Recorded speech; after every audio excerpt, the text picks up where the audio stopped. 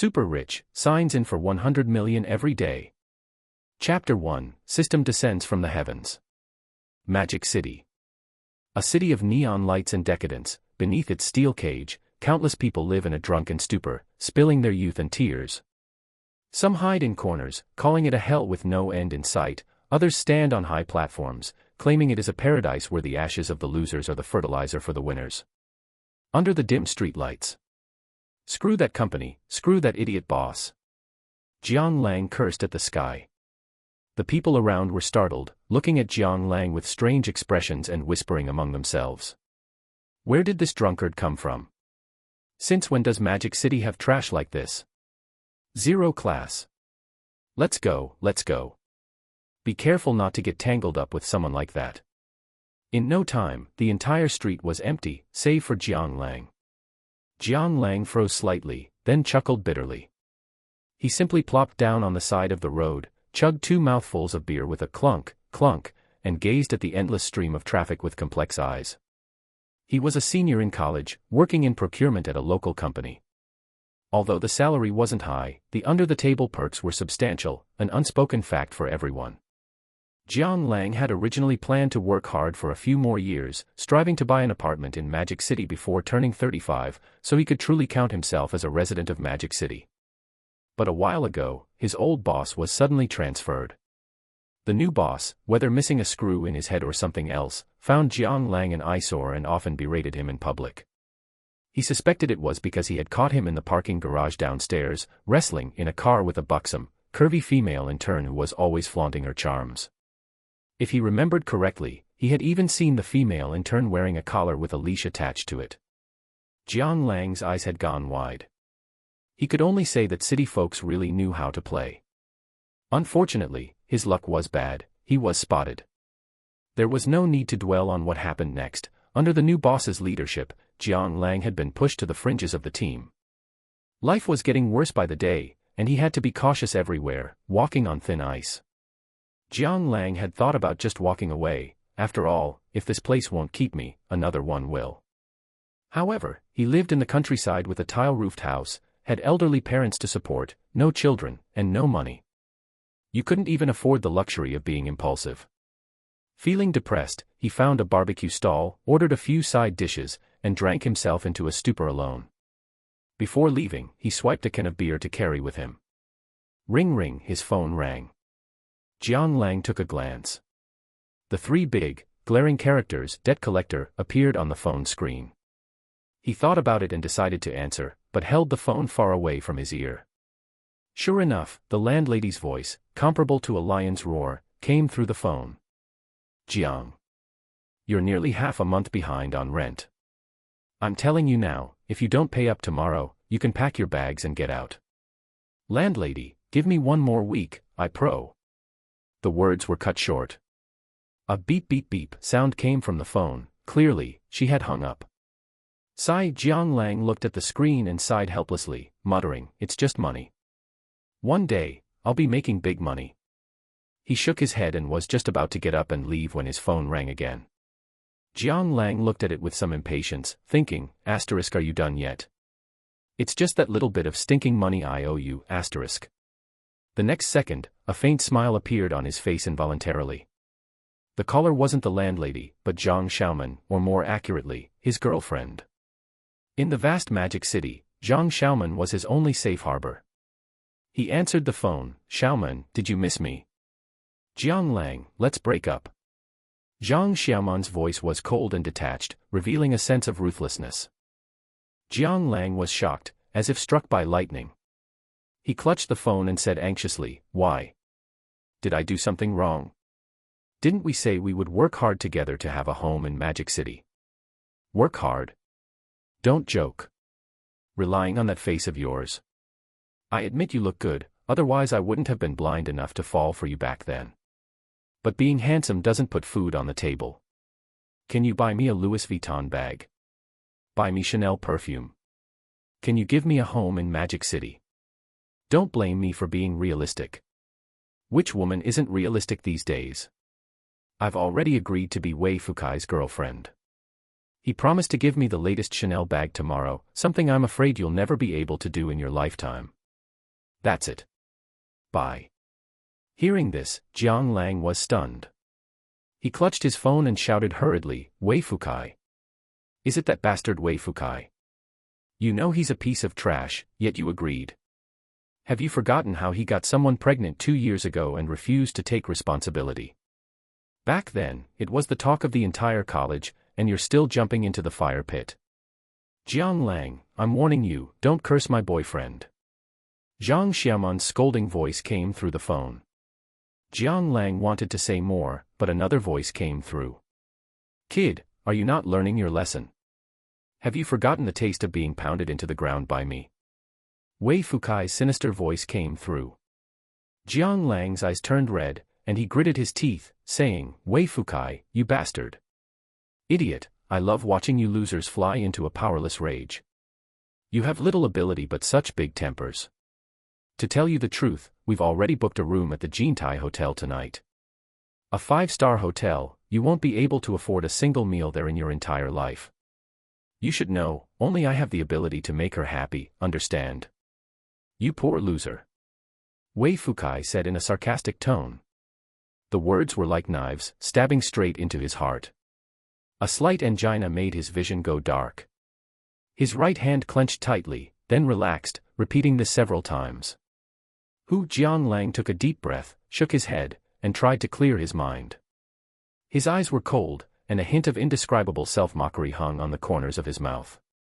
Well, congratulations, young Master Wei. I didn't expect you'd be willing to pick up my worn-out shoes. It seems you two are truly in love. You motherf. Beep beep beep. Before Wei Fukai could finish, Jiang Lang hung up. The phone kept ringing with a ring-ring sound, but Jiang Lang didn't look at it again. He could imagine with his toes how furious Wei Fukai was on the other end. Shaking his head, Jiang Lang laughed at himself. After lighting a cigarette, he held it in his mouth and silently watched what was in front of him. He didn't smoke, it was just a habit left over from his time in procurement.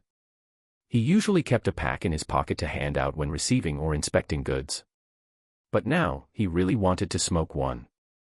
He couldn't explain the reason, he just simply wanted to smoke one. Smoking hurts the lungs, but doesn't it hurt the heart?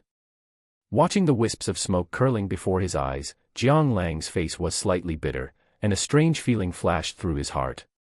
Under the double blow of his love life and career, saying he wasn't sad would be bragging. Money. I'll struggle with money for the rest of my life. I'll be damned if I ever act like a simp again. I'll be a scumbag, a player, and pick up 100 girls. Damn it. Jiang Lang cursed under his breath. Ding.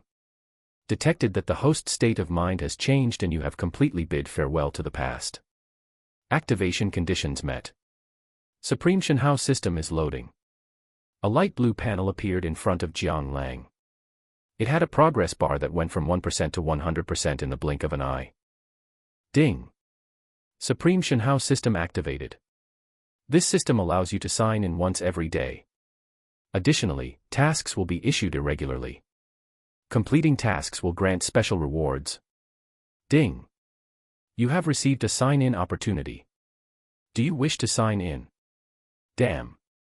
The cigarette in Jiang Lang's mouth fell to the ground, and he didn't even notice. He stared blankly at the light blue panel in front of him, completely stunned. As an old bookworm who had read 3,000 web novels, how could he not know what a system was? Jiang Lang screamed frantically in his heart, sign in. Ding. Sign in successful. Daily reward, 100 million. Chapter 2, Slapping the Faces of the Dog Couple. The phone vibrated with a soft buzz. Your savings account ending in 1111 has received 100 million renminbi. Current balance, 100,003, 60.00. Construction Bank. Jiang Lang rubbed his eyes in disbelief. 4 real. A small goal. Ding. New task issued, please complete it as soon as possible. People rely on clothes, Buddhas rely on gold plating. As a god-tier tycoon, how can you not have a single decent outfit?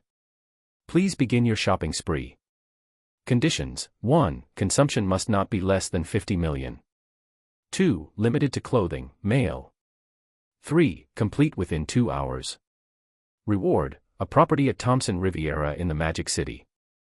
Jiang Lang's eyes lit up slightly. Thompson Riviera. Nobody was unfamiliar with this name. Anyone who had paid attention to real estate had heard of it. It was once hailed as the #1 luxury residence in the Magic City.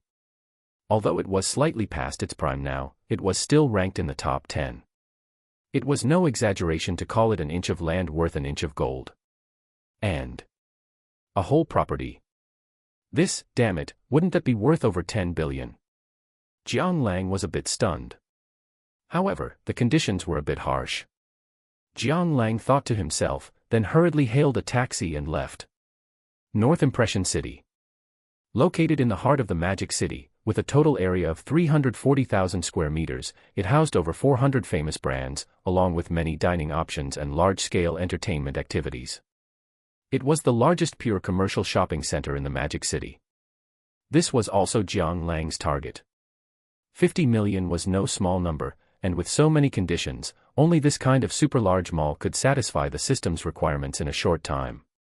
Clothing area. Miss, you really have an eye for style. This bag is our Chanel's most classic style, the Chanel 2.55 series. The bag features an innovative chain strap, a double flap design, and the iconic diamond quilting. It matches your temperament perfectly. Zhang Xiaoman clung to Wei Fukai's arm, listening to the saleswoman's compliments, beaming from ear to ear. Honey, why don't we buy this one?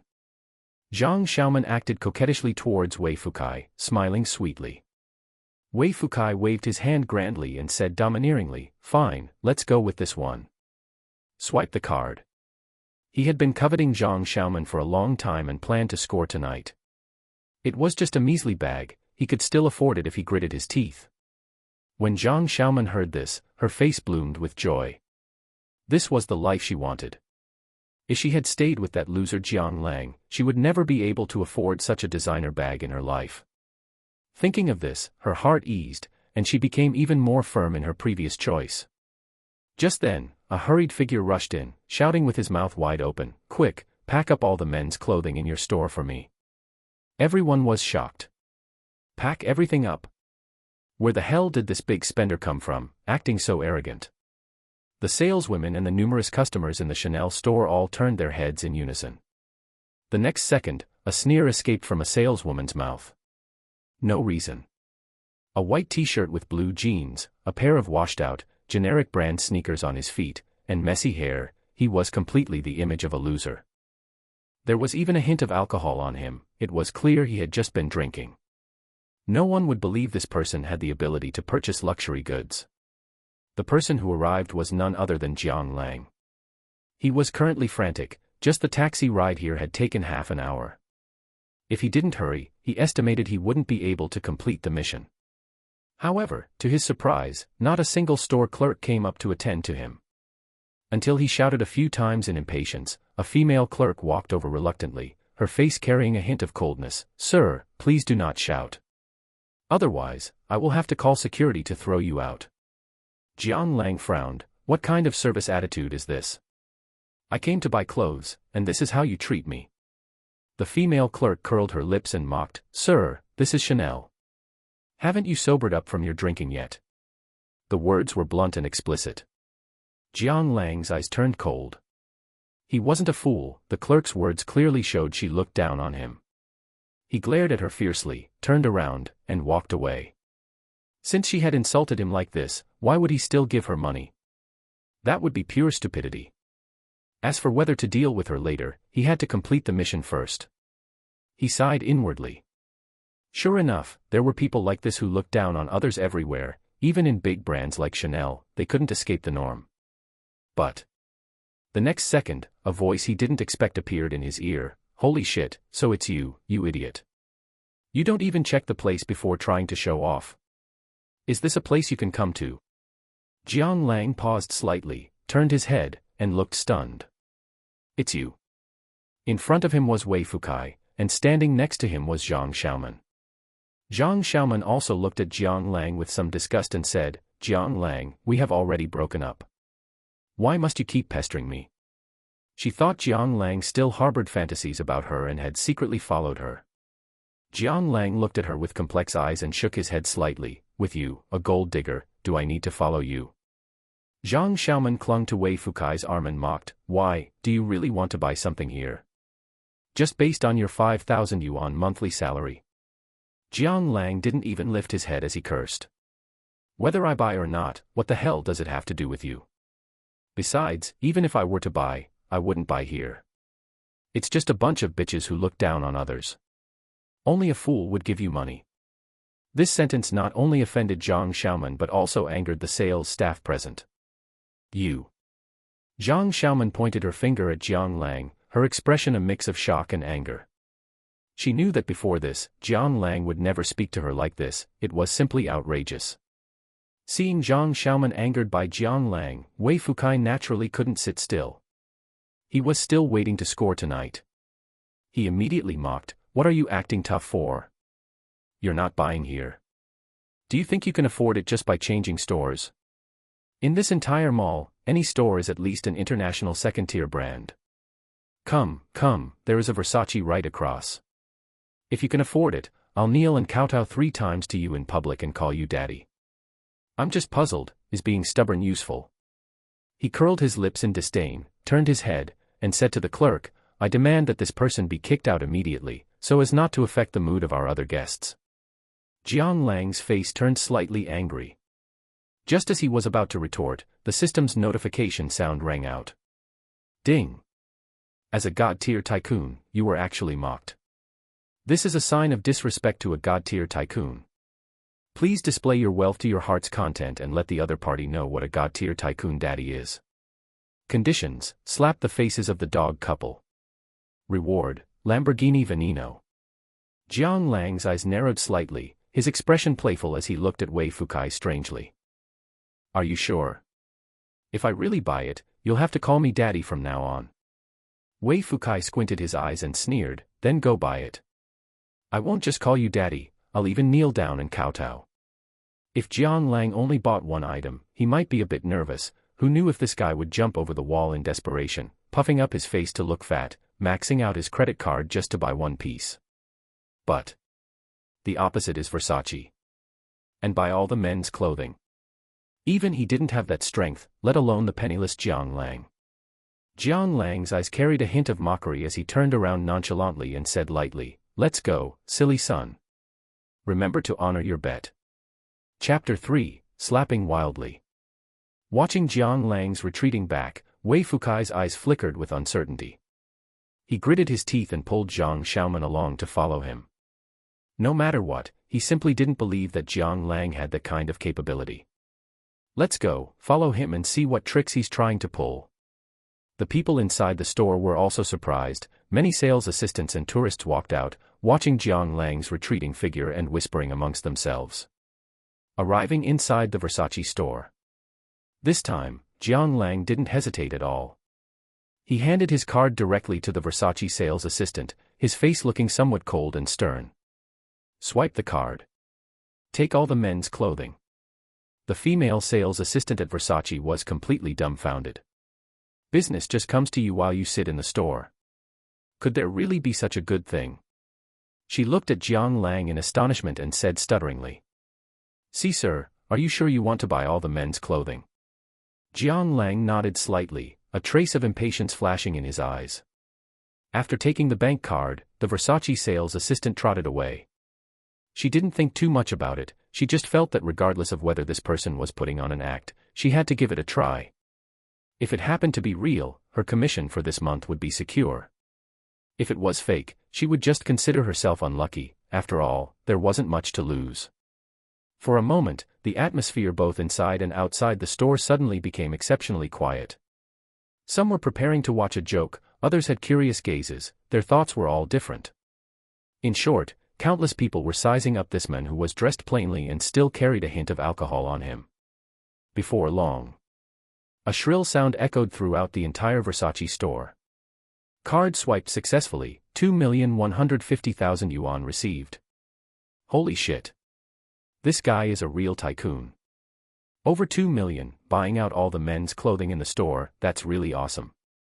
I misjudged him. Are rich people these days this low-key? Countless people were discussing it, especially the sales assistants and tourists who had witnessed the whole process at Chanel earlier. They felt even more incredulous.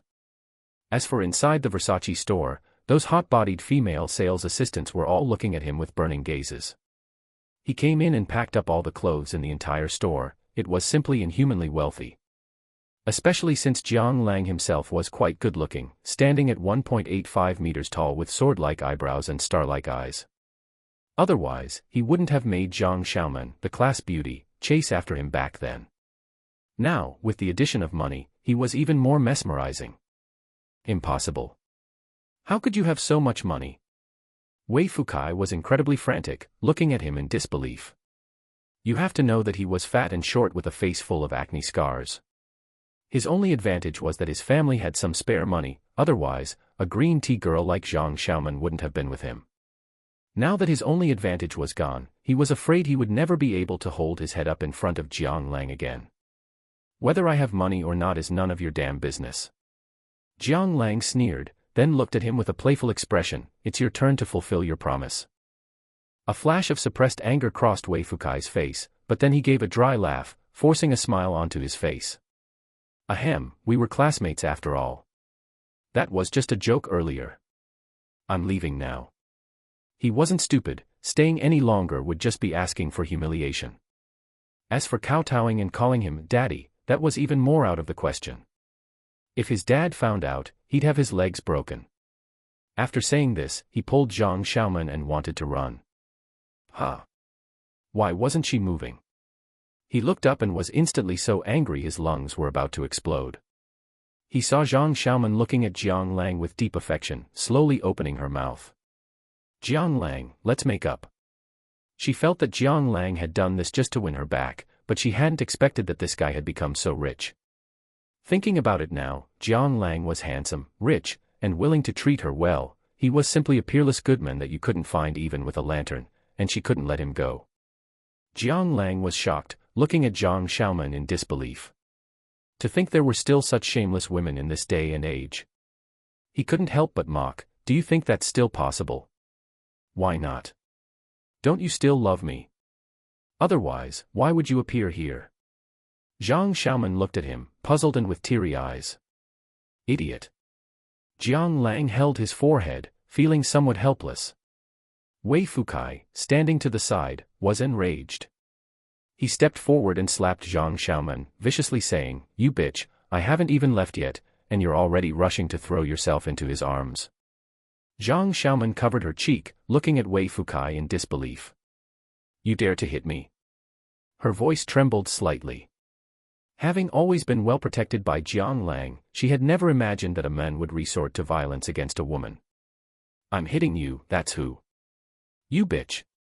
Wei Fukai cursed. Once a rich second-generation kid's temper flared up, he didn't care who you were. He hit Zhang Xiaoman until she was teary-eyed and miserable, looking truly pathetic. "Save me, Jiang Lang." Zhang Xiaoman cried out to Jiang Lang, begging him to stop the other men. She regretted it. She never thought that Wei Fukai would resort to violence just like that, without any chivalry at all. Thinking back to the days when she was held in the palm of Jiang Lang's hand, she cried even more bitterly. However, no matter how hard Wei Fukai hit or how miserably Zhang Xiaoman cried, Jiang Lang didn't have the slightest interest in stopping them. Never mind Zhang Xiaoman being hit, even if she were stripped naked and assaulted in front of him, he wouldn't care. His eyes were cold, carrying a hint of mockery, as if he were watching a farce. It wasn't until the onlookers couldn't bear it anymore and forcibly separated the two that Jiang Lang spoke to Wei Fukai with a faint smile. "Are you done performing? If you're done, hurry up and kowtow and call me daddy." Wei Fukai glared at Jiang Lang and said sharply, "You Jiang, don't think you're so great just because you have a little dirty money. My dad is the school's dean of students. Believe it or not, I'll make sure you can't graduate. To think, there would come a day when someone would tell me that having money is no big deal." A strange thought flashed through Jiang Lang's mind, then he raised an eyebrow, a trace of disdain flashing in his eyes as he looked at the other person. "I believe it. Believe my ass. Hurry up, a bet is a bet. I don't have time to waste with you. A bullshit degree is just a stepping stone for ordinary people. With a system, why be afraid of this and that?" What's the point then? At worst, I'll just drop 5 million to buy one. If 5 million isn't enough, then 50 million. If 50 million isn't enough, then 500 million. If I can't buy one domestically, then I'll go abroad. Are there few one-year, easy master's degrees abroad for gilding one's resume these days?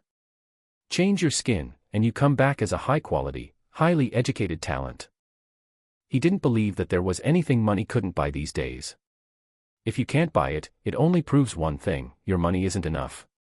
If you have enough money, you can even get a Harvard diploma. You. Humph. Wei Fukai pointed at Jiang Lang, gave a cold snort, and turned to leave. He wasn't going to call it out, didn't he have his dignity to consider? As for a bet being a bet, that's bullshit. Jiang Lang narrowed his eyes. He had known from the beginning that even if he really won the bet, this guy Wei Fukai wouldn't take it seriously, but how could he just let him walk away like that? He took a step forward, caught up, and lifted his right foot, kicking him hard in the butt, sending Wei Fukai faceplanting into the ground. Ouch! Wei Fukai let out a miserable shriek, clutching his butt as he looked up and glared at Jiang Lang, furiously saying, "You Jiang, don't go too far." Me going too far? A bet is a bet. Do you even understand the rules? Jiang Lang grabbed him by the hair. With a bang, he viciously pressed him to the ground, cold light shining in his eyes. Alcohol going to his head, he remembered how he was bullied wantonly by Wei Fukai and a bunch of scum back then, being cornered in the bathroom, having a vegetable basin slammed over his head in public, yet because he was from the countryside, he dared not speak out despite his anger. Having his girlfriend stolen, what did that even count for? She was just someone who didn't love him.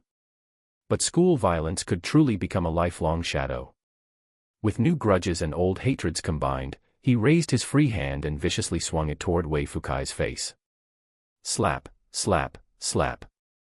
It hurt so much that Wei Fukai was howling in pain. Wei Fukai struggled continuously, but having grown up pampered, how could he be a match for Jiang Lang, who had grown up doing farm work in the fields, when it came to a real fight? It hurt so much that tears and snot were about to flow out, yet he couldn't break free no matter how hard he struggled. I was wrong, I was wrong. Jiang, no, Daddy, Daddy. I was really wrong, please go easy, go easy. Chapter 4, Everyone left dumbfounded. It wasn't until the onlookers forcibly pulled Jiang Lang away that he finally calmed down. Looking at Wei Fukai, who lay paralyzed on the ground like a dead dog, he felt the exhilaration of having his revenge. Get lost, Jiang Lang waved his hand dismissively and snorted coldly. You wait. Wei Fukai struggled to stand up, glaring at Jiang Lang with hatred. His lips were bitten white, and his voice trembled with rage. Never in his life had he been pinned to the ground and humiliated like this, he felt like dying. Oh, what the F***ck? Still not convinced, huh? Jiang Lang raised an eyebrow, clenching his fist as if about to rush forward and beat him up. Wei Fukai was so scared he jolted and fled in a panic, not forgetting to leave behind a few harsh threats before he left. You just wait. I'll definitely have my dad take care of you. Tch, Jiang Lang sneered at the departing figure, his eyes filled with a hint of amusement. Ding successfully slapped the faces of the scumbag couple. Task rewards have been distributed. Ding, the Lamborghini Veneno has been placed in parking space 01 of the Northern Impression City underground parking lot. Please collect it promptly. Jiang Lang felt his pocket bulge and immediately understood that this was the key to the Lamborghini Veneno. His heart suddenly burned with excitement. This car was no simple matter, it was a top-tier limited edition Lamborghini, released to commemorate the 50th anniversary of the Lamborghini brand.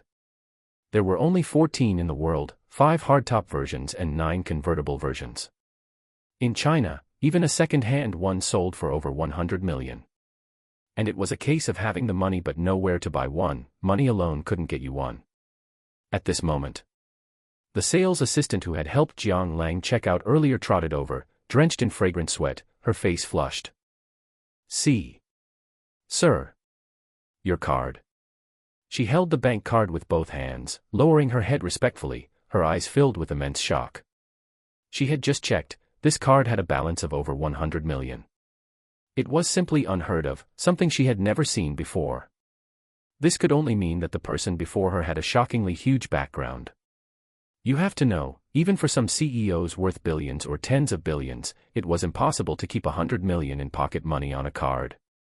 Jiang Lang took the card lightly, his expression calm and indifferent. He looked down at the time and furrowed his brows slightly. There was less than an hour left. Having wasted so much time, he had to speed up his progress. Sir, we provide free home delivery service. What do you think? The female sales assistant looked at Jiang Lang, her voice sweet and exceptionally soft. Jiang Lang looked down at her. She was quite pretty, with a plump chest. Thinking for a moment, he frowned and asked back, since you all sell things in this mall, you should have a dedicated chat group for sharing customer information, right? This was a simple form of resource sharing within the business district, intended to cater to prodigal spenders like Jiang Lang. One big spender wasn't scary. What was scary was the network of interests behind them. If a group of big spenders stopped coming, or if they had complaints about this mall, the future business situation of this mall could be imagined. But once you pleased a big spender, you didn't need to think about how comfortable life would be in the future. Even if a store is big and bullies customers, it depends on who the customer is. Ah, yes. The sales assistant was stunned for a moment, then nodded slowly. Jiang Lang clapped his hands and smiled. Then things are simple. Contact all the menswear brands in the mall. I want to buy no less than 50 million worth of menswear. First come, first served. He paused, then turned his head with a smirk. Looking at the Chanel sales assistants gathered outside the Versace store, he said sarcastically, however, skip Chanel. They clearly don't think much of my meager money.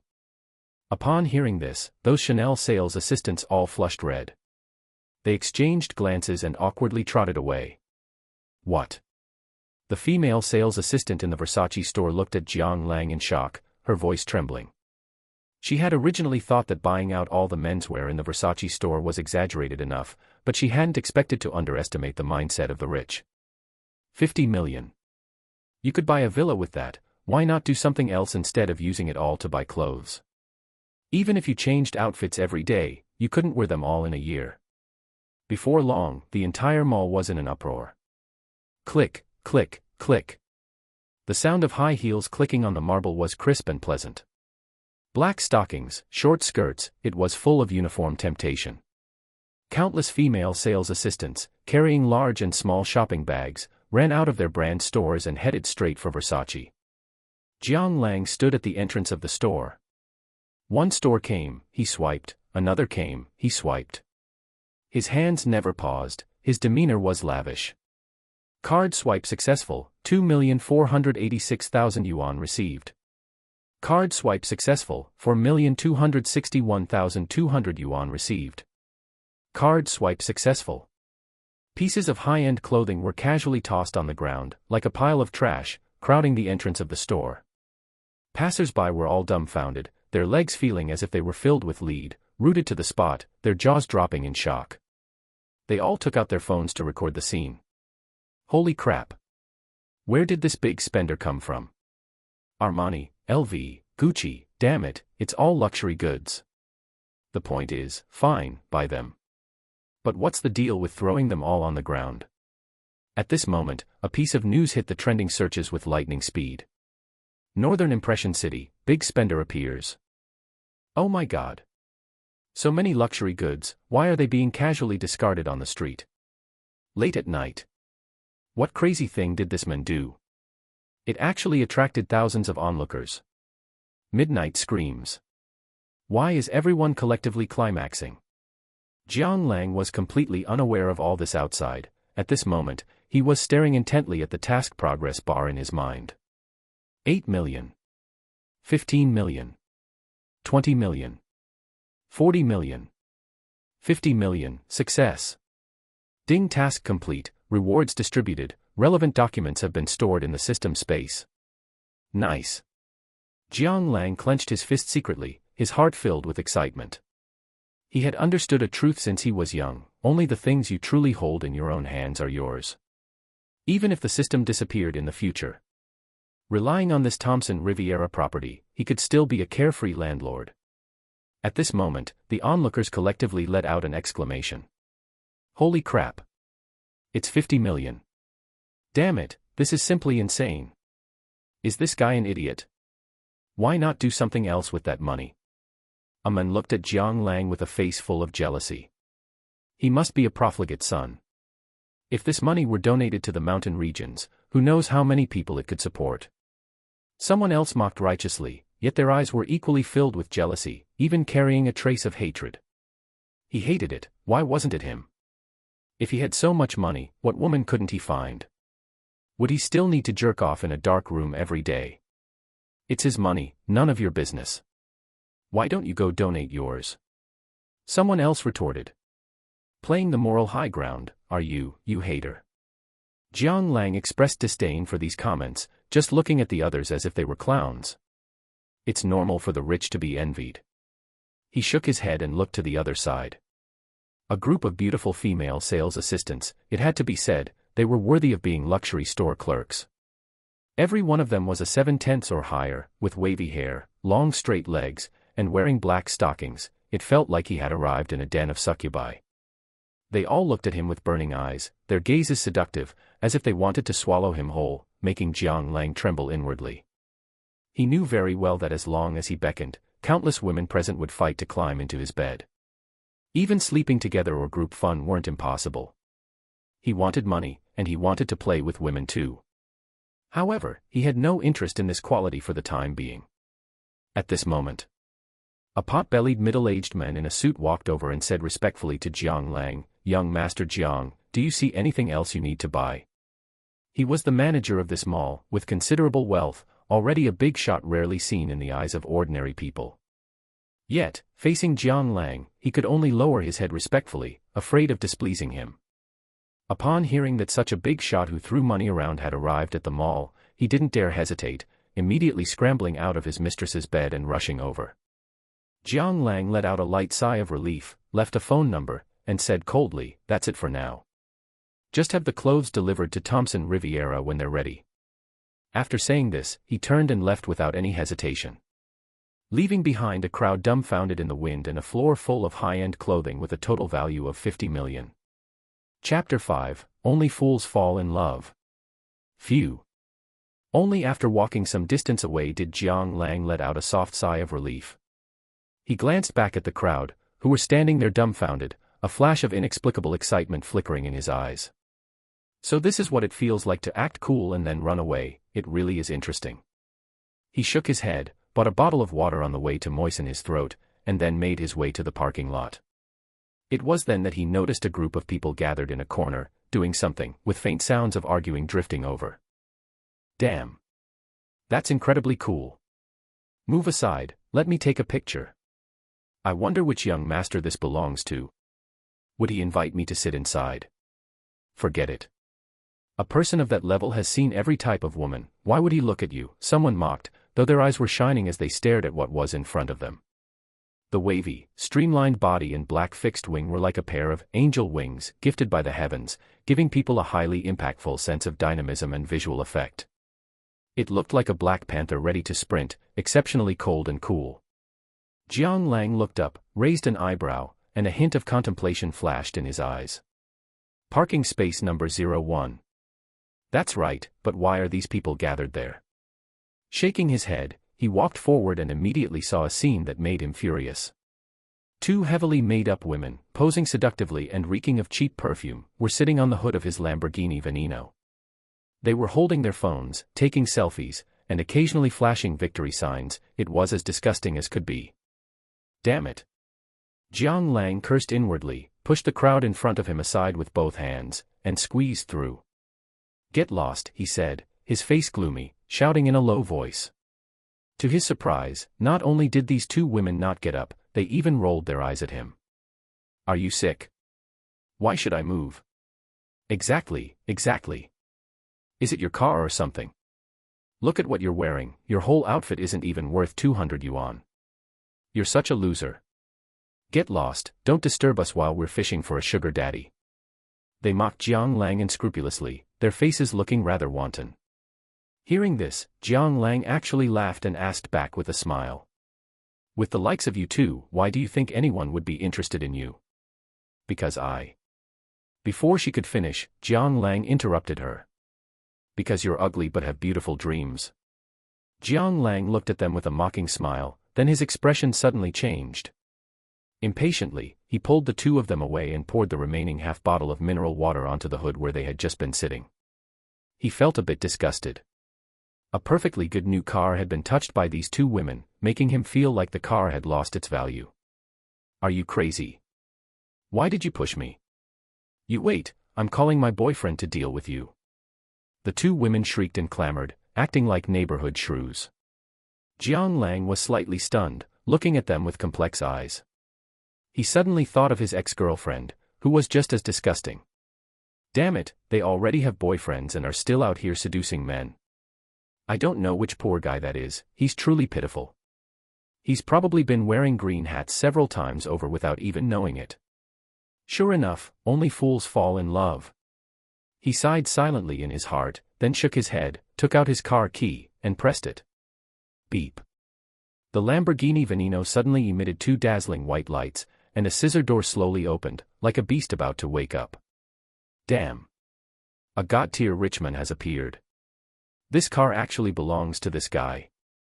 I didn't expect the owner to be so low-key, I misjudged him. Could it be rented? Rented? You try renting one for me then. How many luxury cars of this level are there in the whole world? Even if it really is rented, it's not something we commoners can afford to provoke. The crowd watching the spectacle discussed it heatedly, their faces full of disbelief. They didn't expect Jiang Lang to be so tough, not caring at all about the feelings of these little fairies, directly pushing them to the ground. Wasn't he afraid they would write an exposé about him? You have to know that countless men have been exposed by these little fairies online, cyberbullied to the point of wanting to die, and forced to beg for mercy. However, when thinking about his status, it felt less surprising. The only unexpected thing was that rich people are so low-key these days. His whole outfit wasn't worth more than 200 yuan, someone who didn't know better would think he was just some loser from a remote mountain village. Jiang Lang ignored the crowd. After getting into the car, he gently revved the engine, and the vroom-vroom roar of the airwaves echoed throughout the underground garage. Wait. Handsome, seeing that Jiang Lang was the owner, the expressions of the two women changed like magic, from overcast to sunny. They trotted over coquettishly, looking ingratiating, like dogs begging for their master's affection. Oh my handsome, I didn't realize this was your car. I'm so sorry about just now. How about this, let's add each other on WeChat. I'll treat you to a meal to get to know each other, just as an apology. Their voices were syrupy sweet. Jiang Lang turned his head to look out the window. The two women were bending over, looking at him expectantly, the white, plump breasts inside their collars clearly visible, even revealing the cleavage. They really change faces fast. He sighed silently in his heart, a cold sneer hanging on the corner of his mouth. Get lost. You. The two women pointed at Jiang Lang, their faces shifting between anger and confusion, but they dared not speak up. They didn't expect that even after being so humble, Jiang Lang wouldn't give them any face at all, completely different from the stinky men who usually followed behind them. However, Jiang Lang was in no mood to pay attention to them anymore. He gripped the steering wheel, and the car window slowly rolled up. Then he got out again. Don't drink and drive, don't drive and drink, he almost forgot. Leaving behind a crowd of people looking at each other, completely baffled. The next day, the sun rose. A ray of sunlight broke through the darkness, passing through the window and shining into the room. Ugh. Jiang Lang let out a groan, opening his eyes in a daze. What came into view was a pristine white ceiling, a light-refracting crystal chandelier, and gold-sprayed walls, all revealing a sense of luxury. Sure enough. I wasn't dreaming, everything is real. Everything from yesterday was still fresh in his mind, being humiliated by his boss, getting drunk on the street, and then suddenly breaking up. His mood was like a roller coaster, full of ups and downs. Phew. He let out a soft breath and silently recited in his heart. System, check-in. Ding. Check-in successful. Daily reward, 100 million. Damn. Another 100 million. Jiang Lang's face flushed slightly, a flash of excitement in his eyes, and he subconsciously clenched his fist and swung it forcefully into the air. It was then that he noticed the word daily written after every check-in. Doesn't that mean he can get at least 100 million every day? 3 years. In just 3 years, even if he didn't complete a single task, he could become the richest person in China just by checking in daily. What's even more terrifying is that this is pure cash flow. Damn. It's impossible to stay calm. Just then. Ring ring, the phone suddenly rang. Chapter 6, A Chance Encounter with a Ferrari LaFerrari. Jiang Lang picked up the phone on his nightstand and glanced at it. His expression sank slightly, and his good mood from the early morning vanished entirely. The caller was none other than Supervisor Zhang Qijuan, the new boss who made things difficult for him at every turn in the company. After hesitating for a moment, he slowly pressed the answer button. The next second. Jiang, do you still want to work here? The hell? What time is it now? If you don't want to work, get your ass over here. I'm telling you, you're being fined 2,000 for being late today. Figure it out yourself. Supervisor Zhang Qijuan's voice boomed like thunder from the other end of the phone, making Jiang Lang's ears go numb. 2,000. Damn. You really dare to try and extort me? Do you even know labor law? Do you believe I won't sue you, damn it? Wait. I'm rich now, why would I still go to work? Is something wrong with me? What is this? Jiang Lang was stunned. He cursed inwardly, then curled his lip and said nonchalantly, "Fine, Daddy is coming right over." Having said that, he hung up the phone with lightning speed. On the other side. At the Shanghai Peninsula Hotel, a greasy, pot-bellied middle-aged man stared blankly at his phone, his eyes looking a bit confused. Since when did I get a daddy? Wait. I just got cursed at. Damn. How dare he? The vroom vroom roar of the engine swept through the entire street. Wow, honey, look, this car is so cool. Holy crap, a Lamborghini Veneno. You foolish woman. Stay away from it. If we hit it, we can't afford to pay for it. The men beside her looked at the steering wheel in the woman's hands with lingering fear, speaking in terror. No way, we have 3 million in full insurance, what's there to be afraid of? The woman turned her head to look at her husband, puzzled. 3 million. That wouldn't even buy one of its wheels.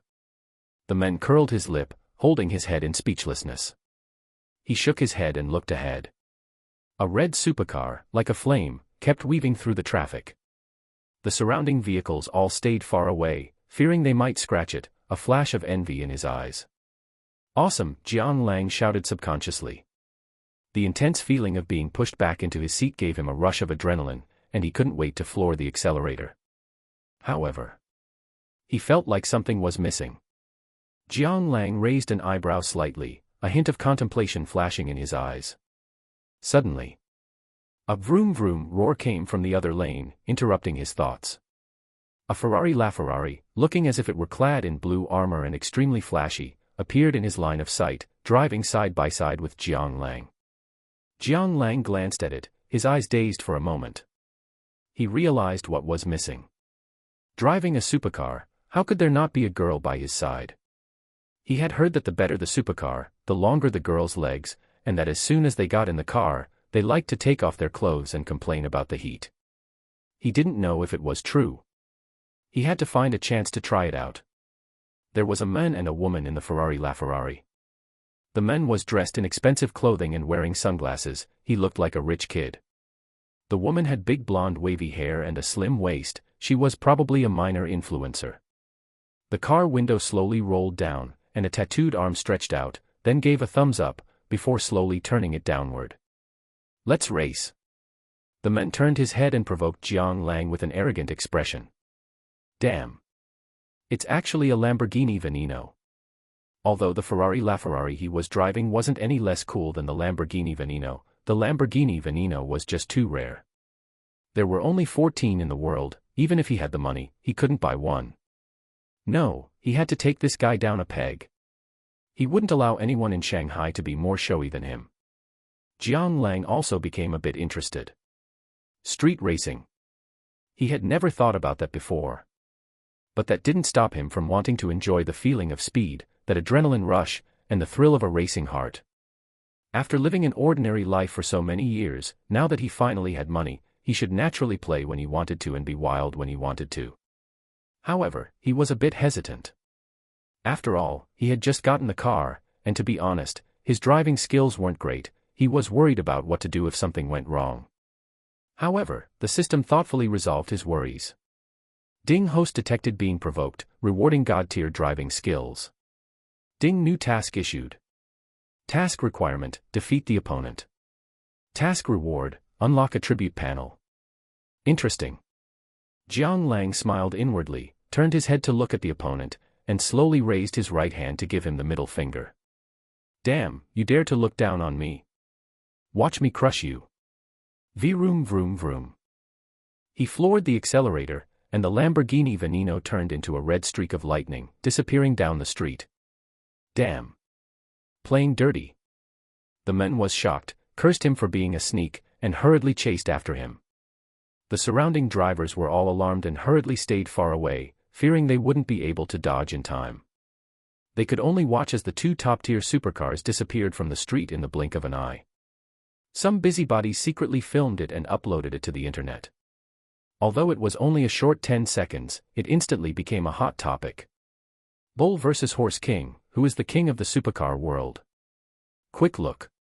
Top luxury cars tearing up the streets. Who is the supercar king in your heart? Lamborghini Veneno versus Ferrari LaFerrari, which is faster, the fastest bull or the fastest horse? Lawless, how arrogant are luxury car owners? The comment section also started to get lively. The LaFerrari is definitely more awesome, the king of the road, do you understand its gold content? Laughing to death, why does the LaFerrari dare to try and compare itself with the Lamborghini Veneno? In terms of rarity alone, there are only 14 in the world, what does the LaFerrari have to compare with? Right.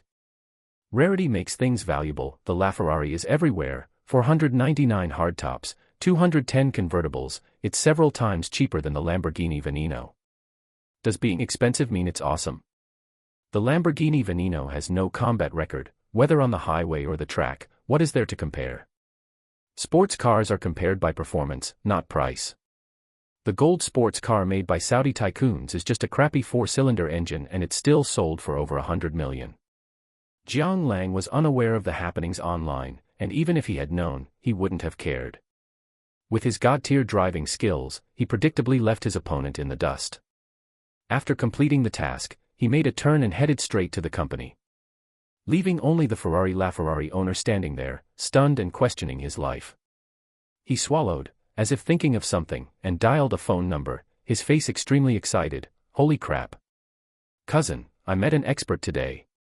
Arriving at the company, everyone was busy with their own work. Most of his colleagues in the purchasing department were out, so few noticed Jiang Lang's arrival.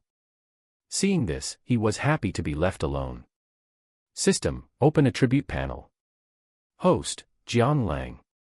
Constitution, 5, comprehensive display including strength, speed, stamina, endurance, durability, etc. Charisma, 7, comprehensive display including appearance, personality, knowledge, etc.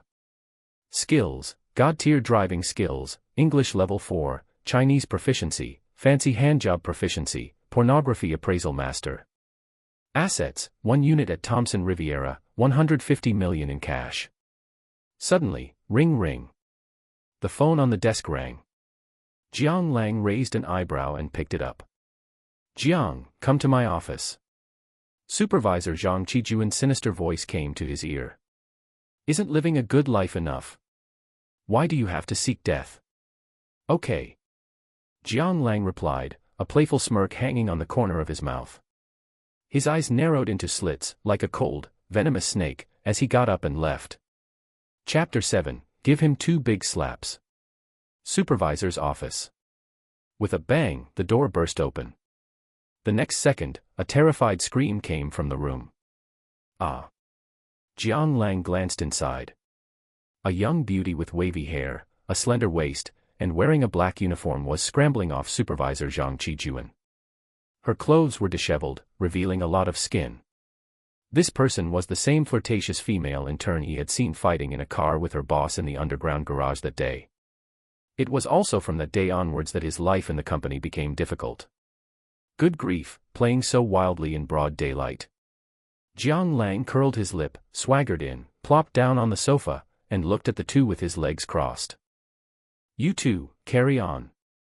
His eyes were playful, and his voice carried a hint of mockery. Supervisor Zhang Qijuan hurriedly buckled his belt, a look of anger on his face as he roared at Jiang Lang. You, Jiang, don't you know how to knock?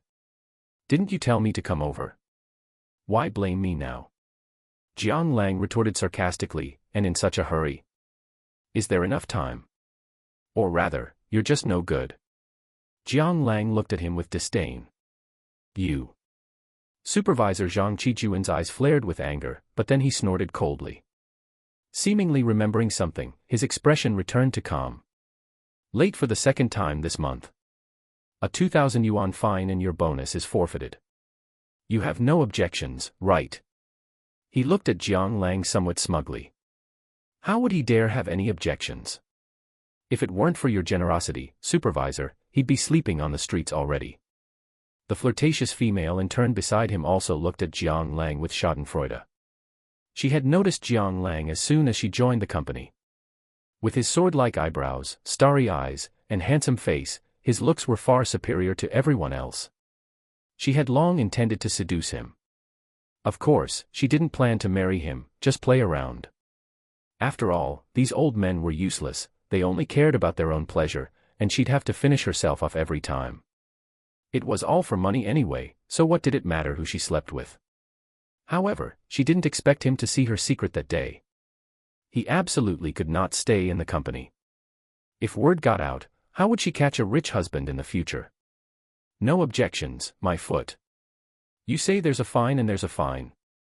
Who do you think you are? Jiang Lang said disdainfully. Supervisor Zhang Qijuan laughed out of anger, pointing at Jiang Lang and sneering, You're asking who I think I am. I can make it impossible for you to stay in this company, believe it or not. Kowtow and admit your mistake to me right now, or you'll have a hard time in the future. Since deciding to target Jiang Lang, he had investigated the guy's background. He was just a college student from a remote mountain village who got lucky and landed an internship at their company. No money, no connections, could he possibly turn the world upside down? I've long since stopped wanting to stay in this dump. Jiang Lang slapped the table and stood up abruptly. Just as he was about to say he quit, he froze for a second. Ding, a godly tycoon must not be insulted. Detection of the host being oppressed. Please counterattack as soon as possible to demonstrate a godly tycoon's majesty. Condition, give him 2 big slaps. Reward, Shanghai Peninsula Hotel. Jiang Lang shouted inwardly that it was awesome, this system's personality was right up his alley. Shanghai Peninsula Hotel. Isn't that where he works? As an employee of the company, he knew very well that this hotel's background was anything but ordinary. It belongs to the Hong Kong Peninsula Hotel Group, which is the oldest hotel group in Hong Kong. It has been selected as one of the top 10 famous hotels in the world, with 9 hotels established in Hong Kong, New York, Chicago, Beverly Hills, Tokyo, Bangkok, Beijing, Manila, and Shanghai, known as the 5-Star Peninsula. Among them, the Shanghai Peninsula Hotel is located on the historic Bund. Built in 2009, the investment back then was approximately 2.858 billion yuan. As for now, its value is even more unimaginable.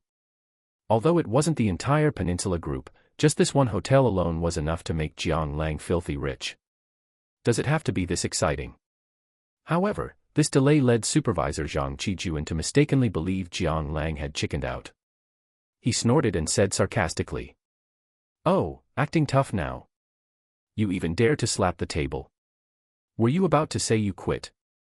As long as you dare say it, I'll approve it. I'm just afraid you don't have the guts. Hey, Jiang Lang gave a cold laugh and slowly stepped forward. With his fists clenched and his burly frame combined with a cold expression, he exuded a powerful sense of pressure. You, what are you doing? Supervisor Zhang Qijuan panicked slightly, instinctively taking a step back and looking at Jiang Lang with suspicion and fear. A playful smirk hung on the corner of Jiang Lang's mouth. He suddenly raised his right hand, bringing a gust of cold wind. Slap.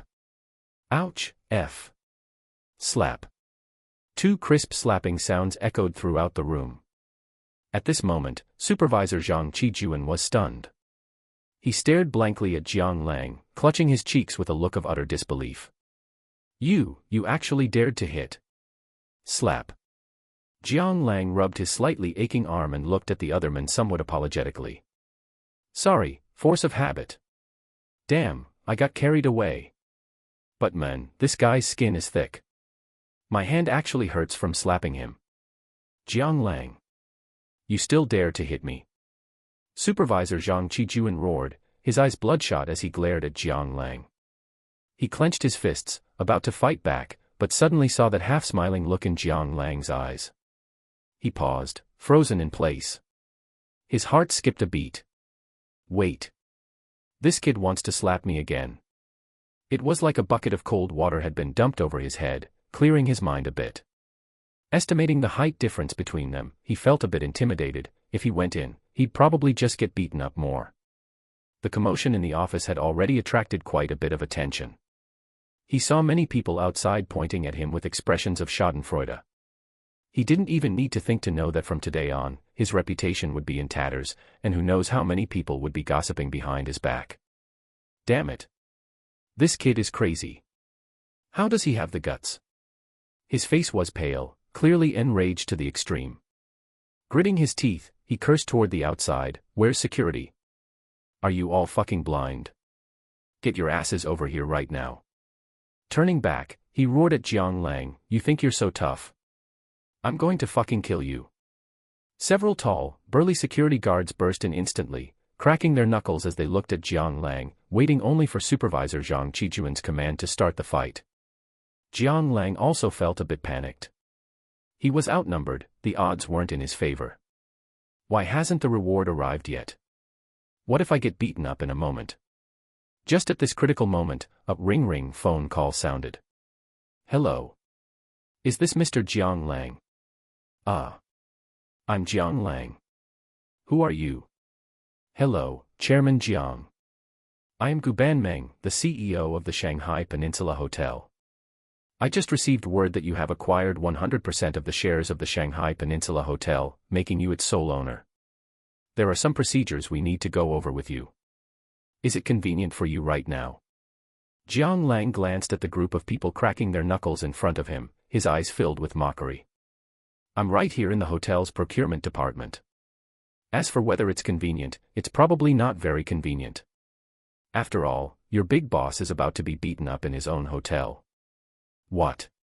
The voice carried a hint of horror and panic. Please wait a moment, I'm coming over right now. Chapter 8, the tables have turned, and they're turning with a vengeance. Inside the CEO's office.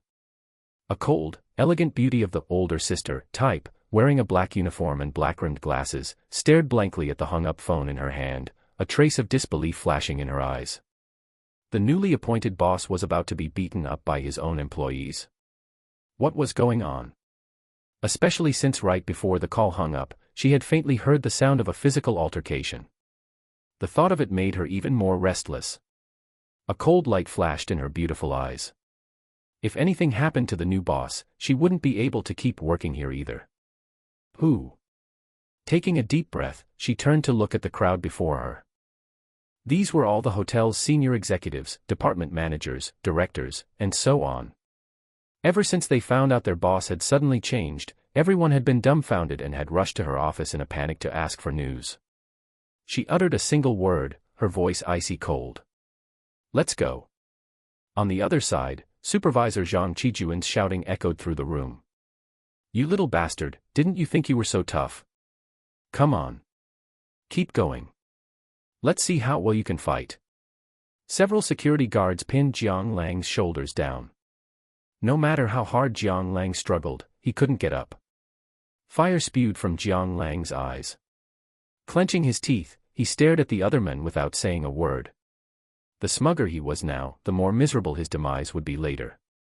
The only thing he hadn't expected was how arrogant Supervisor Zhang Qijuan would be. As soon as the security guards arrived, they immediately made a move on him, catching him completely off guard. Seeing that Jiang Lang was no longer speaking, Supervisor Zhang Qijuan felt incredibly smug. He walked forward arrogantly, looking down at Jiang Lang from above. You motherfucker, you actually dared to slap me. You must be tired of living. A peasant is just a peasant, what kind of capability could you possibly have? With a wave of my hand, countless people will do my bidding. Can you do that? His face was full of brutality, and he gritted his teeth, saying harshly, you slapped me 3 times. It wouldn't be too much for me to pay you back, right? You guys, hold him down tight. Yes, sir. Jiang Lang glared, unable to hold back any longer, and roared, don't you dare. Just watch me. Supervisor Zhang Qijuan cursed, raising his right hand high, a cold glint in his eyes. At this critical moment, a loud shout came from outside the door. Stop. Clack, clack, clack. Thud, thud, thud. It sounded as if countless people were hurrying over. A beautiful silhouette was the first to appear in Jiang Lang's line of sight. Standing at over 1.7 meters tall, she had a slender figure and wore a slightly tight-fitting black suit, looking incredibly capable and professional. At this moment, her beautiful face was pale with anger, and her phoenix eyes glared coldly at Supervisor Zhang Qijuan, clearly furious to the extreme. CEO Gu, Manager Zhang, Director Chen, what are you all doing here? Supervisor Zhang Qijuan was stunned. He swallowed hard, staring blankly as a crowd of hotel executives packed his office to the brim, a drop of cold sweat quietly sliding down his neck. Especially when he looked at Gu Banmeng, his voice began to tremble. In the entire Shanghai Peninsula Hotel, no one was not afraid of this female CEO. When she took office back then, she immediately carried out a massive purge of the entire hotel. Anyone who had offended her was quietly dealt with without anyone knowing. If he hadn't had some backing, he would have been kicked out long ago. This also let everyone know that beneath her seemingly gentle exterior lay ruthless, thunderous methods. But why would she bring so many high-level executives to his tiny purchasing department? To be honest, he was trembling all over with panic right now. Terrified that he had done something wrong. Gu Banmeng had absolutely no intention of paying attention to Supervisor Zhang Qijuan. She trotted over to Jiang Lang, slightly bowing her head, and said respectfully, Boss. Boss. The others echoed in unison, though their peripheral vision was quietly sizing up this new owner of the Shanghai Peninsula Hotel. Although they had already seen his photo before coming, they couldn't help but feel shocked at this very moment. Young. He was simply too young. He looked like a college student who was just about to graduate, around the same age as their own sons and daughters, yet he was already the owner of the hotel. Truly, the younger generation was to be feared. Everyone sighed in amazement inwardly. Impossible. How could he be the boss? CEO Gu, did you all make a mistake? He's just someone from the countryside, how could he possibly have the ability? Supervisor Zhang Qijuan's eyes widened to the size of copper bells as he roared frantically at everyone. No matter what, he refused to believe that someone born a peasant had suddenly transformed into his ultimate boss. It was absolutely absurd. Especially when he thought of what he had just done, fear gripped his heart, and he almost fainted. Gu Banmeng frowned slightly and cast a cold glance at Supervisor Zhang Qijuan. Do you think we would fail to make sure of such an important matter? Supervisor Zhang Qijuan choked. The next second, as if realizing something, he fell to his knees before Jiang Lang in a frenzy, sobbing uncontrollably. Boss, I was wrong. I didn't know it was you. Please forgive me. He was terrified. If Jiang Lang fired him, how would he make a living in the future? How would he embezzle money? What was even more terrifying was his fear of not being able to survive in Shanghai anymore. If the owner of the Shanghai Peninsula Hotel put out a word, would anyone else dare to hire him? Unless he didn't plan to stay in the hotel industry anymore. But he had spent most of his life struggling in this industry. If he wanted to change careers, where could he go? Please be magnanimous and let bygones be bygones, okay? He kowtowed to Jiang Lang with heavy thuds, looking incredibly humble and pathetic. This scene made everyone present exchange glances, their eyelids twitching slightly. Apart from Gu Banmeng, no one knew exactly what had happened, but that didn't stop them from guessing that Supervisor Zhang Qijuan must have lost his mind and, of all things, offended the new boss. Heh. Jiang Lang rubbed his slightly aching shoulder, letting out a contemptuous sneer. He looked down at Supervisor Zhang Qijuan kneeling before him, a playful look in his eyes.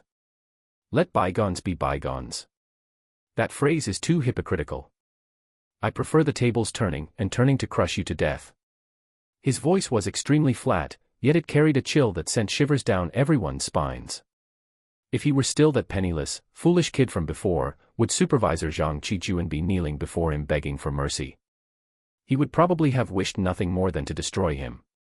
Especially when he recalled how he had been targeted at every turn just because he had witnessed the supervisor's sordid affair with the female intern, his anger flared even more. An eye for an eye, a tooth for a tooth. Ever since he obtained the system, he would repay anyone who had bullied him in the past 10-fold, 100-fold. Last time it was Wei Fukai, this time it was Supervisor Zhang Qijuan. Who would be next? He didn't know, but he wouldn't let a single one of them off. Taking a deep breath, he calmed his slightly excited emotions. Shaking his head, he let out a chuckle and said flatly, starting today, you are fired. Pack your things and get the hell out of here immediately. And you, and you, and you, he pointed at the security guards who had given him a hard time, and then at the female intern. He paused. Oh, right. Do a thorough investigation on his accounts. If there are any discrepancies, send him straight to the police station. Over the years, he must have embezzled quite a lot from the hotel. And if there isn't? After a brief hesitation, he spoke slowly again, issue a notice as well, no hotel in Shanghai is allowed to hire Supervisor Zhang Qijuan. Otherwise, they will be making an enemy of the Peninsula Hotel. As soon as these words were spoken, Supervisor Zhang Qijuan's face turned ashen, and he collapsed onto the floor. Yes, Gu Banmeng cast a surprised look at Jiang Lang, then nodded gently. As for the other executives, they exchanged glances and lowered their heads even further, as if something on the ground was fascinating them, cold sweat pouring down like rain. Although they hadn't said anything, seeing how young Jiang Lang was, they had inevitably felt a bit of contempt. But Jiang Lang's current methods truly made them wary. What a ruthless character.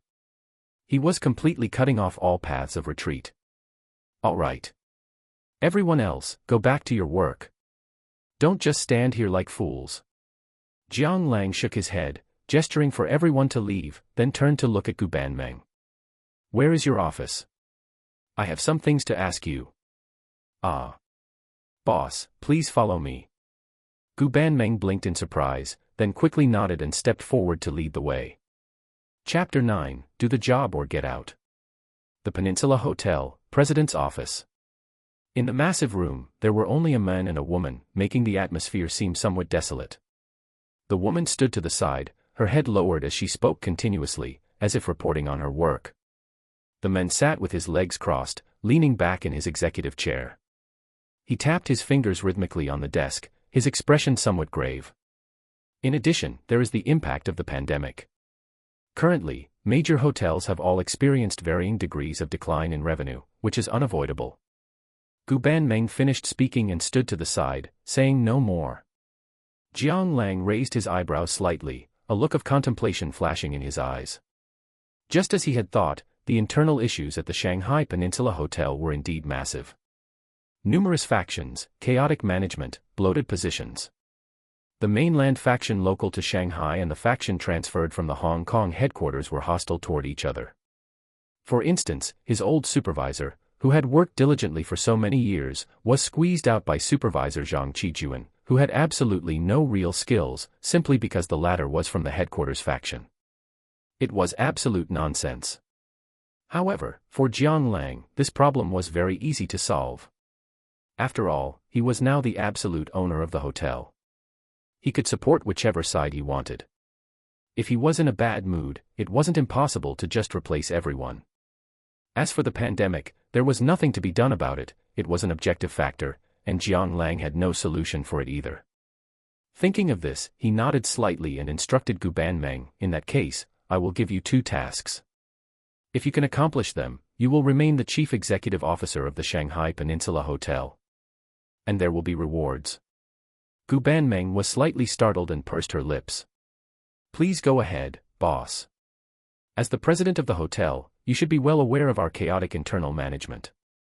Some people are just black sheep, especially those like Supervisor Zhang Qijuan, who typically occupy a position without doing any work. I don't need parasites in my hotel. I need a new management reward and punishment system. Bonuses, salaries, performance pay, and so on can all be doubled on top of the original basis, but one thing must be achieved: complete openness and transparency. Whether they are local mainlanders or from Hong Kong, they must be treated equally. In short, do the job or get out. As for whether you'll offend people, you have my backing. If you can't even handle this, I will seriously doubt your ability. Of course, if I find you using this opportunity to eliminate political opponents or plant your own trusted cronies, don't blame me for being ruthless. Yes. Gu Banmeng pondered for a moment and nodded slightly with a grave expression. Second, the occupancy rate last quarter was 31%. I don't care what method you use, as long as it reaches over 65% this quarter, I will allocate 20% of the equity for incentives, with 10% of that used for talent recruitment. Speaking up to this point, Jiang Lang paused slightly, as if in thought. And you can receive 5% of that equity. A single hotel couldn't keep him tied down. He needed helpers now, and the simplest way was through the binding and exchange of mutual interests. Having equity would make the employees view the company as their own home, the so-called sense of ownership, forming a community of shared interests with the hotel. After all, the higher the hotel's revenue, the more dividends they would receive, and vice versa. Pausing, he looked at Gu Banmeng and raised his eyebrows slightly. Do you dare to accept this challenge? Gu Banmeng's pupils contracted slightly, her breathing quickening for a couple of moments. The task was incredibly heavy. Especially during the pandemic, with the economic downturn, every industry was tightening its belt, and bankruptcies were not uncommon. To achieve this goal could completely be called a pipe dream. But 5% equity. That was worth hundreds of millions. She was very self-aware. Although she was a Harvard graduate who had risen to the position of hotel president at a young age with $1 million annual salary, a favored daughter of heaven in the eyes of outsiders. Only she knew that even if she worked hard for another 10 or 20 years, or even her entire life, she might not necessarily earn this much money. This was an opportunity to change her destiny. Phew. Taking a deep breath, she patted her rising and falling chest to calm her slightly restless emotions. She had already made her decision. I accept. Good, you've got guts. Jiang Lang calmly withdrew his gaze, a hint of admiration flashing in his eyes. Since the matters have been settled, I'll head back first. Gu Banmeng was stunned and asked in surprise, aren't you staying for a meal? Many of the hotel's executives would like to meet you. Meet me. Jiang Lang looked at her with a playful gaze and said teasingly, do you think there's still any need for that? Ah. Recalling the scene she had witnessed in the purchasing department earlier, Gu Banmeng was instantly left speechless. How about this? In 3 days, we will officially hold an executive meeting. I will attend as the sole major shareholder and announce the new management reward and punishment system as well as the equity incentive plan. Go back and prepare well, and present the proposal to me. Yes. Shanghai, Yangpu District, Dinghai Road. In the eyes of countless people, Shanghai was a forest of skyscrapers, magnificent and prosperous, an international metropolis. However, behind the prosperous city, there existed two completely different classes. This was an urban village known to few, an inconspicuous corner, a slum hidden behind the bustling metropolis. Tens of thousands of residents were squeezed into this tiny place. Entering it was like entering a maze, where even riding an electric scooter through the crisscrossing alleys was difficult. There were smelly ditches, garbage scattered all over the ground, even the air emitted a foul odor. The dirty, chaotic, and poor sanitary environment also meant that the rent was extremely cheap. Therefore, this was the real Shanghai in the eyes of those at the bottom, like a cage keeping countless people penned inside. They wanted to escape, yet did not dare to. No matter how dirty or smelly it was, they couldn't leave it behind. At this moment. Vroom, vroom, vroom. A fiery red Lamborghini Veneno slowly pulled up at the entrance of the alley. A tall, extraordinarily handsome man stepped out. Looking at the dilapidated alley before him, a hint of inexplicable emotion flashed in his eyes, as if he were reminiscing about something. Inside the alley stood a low, 2-story self-built house. You too, I'm not bragging, but it won't be easy to find a place as cheap as mine in Shanghai. I see you guys are still students, right? How about I give it to you for 1,500? The landlord, Jiang Lang, twisted her plump waist and looked at the two in front of her, her eyes flashing with the typical shrewdness of a petty city dweller. This. The two young people hesitated slightly. They looked like they had just graduated. The woman affectionately held the man's arm. Hubby, you decide, the woman said sweetly, her face brimming with a sense of happiness. The man glanced around, his expression showing that he was somewhat tempted. This apartment was already the best one he had seen in the vicinity, the lighting, ventilation, and everything else were quite decent. The only issue was that it was nearly 500 yuan more expensive than other places. Honestly, if it were just him, he would have definitely turned around and left. As a grown man, a slightly worse environment wouldn't matter much. But looking at his girlfriend leaning against his side, he hesitated. She was his first love, who had stayed with him from high school through university, stumbling along the way and going through a lot together. He didn't want her to suffer with him. Although he had no money now, he still wanted to give her the best, or at least not have her live in those dark, damp partitioned rooms where she'd have to line up just to use the toilet. At worst, he could quit smoking, and well, skip breakfast too. Gritting his teeth, he spoke up, all right. However, is someone else still living in this place? He turned to look around. Although he was asking, his tone was exceptionally certain. He noticed that some personal items were still here, such as clothes drying on the balcony, slippers inside the door, and a razor on the table. The landlord Jiang Lang said in irritation, sigh. Don't even mention it. That scoundrel has owed me nearly half a month's rent. He's been hiding day in and day out, and I don't even know where he's died. If you want to rent it, I'll hire someone to clean it up right now. I doubt he'd dare to cause me any trouble anyway. Just as she finished speaking, a teasing voice suddenly came from outside the door. Yo, big sister Jiang, you really lack manners. Speaking ill of people behind their backs isn't a good habit. The atmosphere in the room instantly went silent, and everyone turned their heads in unison to look outside the door. A man dressed in black, with a somewhat cynical expression, was looking at them with great interest. Jiang Lang. Brother Lang. Chapter 10, Unlocking the Hidden Title, Big Boss. When did you get here? Jiang Lang asked in surprise. Just arrived. Jiang Lang shrugged and turned to look at the couple inside the house, his eyes a bit dazed. He suddenly thought of the past. In his memory, Zhang Xiaoman was just like this, holding his arm as they searched through streets and alleys for a place to rent. Back then, they had just left campus and were very much in love, full of hope for the future, as if nothing could scare them as long as they were together. However, in just one short year, no.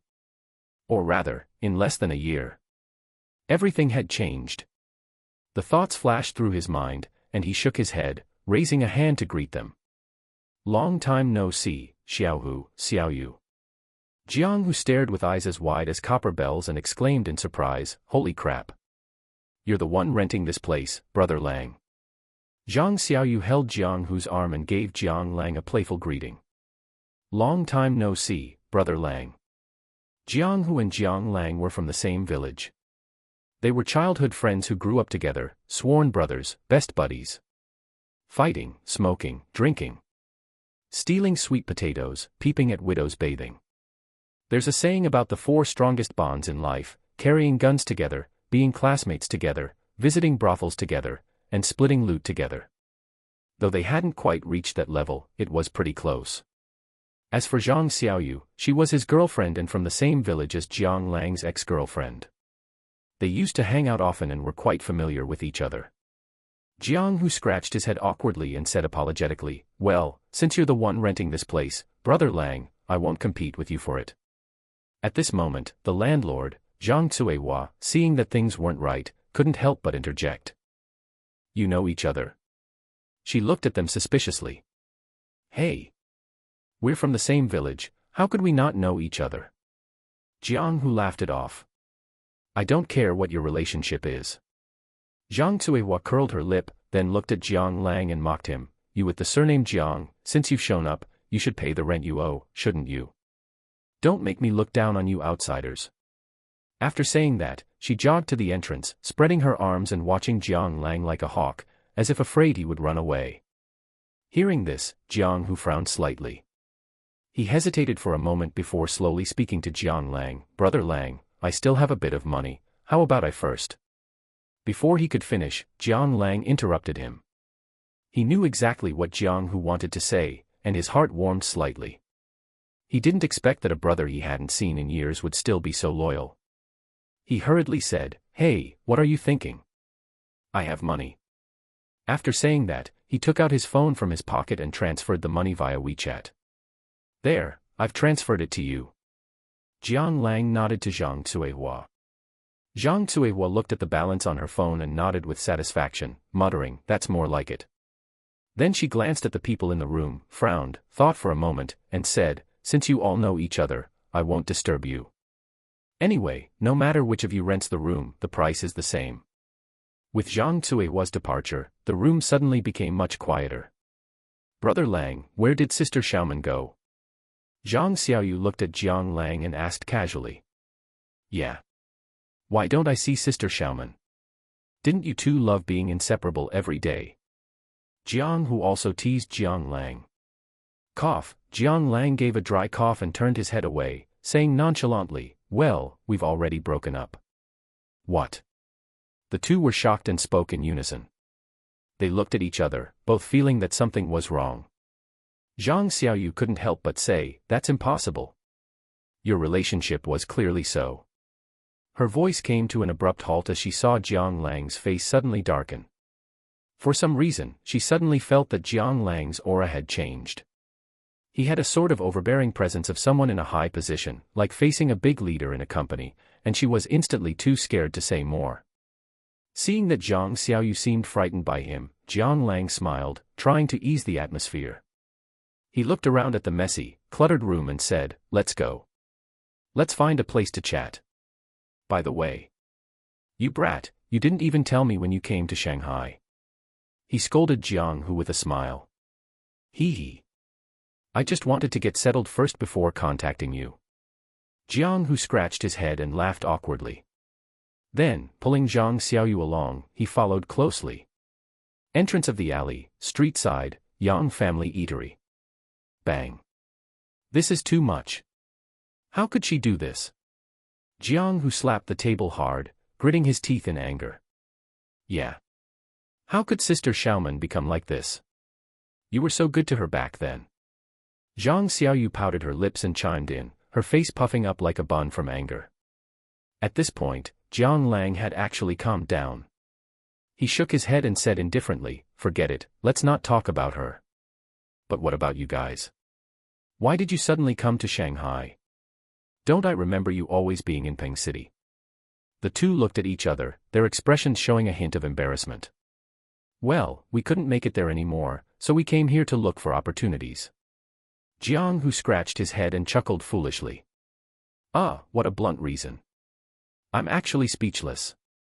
Jiang Lang was momentarily choked up. After a short pause, he followed up with a question, Then what do you plan to do? I don't know yet. We'll just take it one step at a time. Jiang Hu shrugged, his tone slightly melancholy. Hearing this, Jiang Lang fell into deep thought. As the saying goes, when one person attains the Tao, even their pets ascend to heaven. Since he had money now, he naturally wanted to help this childhood friend from the same village. However, this childhood friend of his had joined the army after graduating high school and only just got out this year. For a moment, he really didn't know how to arrange a job for him. After thinking for a bit, he glanced at him and asked, Do you know what procurement is? Procurement. Jiang Hu looked at him in confusion. Yeah. Generally, it involves receiving procurement plans, negotiating prices, placing purchase orders, auditing, following up, receiving goods and making payments, and so on. It's not exactly difficult, just a bit tiring and not very glamorous, but the salary is decent. I still have some connections, I can help you get in touch. Jiang Lang pursed his lips and spoke slowly. This was the arrangement he had come up with on short notice. Other positions might look prestigious, but the pay wasn't actually that good, and things could easily go wrong. He had also started in procurement, so he knew how much grease was involved. Moreover, in any company, procurement is usually handled by those closest to the owner, rarely by outsiders. Considering he would have Jiang Hu as his inside man in the future, he would naturally be more at ease than with anyone else. Of course, everything would start from the bottom. As for now, Jiang Lang didn't intend to reveal his identity to him. First, he didn't know how to explain it. Second, wealth shouldn't be flaunted. He also feared the drama of, no one visits the poor in the bustling city, but distant relatives flock to the rich in the remote mountains, happening around him. If distant relatives, grandaunts, and third aunts all came to borrow money, he would have a massive headache. Holy cow. Brother Lang, you have this kind of capability. Jiang Hu's eyes widened in surprise, looking at him with disbelief. Nonsense, look who the hell I am. Do you think I've been wasting my time all these years? Jiang Lang rolled his eyes and bragged without blushing or his heart skipping a beat. Awesome. Jiang Hu gave a thumbs up, looking full of admiration. After a pause, he rubbed his fingers together and pointed at Zhang Xiaoyu with an embarrassed face. Brother Lang, could you also? Xiaoyu. Before he could finish, Zhang Xiaoyu interrupted him. Zhang Xiaoyu glared at her boyfriend before saying, Brother Lang is already helping you find a job, which probably costs him a lot of favors. You're still not satisfied. She turned to Jiang Lang and said apologetically, Brother Lang, don't mind him. I can find a way myself. Jiang Lang smiled and looked at the two of them, a hint of envy flashing through his heart for some reason. He thought of his ex-girlfriend. They were from the same village, from the same small place. Yet their temperament, values, and ways of handling things were on completely different levels. He only felt that he must have been blind back then. He patted his chest and said heroically, It's fine, these are all small matters. I'll find a way to arrange things for both of you when the time comes. Hearing this, the two looked at each other, a trace of joy rising in their hearts. Brother Lang, words can't express my gratitude. I'll toast to you. Jiang Hu raised his glass and stood up solemnly. Even though Zhang Xiaoyu couldn't drink much, she also raised her glass high. It's nothing. Jiang Lang raised his glass, just about to clink them. Suddenly, the system's voice rang in his mind. Asterisk ding. Congratulations to the host for unlocking the hidden title, Big Boss. Asterisk. Chapter 11, Tycoon Prestige, Eye of the Tycoon. Damn it. What's going on? Jiang Lang was a bit confused inside, but he remained calm on the surface. After clinking glasses with the two, he hurriedly asked in his mind. System, what is the use of a hidden title? Ding titles require completing special events to unlock. Equipping a title grants special effects, and different titles grant different effects. Tycoon, 1. Tycoon Prestige, 2. Eye of the Tycoon. Tycoon Prestige. Equipping this title increases your prestige in front of others and makes it easier to gain the allegiance of high-level talent. Eye of the Tycoon. Tycoons are all meticulous people who can see through others like a clear fire. You can view the loyalty of your subordinates. Evaluation. A true tycoon is a powerhouse capable of leading their subordinates to the peak. The higher the status and the stronger the ability of the subordinates, the stronger the title's effect. Good heavens. A cheat within a cheat. Jiang Lang exclaimed in his heart, awesome. From obtaining the system until now, it had only been 2 short days, yet he already possessed a property at Thompson Riviera and a 5-star hotel, with assets already exceeding 10 billion. He didn't even know how rich he would become in the future. But he knew that as his assets increased, he wouldn't be able to manage them all by himself. He would definitely need a lot of manpower in the future, and he didn't want to live the miserable life of having money but no time to spend it. And the 2 effects of the tycoon title were simply tailor-made for him. With a steady stream of talent coming to him, and the ability to check his subordinates' loyalty at any time, wasn't this just giving him an excuse to live it up with peace of mind? After hesitating for a moment, he directly checked Jiang Hu. If he remembered correctly, the title was triggered only after he promised to help Jiang Hu and Zhang Xiaoyu arrange jobs. In other words, in the system's eyes, these two had already become his subordinates. He saw a number suddenly pop up above Jiang Hu's head, 90. Full score is 100. He turned his head to look at Zhang Xiaoyu, and there was a number written above her as well, 83. As expected, just as I thought. Jiang Lang nodded with satisfaction. The only thing he didn't expect was that Zhang Xiaoyu's loyalty had actually broken through 80, which was a pleasant surprise. It seemed he could focus on cultivating them. According to the system's description, the higher the status and the stronger the ability of the subordinates, the stronger the title's effect. Perhaps in the future, with a wave of his hand, countless underlings would come to pledge their allegiance. That would be comfortable. In a great mood, Jiang Lang raised his glass again to invite them. Come. Let's continue. Cheers. The next day, noon. The scorching sun was overhead. There wasn't a single cloud or a breeze in the sky. The air seemed to have frozen, and the burning sunlight felt like it was going to bake the earth. Not even a shadow of a person could be seen on the street, and there wasn't even a single tourist to be seen along the beautiful Huangpu River. In the presidential suite of the Shanghai Peninsula Hotel, the sound of ring-a-ling kept ringing incessantly. Ugh. A moan as thin as a thread of silk escaped Jiang Lang's mouth. He rubbed his head with effort and grabbed the phone by the bedside. Holy crap, Brother Lang. The sun is already hitting your butt, and you're still not awake. Jiang, whose boisterous voice came through the other end of the phone. Spit it out if you have something to say. Jiang Lang rubbed his temples and cursed. All right. Xiao Yu and I have successfully started our jobs, Brother Lang. I specifically called to report the results to you, old man. Jiang, who said with a cheeky grin. After you start working, just do your job well and strive to make money. That goes without saying. I will just work at the hotel with peace of mind from now on, striving to buy a house in Shanghai before I'm 35. That way, Xiao Yu and I can count as Shanghai locals. After a pause, his voice came through again, carrying a touch of solemnity. Brother Lang, thank you. The lingering sound carried a trace of trembling and choked emotion. Hearing this, Jiang Lang was somewhat silent. Buying a house in Shanghai before 35. Before obtaining the system, this was also his lifelong dream. Having seen the prosperity of a big city, how many people would be willing to go back to that broken and dilapidated small town? Countless outsiders struggled in this city like a steel cage. Wasn't it just because they wanted to have a home here? However, more people could only leave with regrets. He turned his head to look out the window and joked, all right, stop with the sentimental talk. Work hard. If you're lucky, maybe you'll be able to buy a house next year. This wasn't a joke. After the two started their jobs, he had already secretly tipped off Gu Banmeng. With him backing them up, their positions would likely advance by leaps and bounds. Of course, if they were truly hopeless, there was nothing he could do.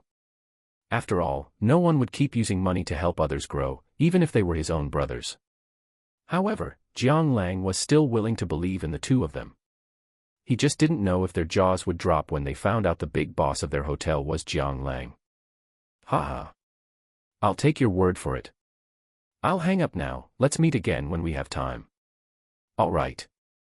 Following the beep beep beep sound of the call hanging up, Jiang Lang lazily stretched, rubbed his stomach, and picked up the exclusive landline on the bedside table to make a call. In half an hour, arrange for breakfast to be brought up. Understood, boss.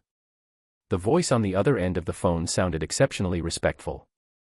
Jiang Lang shook his head, hung up the phone, and got up to wash up. He had been drinking all day yesterday, and now his body was full of the smell of alcohol. If he didn't wash up, he wouldn't even be able to stand himself. Half an hour later, when Jiang Lang came out of the bathroom wrapped in a bath towel, he discovered that a man wearing a white felt hat was already standing in the living room of the presidential suite. He looked like he was the hotel's chef. Hello, boss. I am the hotel's head chef, Leo. He glanced at Jiang Lang and nodded respectfully. Jiang Lang sat down on a dining chair and said casually. All right.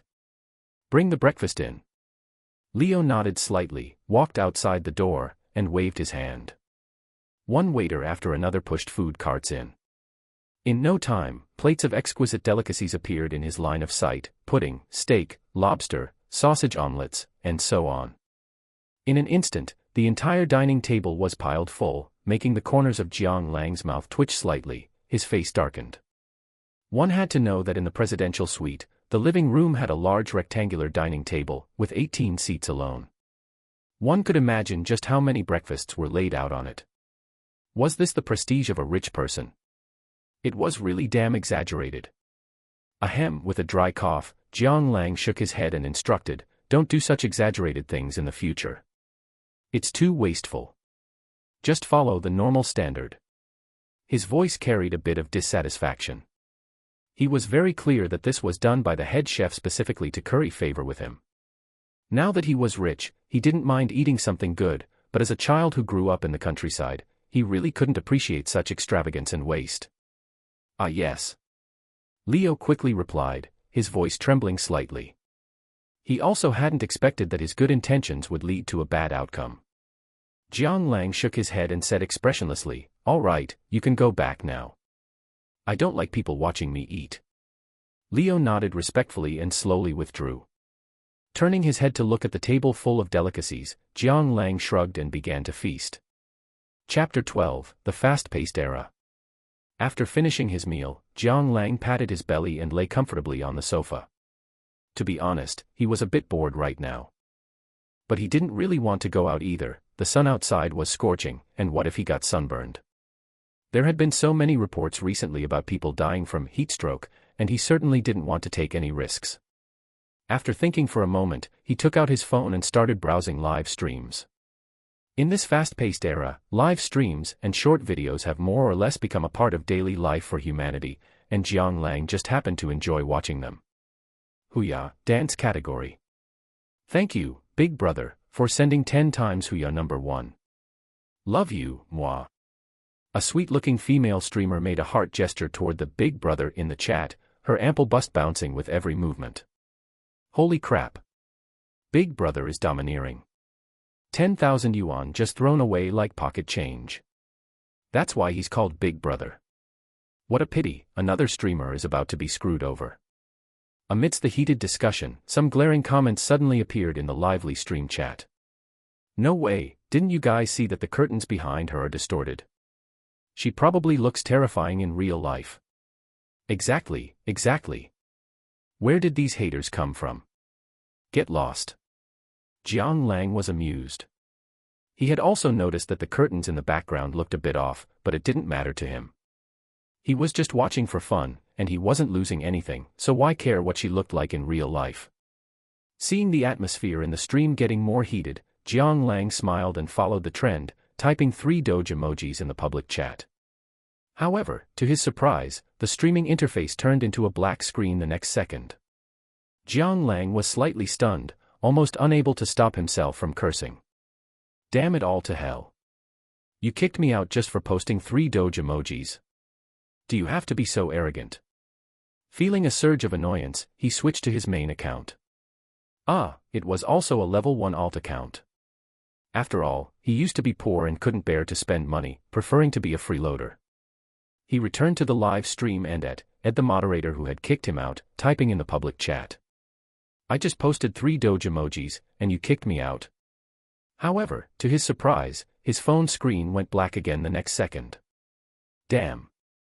He kicked me out again. At this moment, Jiang Lang felt like he was about to lose his mind. Looking at the black screen on his phone, he shook his head and sighed helplessly. In the live streaming circle, if you have money, you're the boss. If you don't have money, you're nothing. 10 times Huya number 1 equals 10,000 yuan. Unless you're a rich second-generation heir, who dares to play like that? He tapped his finger on the screen and switched to watching another streamer, deciding it was better to just not see it and save himself the annoyance. Back in the live stream, the streamer Choo Choo covered her mouth and chuckled. Thank you, Brother Chow, for helping me kick out these little haters. They don't spend a single cent, yet they come into my stream to stir up trouble. They're truly hateful. She hated these pathetic losers. They had no money and spent every day blabbering nonsense. So what if she used beauty filters? Which streamer doesn't use beauty filters? If she didn't have her beauty filter set high, would the big brothers like her? Would they spend money in her stream? This guy named Jiang who number 1 wave, although he didn't say anything disgusting, was only level 1. He was likely a freeloader, so what if she kicked him? As long as she could make the big brothers happy, she didn't mind kicking a few more. It's a small matter. These little haters just love to stir up trouble. They have low quality, let's ignore them. How much is left for your weekly task? I'll gift it to you later, the moderator, Super Little Steel Cannon, typed in the public chat. This scene made many passers-by unhappy, and they stood up for Jiang Lang. I'm speechless. The guy just posted a doge emoji, and you kicked him out. Do you have to be so overbearing? And look at how distorted those curtains are in the background. Don't you have any self-awareness? Unfortunately, these passers-by who stood up for Jiang Lang were also kicked out of the stream one after another, and the number of people dropped by more than half in an instant. Seeing fewer and fewer people in the stream, Chu Chu felt that things were going wrong and quickly said, "Forget it, Brother Chow, don't lower yourself to their level, lest it affect your mood." "Don't worry, I have a good mindset." "Brother Chow, then let me dance for you." "Sure. It's been a long time since I've seen you dance. If you dance well, I'll gift you a treasure map." Brother Chow is domineering. "I'll start now." Chu Chu smiled until her face glowed and began to dance, swaying her waist. Then, dynamic music started playing, and the live stream returned to calm. Meanwhile, Jiang Lang had browsed around and found nothing he liked. Just as he was about to log off, suddenly, a pop-up appeared on his phone. Ding! The streamer you follow, Midsummerear, is live. Please hurry over and watch. Jiang Lang clicked in casually. This streamer was the only one Jiang Lang followed on Huya. She was very beautiful, with long hair, a slender waist, and wavy hair. Her eyes, in particular, were like a fox's, very captivating. However, that wasn't why Jiang Lang followed her. It was because this streamer, Midsummerear, sang very well. Back when he was an intern, after a busy day, hearing her singing would always help him relax quite a bit. It was a pity she dressed too conservatively, wasting such a good figure, and she wasn't very good at chatting either. It had been almost a year since Jiang Lang started following her, and she still only had a dozen or so viewers. It was pitifully few, and he didn't know how she managed to keep going. Clicking into the stream, he could see Ear holding a guitar and singing a cappella. Walking in the wind, the sunlight is truly so gentle today. Don't know, don't understand, don't want it, why is my heart? Clearly wanting to get closer, yet it's a lonely dawn. After finishing the song Gentleness, the few listeners in the stream typed that it sounded great. Jiang Lang, as usual, followed the trend and typed one too. Thank you all for your support. Ear smiled gently. She looked at the public chat and raised an eyebrow. Yo. Brother Lang has come home. Not staying in the gentle embrace of other female streamers anymore. There weren't many people in her stream, and she remembered Jiang Lang's ID very clearly.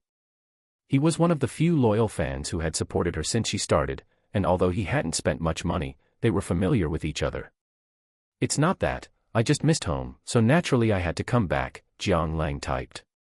As usual, the few loyal fans started chatting with the streamer. Suddenly, user Old Wang next door sent one Huya number 1 to the streamer, everyone come and watch. Someone had gifted a rocket in the stream, naturally attracting quite a few people. Brother Wang is awesome. Hug Brother Wang's leg. Serving tea to the big shot. The stream started to become lively. Ear was slightly stunned, as if she hadn't expected anyone to gift her, but she quickly reacted and smiled sweetly. Thank you, Brother Wang, for the Huya number 1. What song would Brother Wang like to hear? I can sing one for you. Old Wang next door sent 4 words in the public chat. Blow the trumpet. This immediately amused quite a few passing viewers, who started to stir up trouble. Brother Wang lives up to his name. He's truly damn wicked. Is this a dirty song? I've already got my tissues ready. Waiting for the streamer to get banned. I've already started recording the screen. Streamer, sing it quickly. The rich guy has spoken, what are you stalling for? This scene made Jiang Lang frown slightly. Chapter 13, New Mission. In the bullet comments, quite a few regular viewers were standing up for the streamer. That's a bit too much. What's the point of singing a song like that? Just pick another one. If she gets banned, what are we supposed to watch? Unfortunately, such comments were too few and far between to make any real waves. Most people were still just there to gawk, waiting to see the streamer make a fool of herself. Ear smiled slightly, looking a bit awkward. Brother Wang. Could you request something else? Like Jay Chou's Blue and White Porcelain, or Hair Like Snow, or even some popular new songs from the last few years would be fine. I'm not really familiar with the song you mentioned, and I'm afraid I won't sing it well. But this old Wang next door was clearly a domineering type and wasn't buying any of it. Cut the crap. Will singing a song kill you? With your attitude, who else is going to donate to you? No wonder you're just a small-time streamer. Quite a few people started to sway with the wind, joining in on the bandwagon. The big boss spoke, and you're not listening. Do you not want to make it in this industry anymore? You think you can be a streamer and beg for money with dignity these days? That's laughable. Trash streamer, reported. In an instant, many followed suit, and the chat was filled with unfriendly remarks. Seeing this, Ear felt incredibly conflicted. If she sang it, her stream might get banned, but if she didn't, it wouldn't be fair since the person had spent so much money. That's enough. If you're not going to sing, then give me my money back. Seeing the streamer hesitating, old Wang next door spoke up. Ear felt a bit sad, as her family wasn't well off.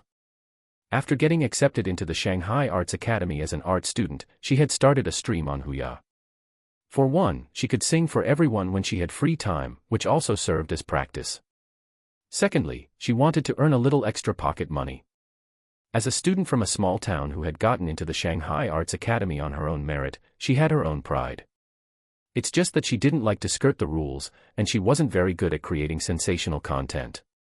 Over time, the number of people in her stream dwindled, and those who remained were just there to listen to her sing. She had thought her streaming career was over, but unexpectedly, a big shot appeared in her stream and demanded she sing 18 touches. Other female streamers had sung this song before, and every time they did, their streams were immediately banned. Gritting her teeth and taking a deep breath, Ear looked at the chat and said, "How about this, Brother Wang? If you're not satisfied, I can refund you the portion that the platform gave me, but I can't do anything about what the platform took. No. Either you refund it all, or you sing." Old Wang next door continued to press aggressively. Jiang Lang's brows furrowed tighter and tighter. He was just trying to watch a stream and listen to a song. How did it end up like this? After thinking about it, he typed directly, "It's just a Huya number 1, what are you acting so high and mighty for?" Old Wang next door saw a level 1 account suddenly jump out to confront him and immediately laughed. Get lost. Where did this poor loser come from? A trash level 1 account dares to act tough. If you want to play the hero, at least see if you're worthy. Damn it. Calling me a poor loser. Believe it or not, I'll bury you with money. Jiang Lang curled his lip and typed, "It's just 1,000 yuan, right? I wouldn't even want it if you gave it to me, yet you have the nerve to ask for a refund." Old Wang next door was instantly enraged and typed mockingly, "If you've got the guts, then you donate too. But you're just a freeloader, I bet you can't even afford to donate a dime. You're just talking trash online." Seeing the two of them arguing, Ear felt a bit anxious. As Jianghu number 1 wave had been there since she started streaming, she already considered him a friend, even though he had never donated a dime. She guessed that he might be just like her, struggling financially.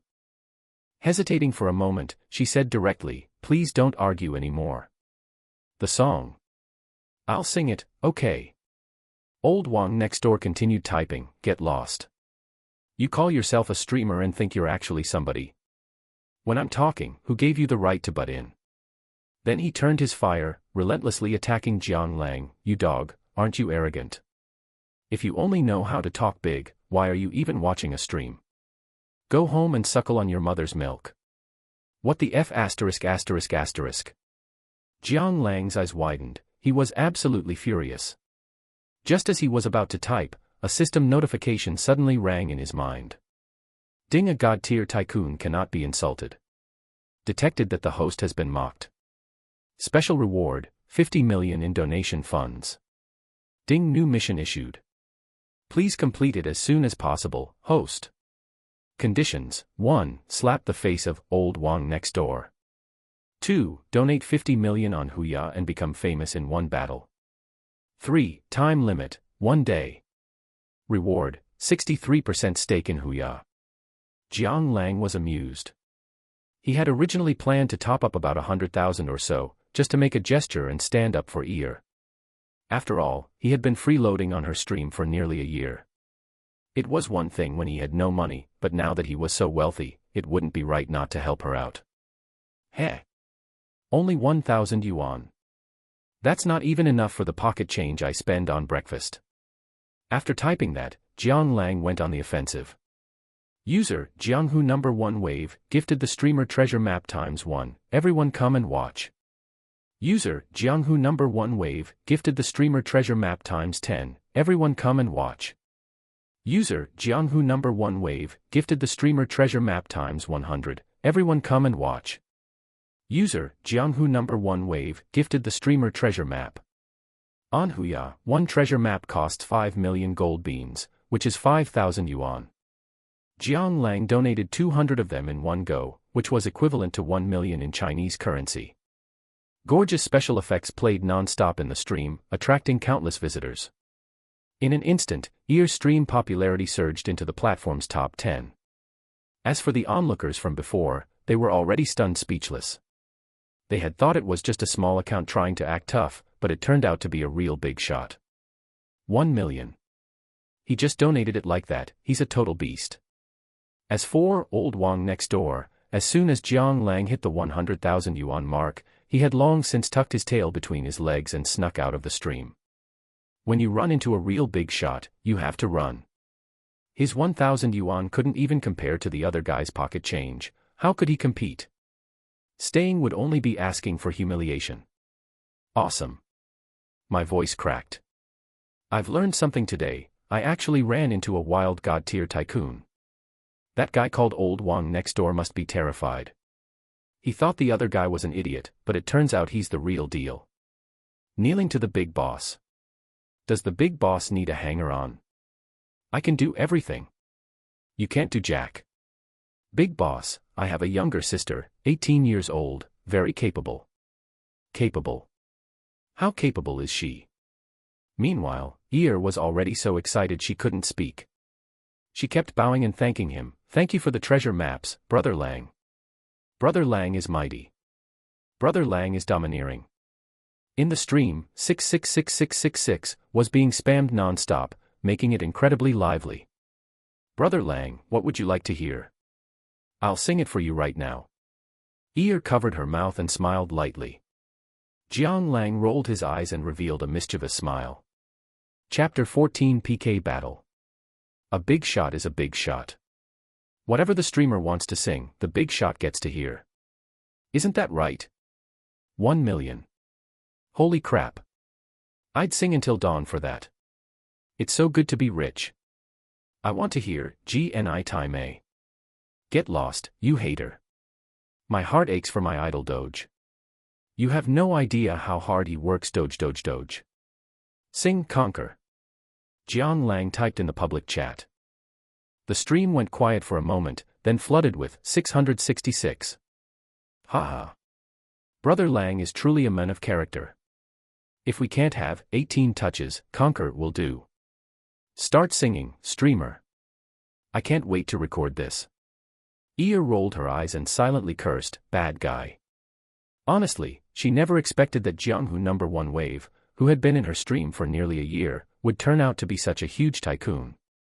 It was completely beyond her expectations. Fortunately, she had never looked down on him because of it. Instead, she had always treated these loyal fans as friends. Otherwise, this tycoon wouldn't have stepped in to save her. She cleared her throat, and a heavenly voice drifted from the stream. Just like that, I am conquered by you / cutting off all paths of retreat / my mood is firm / my decision is foolish / just like that, I am conquered by you / drinking the poison you hid well. As the song ended, the audience remained. Countless tourists, drawn by the treasure map, looked on. Wow. You're actually pretty good, miss. I originally came to pay respects to the tycoon. I didn't expect to discover a hidden gem of a streamer. You can doubt the tycoon's character, but you can't doubt the tycoon's taste. Followed. Thank you everyone. Ear was so moved she wanted to cry. After all the hardships, she never thought she'd one day have so many fans. She wasn't stupid. She was a university student who got in on her own merits, so she knew this was her chance. She then sang several more songs. Only after the stream's popularity stabilized did Ear snap back to reality. She stuck out her tongue playfully. Brother Lang, are you still there? I sent you a private message. Remember to add me. Don't add him, streamer, add me. I'm a good guy. It's over, the streamer is falling in love. Streamer, you're confused. You can suffer anything, but don't suffer by being a prude. Jiang Lang smiled and switched to the back end, only to find it flooded with private messages. They were all asking to be kept, or asking to hug his thighs. There were even private photos from quite a few female streamers, which Jiang Lang found thrilling. Shaking his head, Jiang Lang had already guessed the situation. On the streaming platform, every streamer is a competitor. His wild spending of 1 million in Ear's stream had clearly attracted a lot of attention. Who doesn't like a wild tycoon? Shrugging, he found Ear's private chat, tapped the link, and added her on WeChat. As soon as the friend request was accepted, the next second, his eyes suddenly widened. Holy crap! A school swimsuit. On the screen, Ear was wearing a navy blue, low-cut school swimsuit from Japan. Her exposed, slender legs were like mutton-fat jade, glistening in the sunlight, and the waves on her chest gave a feeling that they were about to burst out. This is at least a C-cup. I can't hold back at all. She dressed so conservatively in the stream, I didn't expect her to be so well endowed in private. Jiang Lang didn't hesitate. After hitting save, he switched back to the stream. He saw that Ear was still singing vigorously, her little face flushed, with fine beads of sweat on her forehead. Has she been singing for that long? Jiang Lang raised an eyebrow, only to realize that, unknowingly, it was already noon. At this moment, someone in the stream suggested, "You've been singing for so long, your throat can't take it. Let's find someone to PK. Yeah, listening to songs all the time is boring. Right. Let's go fight." Ear was a bit hesitant. Piking felt like it was just trying to scam the big brother for money. She finally had a tycoon covering her stream and didn't want to scare him away. She would regret it to death if she did. Furthermore, Jianghu #1 Wave had been a loyal fan since she started streaming. She didn't want to keep fleecing one person for money. After thinking for a moment, she prepared to change the subject. Just then, she noticed Jiang Lang speaking in the public chat. Let's go. Go out and fight, guaranteed win. He had never seen Ear PK before. After all, she was a nobody before, so finding someone to PK would just be humiliating herself. But now that he was backing her, there was naturally nothing to be afraid of. Plus, he had a mission, to spend 50 million within a day and become famous in one battle. Anyway, spending money is spending money. If he doesn't spend it on Ear, he'd have to spend it on someone else. When the tycoon speaks, people naturally follow. The fans in the stream all chimed in. Right, right, right. Find someone to PK. The streamer has a tycoon covering her now. What is there to be afraid of? Whoever comes, we'll take them down. Okay. Seeing Jiang Lang speak up, Ear didn't dare to object and directly initiated a random connection. The screen flashed, split into two, and another stream appeared. A sweet-looking girl wearing revealing clothes appeared in sight. Although her looks couldn't compare to Ear's, she dared to strip. In an instant, countless lechers in the stream were drooling. Jiang Lang narrowed his eyes slightly. He didn't expect to be so lucky as to connect to Chuchu's stream. Thinking about how he had just sent 3 doge emojis and got kicked, a cold glint appeared in his eyes. Oh my. I didn't expect it to be a beauty. Brothers, you're in for a treat today. Tell me. How do you want to play, miss? You tell me. Ear appeared very polite. Chuchu was just about to speak when she noticed the chat in her stream getting rowdy. Holy crap. They have a big brother on the other side too, streamer be careful. Hey. Isn't this the newbie account that got kicked out earlier? I still remember this guy. He just sent 3 doge emojis and got kicked, it was so miserable. Damn.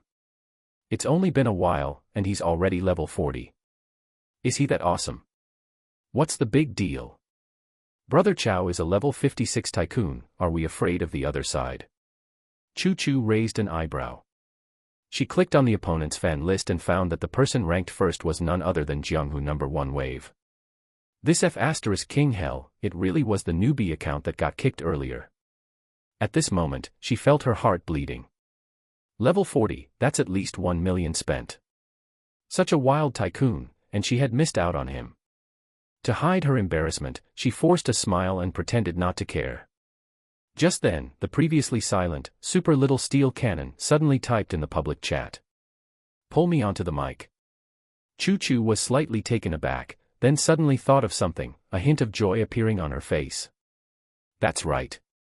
It wasn't her who kicked him, it was super little steel cannon. They're both tycoons, they're probably going to fight. This involves personal grudges and a battle of pride. Once two big brothers get worked up, the money will just come rolling in.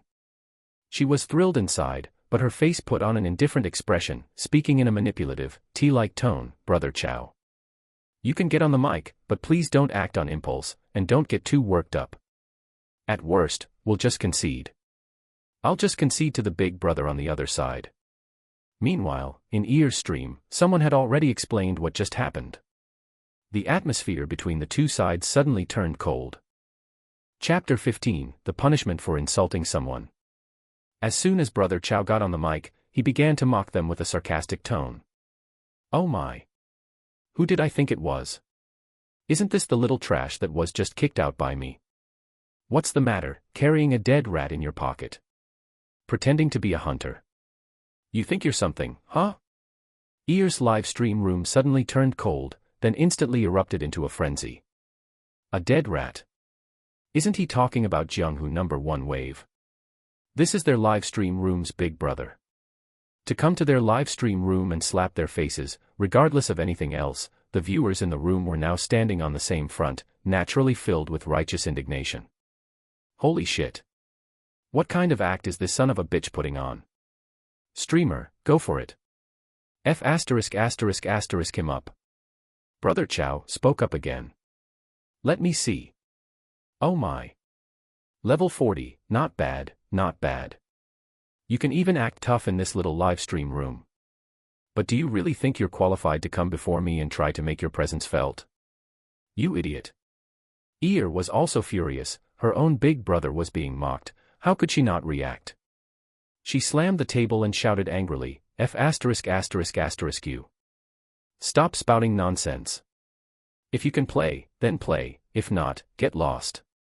Take your sarcasm home and show it to your mom. Holy shit. The streamer is badass.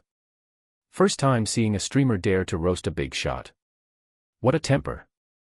I love this personality. I'm in love, I'm in love. Brother Chow was also slightly stunned, his eyes turning cold.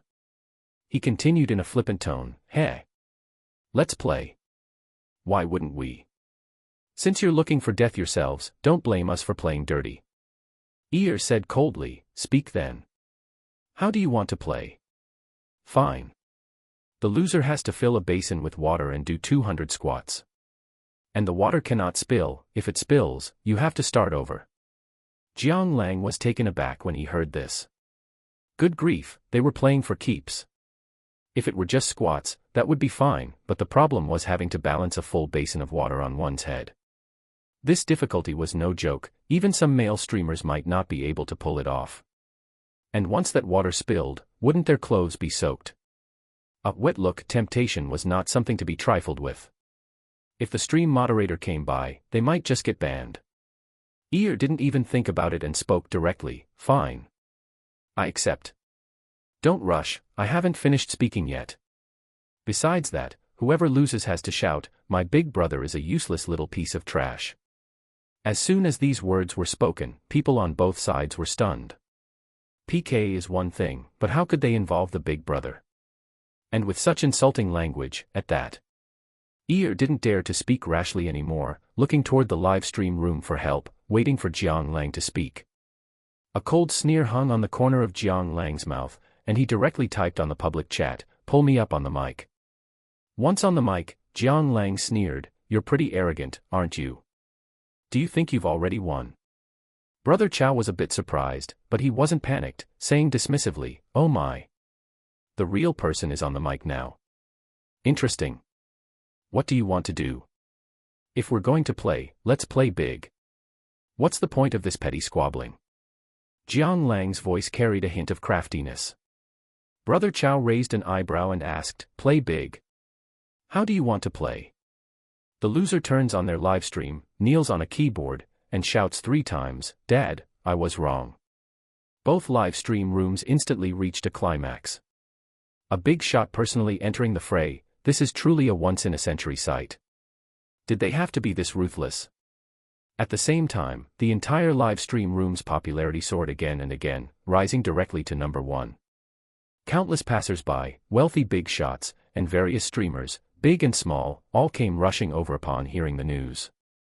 People like Thor, Edge of Love and Hate, Big Worm, President Wang, and from the streaming world, Sonan, Zhang Daxian, Chu He, and so on.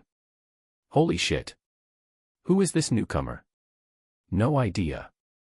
He just tipped 1 million today, and now he's fighting with Brother Chow. He's fierce as hell.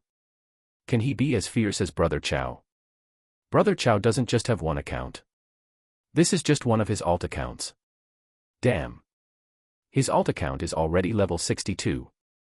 Then who is his main account? No idea. Anyway, I heard Brother Chow's hometown is in Shaanxi, where they run coal mines. Those who know, know. Place your bets, place your bets.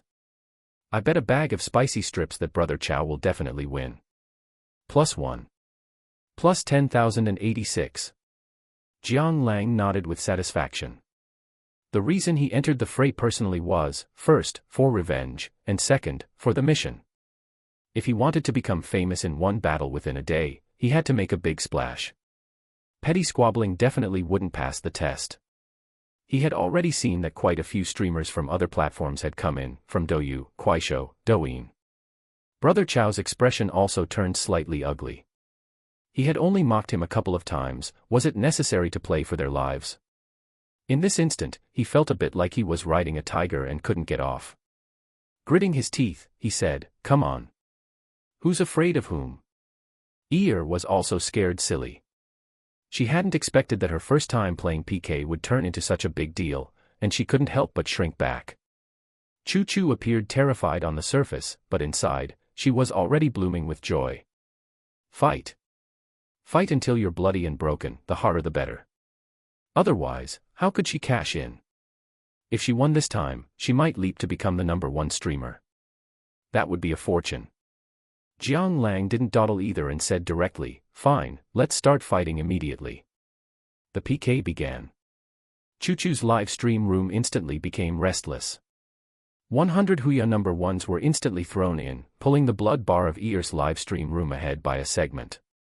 Following that were scattered blood bottles, glow sticks, and such from passers-by and visitors. Thank you. Thank you, Brother Chow, for the Huya number 1. Brother Chow is mighty and powerful. Thank you, Brother Long, for the treasure map.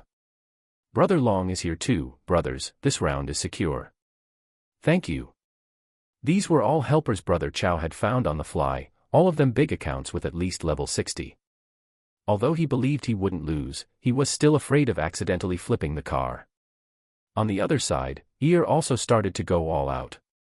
With such a rare opportunity, she would be an idiot if she remained reserved. Gentlemen in the live stream room, click that follow button, and may you live to 99. Send a wave of free small gifts. I wish everyone smooth sailing in everything, smooth days, smooth hearts, and great smoothness in all things. However, no matter how she tried to spice things up, the live stream room's blood bar kept dropping and dropping. She stared at the live stream room, outwardly unmoved, but inwardly anxious. Brother Lang. Why hasn't he made a move yet? On the other side, Jiang Lang slammed his phone hard, looking depressed. Ever since the live stream's popularity got higher and higher, his phone started overheating, the screen flickering, and now it had gone completely black. Jiang Lang shook his head helplessly.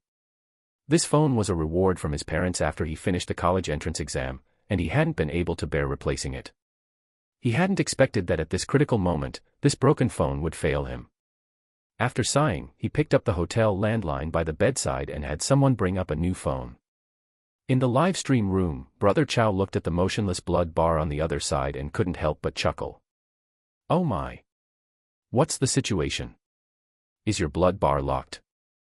Can you move it even a little bit? I haven't even put in any effort yet, and you're already done for. He mocked sarcastically, with a look of imminent victory. Meanwhile, in Ear's live stream room, countless people were also scratching their heads. Where is our big brother? He didn't really run away, did he? Chapter 16, The Only True God of the Streaming World. As time ticked away second by second, the popularity of Chuchu's stream grew increasingly intense, while Ear's live stream began to grow cold. Even though Ear was trying her best to put on a show, she was ultimately just a small streamer. How could she compare to Chuchu, whose stream was packed with big shots? Seeing the health bar getting lower and lower, everyone had already begun to give up. Sigh. We lost. Streamer, stop struggling. I thought I was going to witness the birth of a new god, but it turns out it was just a big talker. Could it be that something came up? Damn. You've been brainwashed, right? How the hell can you believe that? Buffed. What a waste of my time. Let's disperse. The live stream was filled with gloom and despair, while the other stream was already celebrating victory in advance. At Jianghu #1 wave, you have the guts to act tough, but no guts to show up. At Jianghu #1 wave, is your big brother chicken. If he's scared, just admit defeat quickly and stop wasting everyone's time. Opponents, at least move your health bar. You're making us feel unaccomplished. You're just putting on a pathetic act. Ha ha ha. Chuchu also started to put on a show. Little brother wave. Ridiculous. Jianghu #1 foot, but actually a moron. Not just a moron, but a total scammer.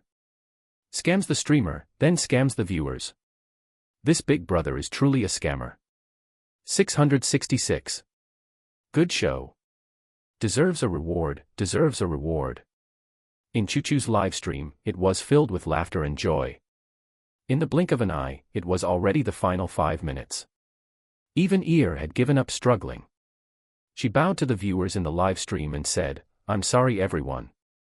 I didn't expect to make such a fool of myself during my first PK. However, thank you all for your support. Oh. It's okay. It's a pity I don't have money, I only sent 2 health potions. The big brother on the other side is too fierce, he alone knocked us all down. The gap in strength is just too big, nothing we can do. Who told us we don't have a big brother? The live stream was filled with a hint of resentment. At this moment, Jiang Lang finally came back online. He took a look at the battle situation, there were still 5 minutes left, it was not too late. He felt a little relieved and typed on the public screen, who said the big brother ran away. I just went to the bathroom, now let's get to work. You guys are in charge of 666. I'm in charge of dropping the points. After saying that, user Jianghu #1 wave gifted the streamer treasure map times 100. Everyone come and watch. User Jianghu #1 wave gifted the streamer treasure map times 100. Everyone come and watch. User Jianghu #1 wave gifted the streamer treasure map times 100. Everyone come and watch. The dazzling special effects were dizzying and exhilarating, making one's blood boil. That was the glimmer of money. After 3 seconds of silence in the live stream, it instantly reached a collective climax. Holy crap. Brothers, did I see that right? The big brother is back.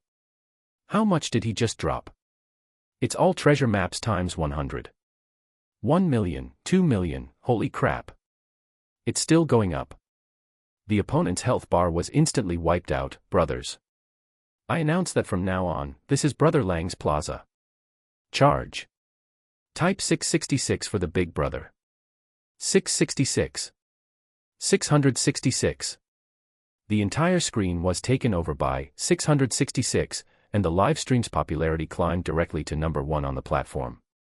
On the other side, countless people in Chuchu's live stream were instantly dumbfounded. They only saw the health bar go whoosh and instantly hit the bottom. Chuchu panicked and shouted into the microphone, holy crap. The other side is playing sneak attacks, they have no martial virtue. Brothers, attack.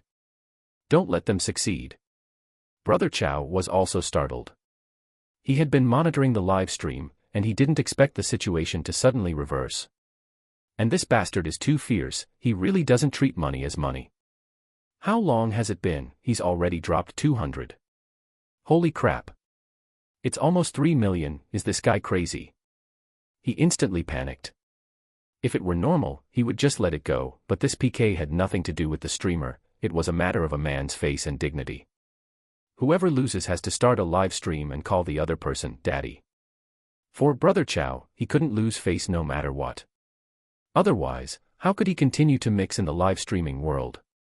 He might as well go home and farm. He gritted his teeth and topped up 5 million, plus the 500,000 already in the account, totaling 5.5 million. He basically used up all his pocket money for the year. Damn it. I don't believe I can't kill you. The health bar in Chuchu's live stream instantly pulled back, and there was even a faint trend of overtaking. After all, Chuchu was an old streamer, and besides Brother Chow, there were many other big shots. And besides Jiang Lang, didn't have a single big shot. The PK began to enter a white-hot stage. Holy crap. Is it raining on the other side? Holy crap. So fierce. It pulled back instantly. Big brother, attack. Don't give them a chance to turn it around. Jiang Lang had a playful look on his face. Wanting to turn it around. They might as well dream. He had 50 million in his account. Who could beat that? Even Xiao Wang wouldn't be able to handle it. He lit a cigarette, put it in his mouth, watched the circles of smoke curling before his eyes, and his gaze was a bit dazed. Sure enough. Huazi still smokes the best. Back when he was with that bitch Zhang Xiaoman, he never dared to smoke such good cigarettes. After a cold sneer, he typed on the public screen, raining. I'll let you see what real rain is. Heavy rain falls from the sky, drowning the Chow dog. User, Jianghu number 1 wave, gifted the streamer treasure map times 100, everyone come and watch. User, Jianghu number 1 wave, gifted the streamer treasure map times 100, everyone come and watch. User, Jianghu number 1 wave, gifted the streamer treasure map times 100, everyone come and watch. This time, Jiang Lang showed no signs of stopping, and he didn't even have time to pay attention to the reactions in the live stream. One hand holding the cigarette, the other hand rapidly sending out treasure maps, not stopping at all. Jianghu number 1 wave gifted a treasure map in Xingxia's live stream. Jianghu number 1 wave gifted a treasure map in Xingxia's live stream. Throughout the entire Huya platform, this message kept flashing. Whether they knew or didn't know, everyone was stunned. Holy crap. Who is this guy? So fierce. It's been several minutes, and he's still sending. He really doesn't treat money as money. Does anyone know what's going on? Let's go. Brothers, let's go watch the show together. At this time, countless people in both live streams fell silent. Everyone looked at the non-stop flashing special effects, with only one thought in their minds. Who exactly is this big shot? When Jiang Lang reached 5 million, everyone was celebrating the birth of a new god. When Jiang Lang reached 10 million, the entire streaming platform was stirred up, a new donation record was born. After this battle, who in the world doesn't know you? Only me, Jianghu number 1 wave. As for the so-called Brother Chow, he had already snuck away as soon as Jiang Lang reached 10 million. But, no one cared anymore. Because, things were far from over. Even though the PK was won, the gifts continued, and the dazzling special effects blinded countless people. Countless people went from initial confusion to silence. 20 million, 30 million, 40 million. Even when it finally reached 50 million. Everyone knew. From today on, the only true god of the streaming world was born. Chapter 17, Looking for Fun. The heat was rising, climbing to the top spot in China with an unstoppable speed. Half of the top 10 trending searches were related to this live streaming incident. A godly tycoon descends. 50 million scattered in one night. The birth of the only true god in the streaming world. Crazy for love? Or is there an ulterior motive? The untold secrets between a mysterious big shot and a transparent little streamer. Ding, mission accomplished. Congratulations, host, on acquiring 63% of Huya's shares. Damn. Finally done. Jiang Lang put down his phone and rubbed his slightly sore wrist. He took a glance at his private messages and found that his inbox had exploded. Countless people wanted to add him on contact apps, especially some female streamers whose mouths were as sweet as honey, speaking in such a tea way. Looking at the private photos that the female streamers kept sending, Jiang Lang shook his head and sighed. Sure enough, it's not without reason that men turn bad once they have money. With so many temptations, not everyone can hold back. Only a gentleman like me can stay firm. After saying this, he casually clicked save. In the live stream room, Year was already stunned, or rather, she had been scared silly since Jiang Lang tipped 10 million. She had never imagined that this newbie account, which had been following her stream for a year, would be so fierce. Either he didn't make a move, or when he did, it was terrifying. 50 million. What couldn't you do with that? To put it bluntly, even keeping her as a mistress wouldn't cost that much. It wasn't until the viewers in the live stream room reminded her that she reacted and hurriedly bowed to thank him. Thank you. Brother Lang's TR treasure map, She didn't know what to say, her voice trembling. Haha, the streamer must be stunned with fear. Nonsense. 50 million. Who wouldn't be stunned? If it were me, it would be good enough just not to faint. Damn it. This really is getting rich overnight. Even winning the lottery isn't this exaggerated. The people in the live stream room teased one another. Jiang Lang hung a smile on the corner of his mouth and typed, "All right. We can talk about other things later. You go back to streaming. By the way, at Brother Chow, remember to call me when you start your next stream." It wasn't that he was petty, this guy had come to find trouble in front of him again and again. If he didn't deal with him, who would he deal with? Brother Lang, you made a mistake. The other side already ran away. +1, I was on the other side. As soon as Brother Lang tipped 10 million, he went offline. I doubt he'll dare to log into this account ever again. At Brother Chow, you faithless little trash. At Brother Chow, you faithless little trash +1. At Brother Chow, you faithless little trash +2. At Jianghu #1 wave, Brother Lang, I've already followed that kid. As soon as he dares to come online, I'll tell you immediately. In a luxurious villa in Shaanxi, a man looked at his phone with gloomy eyes, his face livid. Too much bullying. He slammed the table and said viciously. He knew he had kicked an iron plate. But looking at the subtitles on the screen, he felt a sharp pain in his heart. In normal times, how would these ordinary players dare to shout at him? The little trash tags on the screen deeply stung his fragile vanity, but now he dared to be angry but not speak. He knew that as soon as he logged in, he would likely be dragged out for a public flogging. With a slight sigh, he clicked to log out of the account, his heart trembling slightly. 50 million. He tipped it just like that. He knew he couldn't afford to provoke such an existence, someone who, if they stomped their foot, could make even Shanghai shake. But who exactly was Jianghu #1 wave? Why hadn't he heard of this person? Meanwhile, the netizens who had been hiding in Chuchu's live stream room suddenly discovered that Brother Chow's account had disappeared. Damn. He quit the internet. Desolation. Brother Lang became a god in one battle. Brother Lang is awesome. He beat the big boss on the other side into quitting the internet. It's a pity, I still wanted to see the other side kneel on the keyboard and call him daddy. These people returned to Ear's live stream room, wanting to bring back this good news.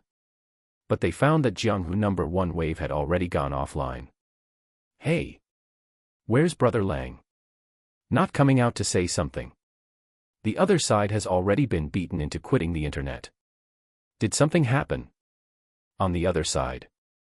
Inside the presidential suite of the Shanghai Peninsula Hotel, an unknown call came in. Hello. Who is this? Jiang Lang answered the phone, speaking nonchalantly. Hello. May I ask if this is Jiang Lang, Mr. Jiang? The voice on the other end of the line was steady, it should be a middle-aged man. Jiang Lang narrowed his eyes, seemingly thinking of something, and asked tentatively, Yes. Who are you? Mr. Jiang, I am the CEO of Huya. Sorry to bother you, but since you acquired our Huya, do you have any instructions? CEO. The former chairman of Huya. No. It's me now. Nothing, I just bought it for fun. Jiang Lang curled his lips and said indifferently. Guangzhou, Huya Information Technology Company, Limited. The CEO's mouth twitched slightly, and he couldn't help but want to roar. Huya's market value once broke the 10 billion mark, and even with the impact of short videos, it was still holding steady at around 5 billion. 63% of the shares were worth over 3 billion. Bought for fun. Who the hell are you kidding? Perhaps guessing what the other party was thinking, Jiang Lang said casually, I have no instructions, and you don't need to overthink it. Just work with peace of mind. You are an expert in this field. All right. Chairman Jiang. After a pause, the CEO continued, by the way. We noticed here that you specifically tipped Ms. ECU. Should we hear? He stopped there, without speaking clearly. ECU. Ear's real name. Jiang Lang raised his eyebrows. He wasn't a fool, he naturally understood what the other party meant behind his words. He said indifferently, no need for special care. Whether she can become the top streamer depends on her own destiny. No need for special care. It means that the care that should be given cannot be less. The CEO nodded, understanding in his heart. Afterwards, they discussed a few more matters. Upon clearly learning that Jiang Lang had no intention of interfering with Huya's affairs for the time being, the CEO breathed a sigh of relief. All right then, Chairman Jiang. Let me know when you can come to Guangzhou, and I will be sure to welcome you. Forget it. We'll talk about it later. Jiang Lang curled his lips and hung up the phone. He didn't like dealing with these old foxes who were always beating around the bush to probe his bottom line, taking one sentence and having to look at it in two different ways. It was truly annoying. He stretched lazily and walked over to the large floor-to-ceiling window. Only then did he realize that time had unknowingly reached the evening.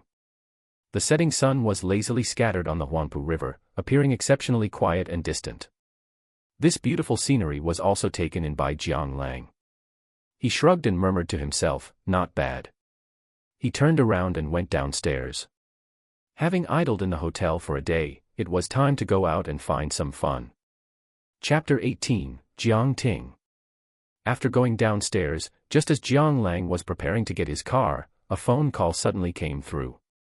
Jiang Lang took a look, and a smile immediately appeared on his face, his attitude warm. Yo. Mom. The sun must have risen from the west today for you to finally decide to call me, he teased. Hey. You brat, can't I call you if I have nothing to do? Zhou Hong's voice chattered on. Jiang Lang chuckled awkwardly and quickly said, You can. You can talk for as long as you want. Anyway, let me ask you, why is there an extra million in my account?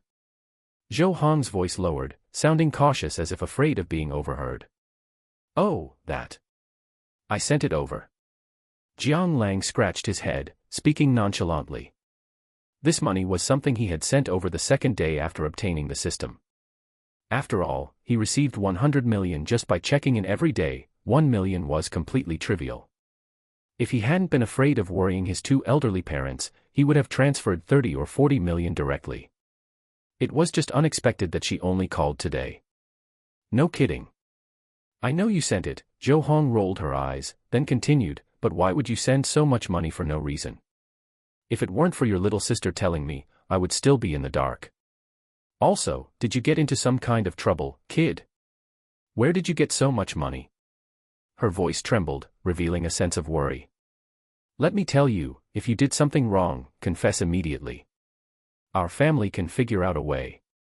Otherwise, when your dad finds out, he's going to break your legs. Jiang Lang's father had been a soldier his entire life and despised petty, dishonest behavior. Every time Jiang Lang made a mistake, he would be whipped until he howled. A 7 wolves belt, the essential tool for a strict father, hurt like crazy when used. Don't ask how he knew, if you do, it's just childhood trauma. Jiang Lang curled his lip, he knew it would be like this. He said softly, Mom, it's fine. I won this in the lottery, so feel free to use it. Ah. You won the lottery. That's a relief. I won't spend this money. I have to save it for when you get married later. Prices are so high now, how can you manage without money? Zhou Hong patted her chest, speaking with a joyful face. Jiang Lang could feel her happiness even through the phone. This mother had no intention of keeping it for herself, everything was for her son. Jiang Lang's heart trembled slightly. He wanted to say something but hesitated. Forget it. He would explain it properly when he returned. As a child, he naturally couldn't bear to see his parents continue to struggle. Not to mention that he wasn't short of that little bit of money now. At this moment, Zhou Hong seemed to have thought of something and continued, "Oh, right, Xiao Lang. Let me tell you something." Jiang Lang frowned and said slowly, "Mom. If there's something, just tell me directly. Why be so polite with me?" "Well. Isn't it the holidays now? Your little sister said she missed you, so she ran to Shanghai to find you." Zhou Hong's voice sounded a bit awkward, as if she were embarrassed. Jiang Lang raised an eyebrow and couldn't help saying, "Isn't the college entrance exam next semester? She's not at home studying, and she ran over here." He didn't finish his sentence before stopping. He knew his own family's affairs. His little sister, Jiang Ting, was a lawless character. When other little girls in elementary school were watching Balala the Fairies, his little sister was different. She would climb mountains to raid bird nests and go into rivers to catch fish. When others were in class, she was sleeping. When others were sleeping, she was playing. In middle school, she dared to carry a hammer and fight people. Who would believe that? She was manlier than boys. Even worse, she was still the top of her grade, which had devastated Jiang Lang from childhood to adulthood, making him once doubt if he was even their biological child. In short, in the whole family, no one could handle her except him. As for his dad's 7 wolves belt, he couldn't bear to whip his own precious daughter. Fine. It was probably another case of acting first and reporting later. Jiang Lang understood in his heart, shook his head, and said softly, "All right. What did she take to get here, and what time does she arrive?" "She took the high-speed rail, it seems like 8:30 p.m. "All right. I got it." After chatting for a few more sentences, Zhou Hong reluctantly hung up the phone. After sighing helplessly while holding his forehead, Jiang Lang shrugged resignedly. He went to the basement, got his car, and drove directly to his destination. Whoosh, whoosh, the weather was like a young girl's fickle mood. Heavy rain fell just like that, causing countless pedestrians wandering on the streets to scurry away with their heads covered. Shanghai, Hongqiao High-Speed Railway Station. Jiang Lang stood at the exit of the high-speed railway station, yawning out of boredom. Ah. If I had known, I would have eaten something before coming. I'm starving to death. He muttered to himself, looked down at the time, and a look of confusion appeared on his face. That's not right. Why hasn't this girl come out yet? It's almost 8:50. He was puzzled and picked up his phone to call her, but it kept indicating that the line was busy. At this moment, a conversation between a passing couple caught his attention. Damn. That woman just now was so tough. If the train police hadn't arrived, she probably would have been in trouble. It wasn't her fault, that man was being disrespectful. If you ask me, that kind of person deserves to be taught a lesson. Still, I'm quite impressed. With a guy that big, I wouldn't have dared to make a move if it were me. Jiang Lang's heart thumped, and an ominous premonition surged in his mind. After hesitating for a moment, he chased after them and asked, "Hello. Excuse me, the person you were talking about just now, was it a slightly thin young girl? Height, should be around 1.7 meters. Jiang Lang used his hand to gesture in front of himself. The young couple looked at each other and nodded slightly. Yes. She was quite pretty too. Don't know where she's from, her accent doesn't sound local. Oh right. I remember she seemed to say she came to Shanghai to find her brother. The couple spoke one after another, and the corners of Jiang Lang's mouth twitched slightly. Damn it. It's Jiang Ting, absolutely no mistake. On the other side, Shanghai, Hongqiao Police Station, interrogation room. You bumpkin from out of town, I just said a couple of things to you, and you actually dared to make a move. Let me tell you, if you don't pay 100,000 or 80,000 today, this matter isn't over. A tall, fierce-looking man was clutching his head, wincing in pain. Yet, he continued to chatter on, his demeanor aggressive. Who told you to be foul-mouthed? If I don't hit you, who do I hit? You stinky scoundrel. The young girl, who had been quietly squatting to the side, glanced at the other person and said with a face full of disdain. I have no money, but I have my life. Take it if you want. She shrugged, speaking with a face full of indifference. Damn. You stinky wench, you're an outsider and you still dare to be arrogant. You just wait for me, once I get out, I'll kill you. Do you think I was scared into growing up? Anyone can brag, if you have the ability, kill me now. The police officer on the side rubbed his temples in frustration, slammed the table, and roared. You two, keep quiet for me. Do you think this is a vegetable market? From now on, whatever I ask. Chapter 19, Let's go. Big Brother will take you out for a feast. Time passed in a flash. In the blink of an eye, it was already 10 p.m. All right. I've pretty much figured out what happened. The police officer stopped taking notes, looked at the burly man on his left, and a look of disdain appeared in his eyes. I'm telling you, you look like a decent person, yet you learn to play at taking secret photos. Are you a pervert? As he spoke, he picked up the man's phone and started checking it. One lewd photo after another came into view, making him frown slightly. The voyeur turned his head away nonchalantly and shrugged. Right. He's just a total pervert. Jiang Ting also glared fiercely at the men. Ever since she got off the car, she felt something was off. This man had been following her with a phone the whole time. If she hadn't been sharp, she would have almost been secretly photographed too. What she didn't expect was that even after she caught him, he still wanted to turn the tables on her. Thinking of this, she felt a little anxious.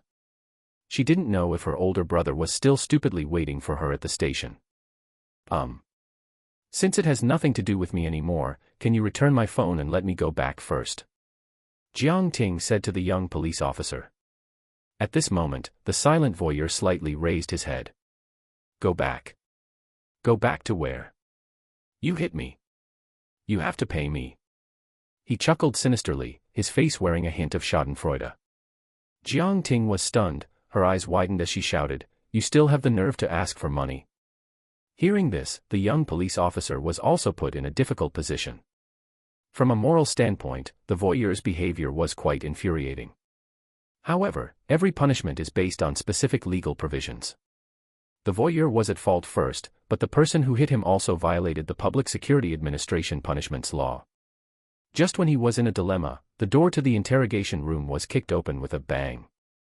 A tall man with a cold, handsome face walked in, grabbed the voyeur, and raised his right hand. Slap, slap, slap.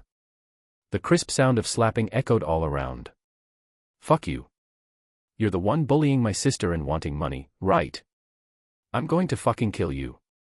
The vicious voice sent shivers down people's spines. Who are you? How dare you hit someone in the police station? Officer, help. The voyeur shouted while shielding his head. The young police officer was dumbfounded. After reacting, he shouted loudly, Stop. Jiang Ting was also stunned. She didn't understand why Jiang Lang had suddenly appeared at the police station, but she still instinctively held him back. Brother, are you crazy? This is a police station. Jiang Lang patted her little head and said gently, It's fine, don't be afraid. How can it be fine? You just hit someone. Jiang Ting said anxiously. You dare to hit me? I'm telling you, you're finished. My uncle is. The voyeur stood up indignantly, but before he could finish, he was interrupted by a voice from outside the door. Young Master Jiang, wait for me. A middle-aged man in uniform with a potbelly appeared outside the door, panting heavily. He had a receding hairline, a smiling face, and looked quite humble overall. Jiang Lang glanced at him and nodded indifferently. Director Zhang, if there's nothing else, I'll take my little sister and leave first. No problem. Take your time, leave the rest to me. Zhang Qingfei nodded with a smile. Watching the two walk away, the young police officer couldn't help but say, Director Zhang, this isn't following the rules, right? What the hell do you know? They just donated 10 million earlier, this is our police station's benefactor. Director Zhang cursed inwardly, then said casually, you go out first, leave the rest to me. The young police officer hesitated for a moment, nodded, and slowly walked out the door. Director Jiang let out a sigh of relief, glared at the voyeur who had been playing dead since he walked in, kicked him, and roared, "You dog, get up for me right now." The voyeur slowly got up, dusted off his butt, looked at him quite awkwardly, and wore a flattering expression on his face. "Uncle." Director Jiang rolled his eyes. If he had the chance, he really wouldn't want to know this person in front of him. He had been wise his whole life, and his older sister was also a heroine among women. How did they produce such a scumbag? He said indifferently, "This matter ends here, do you understand?" "Okay, okay." The moonlight was like water, pouring generously onto the ground. Under the sky, two shadows were stretched long. "Brother, you almost scared me to death just now." That person was really too bad, he even had the nerve to ask for compensation. "By the way, brother. Why did that director call you young Master Jiang? Didn't our family come from the countryside?" Jiang Ting hugged Jiang Lang's arm and chattered away. Pop. A flick to the forehead, Jiang Lang glanced at her and said indifferently, "Don't lean so close. You're not a child anymore." Bleck. "I won't." Jiang Ting made a face at Jiang Lang and stuck back to him. After a pause, she looked at Jiang Lang with confused eyes. "Tell me quickly, why did that director call you young Master Jiang? And, where did you get so much money? Don't tell me you won the lottery, I'm not stupid." Jiang Lang glanced at her and smirked, "Don't ask. If you ask, it was given by a rich woman." Jiang Ting looked at him with disdain. "Buffed, I don't believe it. Rich women use steel wool balls, how could they do it without a stud's waist and 8-pack abs? Brother, it's not that I want to bring you down, but with your physique, you can't satisfy." Pop. Before she could finish, Jiang Lang couldn't help but flick her forehead again, his face covered in black lines as he said, "Shut up. Where did you learn so much messy stuff?" Jiang Ting scratched her head and chuckled, "Hee hee." Jiang Lang shook his head and calmly changed the subject, "It's you, running to Magic City without saying a word. Aren't you afraid of getting lost?" Buffed. What era is this? There are maps on phones, okay. Besides, with my little brain, how could I get lost? Jiang Ting shook her head and said nonchalantly, all right. I can't win against you." Jiang Lang's voice carried a rare hint of doting. After a pause, he said with exasperation, "Look at you, you're in your 3rd year of high school and still so playful. Just because you have good grades doesn't mean you can stop studying, right? I'm telling you, at most 1 week, and you're going back." "No, brother. Add another week, okay. I've never been to a big city, just take me around to see the world." Jiang Ting shook Jiang Lang's arm and said pitifully. Jiang Lang was about to refuse, but when he met those pitiful little eyes, his heart instantly softened. Fine. Just 2 weeks. Yay. Big brother is the best." Jiang Ting hugged Jiang Lang's arm and hopped around. All right. Stop jumping." Jiang Lang patted her arm to interrupt. "What's wrong?" Jiang Ting looked at him, confused. Jiang Lang took out his car keys and pointed ahead. A blood-red supercar was quietly parked under the pale streetlights, like a waking beast. He pressed the key gently.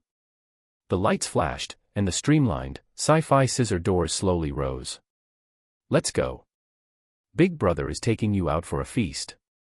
Chapter 20, it's all in English, who the hell can read that? Shanghai, Nanjing East Road intersection.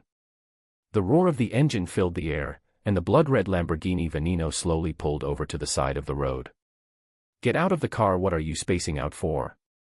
Jiang Lang raised an eyebrow, glancing at the girl who hadn't yet recovered from the shock, a smile playing on his lips. "Ah." "Oh," Jiang Ting murmured. She stepped out of the car, staring blankly at Jiang Lang. The relative she had grown up with, spending every day together, had suddenly become incredibly unfamiliar. "Brother, you. She stammered, pointing at the Lamborghini Veneno before her, then looking back at Jiang Lang, her body trembling slightly. "What are you talking about? I'm your brother, don't you recognize me?" Jiang Lang tapped her head, amused. But she pursed her lips, wanting to say something but stopping herself. All right, let's go. If you're not hungry, I am. Jiang Lang waved his hand and walked ahead to lead the way. Jiang Ting looked up and saw a building with Renaissance-style architecture come into view. It had a three-part facade, with the ground floor faced with neat granite and a large, ornate iron gate in the center. This was Jiang Lang's destination for today. The famous Bund 18 in Shanghai. Covering an area of 1,755 square meters with a floor area of 10,256 square meters, the first and second floors were home to world-class luxury fashion, accessory, and jewelry boutiques. It was a Vanity Fair of elegant atriums, glittering chandeliers, and opulent displays. As for the third to seventh floors, they gathered gourmet delicacies and bars from all over the world. The fifth and sixth floors were home to restaurants ranked in the world's top 50, and the terrace on the seventh floor had become a must-visit spot for enjoying nightlife in Shanghai. Without hesitation, Jiang Lang pulled his little sister along and slowly made his way to the sixth floor, the Ultraviolet by Paul Pirate restaurant. This was what Gu Banmeng had recommended to Jiang Lang before he came. This restaurant could be considered the ceiling of Shanghai's dining scene. It had held a Michelin 3-star rating for several years, ranked 39th in this year's Asia's 50 Best Restaurants, and had been a Black Pearl 3-diamond restaurant for 4 consecutive years. With a per-person cost exceeding 10,000, it was not only the most expensive restaurant in Shanghai but also the most mysterious Western restaurant. The reason for this was that the restaurant only served 10 guests per night and required reservations 3 months in advance. Greetings. Welcome to Ultraviolet. Before they even reached the entrance, a row of waiters bowed to greet Jiang Lang. Hello. Are you Mr. Jiang? A man wearing gold-rimmed glasses with a smile on his face walked out. He looked like the head waiter. Your private room is ready, please follow me. He gestured with a polite demeanor. Jiang Lang hummed softly, appearing calm and collected. Can't help it, when you have money in your pocket, you have confidence. Hello, here is your menu. The waiter smiled and handed the menu to Jiang Lang. Jiang Lang took a quick look and raised an eyebrow slightly. Damn. I was careless. It was all in English, who the hell could read this? Since his internship, he had long forgotten most of his English. He nonchalantly handed it to the dazed Jiang Ting beside him and said calmly, You order. Jiang Ting took the menu in a panic. She glanced at it, and her eyes suddenly widened, as large as copper bells. She looked at Jiang Lang timidly and handed the menu back. Brother, you order instead. Jiang Lang gasped, staring blankly at her. Good sister, playing a backstab, are you? Trying to make your big brother look bad on purpose. He took the menu back with waning interest and said indifferently, I need 2 main courses. Also, please help me pair a few of your restaurant's signature dishes. Oh, and bring me a bottle of red wine. Very well, sir, please wait a moment. After the waiter left, Jiang Ting looked at the men in front of her, hesitated for a moment, and slowly asked, Brother, how come you have so much money now? I just saw that a single steak costs 2,000 yuan, and you ordered so many things. Like I said, I'm being kept by a rich woman. Jiang Lang laughed. Buffed. Fine, don't tell me then. Jiang Ting rolled her eyes, feeling frustrated. Jiang Lang shook his head and looked at her seriously. Little sister, it's not convenient for me to tell you right now. But you must remember, I am your brother, and I won't hurt you. Jiang Ting was very smart. If he used the same lines he used on their mother, she wouldn't believe him. But he didn't want to lie to her, so this was the only way. I believe you, brother. Jiang Ting nodded and said solemnly. Afterward, the two tacitly moved on from the topic, and before long, the private room was filled with laughter again. Once the food arrived, they didn't say much and just buried their heads in eating. It must be said, it was worthy of being a top-tier restaurant. The taste was impeccable. Crab cake, sweet and sour pork, tomahawk steak. Especially the gelatinous black smoked fish, which made him praise it endlessly. It was silky smooth upon entering the mouth, like jelly, with the aroma lingering on the tongue. Ugh! I can't do it anymore, taking a break. Jiang Ting patted her stomach and leaned back in her chair, looking satisfied. Jiang Lang took a napkin and wiped his mouth, saying calmly, if you can't eat anymore, then don't. It's not good to overeat and hurt yourself. Jiang Ting rubbed her stomach and nodded. Brother, I'm going to the restroom, wait for me. Sure. Go ahead. Jiang Lang waved his hand and took the opportunity to browse short videos. At this moment, he realized that someone had been sending him messages on WeChat. Brother Lang. Are you there? Brother Lang. My live stream is over, what are you doing? Brother Lang. What is your name?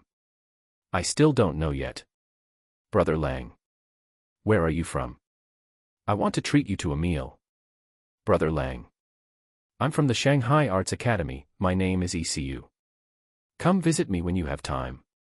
Jiang Lang chuckled to himself as he read them and replied casually, I'm in Shanghai too.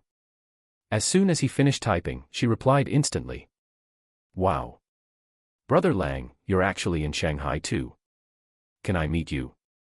Shanghai Arts Academy, Girls' Dormitory. ECU held her phone, her eyes sparkling. Ever since she finished her live stream, she had been waiting for a message, afraid of missing it. She was really curious about who this Jiang #1 wave, who always stayed in her live stream room actually was. He either didn't gift, but when he did, he was so generous. She wondered what he looked like. How old was he? If he was a handsome guy. As she thought about it, a lovesick smile appeared on her face. Xiao Yi, what's wrong with you? A soft hand waved gently in front of her. A beauty whose appearance didn't lose to ECU stood before her, looking worried. Ah, it's nothing, Sister Wei. ECU snapped out of it, her pretty face slightly flushed. Hee hee, you little hussy, you're acting all lovesick, aren't you? Wei Hongling teased her with a smile, though her eyes betrayed a strange glint. She was the only one in the dormitory who knew that ECU was live streaming, and she had even witnessed the godly tycoon battle that morning with her own eyes. To say she wasn't envious would be a lie. ECU huffed, looked down at her phone, and a puzzled expression appeared on her face. How come? He stopped replying again. Chapter 21, Restaurant Brawl. Meanwhile, on the other side. Ah, what are you doing? Jiang Lang was just about to reply to ECU's WeChat message when he suddenly heard Jiang Ting's scream coming from outside the door. His expression changed, he cursed under his breath, and hurriedly ran out. In the lobby, there were quite a few people standing around sporadically. At a glance, he saw his little sister standing all alone in the corner, surrounded by a group of men, with the sounds of arguing heard from time to time. What happened, Jiang Ting? Jiang Lang walked over, looking at her with concern. Brother, he tried to harass me just now.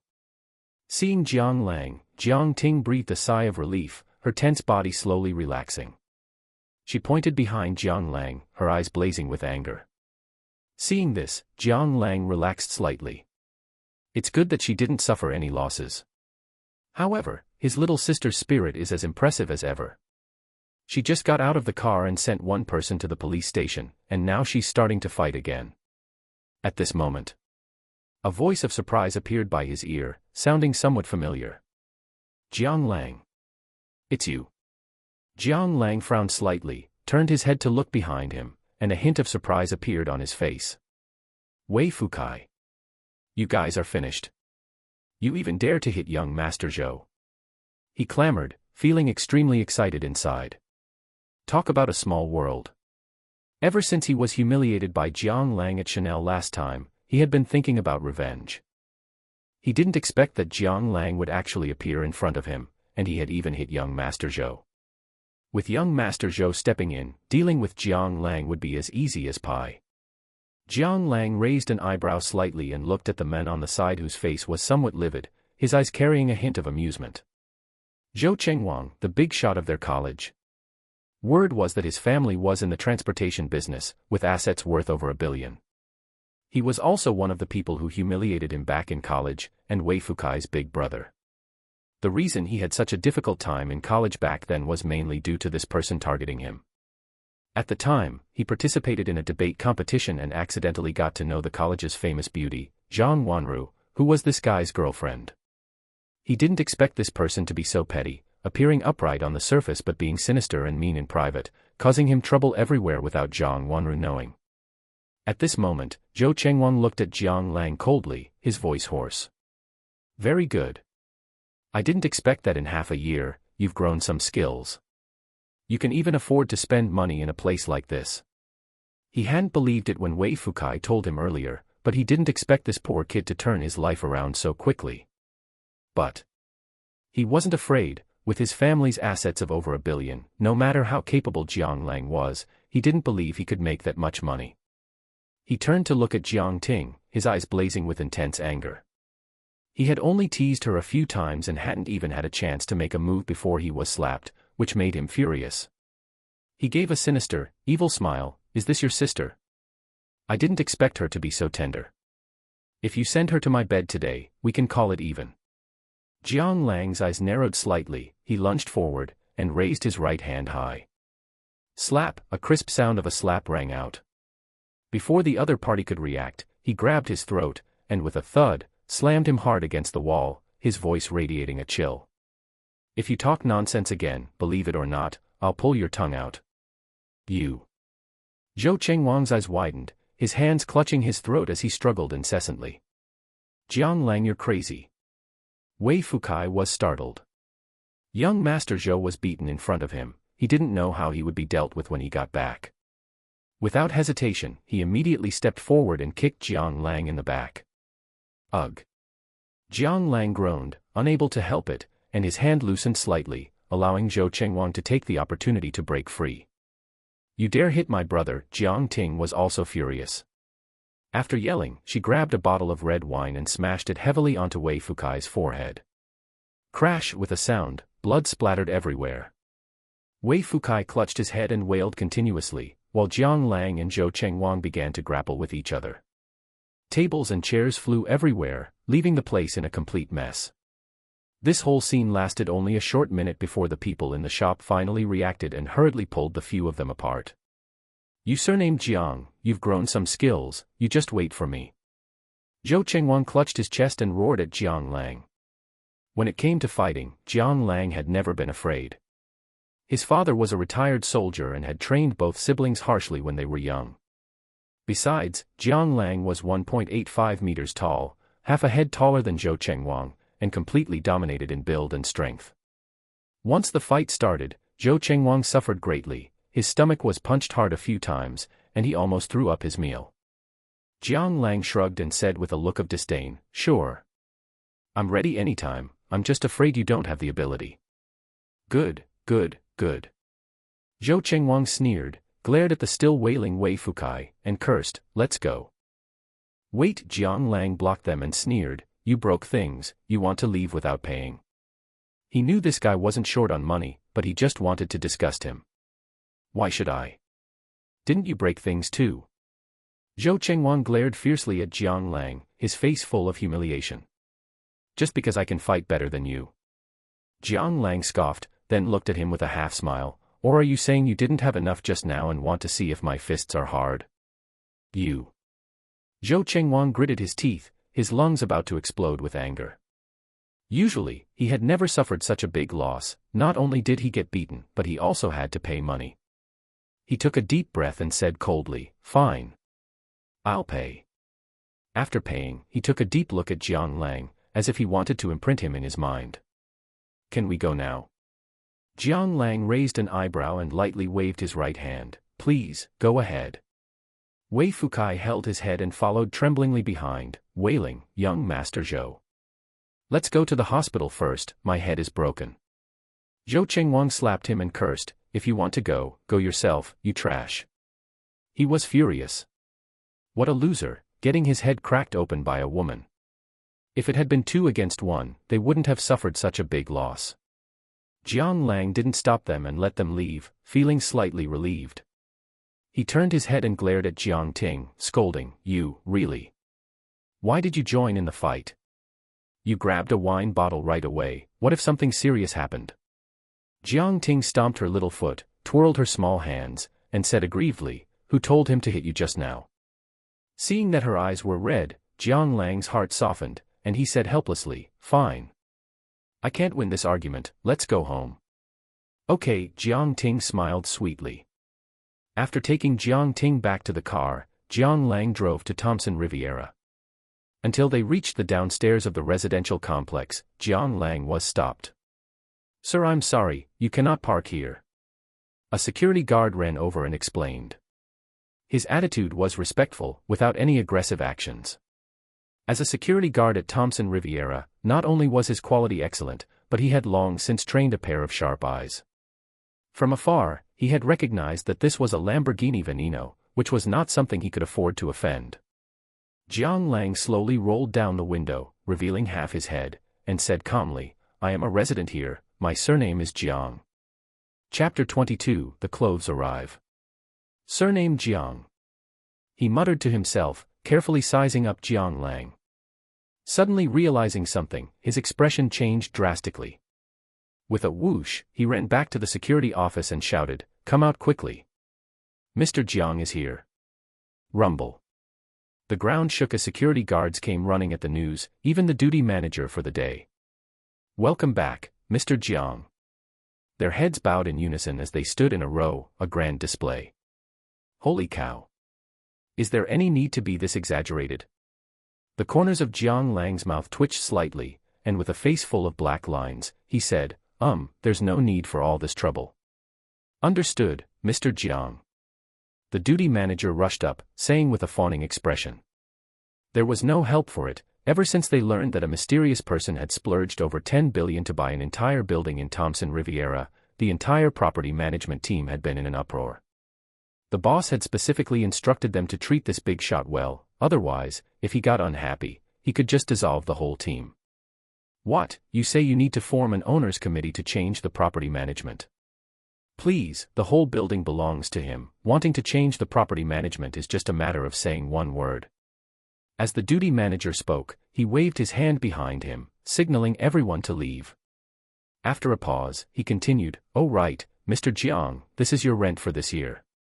As he said this, he handed a bill to Jiang Lang. Jiang Ting, who was nearby, leaned in and glanced at the bill, her eyes instantly widening to the size of brass bells. Ones, tens, hundreds, thousands, 10,000s, dad, grandpa, ancestor. Jiang Lang was also slightly surprised, but still asked in confusion, "Rent? What do you mean?" "It's like this, not everyone in Thompson Riviera is an owner, there are also some tenants. Before you purchased the property, these tenants had already signed contracts with the previous landlord, so the rent should be deposited into your account. Because the contracts are in effect, we don't have the right to kick these tenants out. Of course, if you need us to, we can think of a way." Jiang Lang shook his head. He didn't have such thoughts. If no one rented them, he would have to rent them out himself. Leaving them vacant wouldn't generate any income. At this moment, the duty manager continued, "Mr. Jiang Lang, is it convenient to add you on WeChat? You can send me your card number later, and I can notify the finance department to transfer the money to you." Jiang Lang nodded, took out his phone, and after the two added each other on WeChat, he asked with interest, "Tell me, how many units are currently rented out?" "A total of 32 units are rented out, and there are still 12 units not rented out," the duty manager replied quickly. "Among them, the duplex penthouse, the king of buildings, is reserved specifically for you. It's 1,206 square meters in total, with a complimentary 200 square meter sky garden and a 260 square meter swimming pool. The renovation uses top-tier imported furniture and equipment. In addition, your fingerprint has already been registered, so you can move in at any time." A flicker of thought flashed in Jiang Lang's eyes, and he then instructed, "Besides the penthouse, reserve 3 more units for me, and rent out the rest." He had already made plans. After his younger sister finished the college entrance exam, he would bring his whole family here to enjoy life. He would give 1 unit to his younger sister and the other 2 to his parents, so that everyone would have 1. "Understood." The duty manager nodded quickly, keeping it in mind. The manager glanced at the other person, shook his head, and said indifferently, "It's getting late, you go back first, we can go there ourselves." "Understood, Mr. Jiang, take care." The duty manager quickly stepped aside to clear a path. The vroom vroom sound of the engine roared again, and the Lamborghini Veneno disappeared into the darkness. Beep, the door slowly pushed open. "Wow, it's so big." Jiang Ting looked at what was in front of her, letting out an exclamation. The extremely luxurious hall, with its intricate lighting fixtures emitting a cold, bright light, and walls covered in various famous paintings, gave off a sense of extremely luxurious coldness. A flash of surprise also crossed Jiang Lang's eyes. Regaining his composure, he tapped Jiang Ting on the head and laughed, "All right. Stop looking, get some rest early." "Ah, okay." Although Jiang Ting said that, she kept looking around, her face full of curiosity, like a little elf hopping about. Jiang Lang didn't pay her any mind. He casually found a room, washed up, and lay down on the bed. Too many things had happened that day. He was already physically and mentally exhausted.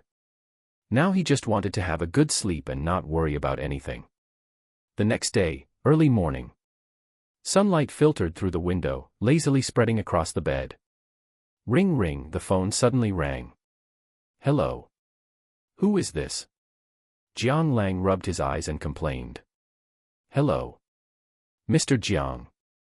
This is Wu Meng, the manager of Northern Impression City. The clothes you purchased at our mall last time have arrived downstairs. We are currently blocked by the security guards and aren't allowed to enter. We need you to make a trip down, or perhaps you could call the security guard to communicate with them. What do you think?" Her voice was exceptionally sweet, and her attitude was humble. Clothes. It was the clothes he bought when he did his first mission, totaling 50 million. Jiang Lang had a deep impression of it and realized it immediately upon hearing her. After checking the time and realizing it wasn't early, he said lazily, "Wait for me a moment, I'll come down now." He planned to buy something to eat on the way down. Understood. He got up, washed up, and then knocked on Jiang Ting's door. "Little sister, I'm going out for a bit, you stay at home for now." "Okay." Jiang Ting replied in a sleepy haze. Jiang Lang shook his head and went downstairs. As soon as he arrived downstairs, Jiang Lang saw a large truck parked at the main gate. Beside it was a group of young, beautiful saleswomen in uniforms, laughing and chatting, attracting the attention of the passing crowd. "Hello. Are you Mr. Jiang?" A beautiful woman walked up, accompanied by the duty manager Jiang Lang had seen the night before. "Yes." Jiang Lang nodded. Looking at the large truck in front of him, he felt a headache coming on. With so many clothes, he didn't know how long it would take to wear them all. Wear one, throw one away, then have another delivered. He muttered to himself, but his face remained calm. The duty manager on the side glanced at the truck, a flicker of shock in his eyes. During his conversation with these beauties just now, he learned that Jiang Lang had actually purchased 50 million worth of men's clothing in one go. He could only sigh that being rich was just different. He could practically host a fashion show with it. Hesitating for a moment, he joined in and said, "Mr. Jiang, our security team can also help with the delivery." Jiang Lang looked at the saleswomen. There were only 7 of them in total. If they had to deliver all these clothes home, he didn't know how many trips they would have to make. Even with an elevator, it would be tiring enough. Having been a worker himself, he naturally understood the hardships of working, so he nodded immediately. "All right. Sorry for the trouble." The duty manager said, flattered, "You're welcome, you're welcome." Jiang Lang waved his hand and said casually, "You guys start unloading. I'm going to buy breakfast first, and we'll go up together later." Opposite the main gate of Thompson Riviera, there were quite a few restaurants, situated by the Huangpu River, with beautiful surroundings and pleasant scenery. This was also where he was going to go in a moment. Chapter 23, You Can't Leave Until You've Spent 50 million. After buying breakfast, Jiang Lang was just about to head back. "Boss," a voice full of surprise reached his ears. Jiang Lang turned his head to look. A beauty wearing a beige princess dress appeared in his line of sight. She wasn't wearing those black-rimmed glasses, revealing her exquisite features. Her exposed arms were fair, dazzling as if they were glowing. "Gu Ban Meng. Why are you here?" A flash of admiration crossed Jiang Lang's eyes, and he couldn't help but ask. "I live around here." Gu Banming shook the meat bun in her hand and smiled at him. After a pause, she looked at the breakfast Jiang Lang was carrying and asked, "Boss, do you live around here too?" Jiang Lang glanced at the opposite side and said casually, "See. Right across the street." Gu Banming took a look, a trace of envy flashing deep in her eyes. This house was a place she dreamed of entering. Unfortunately, with her current income, she could only afford a small apartment nearby. However, Thinking of the bet with Jiang Lang, a flash of determination crossed her eyes. As long as she succeeded, she could also move into the luxury mansion she dreamed of. Right. Is your proposal ready? Jiang Lang looked at her and asked. The high-level meeting is tomorrow, and the new reward and punishment mechanism and equity incentive plan will be announced then, so we can't be careless. Don't worry, boss. Everything is ready. She patted her chest with confidence, the waves there seemed ready to leap out of the sea, stretching her clothes tight. Only when she saw Jiang Lang's fixed gaze did she realize what was happening. Her pretty face flushed slightly as she said, boss, I'm going to work first. Jiang Lang rubbed his nose awkwardly, watching her back, hesitating for a moment. Hey! You can't wear casual clothes during work hours, you'll get your pay docked. Gu Banming's steps faltered for a moment, and she lowered her head and walked even faster. Jiang Lang shrugged and carried the breakfast back home. Arriving at the entrance, he found that everything had already been moved out. Piece after piece of expensive luxury goods drew the attention of the passing crowd. It's all unloaded, right? Let's go. Yes, Mr. Jiang. Fortunately, the house was big enough. Jiang Lang cleared out a room to use as a walk-in closet, and that was how everything fit. Jiang Ting was also woken up by the commotion. Looking at the shopping assistants and security guards who were constantly going back and forth carrying big and small bags, she asked in confusion, "Big brother, how many clothes did you buy?" After speaking, she took a sip of the soy milk in her hand, a trace of envy flashing in her eyes. She was a young girl too, and she liked pretty dresses, but the family was poor. They had to support Jiang Lang's university education and her high school education, so they couldn't save any money at all. The last time she bought a pretty dress was 3 years ago, when she had just started high school, and Jiang Lang bought it for her. Jiang Lang saw it clearly. He ruffled her messy hair and teased, "All right. Big brother will take you shopping in a bit, I guarantee I'll dress you up to look beautiful." Really? Jiang Ting turned her head to look at Jiang Lang, a flash of joy in her eyes. Really, truer than real gold. Yay, big brother, you're the best. Jiang Ting jumped up with joy. Just as Jiang Lang was about to tease her a bit, the system's notification sound suddenly rang in his mind. Ding, new task detected. Task, Princess of the Godly Tycoon. As the apple of the Jiang family's eye, the younger sister of the Godly Tycoon, she was born to be showered with endless love.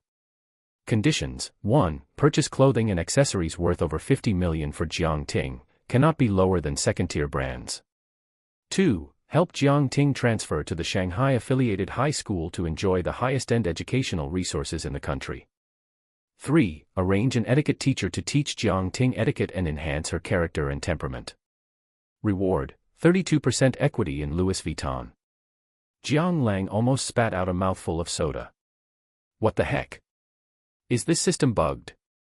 He looked at these conditions seriously, his brows furrowing slightly. The first condition was simple. Although 50 million was a lot, for him, any problem that could be solved with money was a small problem.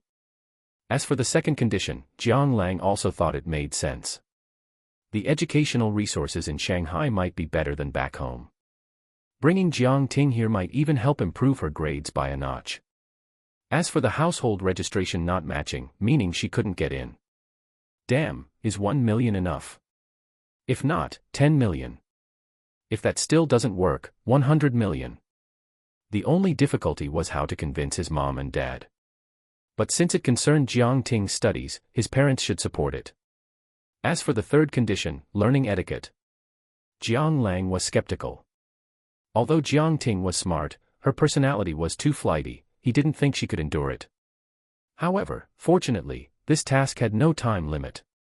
If he took it slow, he should be able to succeed. After all, Jiang Lang himself was shocked by this reward. This was Louis Vuitton. People who knew it well, people who didn't, would know it by another name. It was LV. What to do when couples fight? A bag fixes it. What kind of bag? An LV bag. What to do when married couples fight? Still buy a bag. What kind of bag? An LV one. Top-tier luxury brand, a global 500 company, and ranked very high, occupying the top 50 year after year. Its market value last year was as high as $330 billion, terrifyingly high. 32% equity, over $100 billion. Skipping the stage of being the richest person in the country, he would become the richest person in the world. Whatever double ma, they should all get out of the way for me. Damn it. Let's do it.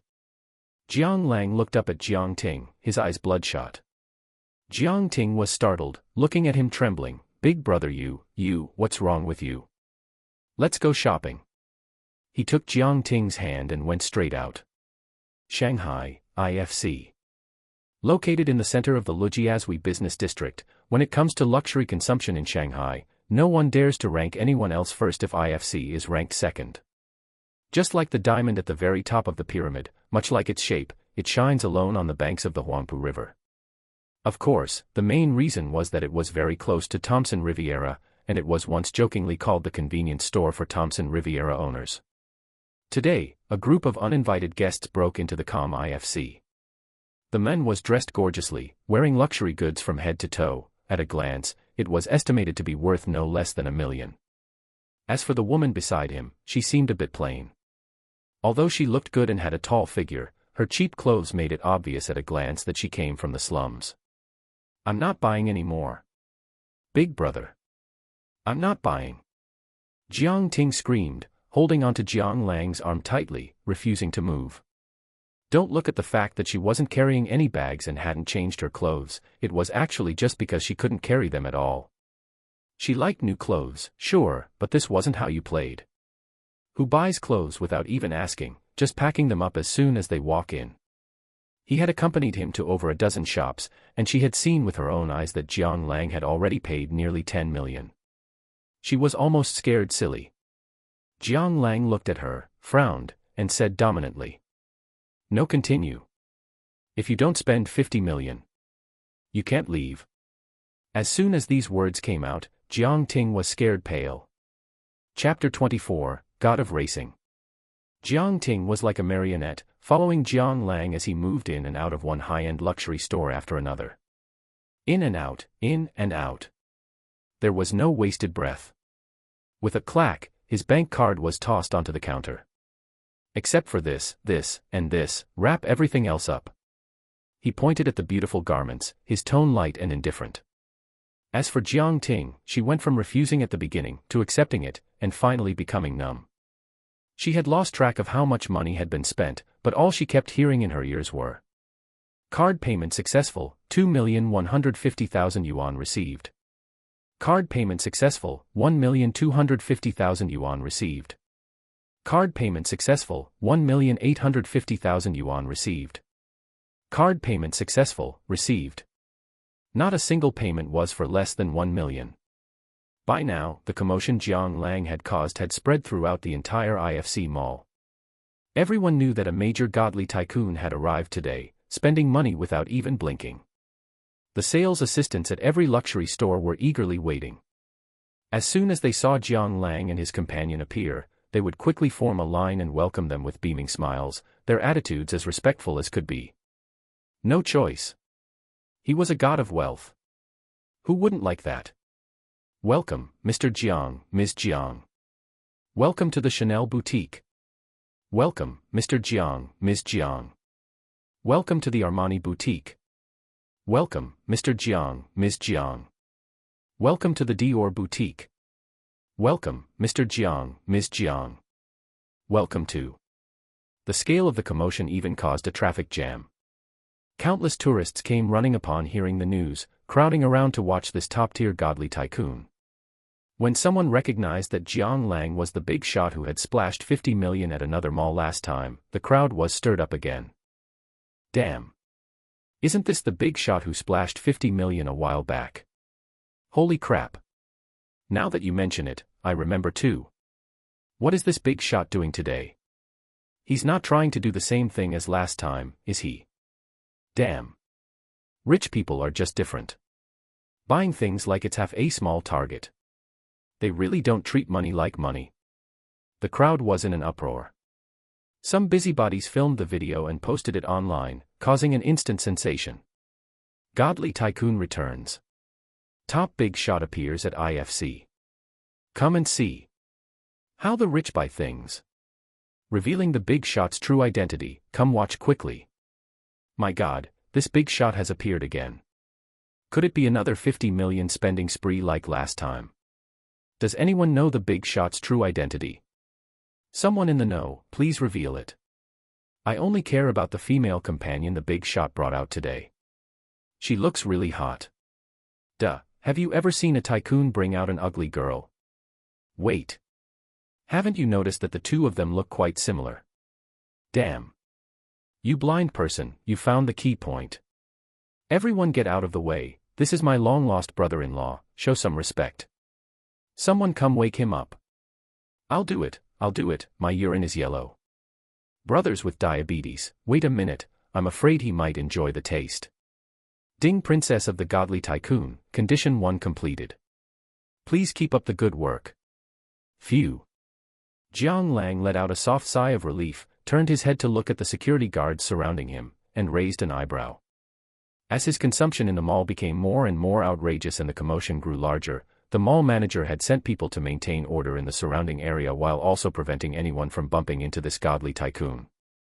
Mr. Jiang, do you still need to buy anything? The manager asked Jiang Lang while vigilantly watching the crowd gathered around them. Jiang Lang shook his head slightly and said slowly, no need, that's enough for today. After the items are packed, send them to Thompson Riviera. Very well, Mr. Jiang. The mall manager quickly nodded and replied. Jiang Lang turned his head to look at Jiang Ting, who was a bit dazed on the side, and asked casually, little sister, shall we go home? Ah, okay. Jiang Ting snapped back to reality and grabbed Jiang Lang, ready to leave. She didn't want to stay for another second.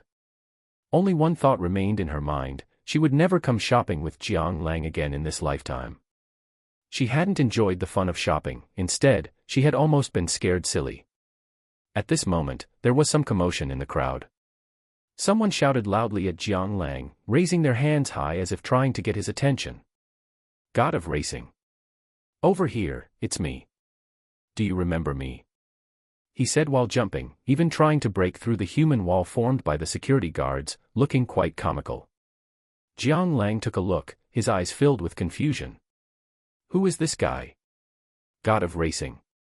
Is he calling me?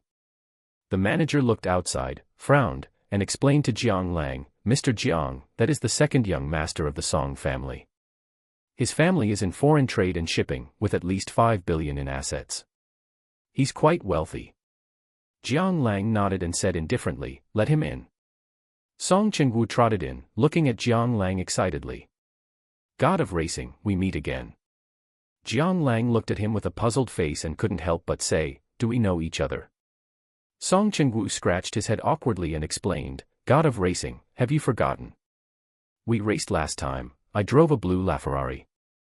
Upon hearing this, Jiang Lang immediately remembered. It was the second day after he got the system, a rich second generation he met on the way to the company. He had a deep impression of it because the guy had a little internet celebrity in his car at the time. He seemed to have wanted to race him back then, but unfortunately, he was a total newbie. Jiang Lang hadn't even used a fraction of his skill before leaving him far behind. He didn't expect to run into him today. Oh, so it's you, nice to meet you. Jiang Lang nodded indifferently. Hee, Song Chengwu laughed foolishly, looked at the two, and said ingratiatingly, God of racing, I have a restaurant nearby. Let's go grab a bite to eat. Jiang Lang looked at him strangely, pondered for a moment, and then nodded. Sure. Although he didn't know why the other party was so enthusiastic, a free meal was a free meal. Besides, he was also interested in networking. If the company wanted to grow, connections were a very important aspect. No one knew how deep the hidden power behind these rich second-generation kids really went. All right. God of racing, please come with me. Song Chengwu waved his hand and made a gesture of invitation. Magic City, Fengya Pavilion. Located in a small courtyard by the Huangpu River, the outside was surrounded by white walls, as if deliberately hiding something, making it impossible for people to investigate. Inside were pavilions and towers, large rockeries, an ancient stage, exquisite jade, emerald bamboo forests, flowing clear water, and faint zither music accompanied by singing, serene and distant. This place was not open to the public, it was specifically used by Song Chengwu to entertain guests. "Come on, Brother Lang. I toast to you," Song Chengwu said, his face flushed, swaying as he raised his glass to Jiang Lang. Clang. Chapter 25, SSCC Supercar Club. Clinking their glasses together, Jiang Lang gently drained his in one go. He let out a soft hiccup and said slowly, "Not bad wine. If you like it, Brother Lang, I'll have someone send some over after we're done eating," Song Chengwu said with a smile, taking over the conversation. "I can't accept a reward for no merit. I can't afford to drink such good wine," Jiang Lang shrugged, looking at the other men with a knowing smile. To be honest, the wine had been drunk, and the meal had been eaten. What exactly did this guy want? Jiang Lang was quite intrigued. "Ahem, you can afford it, you can definitely afford it." Song Chengwu gave a dry cough, looked at Jiang Lang, gritted his teeth, and said, "Brother Lang, to be honest, I have a favor to ask of you this time." Jiang Lang nodded noncommittally. "I was just thinking, nobody treats people to dinner for no reason these days." "That didn't make sense," he teased. Song Chengwu awkwardly rubbed his nose, glanced at Jiang Lang, and said, "Brother Lang, this time I want to invite you to join our club and compete in a race." Compete in a race? Jiang Lang was stunned. He looked at the other men strangely and asked, "Compete? What kind of race?" Song Chengwu smiled awkwardly and asked back, "Brother Lang, do you know about the SSCC Supercar Club?" Jiang Lang nodded and said indifferently, "I've heard of it." The SSCC Supercar Club was a supercar club in Shanghai, established in 2008. It was full of supercar owners, some of whom were wealthy second-generation heirs, and others were self-made business tycoons. Jiang Lang could be considered a car enthusiast. Back when he used to chat and brag with others online about luxury cars, he had stumbled upon its existence. "That's good. I just want to invite you, Brother Lang, to represent our SSCC Supercar Club and race against the SCC Supercar Club from the imperial capital." Jiang Lang gave him an amused look, pursed his lips, and smiled, "But what's in it for me? It's not like I'm going to race for you for free, right? I might as well go home and sleep." Song Chengwu frowned and said slowly, "If you win, I can guarantee that you will become a Tier 1 member of our club." Jiang Lang asked, somewhat puzzled, "Tier 1 member? What's the use of that?" "Brother Lang, you know that as a supercar club, our members are either incredibly wealthy or distinguished. They are all leaders in their respective industries. You could say that once you join, you gain access to a network of invisible connections. In our China, I don't need to tell you how important connections are. And as a Tier 1 member, you can mobilize most of the club's resources, which is enough to help you solve most of the troubles you encounter in daily life. Whether it's in the business world or..." He paused slightly here, simply pointing his finger upward, the meaning self-evident. Hearing this, Jiang Lang suddenly became somewhat interested. He had a system and wasn't short on money, but in China, money couldn't compete with power. As the saying goes, power can generate money. But money cannot generate power. How many people have seen their enterprises cut down by those above once they become too big, with nowhere to go to seek justice? Haven't you seen how Brother Dong had to leave the stage in disgrace this year? No matter how awesome or capable you are, can you compare to a prince who grew up in the military district? After thinking for a moment, he said in a deep voice, "Is Tier 1 the highest rank?" Song Chengwu shook his head and explained, "Tier 1 is already the highest. There are only 7 Tier 1 members in the entire club, and they are all the club's founders.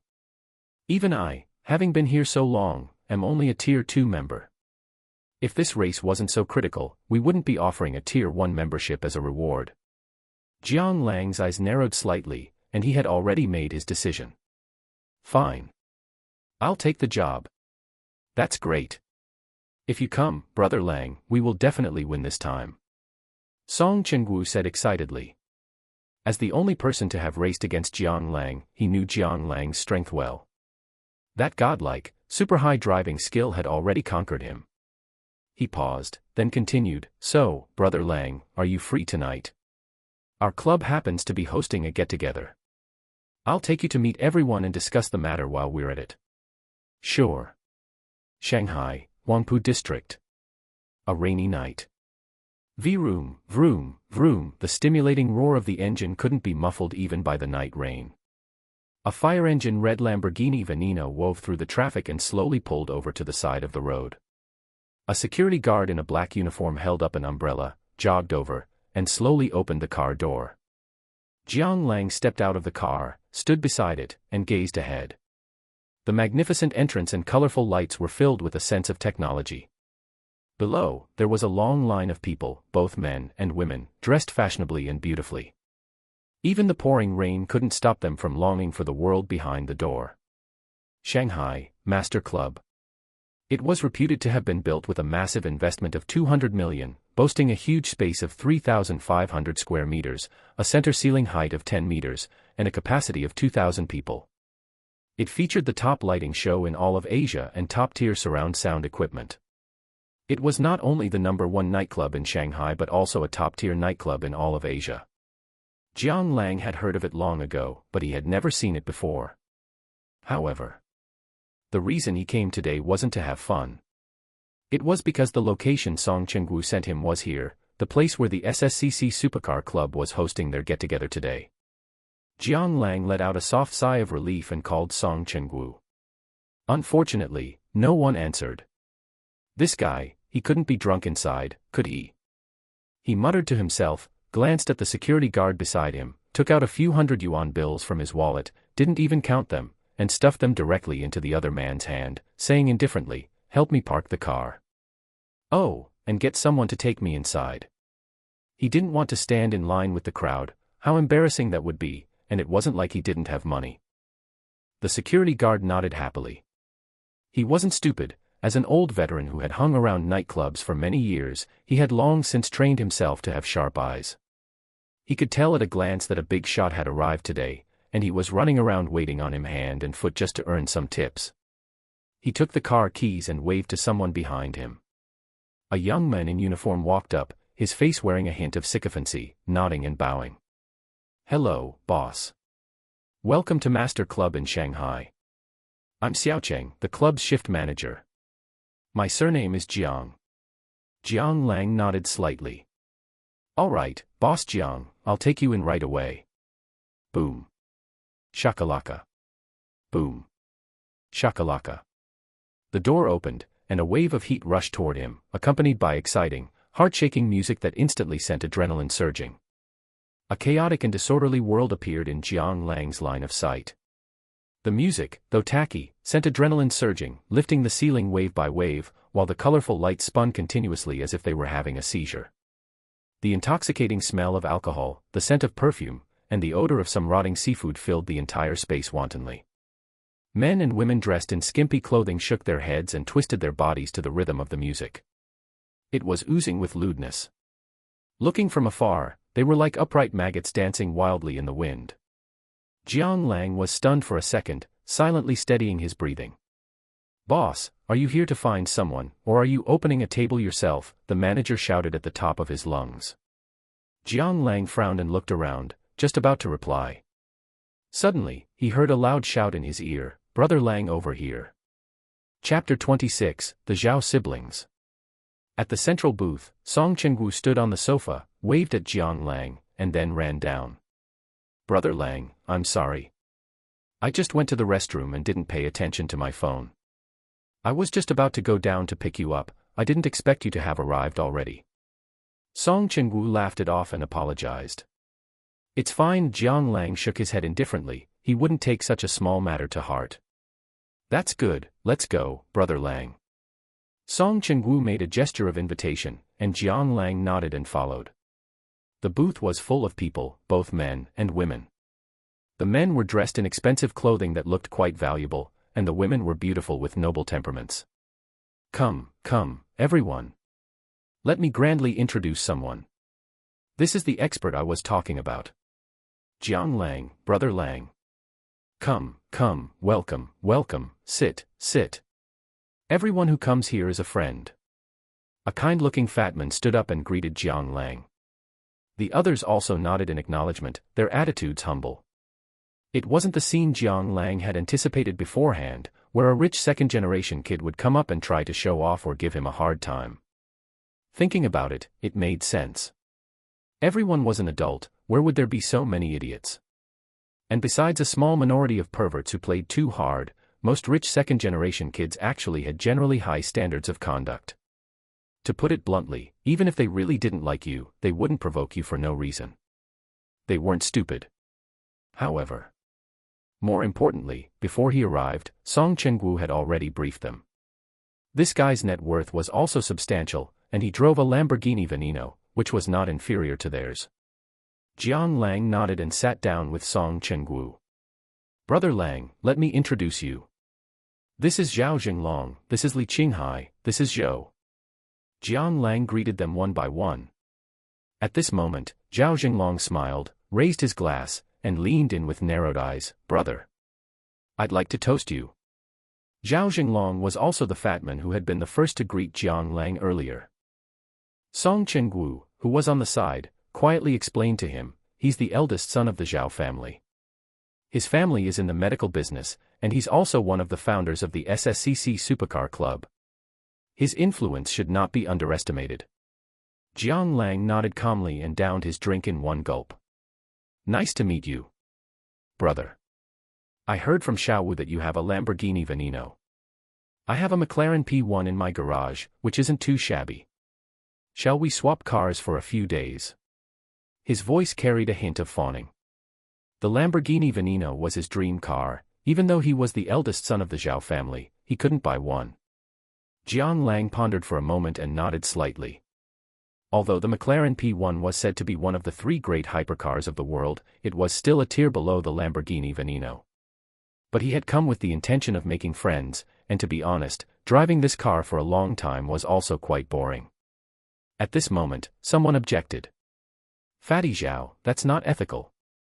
If there's going to be a car swap, I should be first. Don't you know ladies first?" A crisp voice rang in his ears. A stunning beauty with an explosive figure appeared in his line of sight.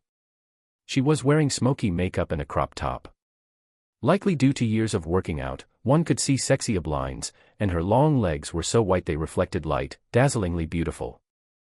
Zhao Lang looked up and his expression immediately turned anxious. "You brat, I'm your own brother. Is Fatty Zhao something you can just say? You're fat as a ball and you won't let people say it. I told you to work out ages ago, but you wouldn't listen." Zhao Yanyu curled her lip, looked up at Jiang Lang, and teased, "Handsome, swap with me. I also have a P1, and I spent 5 million more on custom options than he did. It's absolutely exhilarating to drive." She was also a member of the SSCC Supercar Club, a supercar enthusiast, otherwise, she wouldn't have come today. Jiang Lang didn't know that, actually, the reason so many people came today, besides discussing the competition with the SCC Supercar Club, was even more so to meet this mysterious owner of the Lamborghini Veneno. Of course, it would be even better if they could swap cars to drive.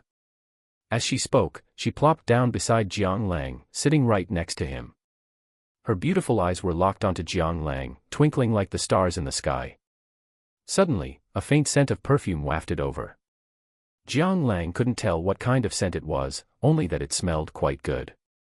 He glanced at Zhao Lang, then looked at the great beauty in front of him, his eyes darting around. "Ah, you guys decide. I don't mind either way." He decided not to offend either side and kicked the ball to them, letting them fight it out themselves. Anyway, they were siblings, surely they wouldn't actually fight. However, what Jiang Lang didn't expect was that it wasn't just these two who wanted to swap cars. As the Shanghai SSCC Supercar Club, there were plenty of people eyeing Jiang Lang's Lamborghini Veneno. "Yo Zhao siblings, you guys are being excessive." "Exactly, today is for discussing business, what are you rushing for?" "Brother, if you want to swap cars, consider me." A blonde beauty with big wavy hair winked at him. "Brother, I have an Apollo. I'll swap with you. If it breaks, it's on me." A man wearing gold-rimmed glasses stood up, looking extraordinary. "Damn. I didn't say anything, you guys didn't say anything. As soon as I speak, you all come to join the fun. What's the meaning of this?" Zhao Lang pointed at the others, his voice anxious. This was his dream car. With so many people fighting for it, when would it ever be his turn? If you ask me, let this brother swap with whoever he wants. The others were discussing it noisily, and Jiang Lang touched his nose in embarrassment. Damn. It's just a car, right? Is there a need for this? He changed the subject calmly. Let's talk about the race. I need to prepare. As soon as these words were spoken, the crowd immediately quieted down. Jiang Lang took a deep breath, his expression serious. This time the race is at Duanlong Mountain in the suburbs. It's 2.8 kilometers long and has 6 super steep, death 5-corner turns. It's known as the Mount Akina of Shanghai, and the difficulty is even greater than that one in Japan. I won't hide it from you. This time, besides you, our club has also found a few other experts. You all must compete against each other first. The winner will be qualified to participate in the upcoming race against the SCC Supercar Club. Brother, if you are really interested, you can go for the trial race the day after tomorrow, at the Tianmishan Racing Circuit in Shanghai. Oh right, your opponents are these few. As he said this, he pointed behind him. Jiang Lang took a look and nodded in a friendly manner. Who would have thought, these few didn't even look at Jiang Lang, let out a humph through their noses, and turned their heads away. Jiang Lang frowned slightly, he could clearly feel the hostility from these few. Although they were competitors. But was there any need for this? Jiang Lang curled his lip, feeling dissatisfied. Seeing this, Jiang Lang quickly laughed it off and said, Brother, don't mind them, these people are just like that. Come. Let's drink. Chapter 27, Tangong Villas. Time flew by, and in the blink of an eye, it was already the early hours of the morning. Jiang Lang frowned. After checking the time, he greeted everyone and prepared to leave. He had come alone tonight, and he was worried about his little sister being home by herself, especially since they had just arrived in Shanghai. Besides, to be honest, since everyone was meeting for the first time, they weren't close enough to truly let loose, so he hadn't had much fun. He would rather go to a roadside stall with Jiang Hu and drink a few small beers, that would be more comfortable than being here. At this moment, Zhao Yanyu chased after him and said half-jokingly, Handsome, could you give me a ride? Jiang Lang glanced at her sideways, looking puzzled. What? You're done playing too? TCH. It's boring. Plus, I have to work tomorrow morning, she pouted, her face full of disdain. Work? You need to work? Jiang Lang asked, his eyes filled with confusion and his voice laced with surprise. Yeah. Are you going to support me if I don't work? Zhao Yanyu teased. Jiang Lang rubbed his nose and didn't say anything more. A rich beauty like her definitely wasn't short on money, she was probably just working to kill time. Seeming to read Jiang Lang's thoughts, Zhao Yanyu rolled her eyes. I'm a police officer, a glorious people's police officer. As she said this, her voice rose slightly, carrying a sense of righteousness. Jiang Lang looked at her in surprise. No wonder her figure was so good, she even had defined abs. She probably wasn't an ordinary police officer either. To be honest, he was a bit impressed. If it were him, having grown up pampered and well-fed, he wouldn't dream of becoming a police officer. Fine. Let's go together then. Jiang Lang nodded generously. This time, he didn't refuse. When they reached downstairs, a cold breeze blew by, causing Jiang Lang to shiver involuntarily, which sobered him up quite a bit. He turned his head and saw Zhao Yanyu hugging her arms, shivering.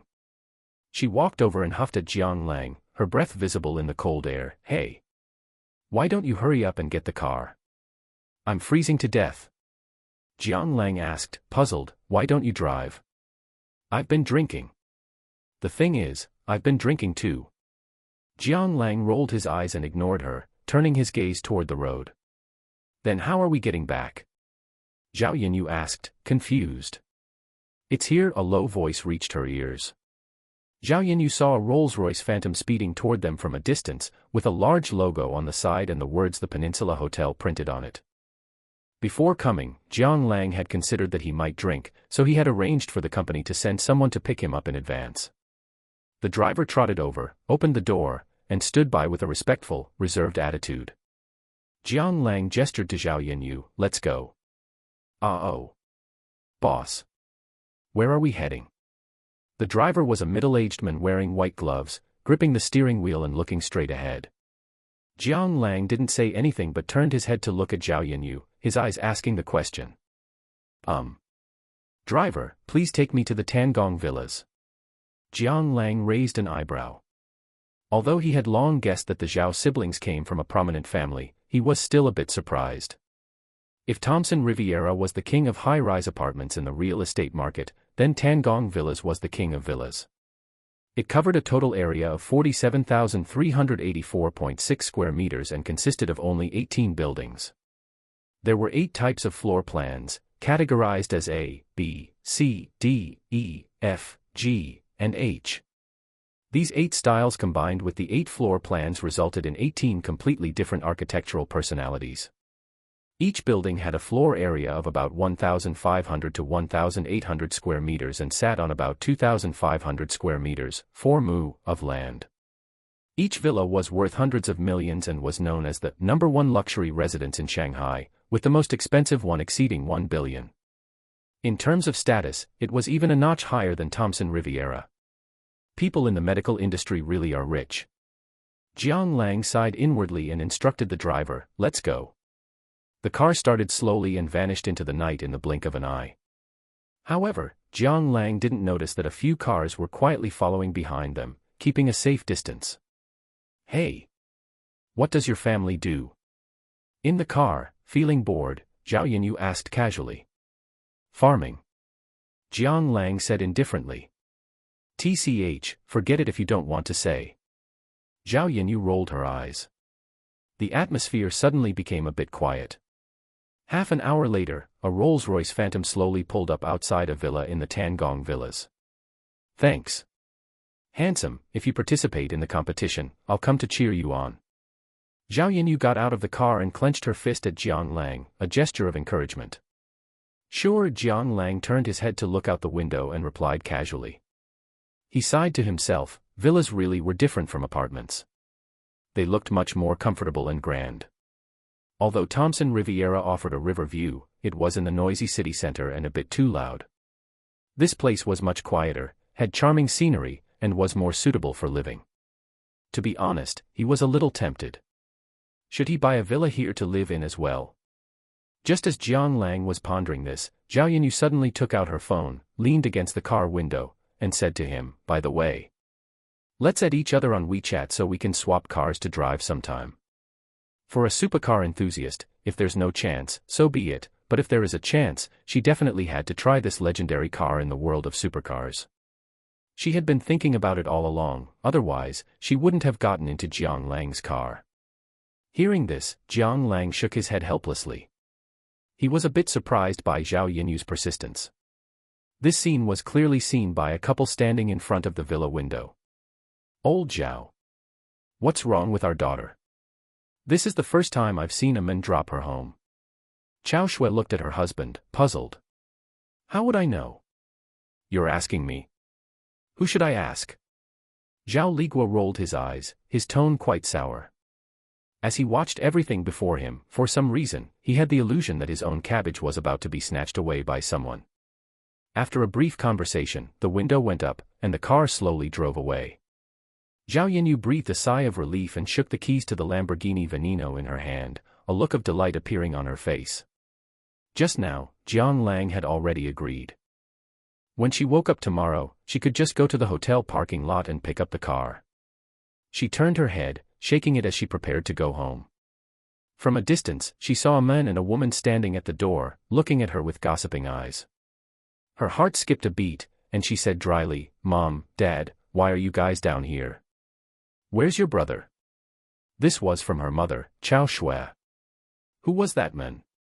Zhao Ligua glared at Zhao Yanyu. "Ah." Zhao Yanyu opened her mouth, speechless. "Shanghai, Thompson Riviera."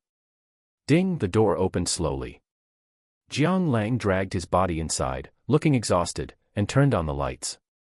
Under the warm light, he immediately saw Jiang Ting curled up on the sofa. Little sister, why are you sleeping here?" Jiang Lang patted her cheek.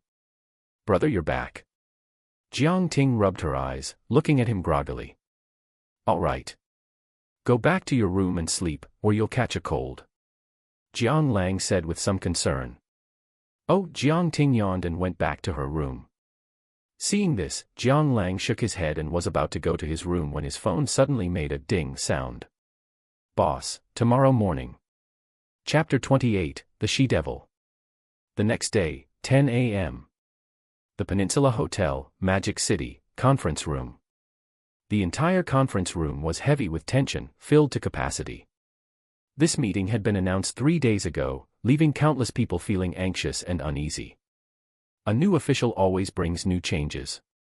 No one knew what the new boss had planned for this meeting.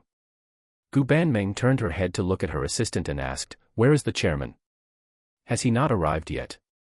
The chairman told us to start the meeting without him." "He is stuck in traffic on the way," the assistant quickly replied. Gu Banmeng took a deep breath, looked at everyone, and said calmly, "Today, the company is holding a new executive meeting, primarily to announce 2 things. Meanwhile, on the street 3 kilometers away from the Peninsula Hotel, the sound of honking horns, beep, beep, beep, was endless. Damn it, how long is this traffic jam going to last? Jiang Lang poked his head out of the taxi, watching the congested street ahead with a sense of helplessness. Today was the executive meeting, and he had even set an alarm in advance. Who would have thought he'd get stuck in traffic halfway there? He wondered if the meeting was proceeding smoothly. Thinking of the personnel list Gu Banmeng had given him, he felt a shiver down his spine. Who knows? I heard there was a car accident up ahead. It'll probably be blocked for another 2 hours, the taxi driver said, yawning. 2 hours. Damn it, the opportunity will have already passed by then. Jiang Lang shook his head and looked outside, his eyes suddenly lighting up. A shared bike was parked alone on the side of the road. He was delighted. He used to ride shared bikes to work often, especially during rush hour traffic. This thing was a lifesaver. Without hesitation, he paid the fare, opened the door, and got out. Meanwhile, back in the conference room, the atmosphere grew even heavier. First, the hotel will establish a new management reward and punishment system. Second, the chairman is prepared to offer 20% of the equity as a new equity incentive. Everyone was shocked and looked at each other. The new management reward and punishment system filled them with fear, but when they heard about the equity incentive, everyone's eyes sparked with excitement, agitation, and greed. However, before that, there is one thing that needs to be announced. General Manager of the Administration Department Chu Tian, Supervisor Li Yalong, Director Wang Dong and Zhang Ye of Human Resources, as well as Restaurant Supervisor Li Dongwei, Manager Shang Chang, and others, step forward. For everyone I just named, congratulations, you are fired. As soon as these words were spoken, the entire conference room fell silent. Countless people's pupils constricted, and their bodies trembled. Suddenly, a roar rang out. I don't accept this. A pot-bellied man with a receding hairline slammed the table and stood up, glaring at Gu Banmeng. Gu, how dare you fire employees at will? Do you really think this hotel is your home? I'm going to report you to the chairman. You are abusing your power. Everyone turned to look, shocked. This person was the hotel's human resources director, Zhang Chang, the person with the highest position among those just named. More importantly, he was a veteran who had worked at the hotel for over 20 years. The conference room immediately broke into chaos with discussions. Those in the same faction as Zhang Chang chimed in. That's right. On what grounds? You can't just fire us because you say so. We are veterans of the group, where are we supposed to go if we leave? Gu, you are going too far. You don't accept this. A cold sneer curled the corner of Gu Banmeng's mouth as she threw a stack of documents over. Bang. Zhang Chang stared blankly at the documents in his hand, his eyes turning gray, his face deathly pale. Inside were records of his abuse of power for personal gain over the past few years, including filing fake receipts for reimbursement, forcing himself on female employees, and more. He put down the documents in a daze, staring fixedly at Gu Banmeng, his lips bitten white. How do you have these? His voice trembled. If you don't want people to know, you shouldn't have done it. Gu Banmeng's voice remained cold, like the biting wind in a snowfield, chilling to the bone. Among them, quite a few people were taking advantage of their positions to make money on the side. But none were as excessive as Jiang Chang. He had no bottom line, which made her burn with rage. Find the winner takes all. I'll leave. A bitter look appeared on Jiang Chang's face as he shook his head. In that instant, he seemed to age a few years. However, Gu Banmeng's voice sounded again. Who said you could leave? Jiang Chang's steps paused slightly as he turned his head to glare at Gu Banmeng. What else do you want? Gu Banmeng looked at him with a half-smile, her red lips parting slightly. I just want to invite you to take a trip to the police station. What? It was like a thunderclap on a clear day, shaking everyone to their core. Wasn't it just firing? Why was he going to jail all of a sudden? Gu Banmeng ignored the crowd and called out softly toward the door, come in. As soon as she finished speaking, a man and a woman in police uniforms walked in. If Jiang Lang were present, he would definitely be shocked. This woman was actually the eldest daughter of the Zhao family, Zhao Yanyu. At this moment, wearing a police uniform, she looked heroic and efficient. No one knew that Gu Banmeng, a talented woman from a small place, was as close as sisters with the eldest daughter of the Zhao family. The two were roommates in college. When Gu Banmeng first arrived in the Magic City, it was Zhao Yanyu who rushed around helping her get settled. And today, she was returning the favor. She was handing this achievement to Zhao Yanyu, while simultaneously kicking out a black sheep from the hotel. Jiang Chang, we have received reports that you are suspected of insulting women, illegal fundraising. Please come with us now. Jiang Chang's face turned deathly gray in an instant, and he hung his head like a defeated dog. Zhao Yanyu winked at Gu Banmeng quietly and escorted Jiang Chang downstairs. After they left, the conference room fell silent, and the air seemed to freeze. Countless people shivered, looking at Gu Banmeng tremblingly. Gu Banmeng took a deep breath and looked coldly at the audience, especially those she had named.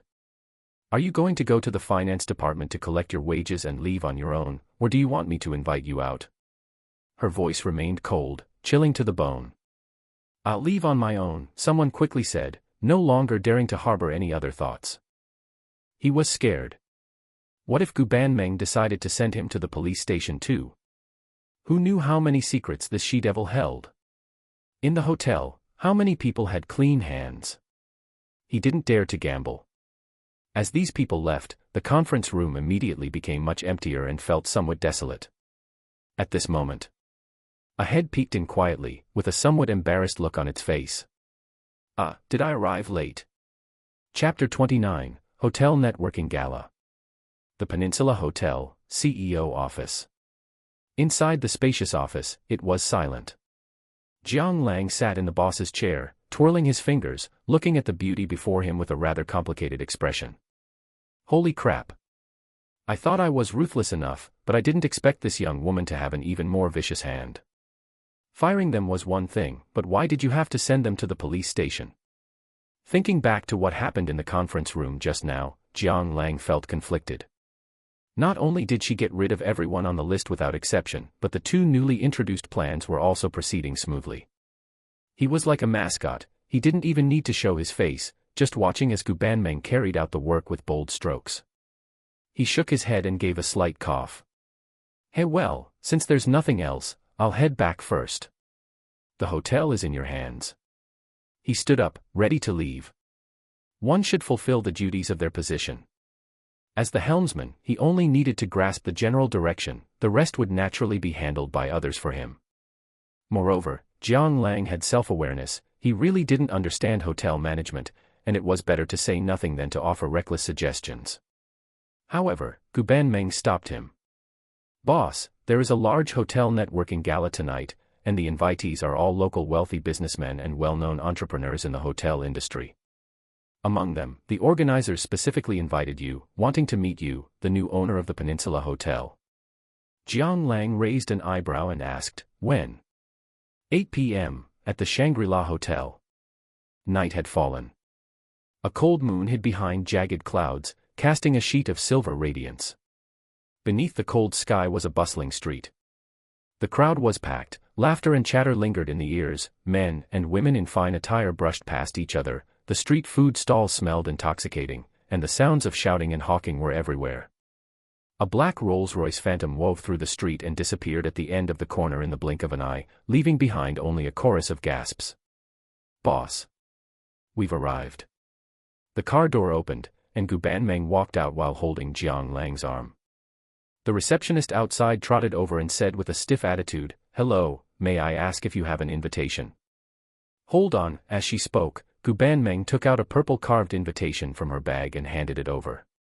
"Very well, please follow me, you two." The receptionist took a look, nodded slightly, and led the way. Jiang Lang stole a glance at Gu Banmeng, a flash of amazement appearing in his eyes. Although it wasn't the first time he had seen her, Gu Banmeng was stunningly beautiful dressed in her formal attire today, giving him the illusion of his heart skipping a beat. She wore light makeup, her hair was piled high, and a knee-length, form-fitting black and red dress perfectly outlined her exquisite curves. Beneath the loose V neckline, her delicate collarbone and a blue gemstone pendant were revealed. He tried to pull back the arm that Gu Banmeng was holding, but the warmth transmitted through the thin fabric to his arm made him inexplicably flustered. He was not the type of person to be swayed by lust. But he had to admit, at this moment, he was a little tempted. This reminded him of when he had first gotten together with his ex-girlfriend. It made him nostalgic yet fearful. He was a novice in the world of relationships and couldn't fall in the same place twice. Who would have thought that Gu Banmeng would grip even tighter, lifting her face to look at him with a half-smile. "Boss, what are you doing? Since we're already here, you wouldn't want to leave, would you?" Her tone was slightly hurried. Jiang Lang gave a low cough and shook his head. "Let's go." By the time Jiang Lang and the others arrived at the hall, the gala had already begun. Soft jazz music played slowly. In the magnificent hall, exquisite large blue palace lanterns hung from the ceiling, the lights shimmered slightly, giving people a hazy, dreamy feeling. The lights were brilliant, glasses clinked, and handsome men and beautiful women holding glass wine glasses stood in groups of 3 or 5, exchanging pleasantries. Wine spilled from the rims of colliding glasses, scattering among the boisterous crowd. The arrival of the pair caused a stir. "Look, CEO Gu from the Peninsula Hotel is here. CEO Gu is as beautiful and elegant as ever. I wonder who will be able to pluck this proud, beautiful rose. Who is that man next to her? Why haven't I seen him before? He must be her assistant, right?" The voice carried a hint of uncertainty. The crowd was buzzing with discussion. Jiang Lang raised an eyebrow slightly. He hadn't expected Gu Banmeng to be so popular. Furthermore, he discovered that many people in the crowd were showing hostility toward him, as if they were looking at a romantic rival. He turned his head and teased the beauty beside him. "I couldn't tell, you're quite popular." As he spoke, he placed his hand directly on Gu Banmeng's slender waist and smiled slightly at the few men who had shown hostility toward him earlier. "Damn it. You still dare to glare at me? Holding your goddess, let's see if you guys get angry." Jiang Lang thought with a wicked sense of humor. Gu Banmeng's delicate body stiffened slightly, a flush of crimson flashing across her pretty face. She shook her head gently, her red lips parting slightly. "Don't pay attention to them." Jiang Lang nodded slightly, looked around, and was just about to find a place to sit down first. At this moment, a pot-bellied middle-aged man walked over, smiling with a wine glass in his hand, a lecherous glint flashing in his eyes as he looked at Gu Banmeng. "Yo, I didn't expect CEO Gu to come to our gala today. It really makes our humble dwelling shine," he said, slowly extending his right hand. Jiang Lang's eyes turned slightly cold, and his brows seemed to twist into a rope. For some reason, he really didn't like the man's gaze, so without thinking, he raised his right hand. "Sorry, our CEO Gu doesn't like to shake hands with people." "I'll take it." The middle-aged man felt a chill, retracted his arm like he was having a seizure, glared at Jiang Lang, and shouted angrily. "Who the hell are you? Do I even know you?" After speaking, he turned to look at Gu Banmeng and scolded, "CEO Gu, are the people in your company so ignorant of etiquette?" Before Gu Banmeng could speak, Jiang Lang curled his lips and retorted with disdain. "Cut the crap. You fat pig, don't think I don't know what you're planning. Keep flapping your gums and watch out, or I'll slap you." The middle-aged man glared at Jiang Lang, then turned to Gu Banmeng and said through gritted teeth, "CEO Gu, are you not going to discipline the people in your company?" Gu Banmeng was also a bit surprised. She hadn't expected Jiang Lang to react so strongly. She widened her eyes and glanced at Jiang Lang. She shook her head, swayed her waist, walked up gracefully, hugged Jiang Lang's arm, and said indifferently to the middle-aged man, "I'm sorry. CEO Li. This person you are talking about is actually the chairman of the Peninsula Hotel." The middle-aged man was slightly stunned, looking at Jiang Lang in disbelief, and asked in surprise, "You are that mysterious person who acquired the Peninsula Hotel?" One must know that the Shanghai Peninsula Hotel is a goose that lays golden eggs, with an annual net profit exceeding 100 million, only a fool would sell it. You don't cross the river unless you're a fierce dragon. As long as they were in Shanghai, everyone in the hotel industry was interested in and afraid of this mysterious person who could snatch food from the tiger's mouth, the Hong Kong Peninsula Group. And at this moment, the venue exploded into chaos. Countless people looked at Jiang Lang in shock and suspicion, whispering to each other. Chapter 30, New Mission, The Godly Tycoon's Wrath. Is that the mysterious buyer? He looks so young, doesn't he?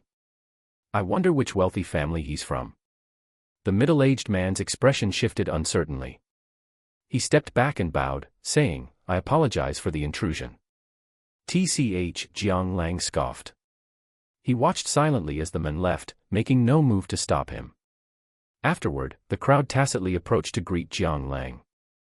"Hello, Mr. Jiang. I am Zhou Yafu, a director at the Shangri-La Hotel. Meeting you in person is better than hearing about you.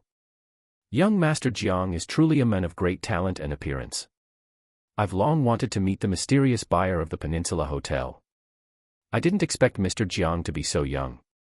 Mr. Jiang, I'm a hotel supplier. If you have any needs, we can cooperate. Come, Mr. Jiang, I'd like to propose a toast to you. Welcome to our hotel networking gala." The guests were boisterous, glasses clinked, and the atmosphere was exceptionally lively.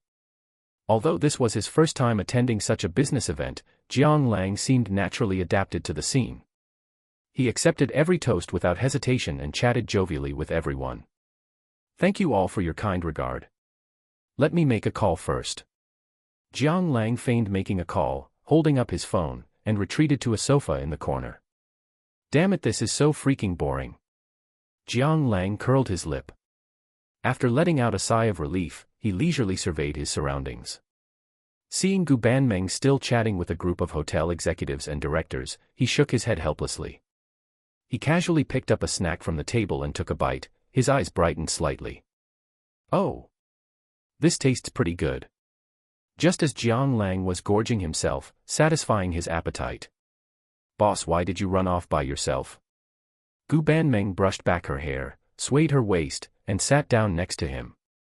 A faint, elegant fragrance instantly wafted toward him. "It feels pointless," Jiang Lang said indifferently. "Boss. Our hotel has already separated from the Peninsula Group. We are weak and isolated. If we still want to make it in Shanghai, we can't avoid dealing with these people. Moreover, in half a year, Hong Kong will revoke the naming rights. This means we can no longer use the Peninsula Hotel brand for promotion. The consequences." She stopped there, raising her eyebrows, her expression looking rather grim. Jiang Lang's expression became uncharacteristically serious.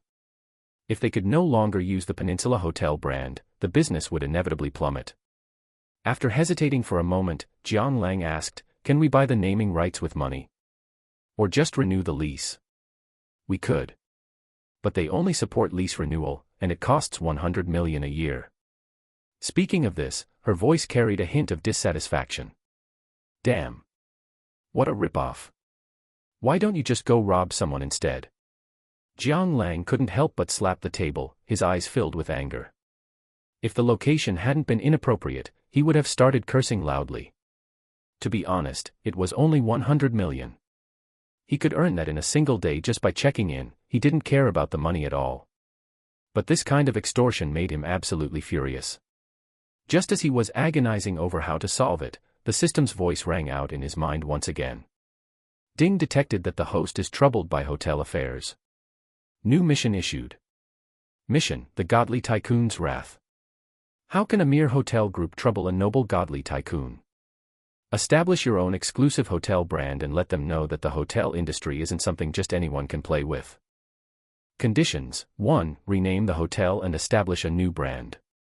2. Open a branch in each of the 4 super first-tier cities in the country: Beijing, Shanghai, Guangzhou, Shenzhen. 3. Open a branch in each of the 10 major cities in the world: New York, Beijing, Tokyo, Shanghai, Hong Kong, Sydney, Singapore, Paris, Dubai, London. Note: the newly opened hotels must not be lower than 5-star level. Reward: a private island. Ding detected that the host lacks sufficient funds. To help the host complete the mission, a hotel relief fund is provided. Hotel relief fund: for every hotel established, you can receive up to $1 billion in relief funds. These funds can only be used for hotel construction and planning. Jiang Lang raised an eyebrow slightly, a playful look in his eyes. He turned his head to look at Gu Banmeng and probed half-jokingly, "Tell me, what if we establish our own brand and do it ourselves?" "Boss, stop joking. If we lose the Peninsula brand, believe it or not, our occupancy rate will drop below 10% tomorrow." Gu Banmeng rolled her beautiful eyes at him and said helplessly, "By then, forget about making money, it'll be a miracle if we don't lose everything down to our underwear. 100 million a year for the brand fee. Although it's expensive, at least we can still make a profit." Jiang Lang shook his head and said indifferently, "No. While it may be beneficial for us in the short term, if we continue like this for a long time, we will always be held hostage by them." A gleam flashed in Gu Banmeng's eyes as she looked at the men in front of her and said half-jokingly, "Then boss, what do you want to do?" "I'm listening to you." Jiang Lang shook his head, glanced around, and said indifferently, "Let's discuss it when we get back. Here, it's not very convenient." "Fine." Gu Banmeng nodded, picked up her bag, and was about to leave.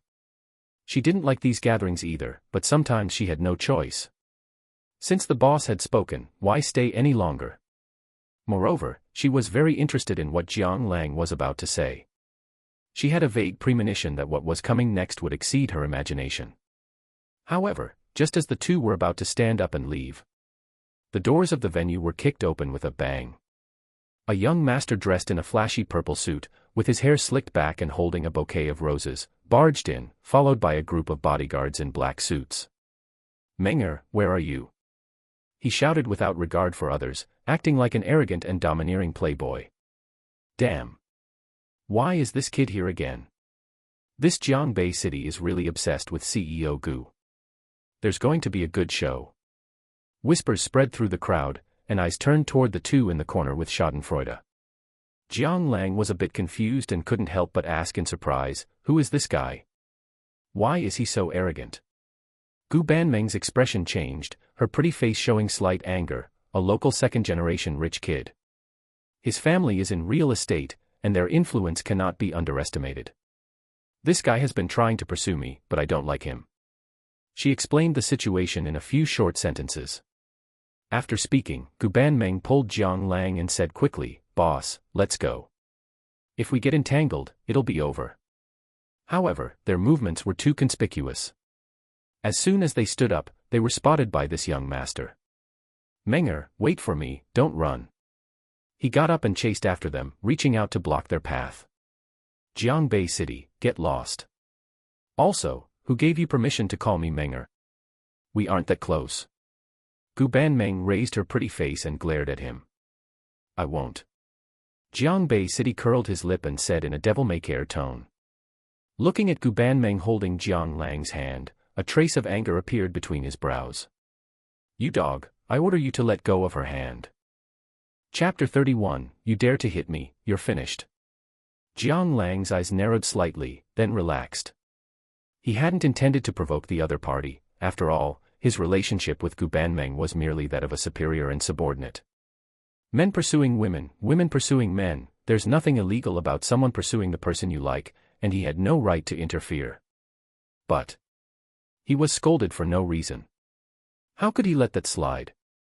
He wasn't a doormat. He slowly moved his hand down, resting it on Gu Banmeng's waist, looking at the other party with a mocking, disdainful smile. "Not only am I not letting go, I'm hugging her. What are you going to do about it?" Gu Banmeng's delicate body trembled slightly, and she gave Jiang Lang a blush-faced glare. The scene before him drove Jiangbei City mad. He had been captivated by Gu Banmeng since he met her in America. He had been pursuing her all this time, never expecting someone else to get ahead of him. He turned his head and roared at the bodyguards behind him, "Come with me, kill this dog." Gu Banmeng's expression changed, turning pale, and she shouted at the other party. "Jiangbei City. How dare you? What do I have to be afraid of? He's just a pretty boy." Jiangbei City said angrily. Gu Banmeng's heart seized. She spread her arms, blocking Jiang Lang, and loudly declared, "You can't touch him, he's the chairman of our hotel. And I won't like you, so give up." Jiangbei City was slightly stunned. He didn't know when the Shanghai Peninsula Hotel had changed hands, but he didn't care. His family was in real estate, worth tens of billions, and he had never feared anyone except a few top-tier rich second generations in Shanghai. He immediately roared, "You don't like me, do you like him instead? It's just a broken hotel, how powerful can it be? Follow me, and you'll enjoy everything." As soon as these words were spoken, the people present all frowned. Others might not know, but those who had toiled in the hotel industry for most of their lives certainly did. When the Shanghai Peninsula Hotel was established, the investment alone was 2.858 billion, and it had undoubtedly increased by who knows how much by now. If such a hotel was considered a broken hotel, then what were they? Roadside motels. However, everyone present was angry but dared not speak, afraid of offending the other party. Gu Banmeng felt a chill in her heart, her voice trembling with anger. "You shut up." After coming to Shanghai, she had been working at the Peninsula Hotel, putting in countless efforts and emotions along the way. If she truly wanted to find a man, with her looks, what kind of man couldn't she find? Just a broken hotel? Then what did all her hard work over the years amount to? Jiangbei City ignored Gu Banmeng and directly mocked Jiang Lang, "If you have the guts, come out. What kind of skill is it to hide behind a woman?" Jiang Lang raised an eyebrow lightly, patted Gu Banmeng's shoulder, signaling her to relax. "What do you want?"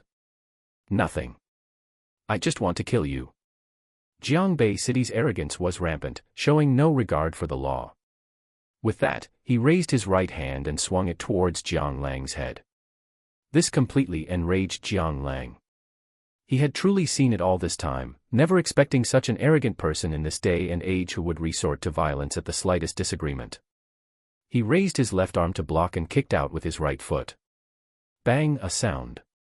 Jiangbei City fell flat on his back, letting out a muffled groan. "Beat him. Beat him hard." Jiangbei City's voice was sinister and utterly deranged. Since childhood, who had ever dared to lay a hand on him? And if he wanted to hit someone, who dared to resist? One word, and others would even offer their faces to him. The 4 bodyguards who came with Jiangbei City also trembled internally. The eldest young master was beaten in front of them. How would they explain this back home? Their eyes glinted fiercely as they raised their fists and charged at Jiang Lang. The venue erupted into chaos, a scene of utter pandemonium. Jiang Lang, alone, no matter how skilled, was no match for these bodyguards. He could only fight and retreat. "Security, where's security?" Gu Banmeng yelled across the venue, her eyes red and swollen, her voice hoarse, "Stop hitting him, stop hitting him. I'm calling the police." Jiangbei City laughed, "Ha, his arrogance rampant, appearing incredibly conceited. "Hit him. What's there to be afraid of? What can my Jiang family not handle?" The onlookers also grew anxious, especially the organizers, whose faces were ashen. No matter what, Jiang Lang was invited by them. Being beaten at their venue was a slap in their face. At that moment, they no longer cared about fear and urgently shouted, "You all stop. Young Master Jiang, you've gone too far." Jiangbei City didn't even glance at the other party, saying coldly, "Scram." Jiang Lang braced his arms across his chest, enduring a bodyguard's whip kick. He let out a muffled grunt, sending tables and chairs behind him flying. He looked up and glared at the assailant, his eyes blazing. Damn it. These people are lunatics. He was completely helpless right now. By the time help arrived, he would probably be half dead. He angrily cursed at the system in his mind. Where's the system? Why aren't you helping? You're so quick to give out missions, but this time I'm almost beaten to death. Are you trying to find a new host? Ding, the long-awaited sound rang out again. Host detected to be in life-threatening danger. Special mission issued. Mission: Godly Tycoon's Killing Intent. As a godly tycoon, being beaten is not only an insult to the host but also a degradation of this system. Killing intent is rising, the Jiang family will fall. Conditions: 1. Defeat the Jiang family bodyguards. 2. Brutally beat Jiangbei City. 3. Overthrow the Jiang family. Reward: Ace Shield Bodyguard Company.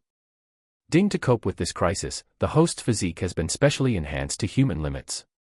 A terrifying power spread through his body, like a furious beast awakening from within. In places invisible to outsiders, dense blue veins bulged beneath his clothes, as if a dragon had possessed him. Scram! Jiang Lang roared. His voice was like thunder, making everyone's ears buzz. Before the bodyguard could react, Jiang Lang punched back fiercely. Bang! A sound. Everyone only saw the bodyguard arc through the air, then land heavily on the ground, his condition unknown. The remaining 3 bodyguards were greatly alarmed, momentarily frozen in place, not daring to move. Jiangbei City was also startled, his eyes wide with disbelief as he stared at Jiang Lang. The situation was perfectly fine, so how did this person suddenly change, knocking someone out with a single punch? Seeing Jiang Lang getting closer, he grew anxious and shouted at the other bodyguards, "You all quickly stop him." The few of them exchanged glances, then gritted their teeth and charged at Jiang Lang. However, Jiang Lang's terrifying physique made his body like a steel plate. Jiang Lang didn't even bother to dodge, enduring the opponent's attacks, which felt like mere tickles. He swung his fists. Although he had learned a few moves from his father when he was young, it was essentially still wild brawling. But even without any combat techniques, his terrifying physique made every punch as heavy as Mount Tai. With several loud bangs, the few of them scattered, clutching their heads and wailing. At this, Jiangbei City could no longer hold back. He involuntarily took half a step back, his voice trembling. You, don't come any closer. I'm warning you, I'm from the Jiang family. If you dare to touch me, you're finished. Chapter 32, The sound of slaps was endless. Gu Banmeng's beautiful eyes flickered frequently as she stared, unmoving, at Jiang Lang, who was displaying such formidable power. She was filled with surprise and delight. She never imagined that Jiang Lang would be this formidable, capable of turning the tables even while fighting 4 people at once. What incredible physical fitness! Women admire strength, and she was no exception. She had originally felt curious about this new boss, especially after he acquired the Peninsula Hotel and gave her full authority. The new systems and plans he implemented gave her the feeling of wanting to die for one who appreciates me. But when it came down to it, nothing was as shocking as seeing Jiang Lang fighting 4 people right now. Such a strong man. It made her heart surge, and she couldn't help but squeeze her legs together. Jiang Lang ignored the shock of the crowd. He walked slowly up to Jiangbei City, looked down at him from a high position, and wore a cold sneer on his lips. You, what are you doing? Jiangbei City was shivering like a sieve, trembling violently. What am I doing? Jiang Lang muttered to himself. Suddenly, he raised his right hand sharply, and a gust of wind blew past. Slap! The crisp sound of a slap echoed throughout the venue, and 2 bloody front teeth flew into midair. Jiangbei City only felt his vision go black, stars spinning before his eyes. His whole body seemed to be dancing ballet, flailing about as he spun in place 3 times before collapsing to his knees. You're finished, you dare to hit me. Jiang family will not, let you off. Jiangbei City's eyes were unfocused, and he clutched his face, muttering foolishly. Because his teeth were missing, his speech was intermittent and whistled. Let me off.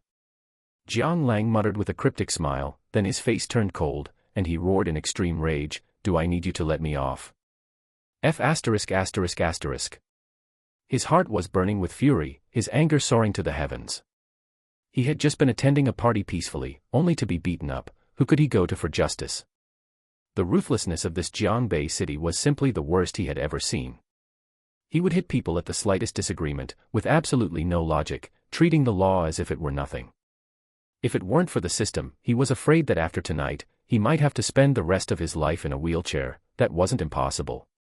Thinking of this, he grabbed Jiang City by the hair, pulled him up to his face, and raised his free hand to slap him hard across the face. Slap slap slap, slap slap slap. The sound of slaps was endless, like a beautiful symphony being composed, making people's hearts race and their scalps tingle. Jiang City's face had already swollen into a pig's head, bruised blue and purple. He was afraid that even his own mother wouldn't recognize him if she saw him. I was wrong. Don't hit me anymore.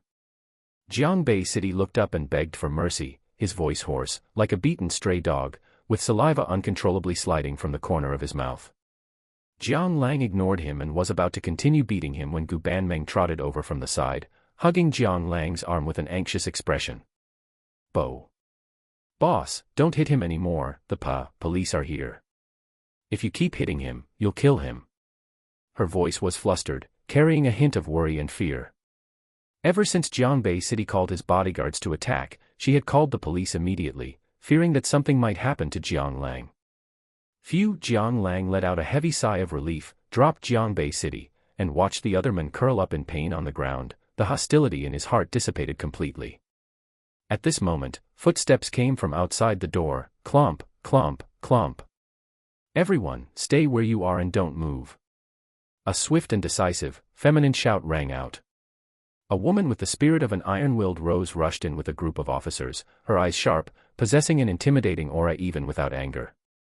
This person was none other than the eldest daughter of the Zhao family, Zhao Yanyu. Shanghai, Municipal Public Security Bureau.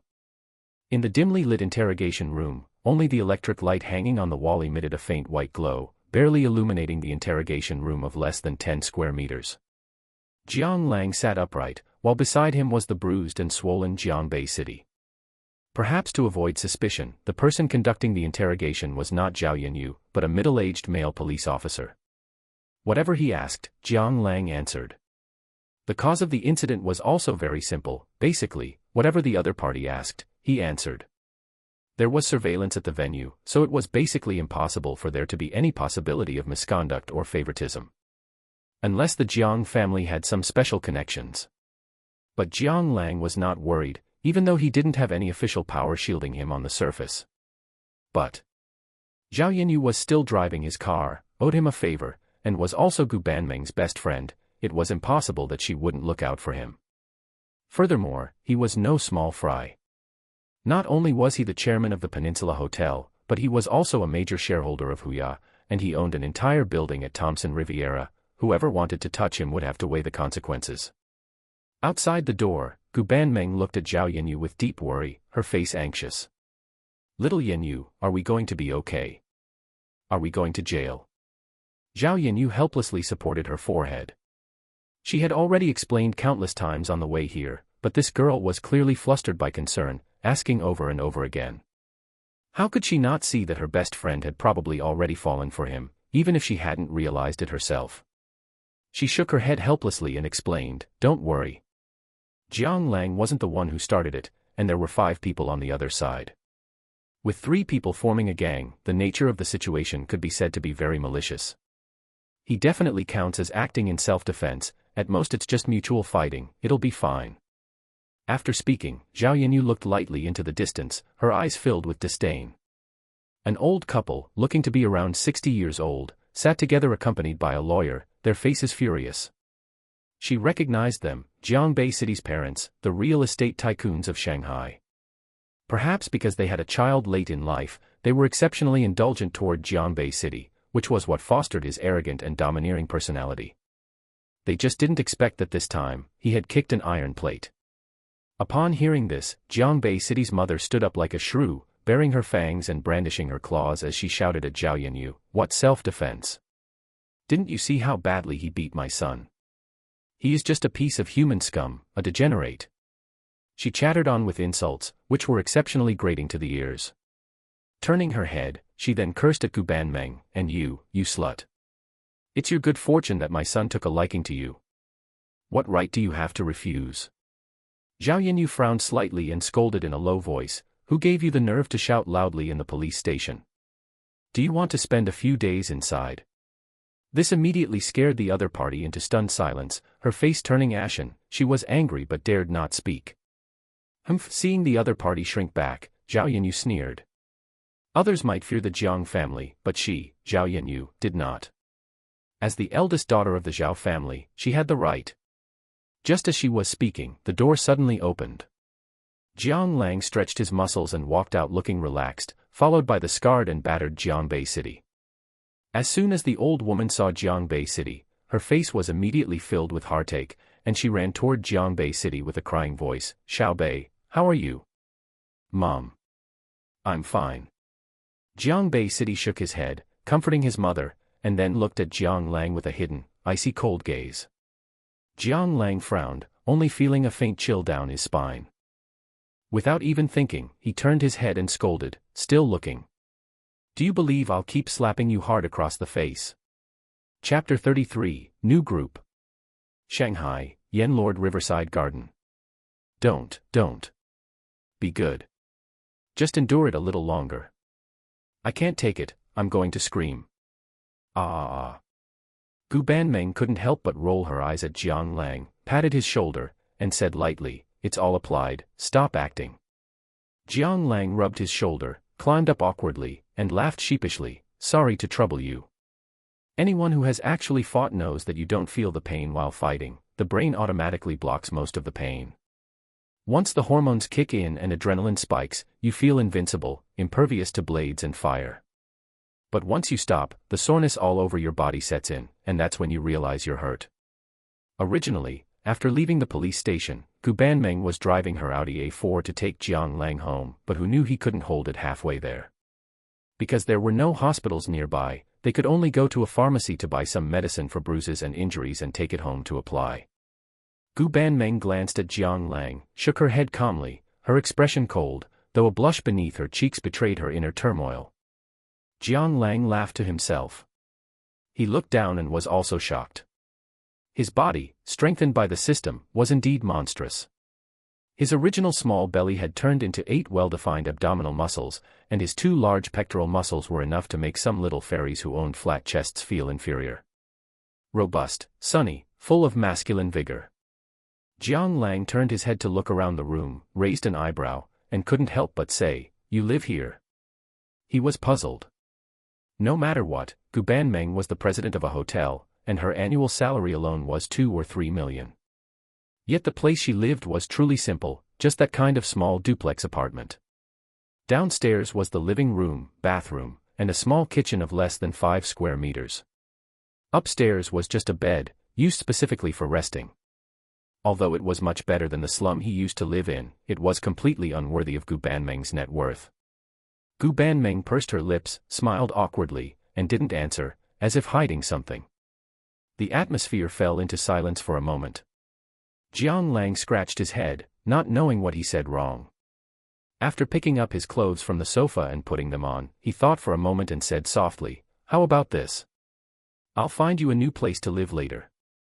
Gu Banmeng froze for a moment, not knowing what she thought of, and looked at Jiang Lang with a smile that wasn't quite a smile. "Boss, I cannot accept rewards without merit. Besides, I live here quite well. If I change to another house, I don't know how high the rent will be. I don't want your rent. Isn't it good to change you to a bigger house? By the way, I'll get you a car too." At this, Gu Banmeng could no longer hold back. She looked at Jiang Lang strangely, hesitated for a moment, and said in a voice as thin as a silk thread, "Boss, I am not that kind of person. If you want that, change to someone else." Her voice trembled slightly. "What the hell? What on earth are you talking about?" Jiang Lang was stunned for a second, looked at Gu Banmeng with a complex expression, and felt a toothache. Cough. You misunderstood. This is a company benefit. You are the president of the hotel, the new group. Your daily travel represents the face of our group and cannot be sloppy. Gu Banmeng looked at Jiang Lang with some confusion and asked, "New group? What does that mean?" Jiang Lang's expression became rare and serious. He pursed his lips and said slowly, "I plan to establish a new hotel group. As for the name, let's call it Dizuan Hotel." As for the current Shanghai Peninsula Hotel, it will be changed simultaneously after the naming rights expire. At the same time, I want to build new hotels in the 4 major super first-tier cities in the country and 10 major cities around the world. Each hotel is expected to be invested with $1 billion. You are the general manager of this project. I require you to produce a project proposal in 1 week and start implementing the plan. I have plenty of money, so there must be no mistakes. After the project is successful, you will be promoted to president of the Dizuan Group, and your shares will remain unchanged. Gu Banmeng was stunned, swallowed her saliva, and looked at Jiang Lang in shock. Boss, are you sure you're not joking? The 4 major super first-tier cities in the country and 10 major cities in the world. Even if the capital and Shanghai overlap, that's 12 hotels. $1 billion each, that's $12 billion in total. Even if the double ma made a move, they couldn't possibly come up with so much cash at once. As she spoke, she couldn't help but raise her right hand, press it against Jiang Lang's forehead, and wondered, no fever. Could it be that you were beaten stupid? Jiang Lang brushed her hand away unhappily and said seriously, what fever or not, I'm talking to you seriously. Tomorrow, go open a new account, and I will transfer the money to your account then. Then you will know. Seeing that Jiang Lang was not joking, Gu Banmeng took a deep breath, her heart already shocked. Who exactly is this new boss of hers? This is $12 billion. Could he be from a legendary hidden family, or a descendant of those who rode horses on the grasslands back in the day? While her mind was wandering, she also knew that this was an opportunity she might not encounter in her lifetime. Her expression also became rare and solemn, and she nodded seriously. Don't worry, boss.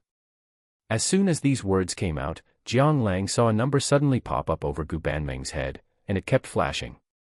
60, 72, 823, until it settled at 95. Jiang Lang was shocked. This meant that Gu Banmeng had been successfully conquered by him. She became his subordinate, no, his chick.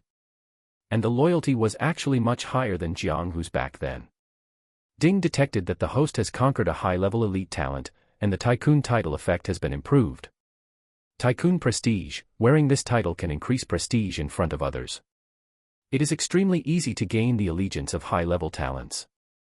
Even if you don't sit in the company for a long time, the company can operate independently and is not prone to chaos. Eye of the tycoon. Tycoons are people with meticulous minds, observing people clearly, and can view the loyalty of employees and subordinates within the sphere of influence. Both effects were improved. Among them, tycoon prestige added an effect that it can operate independently without sitting in the company. And the eye of the tycoon is even more monstrous. Originally, it only checked the loyalty of subordinates, but now it can check employees and subordinates within the sphere of influence. That is to say, as long as he goes back and holds a meeting, as long as anyone is below 60, he can kick them out one by one, and there will be absolutely no mistake. While gratified, Jiang Lang couldn't help but discuss with Gu Banmeng. However, basically Gu Banmeng was talking, and Jiang Lang was listening, occasionally putting forward some opinions. Still the same sentence, as the helmsman, he only needs to be responsible for the big direction, and leave the rest to the people below to handle. Unknowingly, the night had deepened. Chapter 34, Why call her auntie, call her mom. It's about time, I should head back. Jiang Lang glanced out the window. Outside was pitch black, and the empty street was completely deserted. Gu Banmeng raised an eyebrow slightly, hesitated for a moment, then spoke slowly. How about you just make do here for the night? It's not safe outside. She lowered her head quietly, her expression unreadable, and her voice was so low that Jiang Lang almost doubted he had heard her correctly. The air suddenly became somewhat ambiguous, revealing a hint of an unusual atmosphere.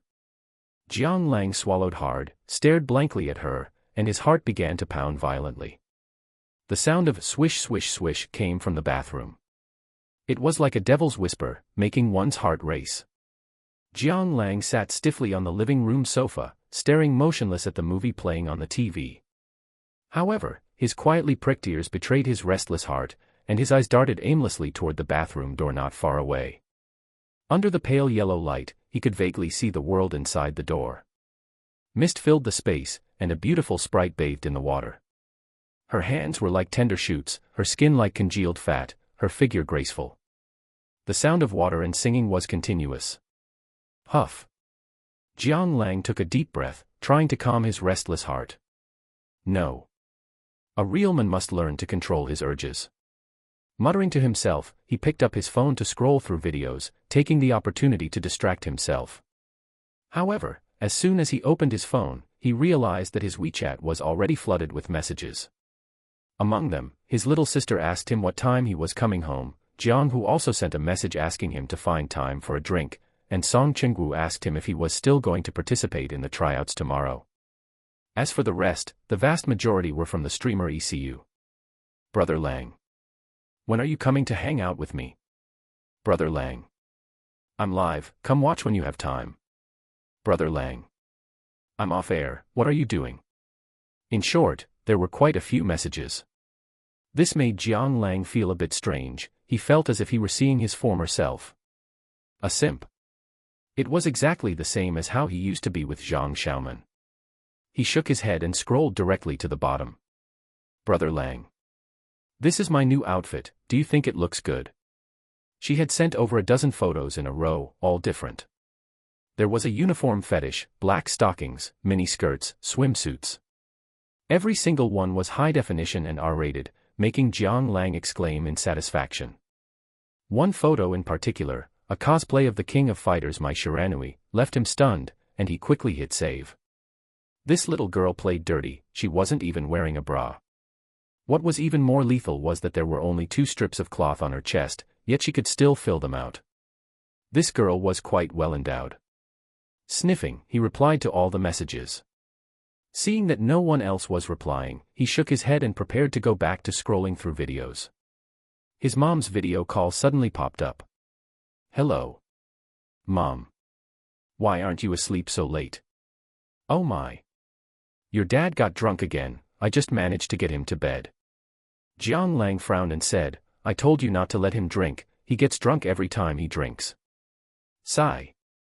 You know how it is, if it wasn't for being set up by someone back then. Zhou Hong stopped there. This was a painful memory that the family didn't want to bring up. Back then, after Jiang Lang's father, Jiang Lijun, returned from military service and married his mom, he had planned to make a name for himself, even setting up a leather shoe processing factory in the local area. It could be said that everything was going his way. However, he was accidentally scammed by a business partner, leaving him with a debt of over 5 million.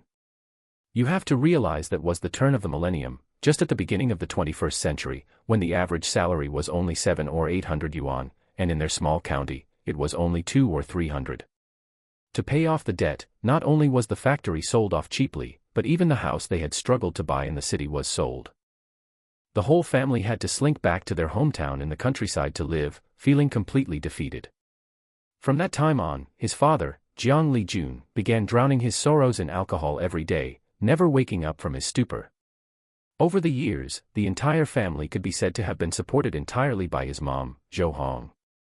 Zhou Hong shook her head and casually changed the subject. Forget it, let's not talk about her. Where is your little sister? Tell her to come out. She's been at your place for so long and hasn't returned a single call. Does she still care about me as her mother? Her voice clearly carried a hint of resentment. Jiang Lang's eyebrow twitched slightly, and he said calmly. That little sister is already asleep. I'll have her call you tomorrow, okay? Sigh. Fine, you go to sleep early too, I'm hanging up. Zhou Hong didn't suspect anything else, waved her hand, and was about to hang up the phone.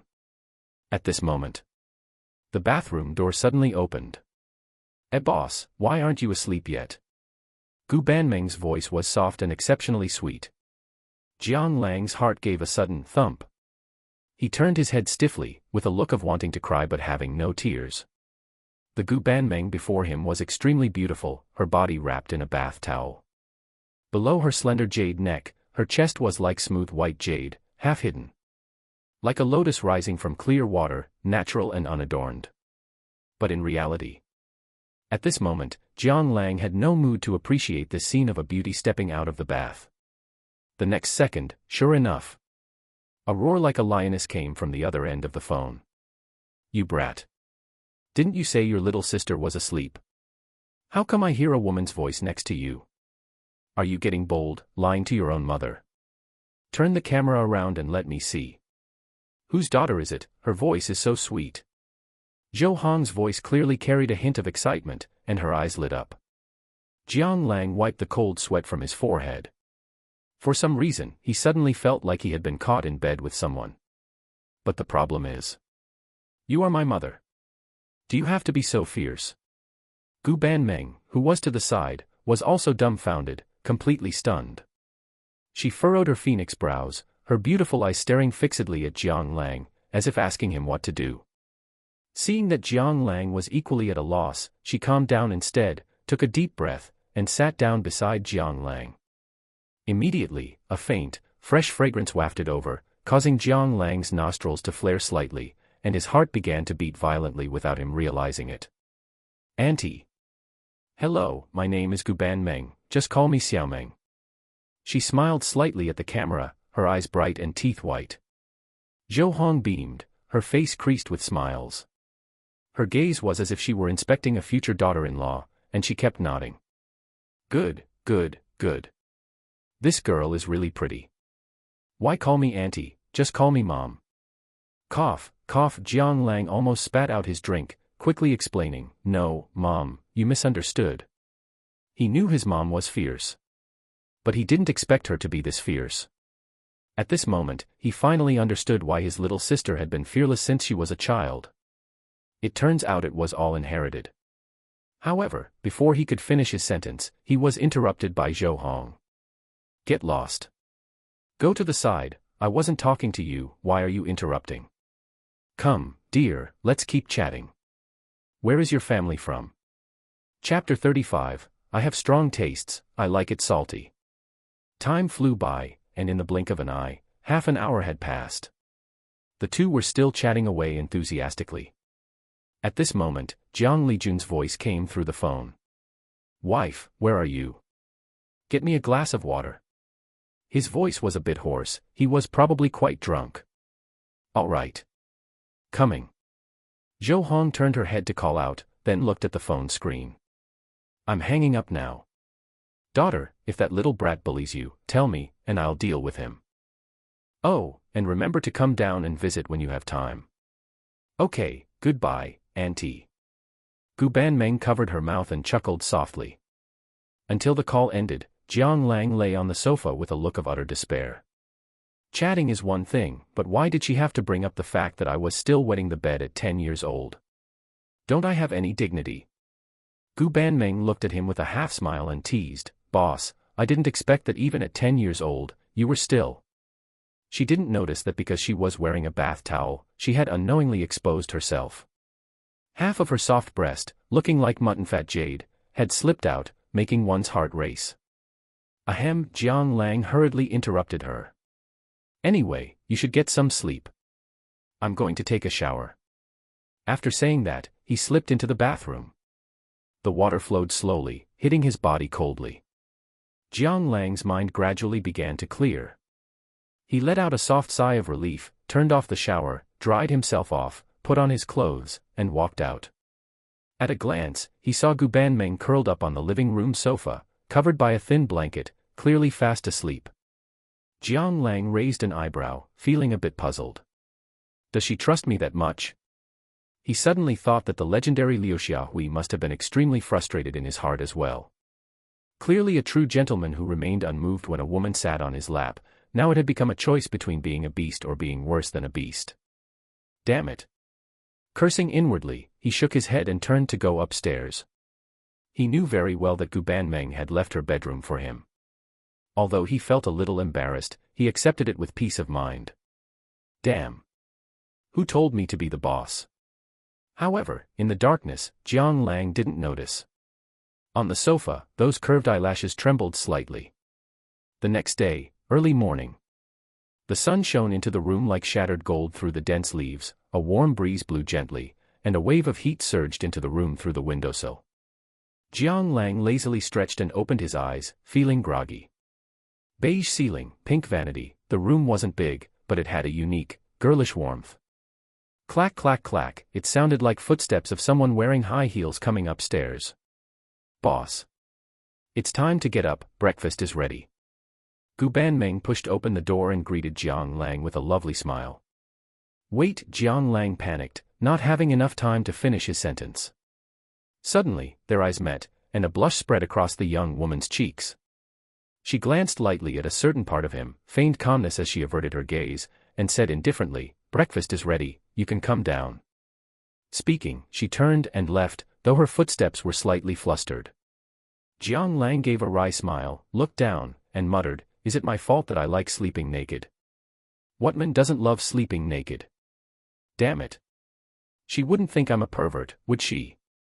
He gestured carelessly with his hands and got out of bed. After getting dressed, he braced himself and went downstairs. Ah, you're up pretty early. Jiang Lang greeted her awkwardly. Gu Banming glanced at him lightly, turned into the kitchen, and brought out a bowl of beef noodles, placing it in front of Jiang Lang. There weren't many ingredients, so I just made a simple bowl of noodles. Her voice sounded apologetic. The aroma lingered, filled with the fresh scent of beef, greens, white noodles, and soup stock, hitting his nose instantly. Damn. It smells so good. Jiang Lang's eyes showed some surprise. He looked at Gu Banming with new respect. He didn't expect such a big CEO to know how to cook. Although it was just a simple bowl of beef noodles, by observing the small details, one could see the truth, her cooking skills were likely not simple. Whoever marries you will be happy, you can handle the parlor and the kitchen, he couldn't help but exclaim, shaking his head. Gu Banming's cheeks were smiling, she was clearly very pleased with Jiang Lang's praise. Try it first, stop praising me. Alright then, I'm digging in. Jiang Lang replied casually and picked up his chopsticks to take a bite. The noodles mixed with the rich beef broth were swallowed whole, the fragrance lingering on his tongue. Your technique is pretty good, though the taste is a little too salty. Jiang Lang nodded and commented. Really? Maybe I put in too much salt. I'll make another bowl. Gu Banming looked panicked, her voice rising slightly. Jiang Lang shook his head and said casually, it's fine, I have strong tastes. If it isn't salty, I don't like eating it. Slurp slurp, the soup was wiped clean by Jiang Lang. He patted his stomach, looking satisfied. Gu Banming watched and smiled to herself. After cleaning up the bowls and chopsticks, she said indifferently, boss, can we go now? Jiang Lang asked, puzzled, go. Go where? Gu Banming's voice sounded a bit resentful, boss. You don't have to go to work, but I still have to. Also, did you forget what you said yesterday? The blueprint Jiang Lang had painted made her blood boil, she couldn't wait to return to the company, gather the team, and get to work. Once successful, life would truly take off. Jiang Lang laughed sheepishly, all right. Let's go, go. Downstairs at the apartment complex. Gu Banming sat in the Audi A4, looking at Jiang Lang and asking, boss, are you sure you don't need me to drive you? No need, go back to the company yourself. Okay, then I'll be going. Watching Gu Banming leave, Jiang Lang stood on the side of the street, shrugged his shoulders, and was just about to head home to catch some more sleep. The phone rang, ring-a-ling. Hello. Who is this? Brother Lang. It's me, Song Chenggu. The test race is today. Are you coming or not? Song Chengwu's voice was anxious. Jiang Lang yawned and said lazily, I'll send you my location, come and pick me up. That girl Zhao Yanyu still hasn't returned my car. Zhao Yanyu. Miss Zhao. Yeah. Alright, I'm coming over now, wait a bit. Hanging up the phone, Jiang Lang frowned slightly. He felt he should buy a few more cars. Once the car is borrowed, he has to rely on his own 2 feet, it completely fails to reflect the status of a godly tycoon. Shanghai, Tianma Circuit. The track is 2.063 kilometers long with 14 turns. It is one of only 2 professional racetracks in the Yangtze River Delta region. It is a holy land for testing cars, practicing, playing with cars, and racing, and is the most popular racing market in the Yangtze River Delta region. Damn. Why hasn't he arrived yet? The eldest son of the Zhao family, Zhao Jinglong, looked at the scorching sun overhead and muttered to himself. He turned his head and shouted into the crowd, "Lao Wan, call your brother and tell him to hurry up, it starts in half an hour."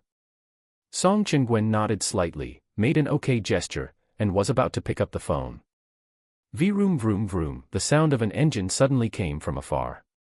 That was the unique roar of a supercar, like a sleeping beast waking up. Every time it sounded, it made one's heart race.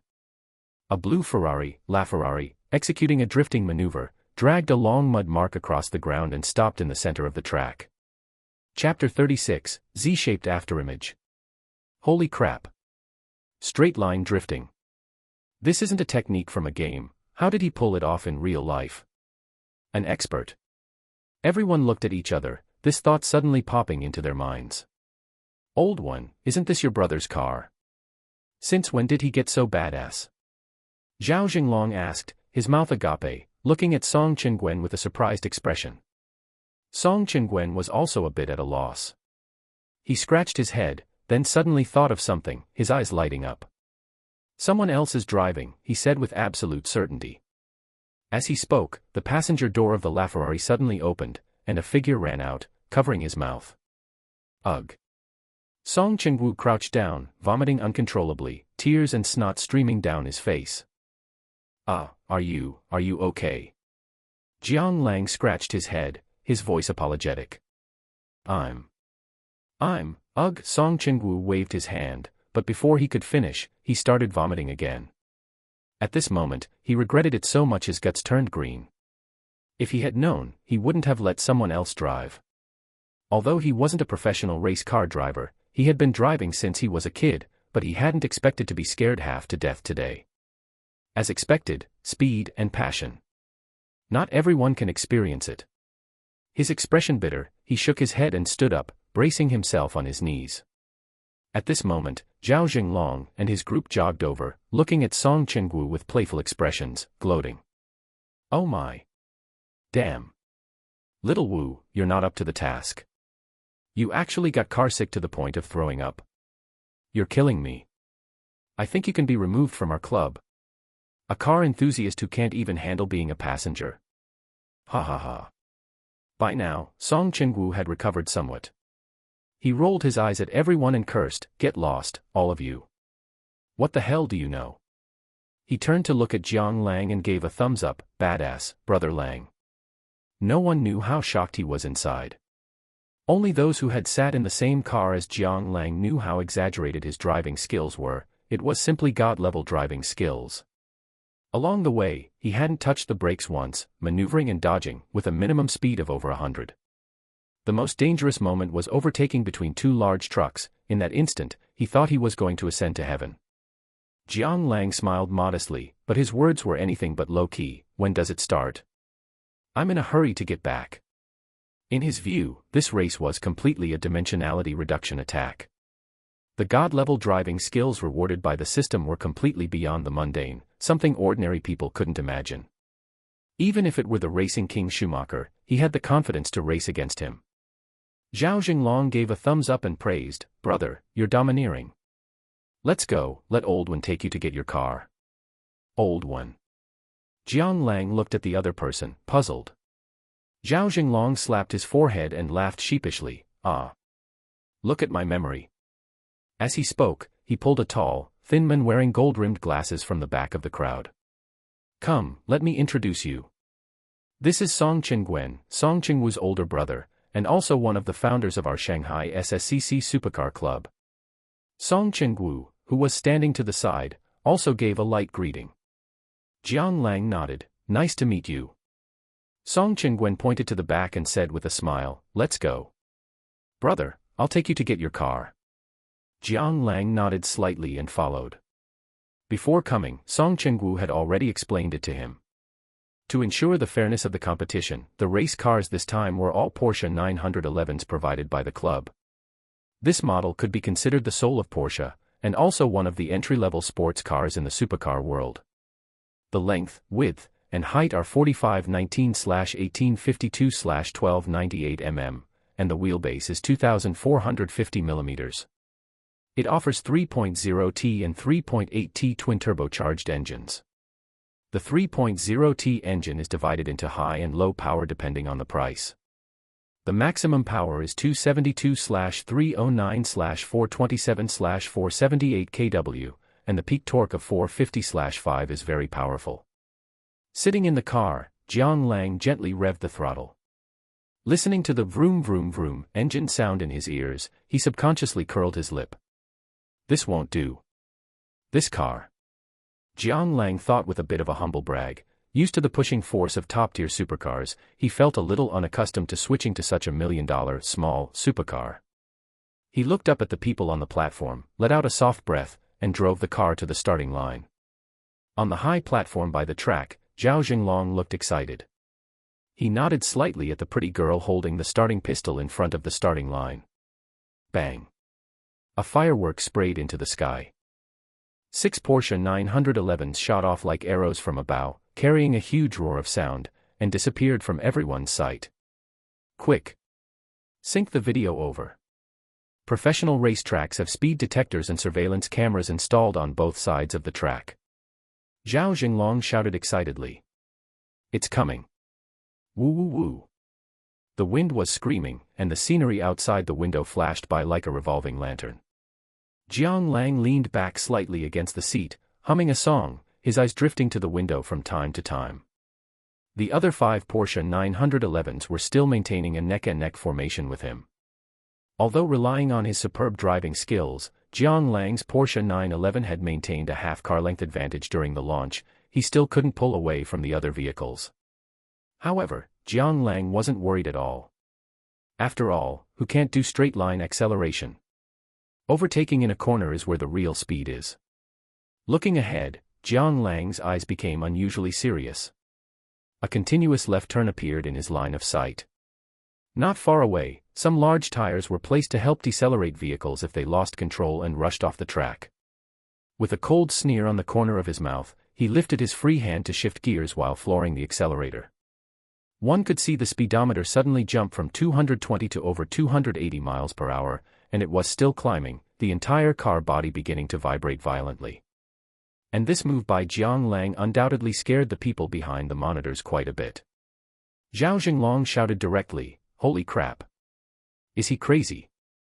He actually wants to accelerate through such a big continuous turn." Song Chingwen also frowned and spoke into the walkie-talkie, "Rescue team, pay attention. Go check the first continuous turn track." Meanwhile, some of the racers competing on the same track as Jiang Lang were also stunned. They looked at the Porsche in front with disbelief, only one thought in their minds. This guy is really not afraid of death. Jiang Lang didn't know what the others were thinking.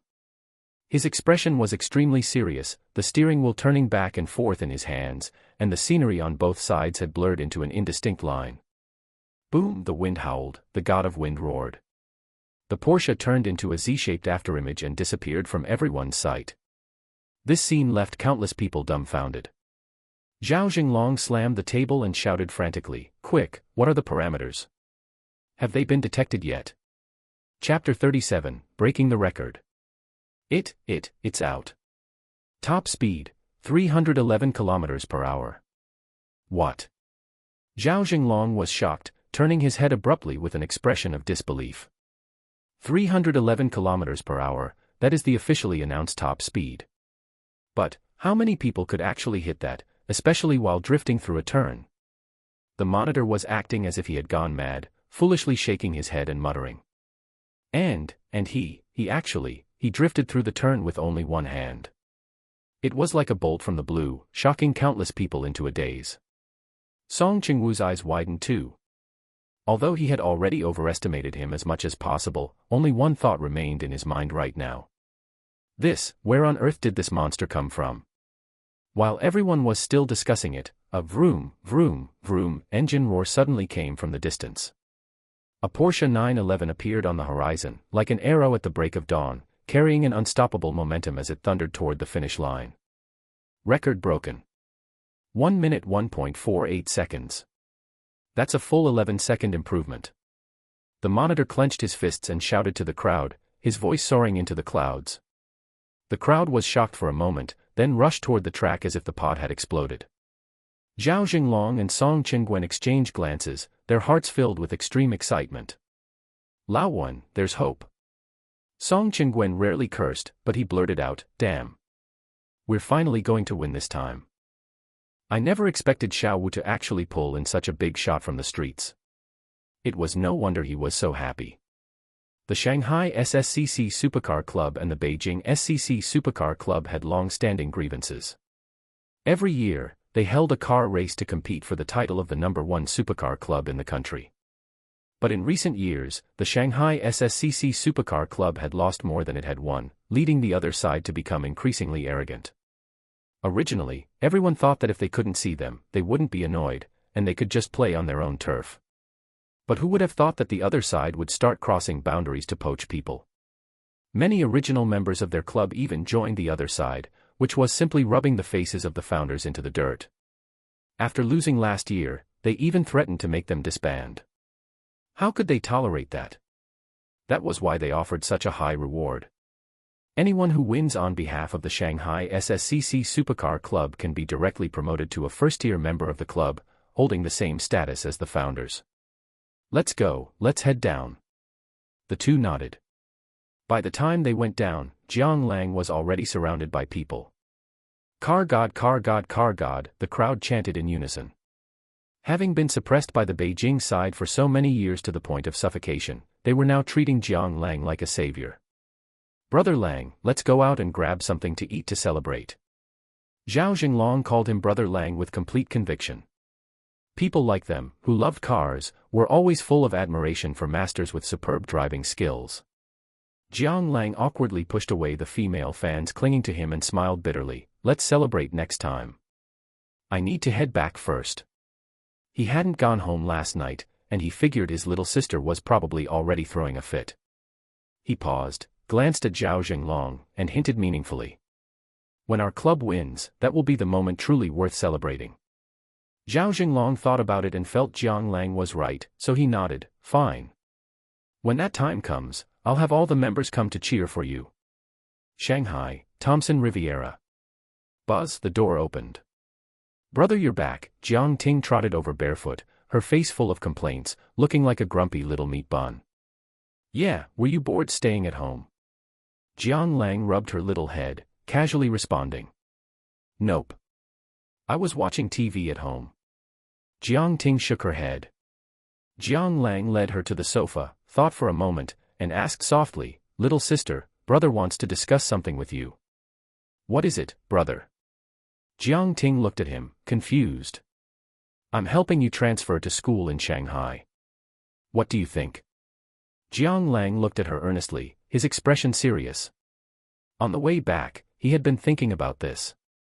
Currently, he had activated 3 missions: the Godly Tycoon's Princess, the Godly Tycoon's Fury, and the Godly Tycoon's Killing Intent. Among them, the simplest and most cost-effective mission was the Godly Tycoon's Princess. Once completed, the 32% stake in Louis Vuitton would allow him to leap to become the richest person in the world. Compared to the other 2 rewards, some island and a bodyguard company, it was far more powerful. Jiang Ting furrowed her brows and nodded slowly. "It's possible, but why, brother?" Jiang Lang casually brushed it off. "Brother has money now. Not just you, but mom and dad need to be brought up here too. Wouldn't it be nice for the whole family to live in a big city?" Jiang Ting nodded. "Okay, brother, I'll listen to you." She had no reason to refuse, and besides, she also wanted to live in Shanghai. Many people eventually fled Shanghai because they were suffocated by the pressure of life. But she didn't have to worry about these problems. After experiencing the shopping incident last time, she knew that her brother was someone who absolutely didn't lack money.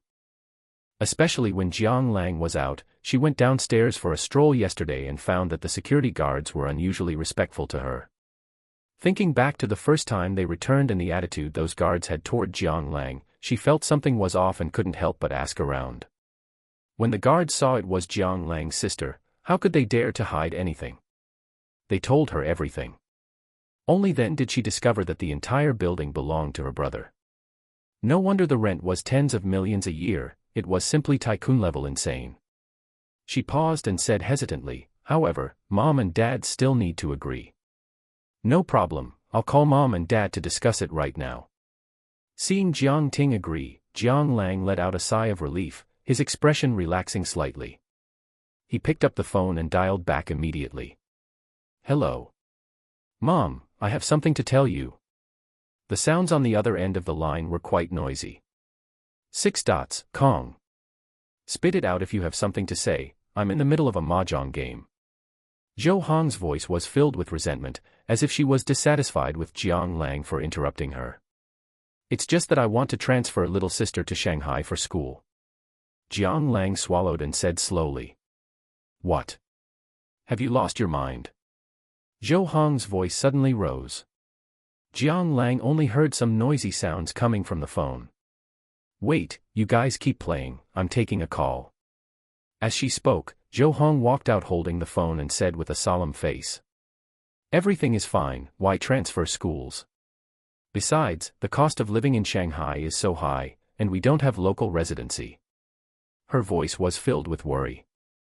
Jiang Lang also became serious, his voice extremely solemn. Mom.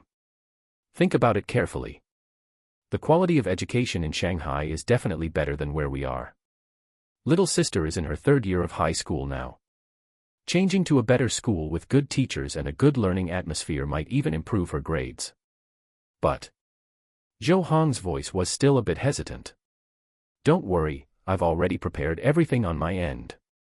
I just need your approval.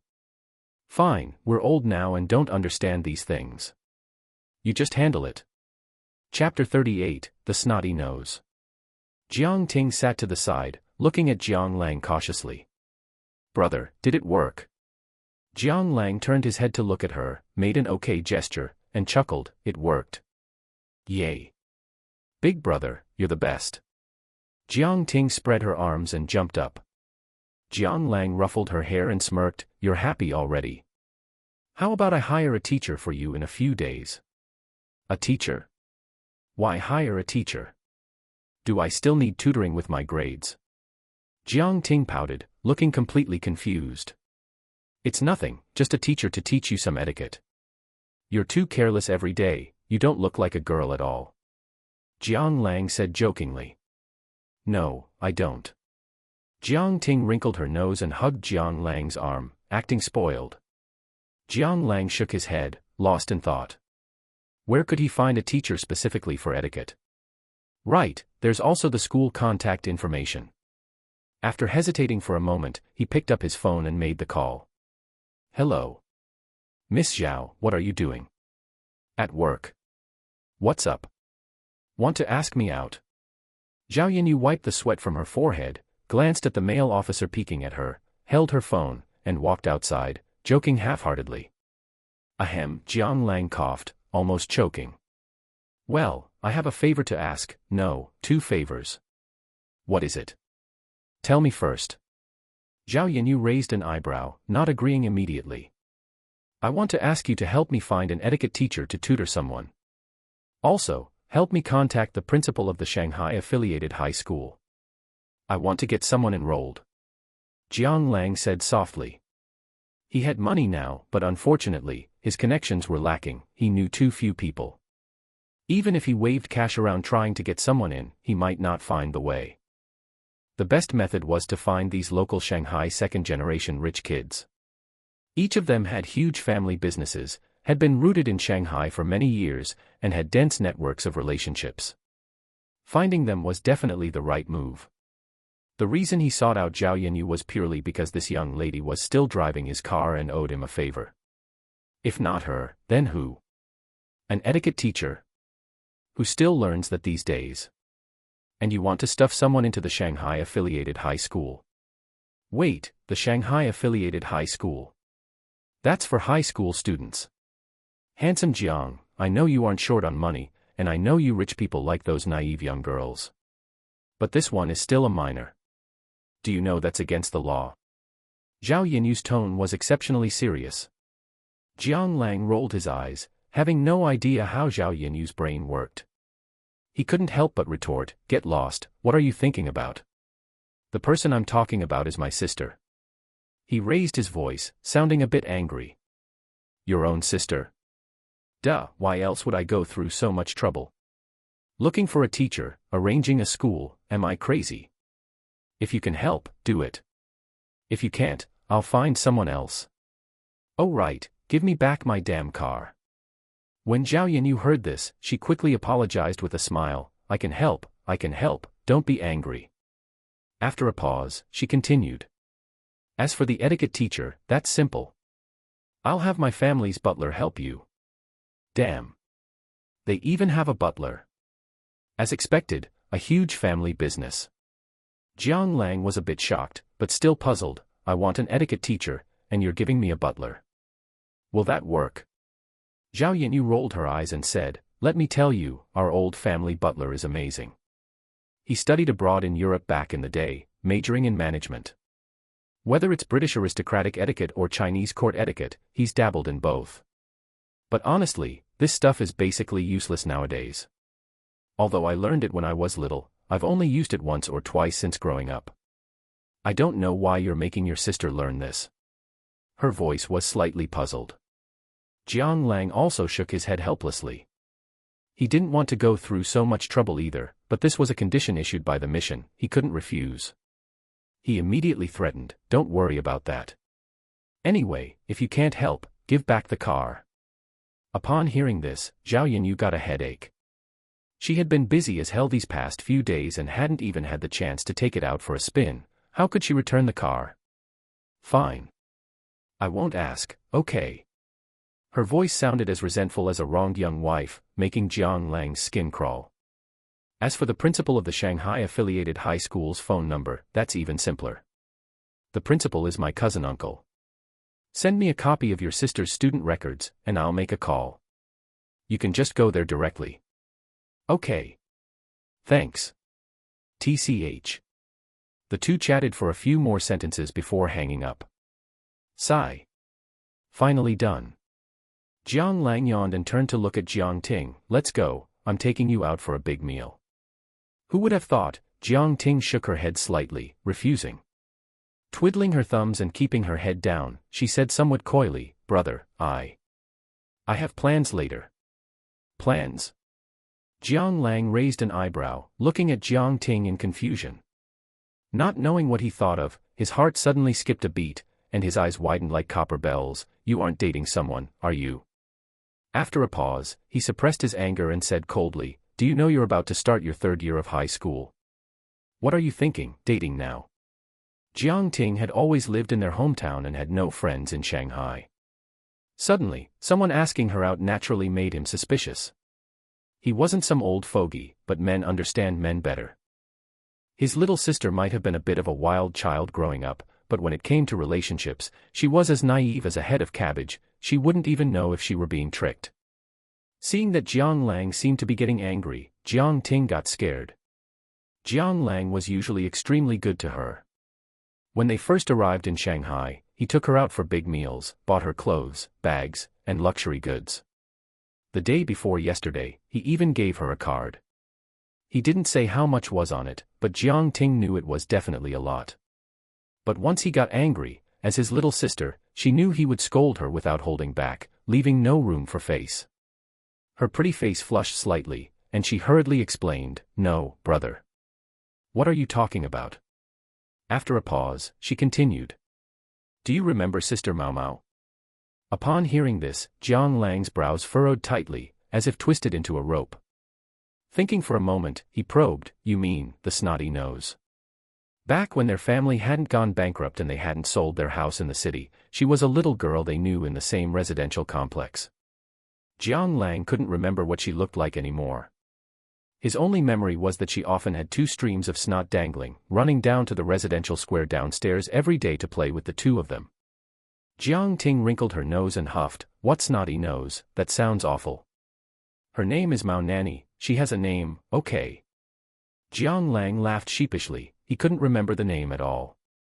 Jiang Ting rolled her eyes at him again, annoyed, and said calmly, back then, after we moved back to our hometown, Sister Mao Mao's family also moved to Shanghai. However, I've always kept in touch with Sister Mao Mao. A few days ago, when she found out I came to Shanghai, she kept wanting to ask me out for a get-together. Jiang Lang nodded slightly, his mood relaxing a little. But he was still a bit worried, but, you haven't seen each other for so many years. His voice hesitated, and he didn't continue. It wasn't that he was making a big deal out of nothing. You can know a person's face but not their heart. After not seeing each other for so many years, who knew what she had become or what kind of tricks she was up to? Jiang Ting patted Jiang Lang's shoulder like a little adult and said carelessly, "Don't worry, don't worry. Shanghai's public security is so good, what could happen? Besides, I'm just going to meet up, catch up on old times, and I'll come back right after we finish talking." Chapter 39, The Three Holy Cars. Jiang Lang thought for a moment, nodded slightly, and gave a simple instruction. "Fine. Call me if anything happens." He had no reason to refuse, and besides, he wanted Jiang Ting to make more friends in Shanghai, otherwise, staying home alone all the time would probably drive her crazy. Jiang Ting waved at him with a beaming smile. "All right, big brother, bye-bye." As Jiang Ting left, the room became quiet. In the empty living room, Jiang Lang was all alone, and a feeling of extreme loneliness instantly welled up in his heart. A house that's too big isn't necessarily a good thing, Jiang Lang murmured. Just then, his phone vibrated, bzz, bzz, bzz. Jiang Lang picked it up to take a look. It was a message from ECU. "Brother Lang, tomorrow is a holiday. I'd like to treat you to dinner in the evening, is that okay?" Jiang Lang raised an eyebrow. He was feeling bored, so he thought for a moment and typed back, "Fine. I'll come pick you up in the evening." After typing, he suddenly froze. It seemed, he didn't have a car. He checked the time, it was exactly 12 p.m. He put his phone away and turned to go downstairs. He planned to take this time to go to a 4S dealership and pick out a car for transportation. Meanwhile, at the Shanghai Arts Academy, girls' dormitory. Ye ECU looked at the reply on her phone, her hand subconsciously clenching, her joy evident on her face. Wei Hongling, who was nearby, saw this and couldn't help teasing her. "What's wrong, Xiao Yi? Look how happy you are." "I'm not," ECU said shyly, then looked up at Wei Hongling and pleaded pitifully, "Sister Wei, could you help me with my makeup later?" Wei Hongling was taken aback. Although her little friend was very delicate, especially with those fox-like eyes that seemed to hold a spring-like charm, she was very alluring. But ECU never wore makeup and didn't really know how to apply it, perhaps due to her family background, she hadn't been exposed to it growing up. Even when she was live streaming, she had never seen it. Why was she making such a big deal of it this time? She couldn't help but ask, "What's gotten into you? Before, when I tried to teach you, you didn't even want to learn." ECU stuck out her tongue and said shyly, "I'm going to meet someone later, so I want to dress up a bit." Wei Hongling looked at her in surprise, her red lips slightly parted. "Who is it?" "Worthy of our Shanghai Arts Academy's campus beauty, ECU, being so serious. Is it a boyfriend?" "Wait, that's not right. I remember you don't have a boyfriend. Are you dating in secret?" ECU shook her head and said softly, "Oh. It's the one you know, the fan who has been in my live stream room for a year, that big godly tycoon." She didn't intend to hide it from her, and besides, she couldn't. Wei Hongling was the one who had introduced her to live streaming in the first place. If it weren't for her, she wouldn't have had the chance to get to where she was today. Jianghu #1 wave. Wei Hongling's eyes suddenly widened, and she blurted it out. "Holy cow. That big godly tycoon is finally willing to meet you." With a hint of envy in her voice, Wei Hongling teased, "It seems our campus beauty will be a lamb entering the tiger's den tonight." ECU gently tapped her, huffing coyly, "Sister Wei, what are you saying?" Her voice dragged on so long that it gave anyone listening goosebumps. Wei Hongling shuddered and quickly said, "Stop, stop, stop. It's just makeup, right? Sit down, I'll make sure you look beautiful tonight and charm him to death." Shanghai Auto Exhibition Center. Jiang Lang was lucky. He originally intended to just find any 4S dealership to buy a car. A quick search online revealed that Shanghai was hosting an auto show today. Besides some new cars from major brands, there were also many luxury sedans on display. He didn't hesitate, hailed a taxi, and rushed over. At this moment, the entire exhibition center was packed tight. In addition to numerous visitors, many media outlets had arrived upon hearing the news, and camera flashes were going off repeatedly. "Damn. That chick is really nice. Holy crap, Those legs are long enough. She'd look hot in black stockings. These photographers are so sleazy, they're crawling on the ground, trying to take upskirt photos. Psy makes me want to learn photography. Listening to the guy next to him spouting off, Jiang Lang shook his head helplessly. The reason the auto show attracted so many people, besides the cars, was the sexy car models with curvy figures and super short uniforms, who were the favorites of many old veterans. Especially in recent years, with the development of the times, the clothes on the car models had become shorter and shorter, the scale getting bolder, with even see-through outfits. Therefore, people often joked that the auto show was a meat market. As long as you came, you were guaranteed a feast for the eyes. However, it was indeed exciting. Jiang Lang glanced at a car model in front who was only wearing 2 pieces of black rags on her upper body, and nodded to himself. Suddenly, someone in the crowd exclaimed, "Holy crap! The big stuff is here. Holy crap, what car is this? It's so damn beautiful. Damn, you don't even recognize the 3 holy cars. Did you just come to loiter?" Jiang Lang was also interested. This auto show wasn't small, but it wasn't huge either. He had been wandering around for a while but hadn't found anything he liked. But, the fact that the 3 holy cars had appeared was something he couldn't miss. Anyone who had followed the supercar scene would definitely have heard of them, and no one could dislike these 3 models. They were the Porsche 918, the Ferrari LaFerrari, and the McLaren P1. The reason they were playfully called the 3 holy cars was, first, these 3 supercars were basically released at the same time, and each model cost over 10 million. Second, all 3 models were limited editions. The Porsche 918, as the name suggests, was limited to 918 units worldwide. The Ferrari LaFerrari, also known as the LaFerrari, was limited to 499 units, and the McLaren P1 was limited to 375 units. They were the world-recognized 3 holy cars, and the name was well-deserved. Without hesitation, Jiang Lang followed along. After finally squeezing in, 3 top-tier sports cars with different designs and distinct auras appeared in his line of sight.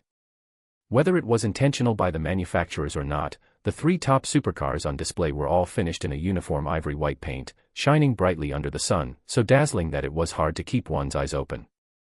Click click, the sound of cameras never stopped. Countless people were discussing, their expressions full of excitement. Holy crap! It really is the 3 holy cars. This auto show visit was worth it. They're all pure white, the manufacturers are really going all out. If I could own one, I could die without regrets. Keep dreaming, every one of them costs over 10 million. Us ordinary people should just be happy looking at them. Oh, come on. This girl doesn't know any better. Stand back, don't block our view of the cars. Right. Move away so I can take pictures. In front of the 3 holy cars, especially with the rare sight of 3 pure white ones in the same frame, even the sexy car models couldn't dampen people's enthusiasm. The 3 little car models, feeling aggrieved, hid to one side. Jiang Lang was overjoyed at the sight, and ignoring the security guard's obstruction, he walked right up. "Where's the manager? Come out, I want to buy a car." His voice wasn't loud, but it made the previously noisy surroundings instantly fall silent. Chapter 40 Bugatti La Voiture Noire. The crowd fell silent, and even the camera flashes stopped. Suddenly, a snicker rang out, puffed. As if triggering a chain reaction, bursts of ha-ha-ha laughter followed one after another. "You're killing me, coming here just to act cool. Kid, haven't you woken up yet? This isn't a place for you. Any one of these costs tens of millions. What are you going to buy it with, a hammer? Listen to me, get down here quickly. If you want to buy something, go to the back, there are cars for over 100,000 there that fit you perfectly." The crowd jeered, looking on as if watching a spectacle. Jiang Lang's expression remained unchanged, though his brow twitched slightly. He turned to look around, his voice sounding somewhat impatient. "Where is the manager? You brought these cars out for the auto show, are they not for sale?" As soon as he said this, it provoked another roar of laughter from the crowd. "He's killing me. He's still acting cool. Just leave already. Damn it, you're making a fool of yourself. Manager, come out quick. A big client is here." Someone egged him on, feeling that the commotion wasn't lively enough. Jiang Lang's expression darkened. Naturally, he liked these 3 luxury cars, but he didn't want to be stared at like a monkey. I'm buying a car, what business is it of yours? Is it really worth getting so worked up over? He muttered to himself, hesitating whether he should just leave. Suddenly, the system prompt rang out in his mind. Ding detected that the host is being mocked by the crowd. Initiating new mission. Mission, slap the faces of the onlookers. A godly tycoon cannot be insulted. Even if these are just ignorant, ordinary people, if you leave now, you will only become the laughingstock of their after-dinner conversations. Condition, purchase the 3 holy cars. Reward, Bugatti La Voiture Noire. Jiang Lang's eyes lit up slightly. If the 3 holy cars could still be bought with some effort, something like the Bugatti La Voiture Noire wasn't something you could just get by thinking of a way. For one, this car was ridiculously expensive. The 3 holy cars were like budget cars compared to it, even more extravagant than Jiang Lang's original Lamborghini Veneno. The selling price already exceeded 100 million, and the domestic on-the-road price was close to 300 million. It was simply outrageous. What was even more outrageous was that this car was even more limited than the Lamborghini Veneno. At least the Veneno had 14 units, but this car currently only had 1 in the world. You couldn't buy it even with money. Jiang Lang had originally wanted to buy the 3 holy cars, and now he was also being rewarded with a dream car. If it weren't for these people who love to stir up trouble, he probably wouldn't have had the chance to obtain the Bugatti La Voiture Noire. At this moment, he didn't know whether to laugh or cry. The steps he had originally intended to take stopped right where he stood.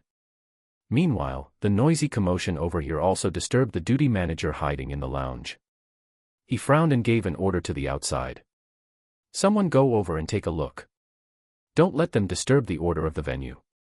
Before he could finish, a young woman wearing glasses trotted over and shouted inside, "Manager, it's bad. Someone is causing a scene where we have the 3 holy cars displayed." The manager's expression changed, turning deathly pale in a flash. He had repeatedly stressed that nothing could go wrong at the display of the 3 holy cars. If they got even a tiny scratch, the repair fees would be hundreds of thousands. Not daring to hesitate, he quickly stood up and roared, "Everyone, move." On the other side, Jiang Lang looked at the auto show security guards surrounding him, his brows furrowed and his eyes slightly cold. He didn't know which idiot had called the security guards. The fact that they wanted to kick him out really pissed him off. "Kid, if you don't leave now, I'm going to take action. This is not a place where you can cause trouble." The people capable of hosting an auto show naturally had influence that ordinary people couldn't compare to, but Jiang Lang wasn't going to indulge them.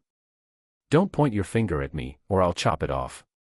He slapped the man's right hand away, his voice cold, a sharp glint flashing in his eyes. "Hey you little brat, you refuse a toast only to be forced to drink a forfeit." The security captain was instantly enraged. He gritted his teeth as he spoke, but as he continued, his voice involuntarily grew weaker.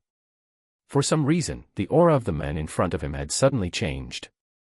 It was like a sword drawn from its scabbard, suddenly unsheathed. The aura was sharp, cold, and piercing. It was like their big boss at the auto show. No, it was different from their big boss. If the big boss was a smiling tiger in business, this person was like a seasoned underworld big shot. He lowered his head slightly, his voice trembling. You come here to cause trouble, and you're still so arrogant." Jiang Lang raised an eyebrow slightly. Seeing the security captain suddenly turn into a coward, he felt a bit surprised. "What's going on? Am I that formidable now? Just by releasing my kingly aura, everyone retreats. No, it's the big shot title taking effect. A hidden effect." He was a bit confused, but now wasn't the time to think it over. At this moment, a group of footsteps, thump, thump, thump, came from the distance. "What are you doing?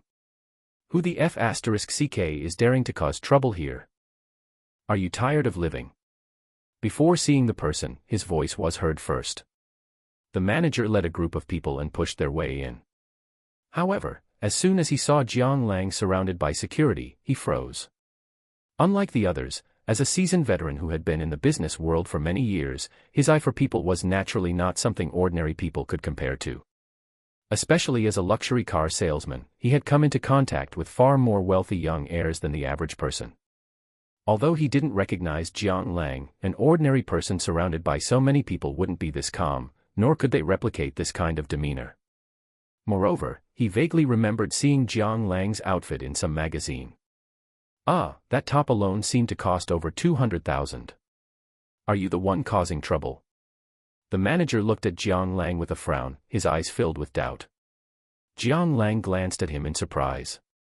This person had a good eye, he immediately saw that I was extraordinary. He shook his head gently. I'm not here to cause trouble.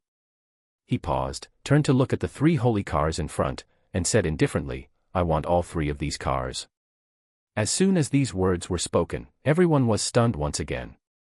Holy sh*t. This kid really is bragging without even drafting it. Someone who knew the market said directly, just the Ferrari LaFerrari alone. One of them exceeds 50 million, the 3 of them combined probably exceed 100 million. This kid can really brag. If he can buy all 3 at once, I'll eat sh*t while doing a handstand. I'll livestream myself f*king an electric fan on the 5th setting. I don't believe it either. I'll livestream chopping off my d*ck. The crowd discussed among themselves, but Jiang Lang had no intention of looking up to explain. He just calmly took out a card from his inner jacket pocket and handed it over. Swipe the card. The manager couldn't help but swallow. He stared fixedly at the bank card but didn't take it. He pursed his lips and said with a trembling voice, there are still optional configurations. Jiang Lang raised an eyebrow, his voice indifferent, just max out all the configurations for me. Pick the most expensive ones available. Oh okay, his voice was a bit shaky. After trembling as he took the card, he bowed respectfully to Jiang Lang. And this scene made the onlookers feel that something was not quite right. Holy sh*t. Could we have actually run into a godly tycoon? Chapter 41, Rich and Not Handsome. Ding, card payment successful, 120 million yuan received. The harsh sound made countless people's expressions change rapidly, turning uncertain and quite comical. Holy crap. It actually worked. I thought he was an idiot, but I didn't expect him to be a real badass. 120 million. Just like that. Wait, where's that guy who said he'd do a handstand and eat shit? And the one who said he'd livestream himself fucking an electric fan, don't run. At this moment, someone rubbed their eyes, staring fixedly at Jiang Lang, and suddenly exclaimed in surprise, damn. Don't you guys think this guy looks a bit familiar? What do you mean? Wait a second, let me look it up. The person speaking quickly scrolled through their phone, as if searching for something. Found it. Isn't this the godly tycoon who caused such an uproar on the internet a while ago? He held up his phone, as if showing off. Damn, I found it too. The big shot who went crazy spending 50 million on luxury goods, almost emptied out the luxury store, and this hasn't just happened once. Damn, adding this time, it hasn't even been half a month, and he's already spent over 200 million. I've already said enough about being envious. The crowd was in an uproar again. Someone uploaded the video to the internet, sparking another heated discussion. Godly tycoon reappears. Wildly splurges 120 million. 3 legendary cars appear at the auto show. Everyone wailing in unison. Exposing the mysterious big shot's true identity, check it out. Impressive, impressive. Who on earth is this guy? Which wealthy second-generation heir is this? His spending is truly exaggerated. With so much money, he doesn't even know to donate some to people in impoverished mountain areas. It must be ill-gotten gains. I think so too. Look at how lavishly he spends, he must be profiting from others' misery. 666. The person above is an idiot, verified. Spreading rumors isn't illegal, right? Reported. +1. Haters, get lost. It's his own money, he can spend it however he wants. Does his wealth bother you? The manager respectfully held the card with both hands and handed it over. Sir, your card. His voice trembled slightly, and he was incredibly excited inside. This was practically the god of wealth. From this single transaction alone, his commission would be over $1 million. If he weren't a man, he would have wanted to offer himself right then and there. Wait, no. Being a man might be okay too, it's just, Ding, mission complete, reward has been distributed. Ding, Bugatti La Voiture Noire has been parked in parking spot 01 at the auto show city, please collect it in time. Jiang Lang's expression was extremely indifferent as he avoided the other person's gaze. For some reason, he suddenly felt that this person's gaze was a little scary. He gave a light hum through his nose. After taking the card, he frowned and looked around. Have the card delivered to Thompson Riviera for me. If he had been somewhat interested in the 3 legendary cars before, now he just wanted to try out this top-tier supercar ceiling, the world's most expensive Bugatti La Voiture Noire, to see just how awesome it really was. Understood, I will contact you by phone then. The manager hurriedly bowed and scraped. Jiang Lang shook his head indifferently and turned to leave. He made his way to the underground parking lot, which was already deserted. Most people were busy watching the auto show. Unfortunately, no one knew. A top-tier global supercar, the dream car of countless people, was sitting alone in the underground parking lot. Fucking handsome. Looking ahead, Jiang Lang couldn't help but exclaim. Even when he first saw the Lamborghini Veneno, he hadn't been this shocked. The entire body was streamlined, crafted from pure handmade carbon fiber, with aerodynamic design. It had frameless doors, a continuous taillight, and was equipped with 6 exhaust pipes. The interior was made of aerospace-grade materials and carbon fiber composites, and the wheels were created using 3D printing technology. 8.0 LW16 quad-turbocharged engine, 0 to 100 km per hour acceleration in just 2.4 s, maximum horsepower of 1500, and a top speed that could reach a terrifying 420 km per hour. Bugatti La Voiture Noire. It was like a bolt of lightning in the dark night, the strongest supercar on the planet. He got in the car, started the ignition. The vroom vroom sound waves filled his ears, and the intense G-force made his adrenaline soar. Vroom, he floored the gas pedal, and the Bugatti La Voiture Noire disappeared from the underground parking lot. Shanghai Arts Academy, main gate. ECU was wearing a light white dress, her face adorned with exquisite, light makeup, a smile on the corners of her mouth, and eyes as clear as water. She stood at the school gate, turning her head to look into the distance along the street. The fresh, natural aura radiating from within her painted a beautiful, refreshing picture. Countless students entering and leaving the school had wandering gazes. Ouch, damn. A man accidentally stared too hard, bumped into a railing, and rubbed his head while complaining, making a fool of himself. There were also women twisting their boyfriends' ears, angrily scolding, "What are you looking at? No, take it easy, it hurts." The boyfriend winced in pain, but his eyes still unconsciously drifted toward the picturesque woman at the school gate. Some people gathered in a corner, discussing animatedly. "Hey, who do you think our academy's commoner campus belle is waiting for?" "I don't know. It's the first time I've seen ECU dressed up like this, she's damn beautiful." Someone said, drooling, their eyeballs almost popping out. "Commoner campus belle, my foot. Did you see that bag in her hand? You can't get that for less than 30,000. Someone pursed their lips dismissively. Holy crap, really? It was no wonder others were skeptical. The title of Commoner Campus Belle for ECU had been around for a long time, and everyone knew that this great beauty's family situation was not good. Could she have been kept by someone? Sigh, my goddess, she has ultimately walked down such a path of no return. The tough guys collectively sighed in grief. At this moment, someone explained, "What kind of nonsense is that? Don't you guys watch live streams? She is very famous now, one of the top streamers on Huya. Holy crap. Is being a streamer that profitable? Duh, the top ones have no problem making 100 million a year." Sigh. Comparing people to people is infuriating. If I go simp for her now, is it too late?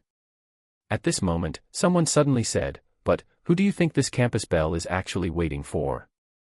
Just as they were speaking, the street corner at the main gate suddenly lit up with bright headlights, blinding people, and the sound of a vroom vroom engines came from afar. A white Porsche 911 pulled up at the main gate. Click, the door opened, and a young playboy with dyed yellow hair and flashy clothes stepped out, holding a bouquet of flowers. "ECU, will you be my girlfriend?" His voice was loud, instantly attracting the attention of countless people. Damn. Who is this guy? He looks quite handsome. A girl wearing glasses, acting like a fangirl, stared fixedly at the yellow-haired man. "I don't know, he doesn't look like he's from our academy. And he's driving a supercar, he has so much charisma." The man beside her couldn't help but curl his lip. "You call this handsome? He's as thin as a bamboo pole, and he dyed his hair yellow. Do you just call anyone handsome because they have money?" The girl with glasses looked at him in confusion, rich and not handsome.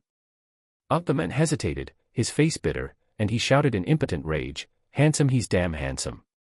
Chapter 42, Returning to the Bund. On the other side. ECU looked at the men in front of her, her expression somewhat unpleasant as she bit her lip and spoke. "Huang Gaofei, I've already said it. I don't like you. Can you please stop pestering me?" Huang Gaofei looked incredulous as he said, "Why? I'm so rich, and you still don't like me." ECU curled her lips and said nothing more. Huang Gaofei was a new tycoon who had appeared after her live stream became popular. She had rejected him several times, both implicitly and explicitly. But she hadn't expected him to be like sticky candy, clinging to her and refusing to let go. She liked money, that was true. Or rather, no one dislikes money. But looking at the acne scars on Huang Gaofei's face, the deeply sunken dark circles from excessive indulgence, and that scrawny, thin dog physique that looked like it would blow over in the wind, she realized that she did indeed have some backbone. Besides, no matter how rich he was, could he compare to Jiang No. 1 Wave, who had spent over 50 million in her livestream room? To be honest, she could afford a Porsche 911 worth over $1 million herself now. Her share from Huya had already arrived. Even though she hadn't signed with a guild before and only got a 50-50 split as a small streamer, she was now a wealthy woman with a net worth of over 25 million. Seeing that ECU wasn't speaking, Huang Gaofei grew anxious. His voice rose slightly, sounding exasperated. "Say something. If you don't like me, I can change." Ever since he first saw ECU, he had been struck by her beauty. Her looks and figure were even better than some big stars. He hadn't expected that after his relentless pursuit, she would still refuse him. It was truly infuriating. "She's just a streamer, what right does she have to reject me?" Thinking of this, he stepped forward and grabbed ECU, pulling and dragging her with an agitated expression. "What are you doing?" ECU screamed, her expression terrified as she tried to pull away with all her might. "I want to." Before he could finish his sentence. Roar, roar, roar.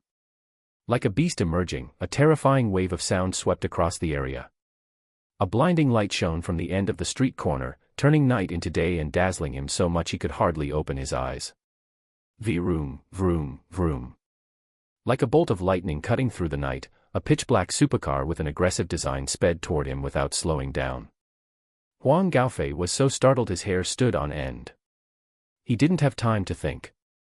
He shoved ECU away and scrambled to the side, falling flat on his face in the process. This scene left countless onlookers with their jaws dropped. Holy crap! A Bugatti La Voiture Noire. A supercar worth nearly 300 million domestically, the ceiling of the supercar world. Damn, which big shot is out today, someone who knew their cars couldn't help but exclaim. As students of the Shanghai Arts Academy, they often saw rich guys driving to the academy to pick up girls, Bentleys, Lamborghinis, Rolls-Royces. Whether they were million-level or even 10 million-level supercars, they had seen plenty. But something worth several hundred million.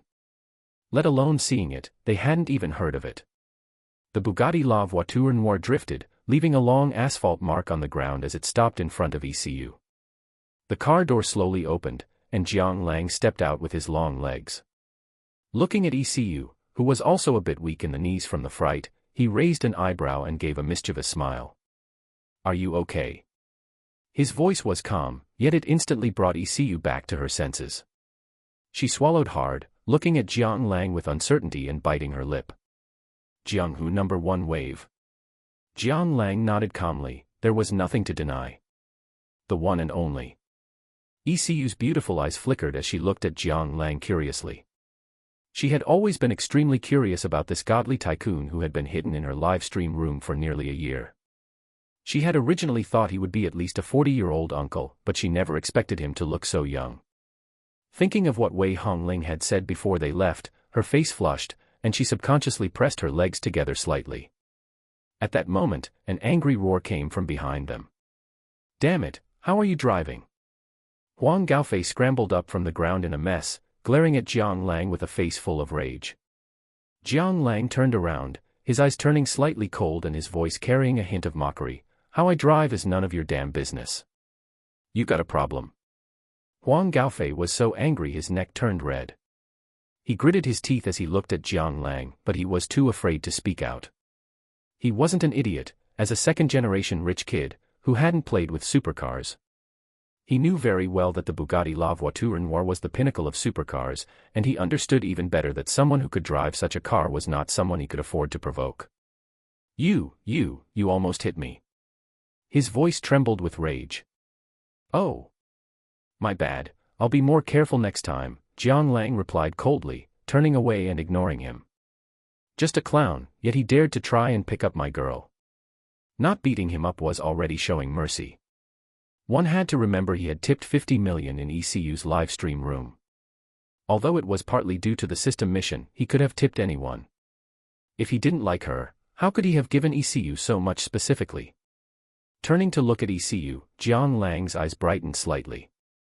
He hadn't expected the offline ECU to be so stunning, even more beautiful than in her live stream. "Let's go." He beckoned to ECU. "Ah, okay." ECU nodded her small head and followed Jiang Lang into the car. With another vroom vroom of the engine, the Bugatti La Voiture Noire vanished from everyone's sight. Inside the car, the atmosphere was a bit awkward and quiet. ECU shifted restlessly in her seat, stealing a glance at Jiang Lang. Observing him up close, she realized Jiang Lang was actually very handsome. His facial features were well-defined and deep, his nose bridge-high, and his skin a bronze tone. 2 buttons at the collar of his white shirt were undone, faintly revealing his collarbone and the firm lines of his chest muscles, making him look both wild and sexy. As a student at an arts academy, she saw many handsome guys, but most were pretty boys with delicate faces who focused on styling and clothes. A sunny and robustly built handsome man like Jiang Lang was extremely rare. Handsome and rich. What kind of divine man is this? Her heart fluttered like a trapped bird, and a blush crept onto her cheeks. Where to? While she was still daydreaming, Jiang Lang's cool voice drifted over. To the Bund, building number 3. I've already sent the location to your phone, ECU said, startled, as she timidly lowered her head in embarrassment. The Bund. Jiang Lang nodded, not surprised. In Shanghai, the Bund was a landmark attraction.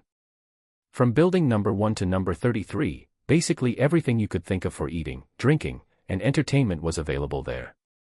The so-called 10-mile foreign settlement referred to this place. The ultraviolet restaurant Jiang Lang had visited before was in building number 18 of the Bund. Got it. Hold on tight. Jiang Lang nodded calmly, stepping on the gas and beginning to shift gears. Since when did this gear stick become so smooth? The feel was so good. Wait, that's not right. Why isn't the speed picking up? He looked down, and his eyes suddenly widened. A large, rough hand was pressed against a pair of long, fair, jade-like legs, rubbing them vigorously and leaving red marks. The owner of those beautiful legs was looking at him with a face full of shame and indignation, looking as delicate as a flower. Chapter 43, ECU's Gift. Magic City, the Bund 3. SZZ, the car door opened. Jiang Lang and a visibly shy ECU slowly stepped out of the car, as the sounds of surprise from countless people reached their ears. Holy crap, a Bugatti La Voiture Noire. Where did this godly tycoon come from? The girl in the luxury car, her legs really are white and long. Something's not right, why are her legs all red? This was the bustling metropolis, where luxury cars were countless. However, the appearance of the Bugatti La Voiture Noire still caused a sensation among the crowd, with some even pulling out their phones to take pictures. Jiang Lang ignored the crowd's chatter, merely glancing at ECU with slight embarrassment and a sheepish smile. Sorry about that. Thinking back to what happened inside the car earlier, even though Jiang Lang considered himself thick-skinned, he still couldn't quite handle it. ECU shook her head shyly, looked up ahead, her voice as soft as a mosquito's buzzing. We're here. She lowered her head and trotted forward to lead the way. Jiang Lang watched her back, shrugged, and smiled faintly. He subconsciously raised his right hand and murmured, "That felt pretty good." With that, he chased after her. The Bun 3, 7th floor, Wangjiang Pavilion. This place was once named one of the 50 most romantic places in the world by Private Geography magazine, and was also named one of the 20 essential experiences of a lifetime by the American magazine Traveler. World-renowned celebrities including Michael Schumacher, Beyoncé, Tom Cruise, and Halle Berry were all loyal fans. It was also where ECU was treating him today. As a little rich girl, she now had the confidence to spend money in such high-end establishments. The entire Wangjiang Pavilion was divided into 2 floors. The bottom floor could accommodate 8 guests at once, while the top floor was known as the most private dining area. There was only one dining table and one 2-seater sofa. On the dining table were exquisite crystal tableware and bright red roses, and looking up, one could see the 8-meter-high dome. Jiang Lang turned his head to look out the window. From this mini balcony that could only accommodate 2 people, one could take in the beautiful scenery on both sides of the Huangpu River. A holy land for couples, a place for proposals. He thought to himself, why did this girl bring him here to eat? Oh right, bring me another bottle of Romani Conti. Brother Lang, is there anything else you need? ECU put down the menu and glanced at the distracted Jiang Lang. No need, you can just arrange it. Jiang Lang shook his head indifferently. It had been said that a private environment is where men and women are most likely to open their hearts and let their feelings heat up. After a few glasses of red wine, ECU was already a bit tipsy. It was clear she wasn't much of a drinker. Brother Lang, I'll toast you, thank you, hiccup, ECU said, and as she spoke, she couldn't help but let out a burp. Jiang Lang frowned and pressed down on her wine glass. If you can't drink, then don't. ECU shook her head slowly, her voice filled with a sense of gratitude, the kind that was very earnest and sincere. No, I still have to thank you. If it weren't for you, I wouldn't be able to earn so much money now. Thank you for your support, boss, for letting me become a top streamer on Huya. She raised her glass and downed it in one gulp. Jiang Lang looked at her, finding it both funny and frustrating, and helplessly raised his glass to drink with her. ECU tapped her head with some effort, then turned and pulled a small blue gift box from her bag, handing it to Jiang Lang across the table.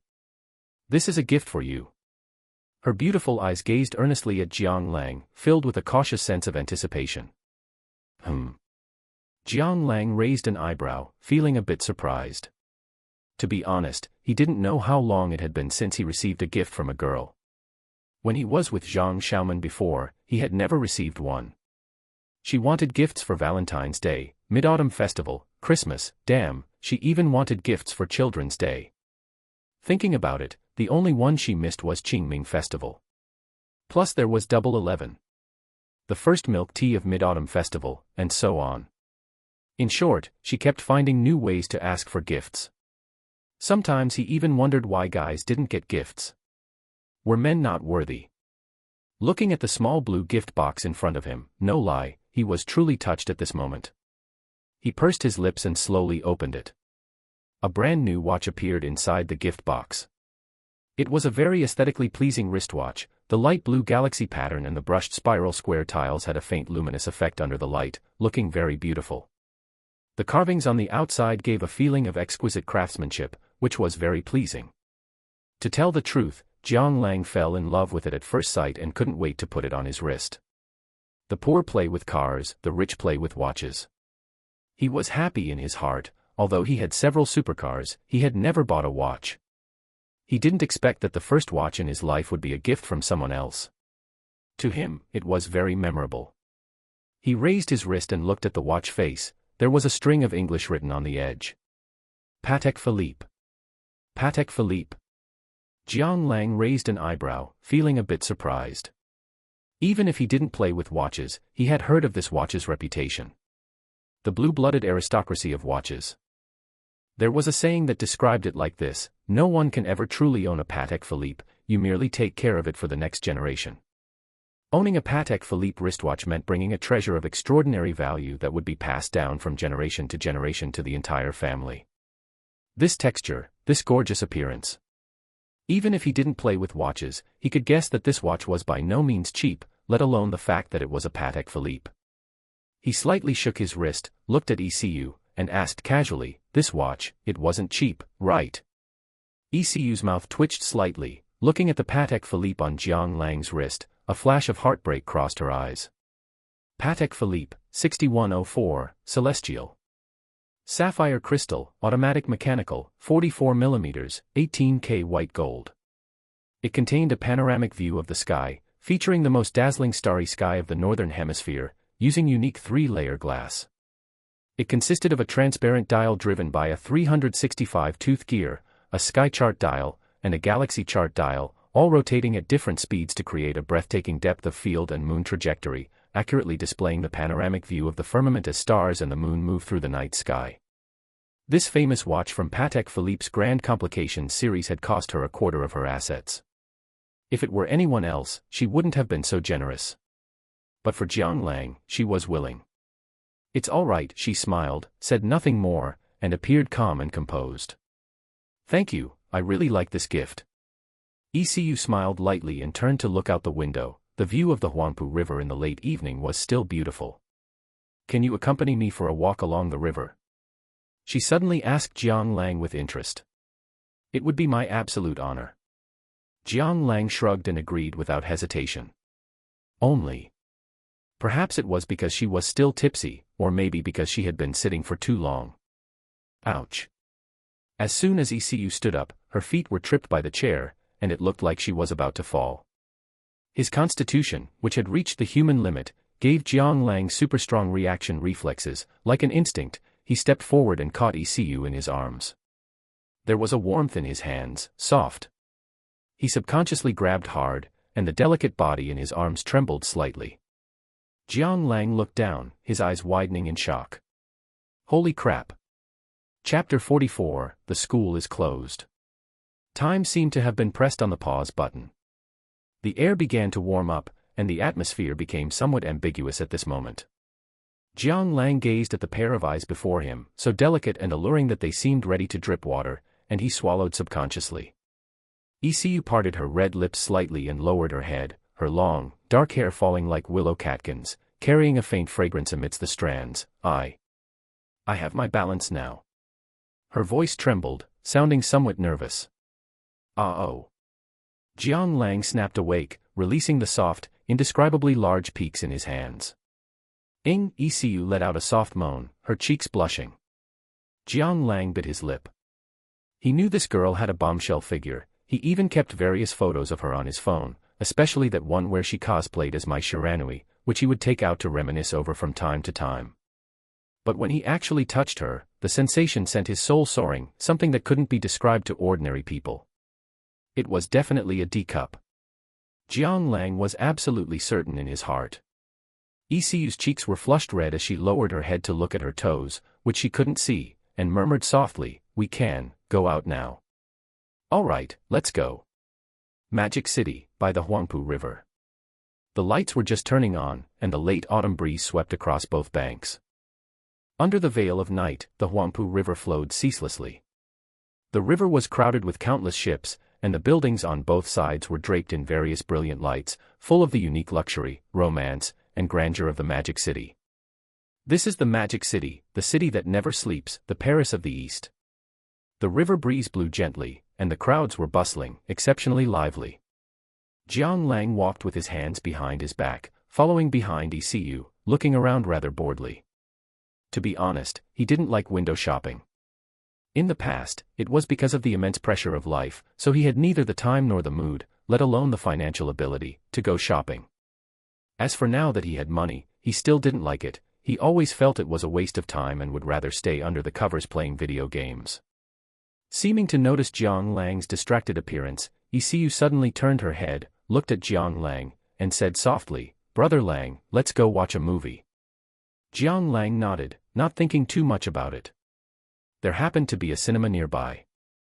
After Jiang Lang bought popcorn and a cola, he went in with ECU. The dim cinema hall was already full of people. This was a new domestic horror film titled Horror High School. It told the story of the protagonist, Qing, whose eyes suddenly underwent a mutation one day, allowing him to foresee scenes of people's future deaths. Not long after, Qing discovered that these people had truly disappeared. It was as if they had never existed, not a single trace was left behind. Except for himself, no one remembered that they had ever existed. Whether it was students or teachers, or even the students' parents, no one ever came to the school to look for them. He didn't know how many people had disappeared since the school was founded 40 years ago, but in order to survive, he began a journey of escape. However, no matter how he struggled, even if he had escaped abroad, the next day he would always appear on time on the upper bunk of the dormitory, in his own bed. The synopsis ended there. Although Jiang Lang thought it was somewhat interesting, he didn't hold any high expectations in his heart. Everyone knew about the current state of the film industry in the Dragon Kingdom. Feudal superstition was not allowed, and in the end, horror films were either just a dream or the result of insanity, like schizophrenia or split personality. It gave people a headache just watching it. However, it was clear that ECU seemed to like it quite a bit, watching with great interest. During tense moments, she would even subconsciously hug Jiang Lang's arm and shrink into his embrace. With his arm sandwiched between the peaks, he could clearly feel a faint softness and warmth. There was absolutely no room to move, as if he had sunk into the deep sea, and the wafts of feminine fragrance reaching his nose made his mind wander. Just as Jiang Lang was letting his imagination run wild, a few curses suddenly reached his ears. Damn it, the ending is just mental illness again.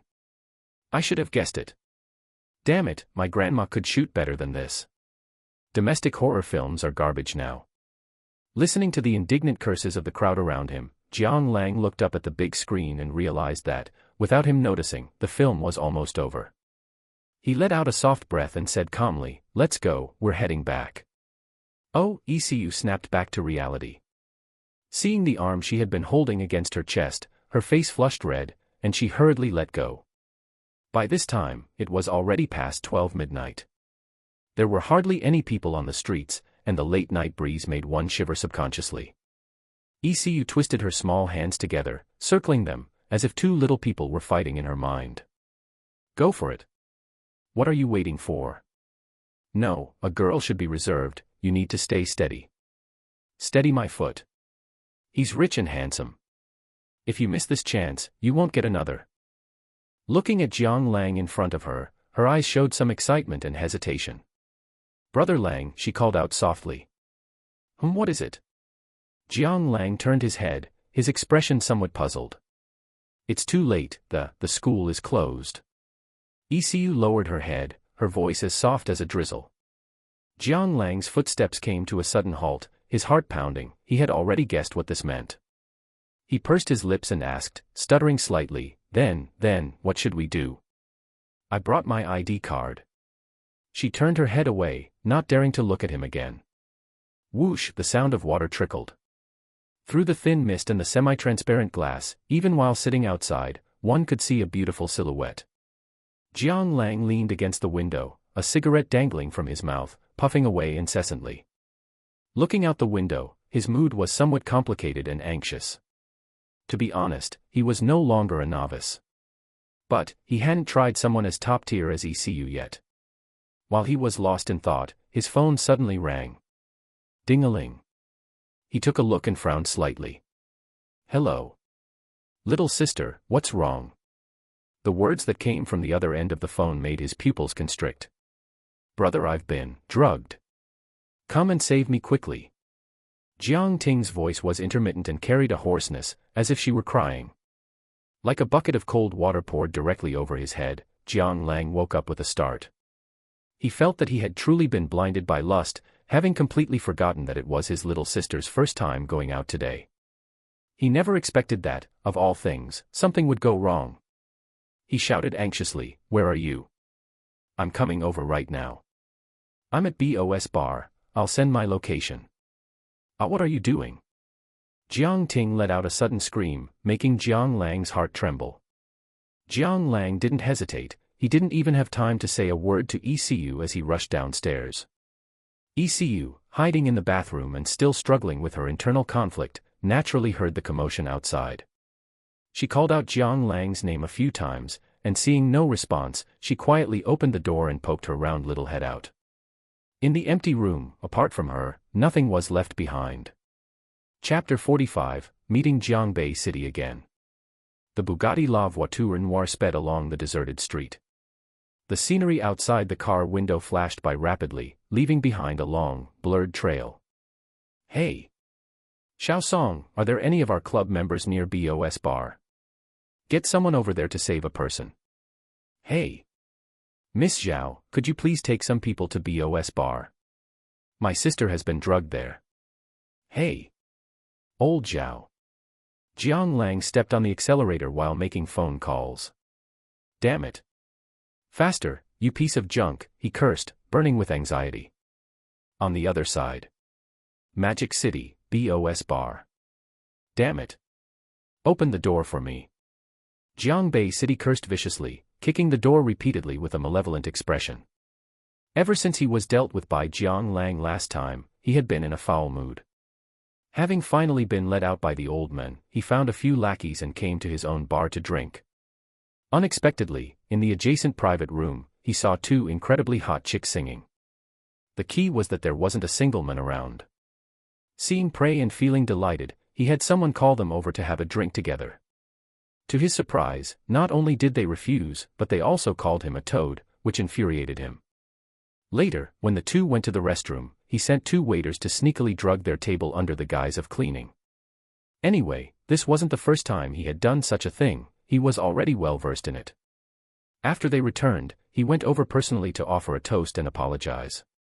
Most people wouldn't suspect anything because he was using the wine from his own table to offer the toast. Their own drinks were still on their table, and no matter what, they would never have guessed that he would be so bold as to send a waiter to drug them. Once the wine was consumed and their heads started spinning, they would be at his mercy. But unexpectedly, he failed this time. The other party only took one sip before realizing something was wrong. By the time they realized it, they were almost ready to run.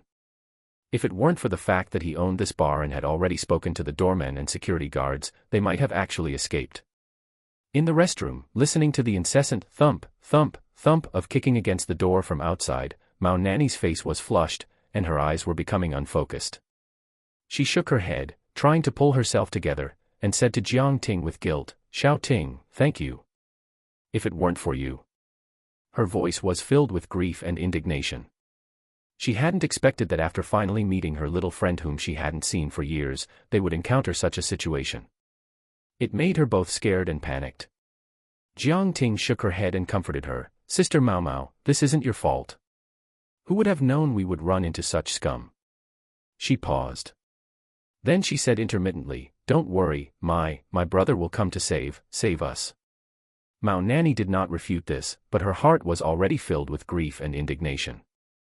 Jiang Ting didn't know, but she knew that Jiangbei City's family were big shots in real estate. Being targeted by such a person, the consequences were imaginable. Thinking this, her head became increasingly dizzy, her legs twisted together, and her consciousness slowly faded. "Sister Mao Mao, stay awake." Jiang Ting let out a shy, soft moan, and her own will also began to scatter. "Damn it, why is this door so hard to open? If I had known, I wouldn't have had it built so well." Jiangbei City kicked it a few times, feeling his foot ache, and couldn't help but curse. He turned his head to look at his lackey and ordered, "Go, find a hammer from logistics." Yes, the lackey nodded and bowed in response, then hurriedly went to get it. Just as he was speaking, a questioning voice suddenly came from outside the door. "Brother Jiang, what are you doing?" Zhao Jinglong barged into the private room, frowning as he scanned his surroundings, his eyes full of confusion. "None of your business, Zhao. What are you here for?" Jiangbei City said disdainfully. He still held a grudge. If it weren't for Zhao Yinyi protecting Jiang Lang last time, how could he have suffered such a huge loss? With his family's connections, he could have guaranteed the other party would spend a few days inside. The Zhao family members, none of them are good people. What kind of bullshit mutual fighting? I was beaten until my head looked like a pig's. Thinking of this, he felt his cheek throb slightly, a lingering effect of being slapped wildly by Jiang Lang. Jiang Lang could naturally hear the rudeness in the other's words, but after all, this wasn't his territory, and he had instructions from Jiang Lang, so he had to suppress his temper. Nothing much, just came here to your place, eldest young master Jiang, to find someone, he said with a smile. Jiangbei City hesitated. He didn't want to fight with the Zhao family either, so he said slowly, who are you looking for? A woman. Before Zhao Jinglong could finish his sentence, a strange moaning sound came from the private room's restroom. Zhao Jinglong's expression changed, and a bad hunch formed in his heart. Young Master Jiang, what's going on in the restroom? His voice turned slightly cold. Nothing, just two chicks. You can go now. Jiangbei City waved his hand. Zhao Jinglong's expression was uncertain. He gritted his teeth and said, I want to see who is inside. Jiangbei City sneered, his expression somewhat gloomy. I called you young Master Zhao, and you really think you're something special. This is my territory. When I tell you to get lost, you get lost. You Zhao Jinglong glared at the other person, feeling flustered and exasperated. At this moment, a few more people burst in from outside. The two brothers, Song Chenggu and Song Chengguan, and quite a few members from the same club. Old Zhao, we've searched everywhere, they're not here. Could it be a mistake? The voices were bustling, and the noise filled the entire private room, completely disregarding Jiangbei City. Seeing this, Jiangbei City's eyes became increasingly gloomy, his hands clenched tightly, daring to be angry but not daring to speak out. So many people coming to his place to cause trouble, they completely didn't put him in their eyes. Zhao Jinglong glanced around, and seeing everyone had arrived, he breathed a slight sigh of relief. No, there's one place left. As he said this, he pointed to the restroom in the private room and said calmly, Young Master Jiang, can you open it now? Jiangbei City's expression changed drastically, but he still refused without hesitation, no. How could this matter be exposed? Once something happened, he wouldn't be able to hang around in Magic City anymore, and it might even implicate the Zhao family. Just as the two groups were confronting each other, a figure burst in, his voice filled with anxiety. Old Zhao, did you find them? Jiang Lang's face was pale, with fine beads of sweat on his forehead. Zhao Jinglong glanced at Jiang Lang, feeling a bit surprised. He hadn't expected Jiang Lang to arrive so quickly. He was truly worthy of being called the god of racing. If it were them, traveling from the Huangpu River to Hongqiao, it would take at least half an hour even at the fastest speed. Without hesitation, since the main person had arrived, he would naturally follow his lead. He pointed to the restroom behind Jiangbei City and said seriously, that place is left, we haven't searched it yet. Jiang Lang turned his head to look, his eyes instantly turning ice cold. It's you. Chapter 46, Beating Up Jiangbei City. Jiangbei City was also a bit panicked. He hadn't expected this bane of his existence, Jiang Lang, to show up at his door. Damn it. It couldn't be that kid's person inside, could it? Gritting his teeth, he still blocked the way and said, you can't go over there. As he spoke, he clapped his hands toward the outside, and the bar's security personnel instantly rushed in. Seeing this, everyone from the club was beyond furious, shouting one after another, Eldest young Master Jiang, what do you think you're doing? What, do you actually dare to make a move against us? Do you think the people of our SSCC club are easy targets? Everyone cursed one after another. Usually, they were the ones bullying others. They had never seen such a stance. Jiang Lang's eyes narrowed slightly as he was about to speak. Suddenly, from the private room's bathroom, the sound of a woman's groan came out once again. The sound was extremely familiar to him. It was Jiang Ting's voice. In an instant, his anger flared up, and his reason was nearly overwhelmed. Get lost. Letting out a furious curse, Jiang Lang charged straight forward. Seeing this, the others didn't hesitate either. Zhao Jinglong rolled up his sleeves and cursed, let's do this. Pummel this son of a bitch. Song Chengguan shouted excitedly, swinging his fists. Go, go, go. Fuck him. Like a flash flood or a tsunami, their momentum was surging. Jiang Lang turned his head and cursed, get the hell out of here, don't come over. If you asked these rich second-generation kids to brag, act tough, or pick up girls, they were naturally each better than the last. But rolling up their sleeves and getting into a real fight. Wasn't that just asking for a beating? Did they really think the bar's bouncers were just there for show? Jiang Lang led the charge. Whenever someone blocked him, he struck with both hands, swinging his fists and smashing them without mercy. It was a good thing the private room was large enough, otherwise, he might not have had enough space to move. It was rumored that the boxing king Muhammad Ali's heaviest punch reached 205 kilograms. After Jiang Lang was granted the ultimate human physique by the system, although he didn't know how to fight and couldn't exert his maximum punching power. His every punch and kick were not something these ordinary people could compare to. While it wasn't a case of dying upon contact, taking a single punch would definitely split skin and flesh, leaving them with no strength to fight back. Bang. Bang. Bang. After a bout of scuffling, the private room was already a mess. Aside from Jiang Lang, everyone else had fallen. Holy crap. Ip Man. Is he possessed by a god of war card? Damn, he's so handsome and can fight like that. Everyone from the club was dumbfounded, staring blankly at Jiang Lang. Zhao Jinglong swallowed hard, watching Jiang Lang show off his great power, a bead of cold sweat rolling down his forehead.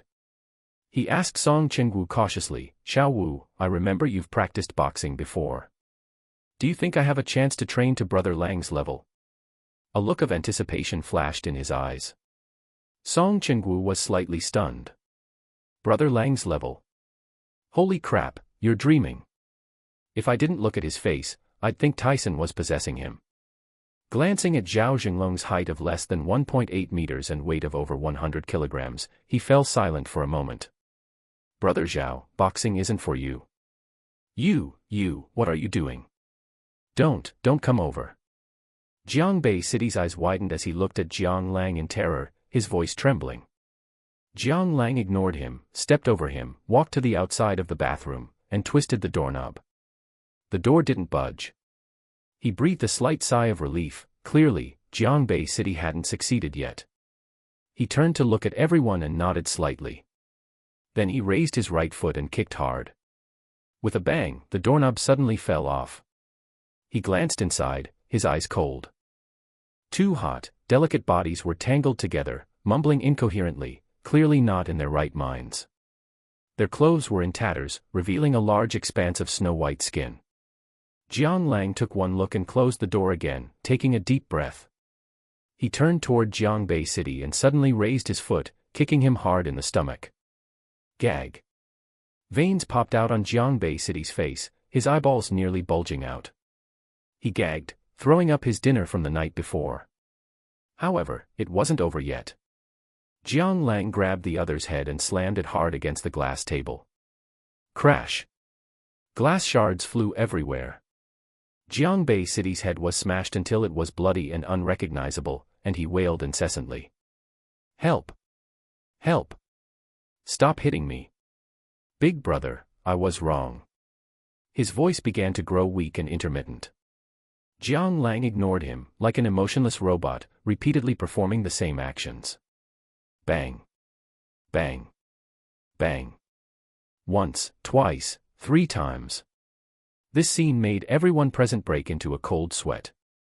Zhao Jinglong's teeth chattered as he grabbed Jiang Lang's arm and shouted, "Stop hitting him.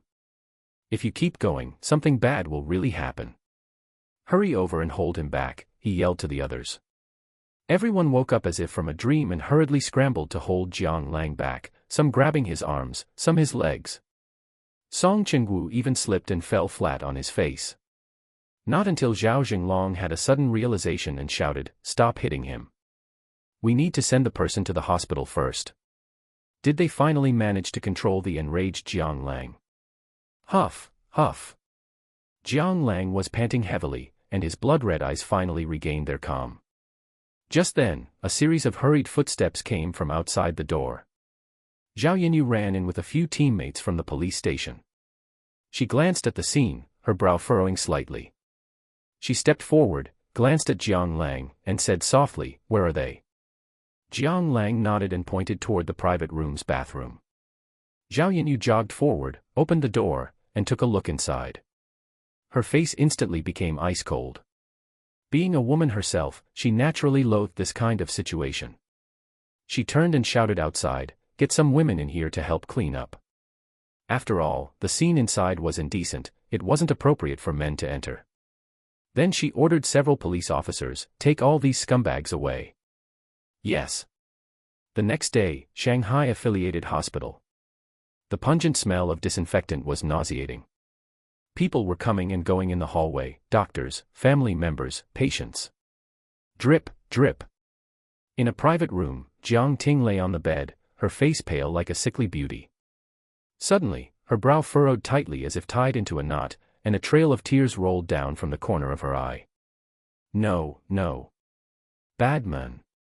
Her voice was intermittent, as if she were crying. Jiang Lang jerked his head up, opening his dark-rimmed eyes. He held Jiang Ting's hand and comforted her, "Don't be afraid, don't be afraid. Big brother is here."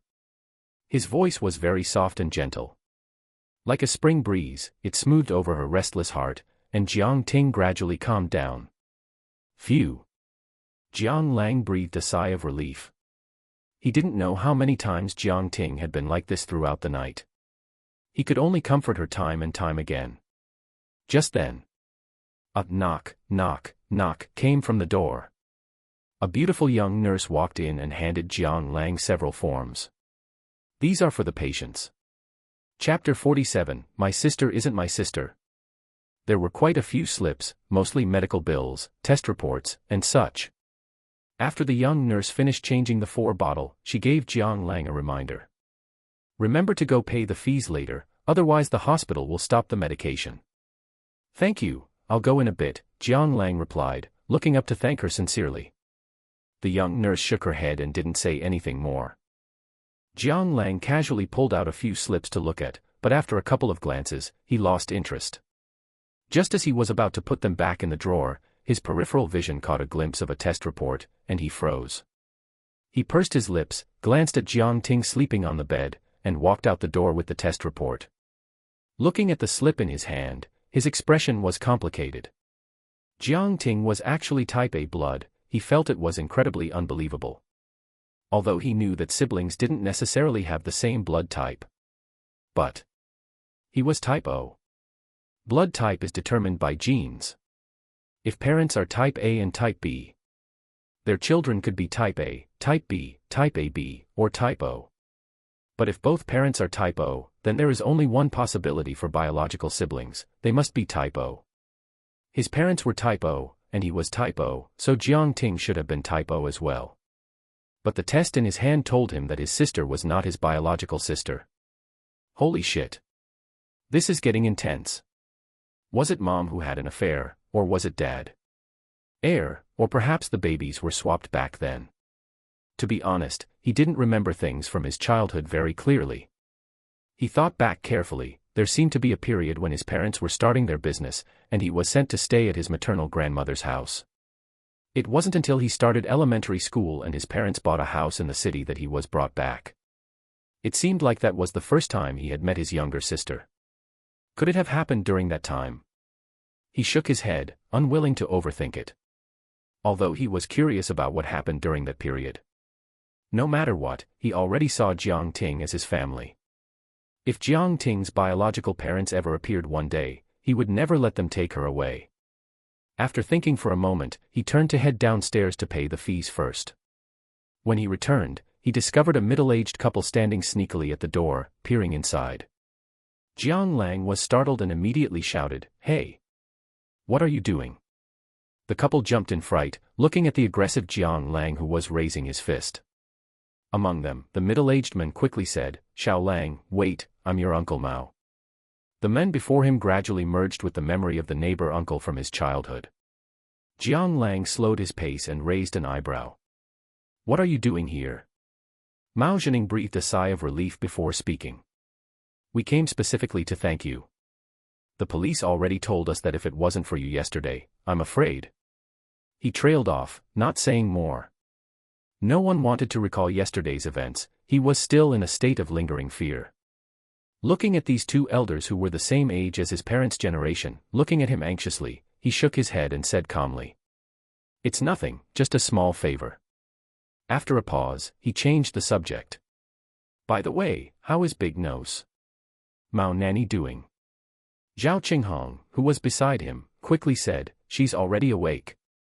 The first thing she did was tell us to come visit little Jiang Ting. As she spoke, she lifted the bag in her hand. I figured you probably haven't eaten yet. I made this myself at home. You can have some if you're hungry. Also, there's chicken soup inside. If little Jiang Ting wakes up, you can let her drink some. Jiang Lang took the bag, nodded slightly after checking it, and his expression softened significantly. After a brief conversation, they finally left. Phew. Jiang Lang took a deep breath, watching their departing backs with a complicated gaze. Honestly, he still harbored some resentment toward Mao Nanny.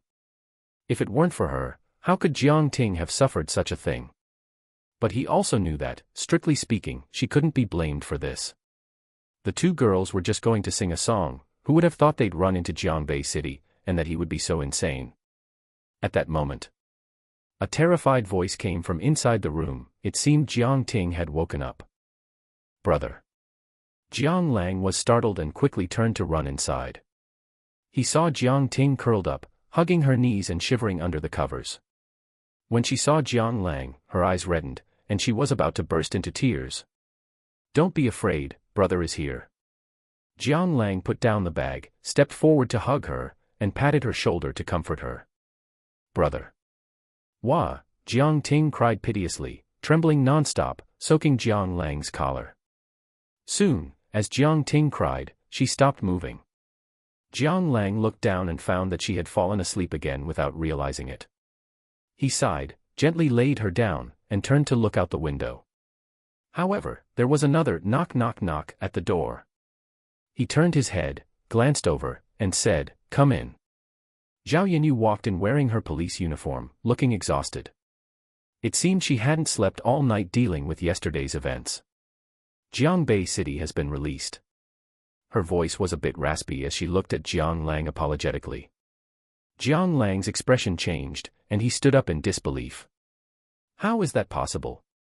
The evidence is clearly conclusive. This was attempted rape. Officer Zhao, is this how your police station handles things?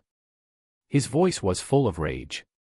Zhao Yanyu turned her head slightly, not daring to look at Jiang Lang, and explained in a low voice, the surveillance shows two waiters going inside to drug them. They were likely bribed by the Jiang family to take the fall. We have no evidence to prove that Jiangbei City was the one who did it. Fuck. Jiang Lang cursed, then said, there were so many of them surrounding the private room at the time, it'd be strange if there wasn't something fishy going on. And the people from the club saw it with their own eyes. Can't that prove it? Zhao Yanyu peeked at Jiang Lang, her voice getting lower and lower. The other side explained that they were also there to save people at the time. They're even accusing us of assault. Even though we know Jiangbei City did it, there's no direct evidence showing he was the mastermind.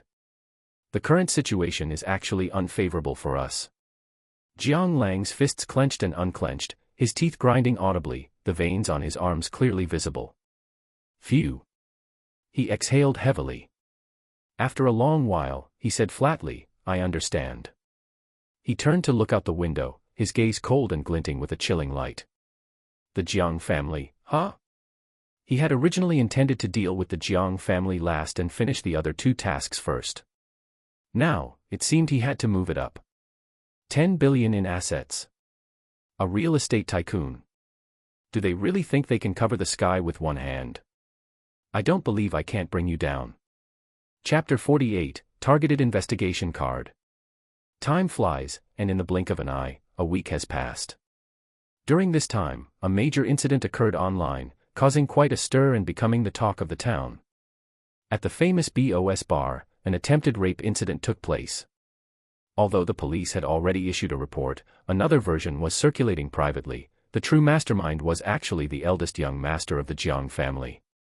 Surprisingly, the public was unwilling to believe the police, preferring instead to believe this privately leaked version.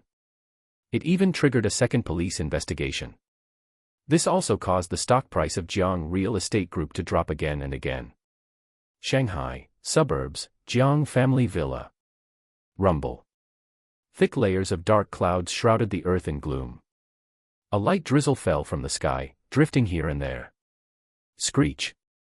A Rolls-Royce Phantom stopped at the main gate of the Jiang family villa.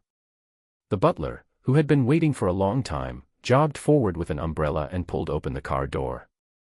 "Master, you're back." Jiang Qingshu slowly stepped out of the car. His face looked weary, and the white hair at his temples had increased significantly. He glanced at the butler beside him and asked in a raspy voice, "Where is that rebellious son?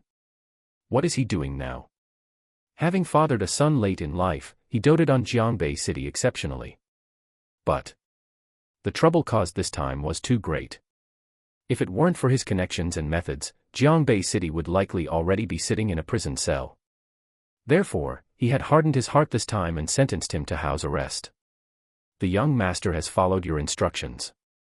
He hasn't stepped out once during this time and is currently in his room reading," the butler said with a stiff posture and head bowed.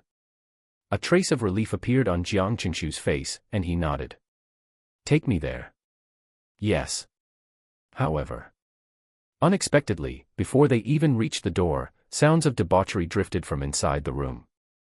There were male and female voices, and judging by the sound, there seemed to be more than just one of each. Jiang Qingshu's face darkened, and he kicked the door open. In the room, there were no fewer than 10 men and women, none of whom were wearing a stitch of clothing. Various adult toys were scattered across the floor, and the air was thick with the scent of indulgence and lust.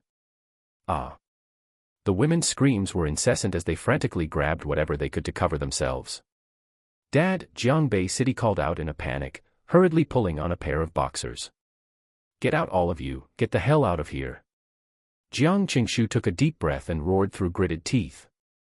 In the study.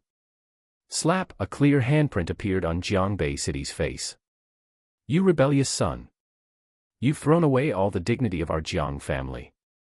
Jiang Qingshu shouted, his face flushed with rage.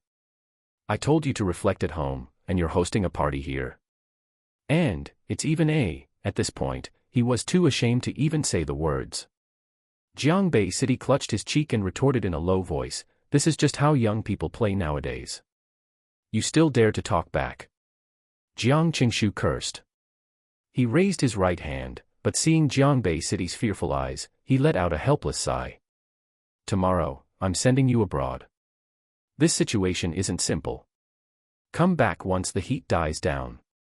Jiangbei City was somewhat confused.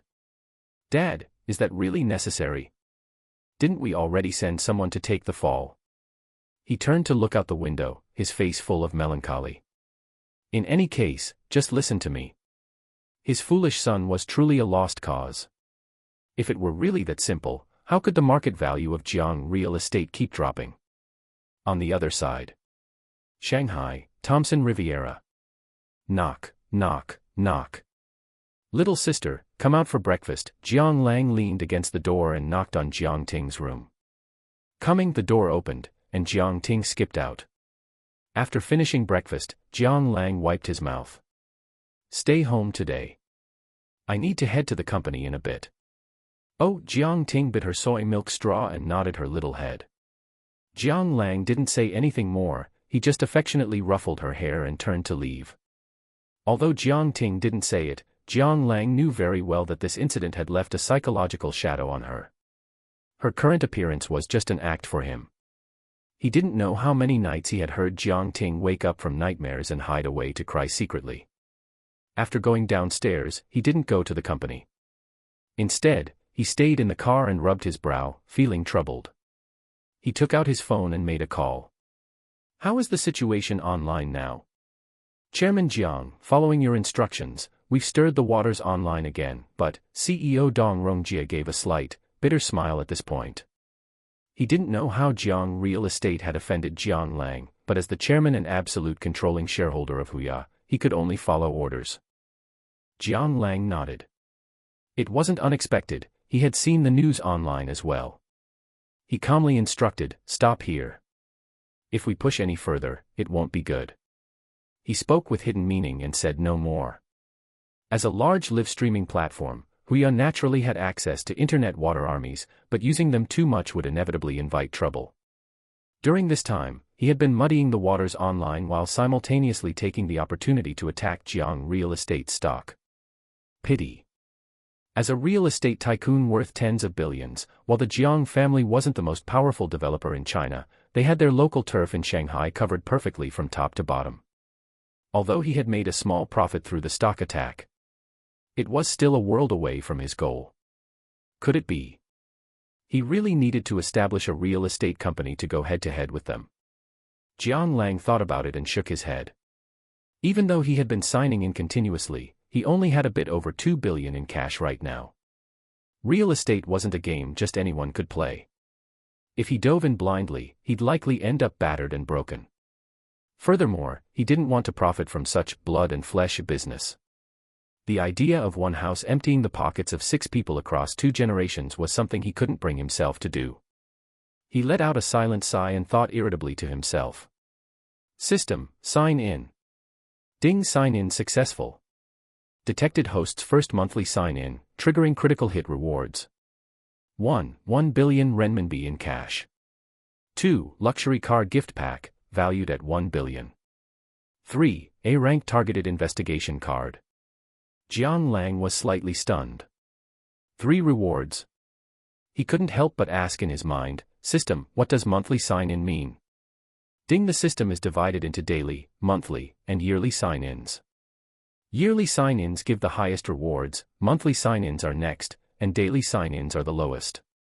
Awesome. Jiang Lang mentally gave a thumbs up before frowning at the 3 rewards. The first and second were easy to understand, but the third reward left him a bit puzzled.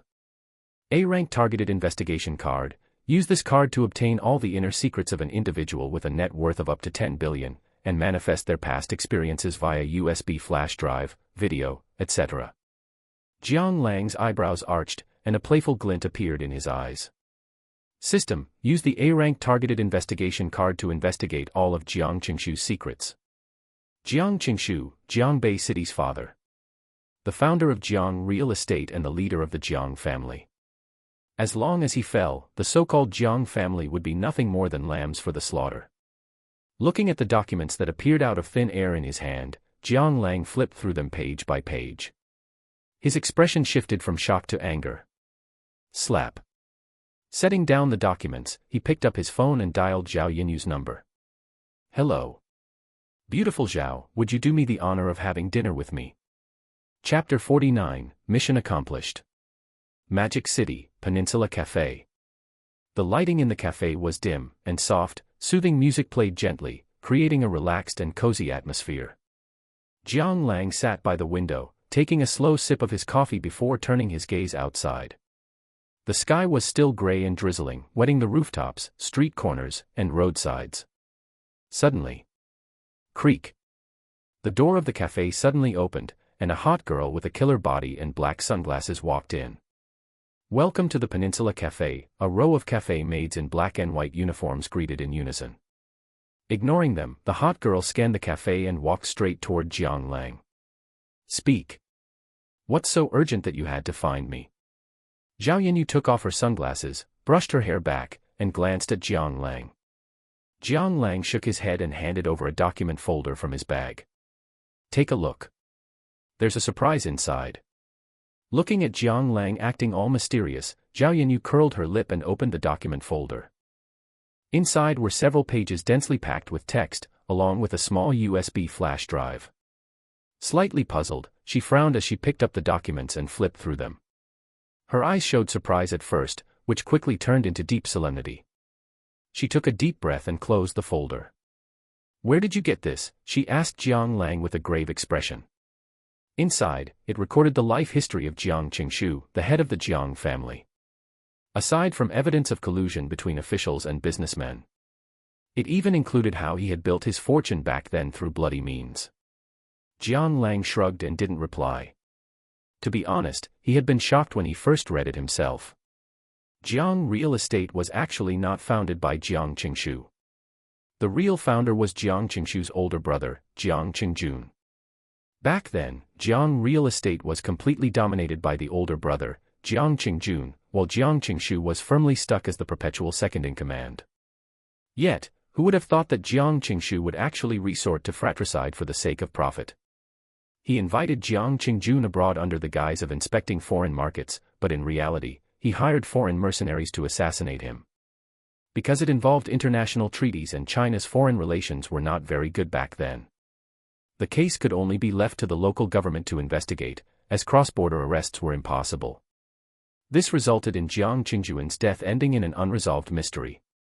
Although some had once suspected Jiang Qingshu, there was absolutely no evidence.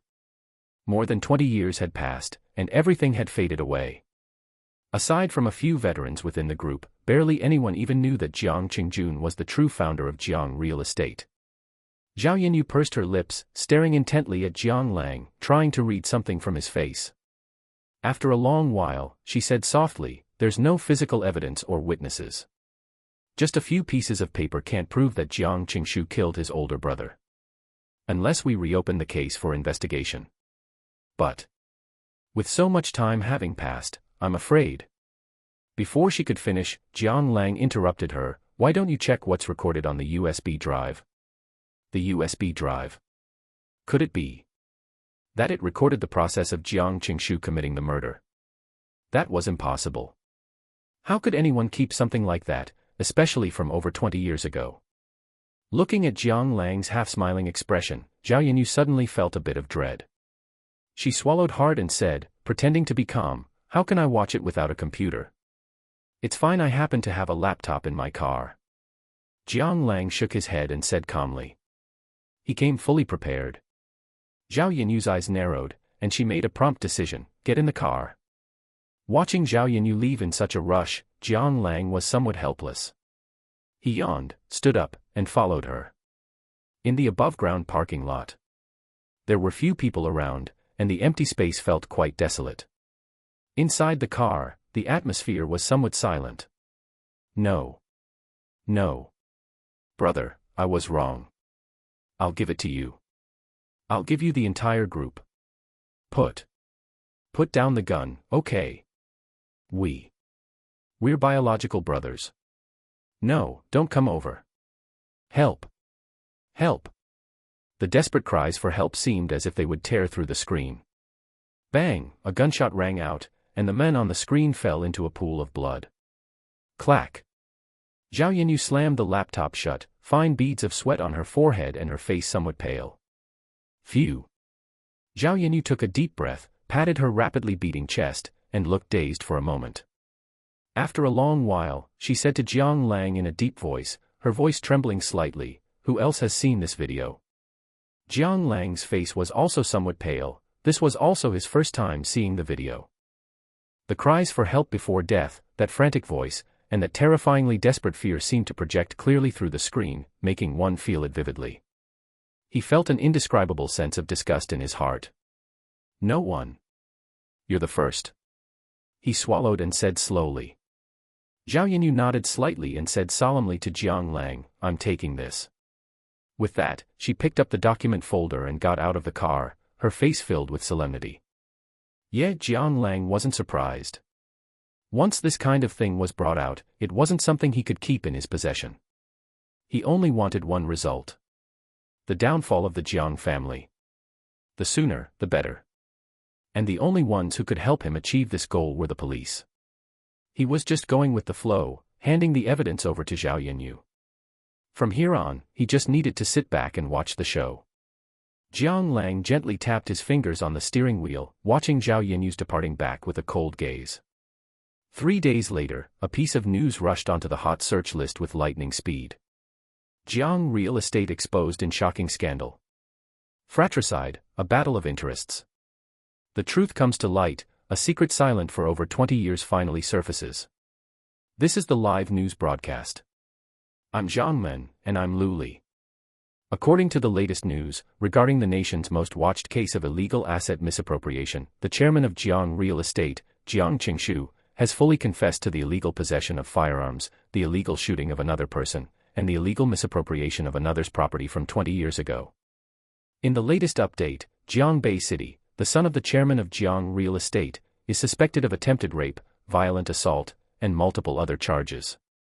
He is currently a fugitive. The Ministry of Public Security has issued a 1 million yuan bounty. If you have any information, please call. The net of heaven has large meshes, but it lets nothing through. We hereby warn the public. Jiang Lang pressed the remote to turn off the TV, his expression completely relaxed. He patted the somewhat dumbfounded Jiang Ting beside him and teased, "See? I told you they were going to have a run of bad luck." Jiang Ting turned her head to look at Jiang Lang, her eyes still dazed. "Brother, our country's police are just too awesome. They actually managed to investigate something from over 20 years ago." She hadn't expected such a dramatic turn of events. She had thought the previous matter would just end unresolved, but she never expected such explosive news out of nowhere. The entire Jiang family was thrown into prison. Jiang Lang turned his head to look out the window, a playful look in his eyes. "Yeah, they really are. Ding's special mission, the godly tycoon's killing intent, has been completed. Distributing rewards now." Chapter 50, Ace Shield Bodyguard Company. Ring, ring. Just as the reward was distributed, Jiang Lang's phone began to ring. Glancing at Jiang Ting, he picked up his phone and walked over to the window. "Hello. Hi, is this Mr. Jiang Lang?" The voice was exceptionally steady and capable, carrying the demeanor of a military veteran. Jiang Lang's eyes darted around as he guessed who the caller was. He nodded slightly and said in a calm voice, "It's me." "Hello, boss. I am Chief Instructor Li Hai of the Ace Shield Bodyguard Company." The person on the other end was quick to adjust his form of address, seemingly not one to be rigid. Jiang Lang raised an eyebrow slightly.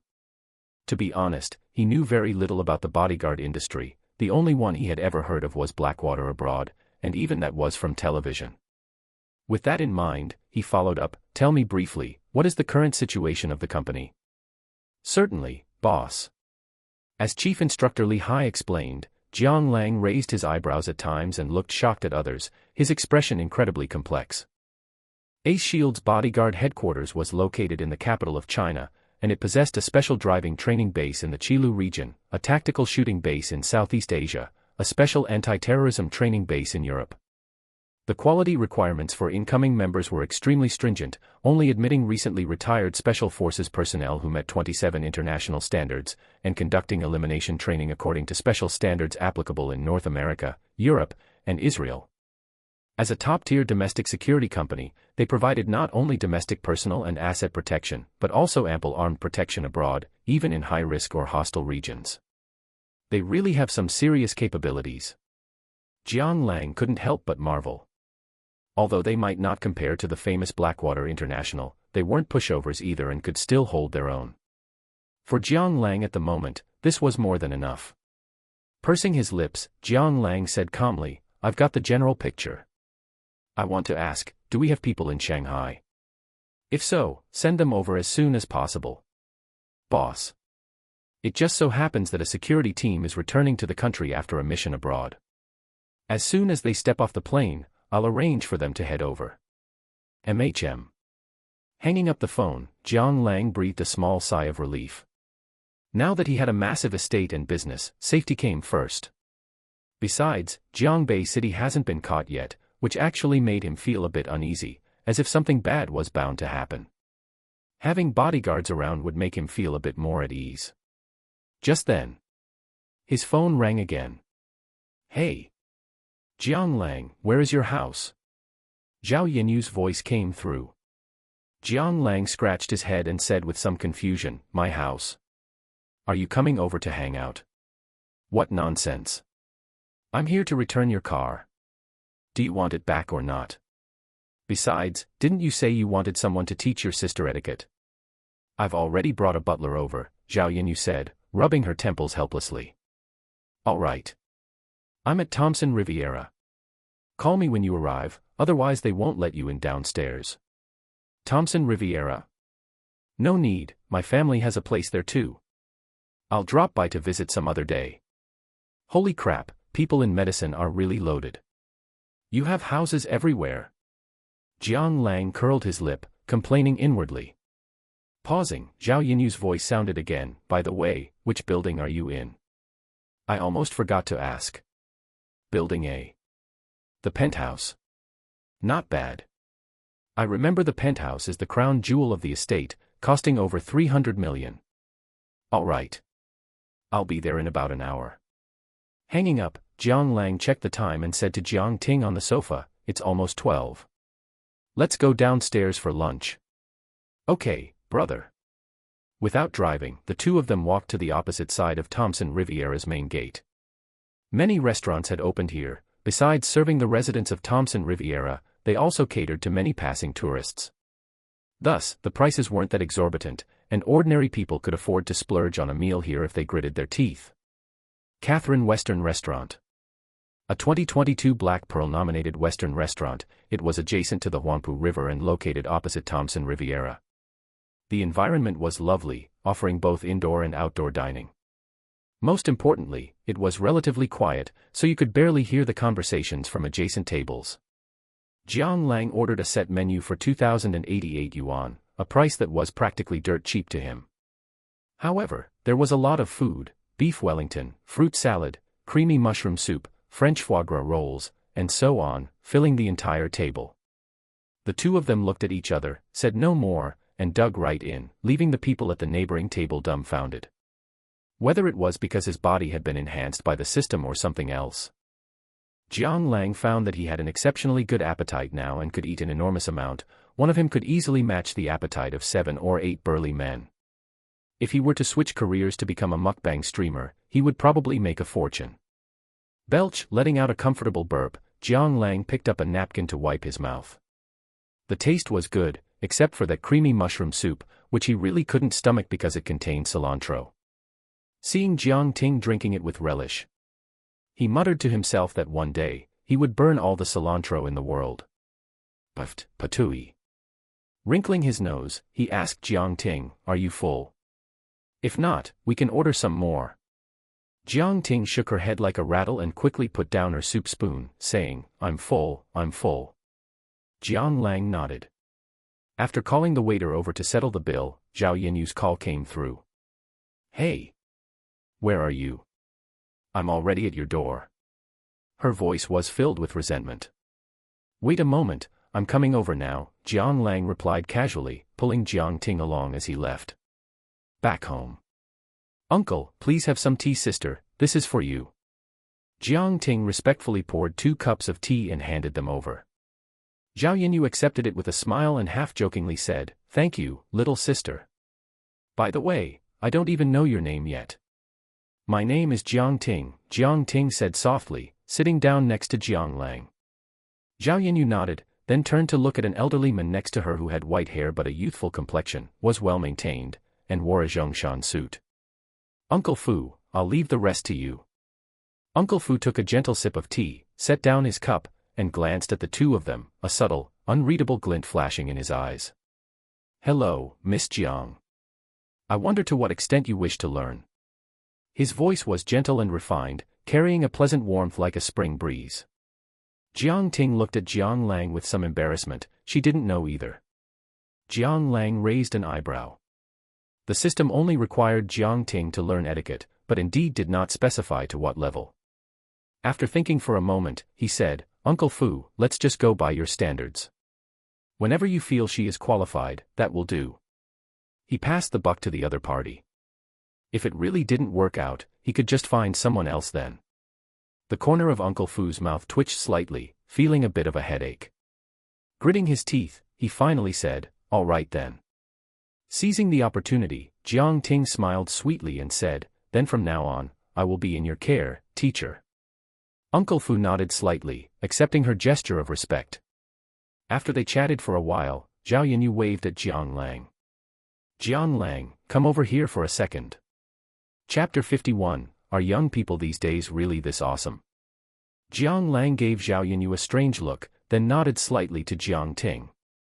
Following Zhao Yinyu to the next room, Jiang Lang said half-jokingly, "What's wrong, beautiful Zhao? With our relationship, is there anything we can't say openly? Do we really need to sneak around like this?" Zhao Yinyu rolled her eyes at Jiang Lang, looking incredibly charming. "Stop joking. I received news that Jiangbei City's mother went back to her family home and threw a massive tantrum. You'd better be careful during this time. I suspect she might come looking for trouble with you." Jiangbei City's mother. Jiang Lang felt a bit puzzled and frowned. Jiangbei City's mother.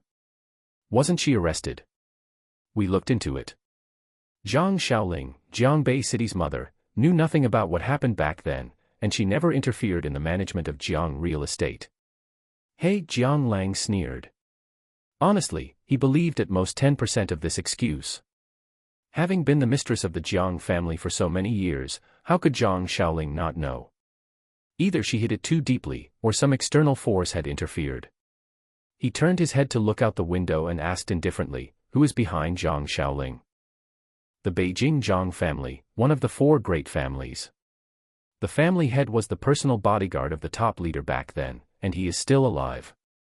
Hiss, Jiang Lang gasped, staring at her with wide eyes. That powerful. Seeing that Jiang Lang seemed intimidated, Zhao Yinyu covered her mouth and giggled, are you scared? Jiang Lang rolled his eyes and retorted, scared? What a joke. Let them come. At this moment, he seemed filled with heroic pride. So what if she's a young lady from a military compound? I have the system, what the hell am I afraid of? Worst case scenario, I'll just hide abroad. Jiang Lang muttered to himself. Zhao Yinyu was choked up by Jiang Lang's words and shook her head helplessly. It is indeed the Beijing Zhang family, but Zhang Xiaoling is not from the main branch, she's from a side branch. Think about it, if she were really a young lady of the main branch, how could she have married Jiang Qingshu back then? Though even so, Jiang Qingshu was still marrying up. Jiang Lang nodded slightly. After thinking it over, he still asked doubtfully, but are you sure you didn't leak my information? Otherwise, on what basis would they come looking for trouble with me? As he spoke, he couldn't help but look up at Zhao Yinyu. What? You think I would betray a friend? Zhao Yinyu widened her phoenix eyes, staring at Jiang Lang in disbelief. Her expression was very ugly, and her tone grew a bit emotional. Do you really think I, Zhao Yinyu, am that kind of person? Seeing how emotional Zhao Yinyu was, Jiang Lang quickly waved his hands and said, no, I just find it strange. Logically speaking, no one should know that I was the one who gave you the files. Zhao Yinyu's beautiful eyes stared intently at Jiang Lang. After a long while, she took a deep breath, a trace of ambiguous self-deprecation hanging at the corner of her mouth. No one knows, but think about it, because of whom did the Jiang family start having bad luck? Did you really think nobody knew about your malicious targeting of Jiang real estate a while ago? Moreover, you beat up Jiangbei City twice. Zhang Xiaoling is well aware of this. Her tone was a bit downcast. Looking at Zhao Yinyu's downcast expression, Jiang Lang hesitated to speak. After a moment of silence, he slowly nodded. All right.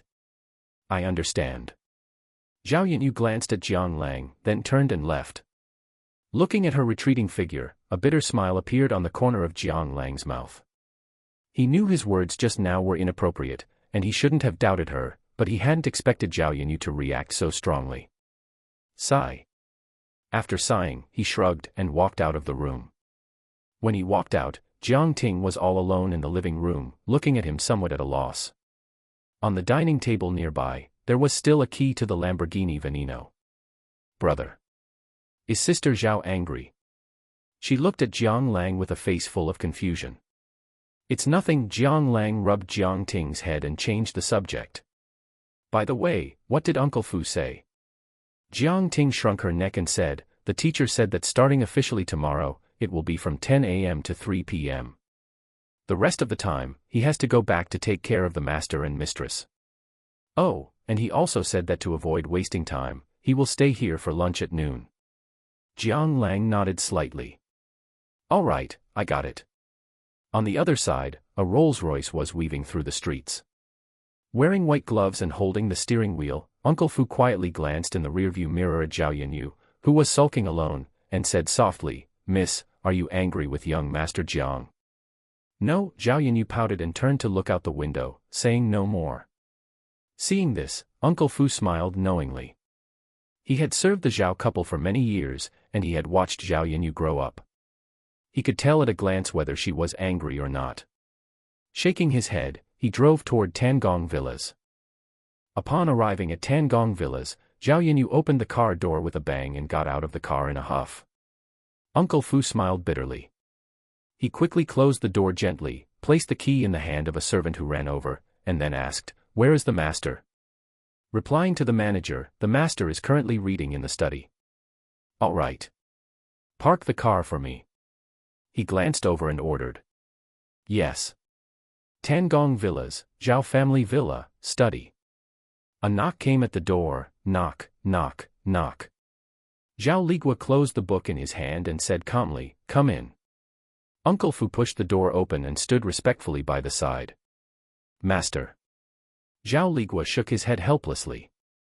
Old Fu, how many times have I told you? There's no need to be so formal. You should change this habit of yours. Uncle Fu was not only his butler but also his good brother. Back then, the two of them came to Shanghai together to make a living and witness the changes of the new era. It wasn't until Zhao Medical was established that he retired behind the scenes to serve their family in peace. It could be said that 1/3 of the credit for Zhao Medical belonged to him. However, Uncle Fu just stubbornly shook his head, bowing without saying a word. Zhao Ligua had no choice but to let it go with this stubborn old partner. After glancing at him, he said indifferently, forget it, I won't bother lecturing you. By the way, tell me, what's the situation on the other side? Ever since he met Jiang Lang last time, Zhao Ligua had started looking into him, but there had been no progress. Uncle Fu's brow was tightly furrowed, his expression somewhat grave. After a long while, he slowly shook his head and said in a deep voice, very strange. Very strange. Zhao Ligua looked at him with some surprise. Uncle Fu pondered for a moment before speaking. Uncle Fu thought for a bit and said, Miss Jiang gives me the illusion of someone who has suddenly become rich overnight. She doesn't understand many things. But, her attitude is good, and she doesn't have that nouveau riche mentality. At this point, he smiled. As for young Master Jiang. Here, Uncle Fu paused, his brow filled with conflict. He clearly looks like an ordinary person, but there is always an aura about him of a street-smart rogue who fought his way up from the bottom. But in this day and age, how could there still be such a person, especially since he is so young? This was also the part he understood the least. He paused, looked up at Zhao Ligua, and said with some difficulty, moreover, their family is simply too rich. Rich? How rich can they be? Can they really compare to our Zhao family? Zhao Ligua sneered, his expression showing some defiance. Their Zhao Medical had tens of billions in assets. Comparing wealth. He had never been afraid. Just in the garage, there are luxury cars parked worth over 1.5 billion, including the Bugatti La Voiture Noire, the Lamborghini Veneno, the 3 Holy Trinity hypercars, and so on, and I heard from the security guards that an entire building at Thompson Riviera belongs to them. On top of that, the last time he sent the miss home, it was in a commercial vehicle from the Peninsula Hotel. We have confirmed that Jiang Lang is the mysterious buyer of the Shanghai Peninsula Hotel. Just based on what has been revealed so far, it seems his assets have already reached over 15 billion. As he spoke, he carefully looked at Zhao Ligua, fearing the latter might be discouraged. Zhao Ligua was stunned for a moment. He smiled bitterly twice, turned his head to look out the window, and muttered to himself. Are young people so awesome these days? Chapter 52, Lei Dong. Night, Shanghai International Airport. Located in the Pudong New area of Shanghai, Huaxia, about 30 kilometers from the city center, it is a 4F class civil airport and one of Huaxia's 3 major gateway hub airports. At the airport entrance, an airplane pierced through the thick layer of clouds like a shooting star cutting through the dark night, the whistling sound of its jet stream clearly audible even from the ground. Brother, look. An airplane. Jiang Ting pointed up at the sky, her eyes filled with curiosity. Jiang Lang looked up at the sky, a hint of yearning in his eyes as well. Reaching for the stars, chasing dreams in the high heavens, flight has always been one of humanity's greatest dreams. With the help of modern technology, humanity has begun to master the skies, and airplanes have become a common, everyday mode of transportation. But, embarrassingly enough, Jiang Lang had never flown on a plane before, and neither had Jiang Ting. Most of what they knew about planes came from watching television. He patted her shoulder and said, half jokingly and half seriously, once your college entrance exams are over, your brother will buy a private jet. I'll take Mom, Dad, you, and me, and our whole family will travel the world. Braggart, Jiang Ting made a face at him. She knew Jiang Lang wasn't short on money, but the richer people got, the busier they became. By then, Jiang Lang would probably have forgotten today's promise. "Brother, who are we picking up?" Jiang Ting asked, holding Jiang Lang's arm with a puzzled look on her face. A few friends." Jiang Lang glanced at the Patek Philippe on his wrist, a thoughtful look in his eyes. According to what Chief Instructor Li Hai had said, they were supposed to find him on their own after getting off the plane. But he was so bored at home that he wanted to come early to see what the legendary mercenaries actually looked like. Although Chief Instructor Li Hai called them bodyguards, how could anyone executing missions abroad be that simple? As for Jiang Ting, she was purely like him, bored out of her mind at home. As they spoke, a large crowd suddenly poured out of the airport exit, bustling and lively. "They're here," Jiang Lang said as he motioned for the driver beside him to hold up the large logo sign. This was the Peninsula, no, the Dizuan Hotel's dedicated driver, whom he had temporarily requisitioned. He didn't know how many people were returning, so he simply arranged for one of the hotel's shuttle buses to pick them up. His eyes scanned the crowd ahead continuously. However, even after the crowd had dispersed, there was still no sign of them. Just as he was wondering, a voice suddenly sounded right next to his ear out of nowhere. "Hello, boss." The voice was raspy, sounding as if it had been scorched by fire. Jiang Lang was startled and turned around to look. He saw a dark, broad face with a simple, honest grin that revealed a row of bright white teeth. He looked less like a mercenary and more like a construction worker. Jiang Lang looked at him suspiciously. "You are Ace Shield Level 1 Security Consultant, Lei Dong." He stood at attention and gave Jiang Lang a textbook military salute. Jiang Lang smiled sheepishly and returned a somewhat awkward gesture. There's no need to be so polite." Then he frowned and looked around with a puzzled expression. "Wasn't it supposed to be a squad? Why is it just you?" Lei Dong nodded slightly, put his index finger to his lips, and blew a sharp whistle before saying calmly, "Come out."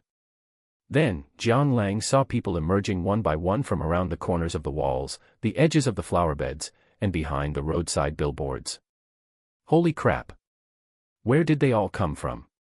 This scene left Jiang Lang dumbfounded, his eyes nearly popping out of his head. Not only was he dumbfounded, but even Jiang Ting and the temporary driver beside him were completely dazed. "Boss! Boss! Boss!" Hearing the chorus of "boss" made Jiang Lang's mouth twitch and his face flush slightly. Some tourists who hadn't walked far even stopped in their tracks and turned around to watch. They probably thought a movie was being filmed. Jiang Lang cleared his throat and hurriedly said, let's go. Get on the bus first." "Yes, sir."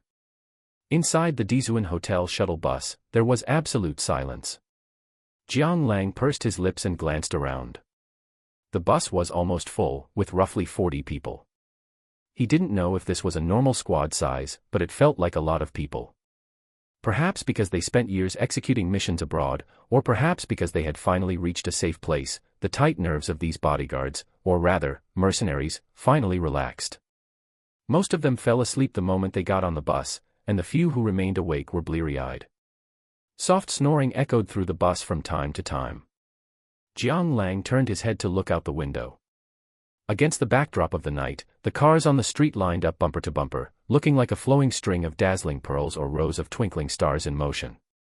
Pursing his lips, he looked up at Lei Dong, who was half squinting beside him, and asked softly, "Tell me, what kind of missions do you guys do out there? Is it dangerous?" To be honest, he was extremely curious about people like Lei Dong. Lei Dong opened his eyes slightly, glanced at Jiang Lang, and pursed his lips. "Boss, I can't tell you the specifics of the mission. There are confidentiality regulations." "I can only say that this time we went to protect the heir of a major conglomerate in the Middle East. But that wasn't really considered dangerous. The truly dangerous places are war zones like Iraq and Africa. Boss, it's very chaotic out there. Drug abuse, gambling, and armed brawls are everywhere. Honestly, they can't even compare to a fraction of Huaxia." He sighed, looking out the window. Hearing this, Jiang Lang nodded, understanding some of it but not all. Pausing for a moment, Lei Dong asked, "Boss, what is our mission this time?" The chief instructor only told us to come over, but didn't give any details. As soon as he finished speaking, Jiang Lang keenly noticed that the atmosphere inside the bus grew a bit quieter. The mercenaries who had returned from abroad all pricked up their ears, their eyes shining as they stared at him. Holy crap! So you guys were all just faking sleep? Jiang Lang muttered inwardly.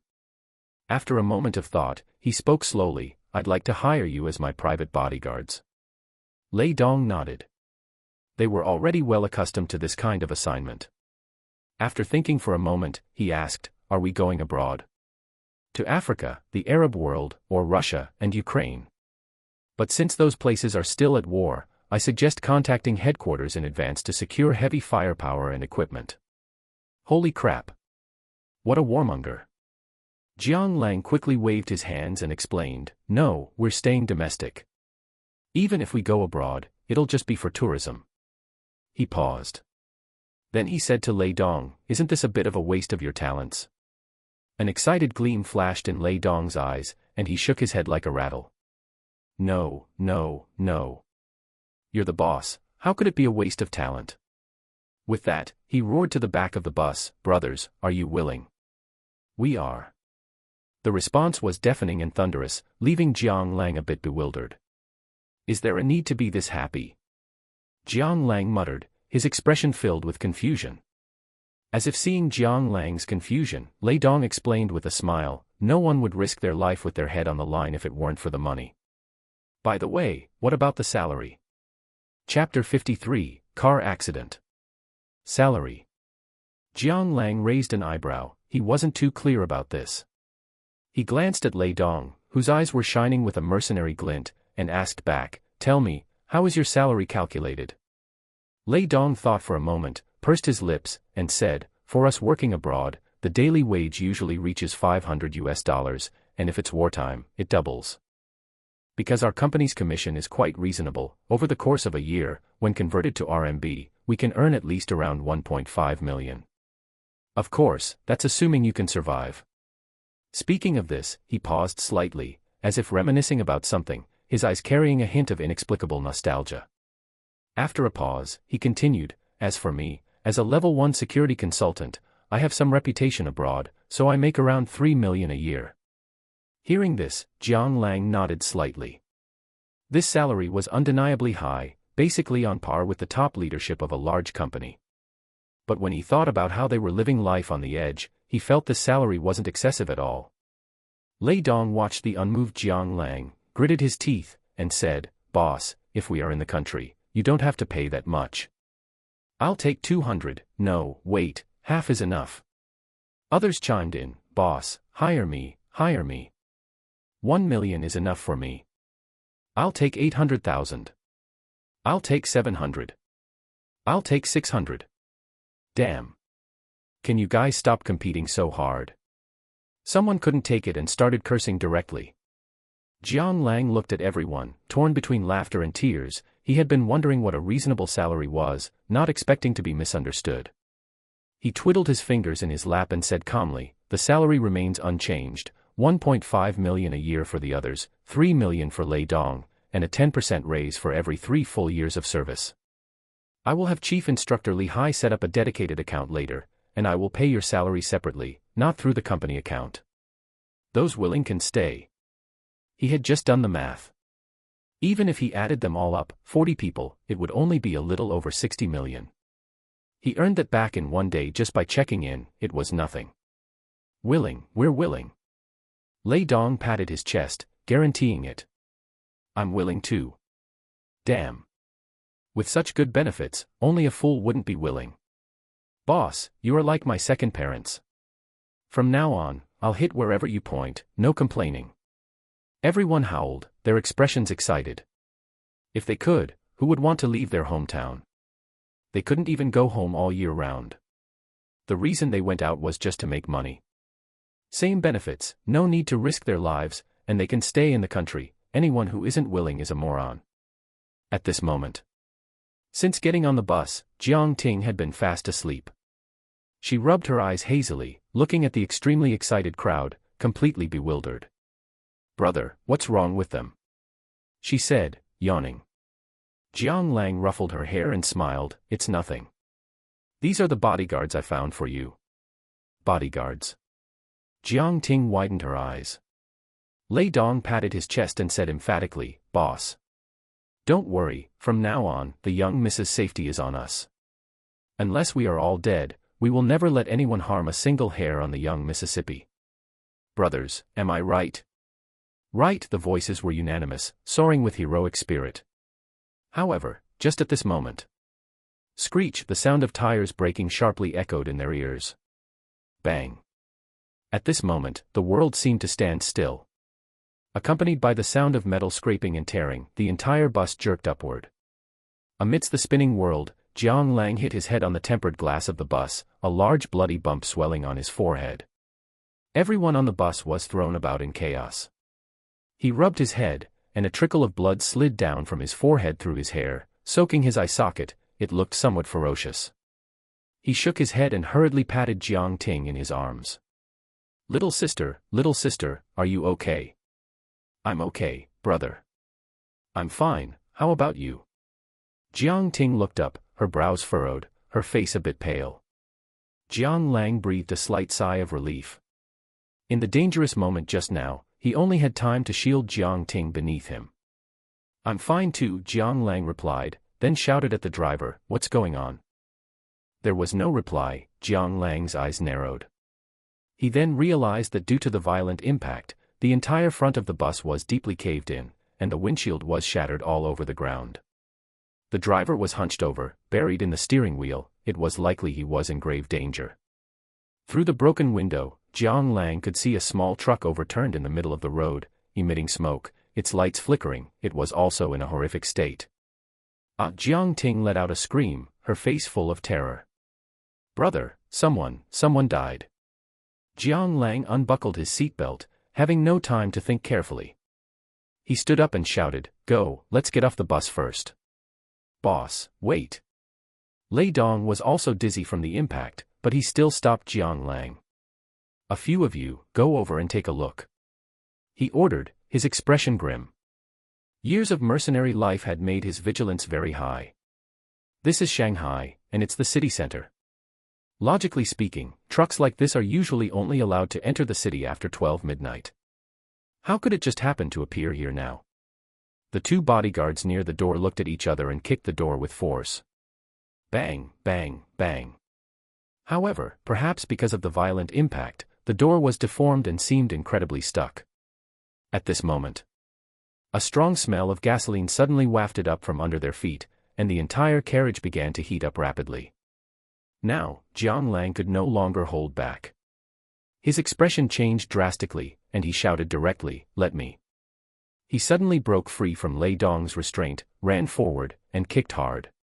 While Lei Dong was still wondering why his strength seemed to have diminished, he only heard a loud bang as the door flew backward, dragging along the ground with a harsh screech sound. Jiang Lang jumped down and shouted at everyone inside, "Quick! The bus is going to explode." Lei Dong didn't hesitate either and roared, "Hurry, get out." It can only be said that they were well-trained mercenaries who had spent many years abroad. If ordinary people encountered this, they would have been terrified, and a stampede could very well have occurred. Less than 10 seconds after the last person got off the bus. Boom. A sky-high flame rose, and the entire bus had turned into a sea of fire, illuminating the entire night sky. Everyone looked at each other, their faces blackened, all revealing a sense of joy at having survived the disaster. Jiang Lang took a heavy deep breath, swallowed, and turned his head to look at the small truck not far away, the culprit behind their car accident. Gritting his teeth, he said in a heavy, deep voice, "Send a few people over to see." However, before he could finish his sentence, boom. Another sky-high flame rose. Jiang Lang's heart gave a sudden thud, and a deep chill enveloped his heart. This is hiring a hitman to kill. Chapter 54 Huazhou Junting. Contract killing. This thought suddenly appeared in his mind, and it wouldn't go away. He gritted his teeth, his lips turning pale, and turned to look at Jiang Ting, who was dumbfounded. He said in a deep voice, "Call the police first." Oh. Jiang Ting agreed in a panic and hurriedly took out her mobile phone. Boss, something is wrong with this matter. Lei Dong frowned and leaned over to Jiang Lang to remind him. Jiang Lang nodded faintly, his eyes thoughtful. Jiangbei City. No. He is still a wanted man. It is impossible for him to have the spare energy to deal with me. Then, thinking of what Zhao Yanyu had told him before, his eyes were icy cold. Zhang Xiaoling. No, it should be said that it is the family behind her. The capital, a branch of the Zhang family. However, even if you are a descendant of a noble family, being so unscrupulous in taking human lives, you really deserve to die. Moreover, it is just a side branch of a family. Jiang Lang subconsciously clenched his fists, his face ashen. He knew that with his current strength, he could not topple the opponent yet, but he would absolutely not sit and wait for death. This contract killing had already touched his bottom line.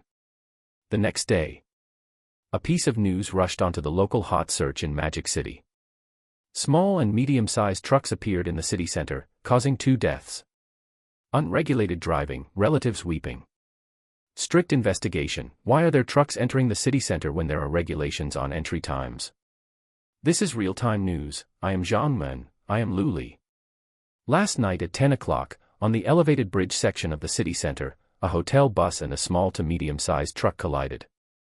2 drivers died on the spot, and the remaining passengers all suffered minor injuries to varying degrees. The scene is a mess, and the police are already fully investigating the cause of the accident. At present, this road section has been closed. Please detour for other citizens. Bang! With a sound. The TV screen was suddenly smashed with a hole by the remote control, emitting a buzzing electrical sound. Zhang Xiaoling was like a mad ghost who had lost her mind, jumping with rage. Everything around her was smashed everywhere. Damn it! How could he still be alive? How could he? Her voice was extremely cold. Zhang Xiaoling, calm down. The men beside her scolded. He looked somewhat similar to Zhang Xiaoling, naturally bringing a sense of majesty, with an air of elegance and luxury. Brother, I can't calm down, it's him.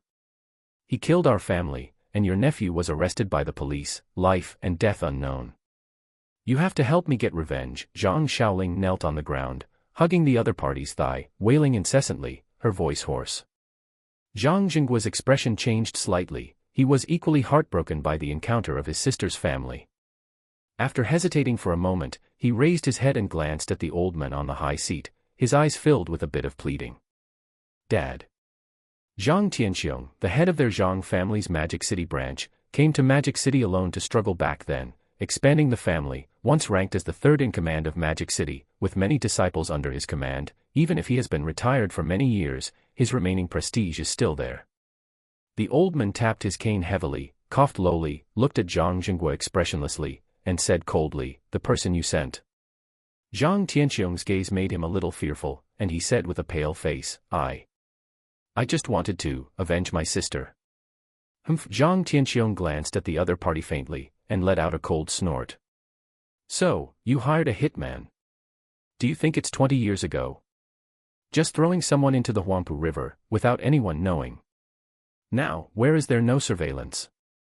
If it is exposed, public opinion alone can overturn our Zhang family.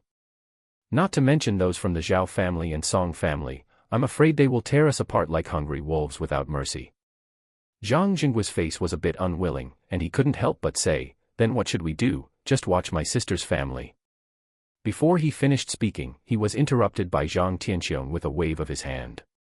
Stay low for this period of time. It would be bad if discovered by those above. As for her. Speaking of this, he glared at the disheveled and dull-eyed Zhang Xiaoling, and scolded, at the beginning, I said that the families were not well matched, and Jiang Qingshu was definitely not a good person.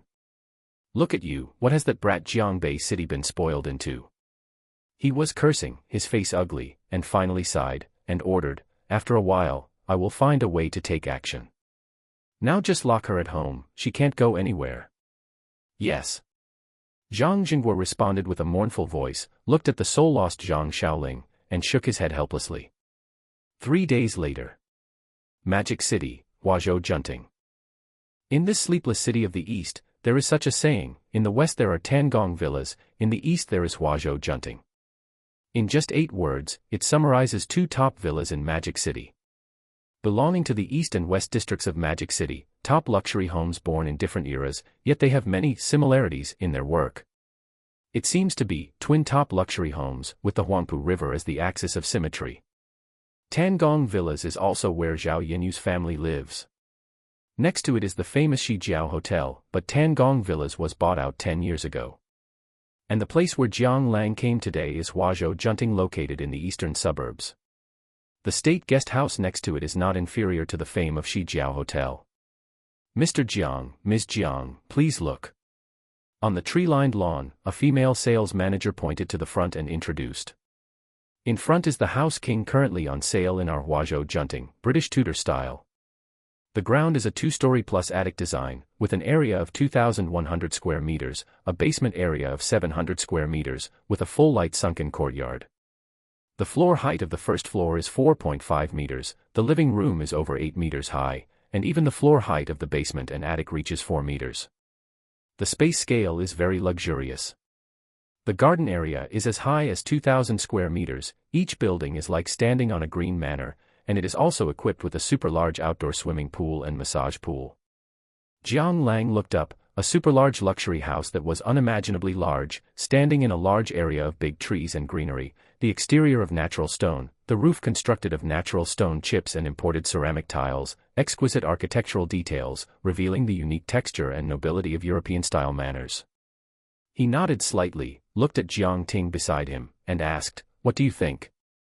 Jiang Ting's eyes flashed with a hint of longing, and she nodded blankly. "It's beautiful." Turning to look at Jiang Lang, she asked, "Brother, why are we here?" Jiang Lang smiled, turned his head to look forward, and did not answer. Since being hired to be killed, he has been extremely vigilant in his heart. A place like Thompson Riviera is no longer suitable for him to live in. Even if the other party is known as the King of Flat Floors, it is ultimately a commercial housing, with many people and mixed eyes. Before solving the Zhang family, he must ensure absolute safety, and this kind of large villa is very suitable for him. The privacy is very good, and he can also arrange bodyguards and these things in. He turned his head to the sales manager on the side and said faintly, "Let's go, take me in to see." The elegant sales manager, wearing black silk short skirts and black framed glasses, nodded hurriedly. "Okay, please follow me." Chapter 55, Buying 2 Mansions at Once. Upon walking inside, Jiang Ting couldn't help but let out an exclamation of amazement. Even Lei Dong, who followed behind and was quite well-traveled, felt his gaze flicker slightly. The entrance foyer was larger than the living room of an ordinary luxury mansion, and 2 Roman columns filled the entire space with a sense of ceremony. The ceiling height of over 8 meters gave the living room a magnificent and imposing air. The classical fireplace, wood-paneled walls, crystal chandelier, and hand-painted silk wallpaper, paired with exquisite classical furniture, allowed a courtly, noble aura to flow slowly through the space. To ensure the ultimate luxurious experience for the homeowner, we spent over 100 million just on the renovation alone. At the same time, we have retained many Chinese elements, so while it is exquisite and grand, it also possesses profound cultural depth. For example, this oversized mural in the living room was created by a famous Chinese sculptor, modeled after along the river during the Qingming festival, and this piece alone cost over 4 million. The sales manager kept introducing the features, her eyes similarly filled with excitement. It wasn't her first time here, but every time she came, it made her tremble all over. This was the manor of her dreams. Its level of exquisite grandeur was comparable to an ancient palace. Thinking of this, she cast a covert glance at Jiang Lang. If she could be taken into his fold, she would be willing even if it meant being the 3rd, 4th, or even 5th or 6th mistress. Jiang Lang naturally sensed her gaze, but he smiled indifferently and ignored it. Although she looked decent, he, having always been surrounded by flowers, had an extremely high standard. Whether it was Guban Meng, Zhao Yenyu, or ECU, they were all rare, peerless beauties. Even the still-developing little sprout, Jiang Ting, was much prettier than her. If either her looks or figure didn't score at least a 9, he wouldn't even be interested. His little brother couldn't even muster any interest. However, thinking of this, he felt a bit of resentment in his heart. Logically speaking, now that he was so wealthy, he should have changed girlfriends batch after batch, and he probably would have paid for contraceptive pills countless times by now. Yet, who could have imagined that he, the great godly tycoon Jiang, had been a monk for over a month. The only time he finally managed to prepare to mount his horse and display his prowess, ready to battle until dawn, it was forcibly ruined by someone. Thinking of this, he cast a resentful look at Jiang Ting. Jiang Ting, not understanding why, scratched her head and giggled, "Brother, why are you looking at me like that? It's kind of scary." Jiang Lang took a deep breath, turned his head to look at the saleswoman, and said indifferently, "I'll take it." "Oh, right, not just this one, I want that one in front as well." For this king of houses, apart from himself and Jiang Ting, he only planned to arrange for a few female bodyguards to move in. After all, he wasn't gay. Waking up to see a group of burly men surrounding him and fussing over him would give him psychological trauma even if he were fine. Right, all the men could get lost, he would hire some maids later. Black stockings, white stockings, pleated skirts, he would have them all. That was what you called enjoyment. Ah, the saleswoman stared at him in astonishment, completely dumbfounded. She knew that wealthy people bought houses in unusual ways, but where was this? This was Huazhou junting. Even the regular model in the front cost 650 million, adding this king of buildings, he was spending over 2 billion renminbi all at once. Even the richest person in China would have to weigh that carefully. Mr. Jiang. Are you sure? She was so shocked she was tongue-tied, her voice trembling.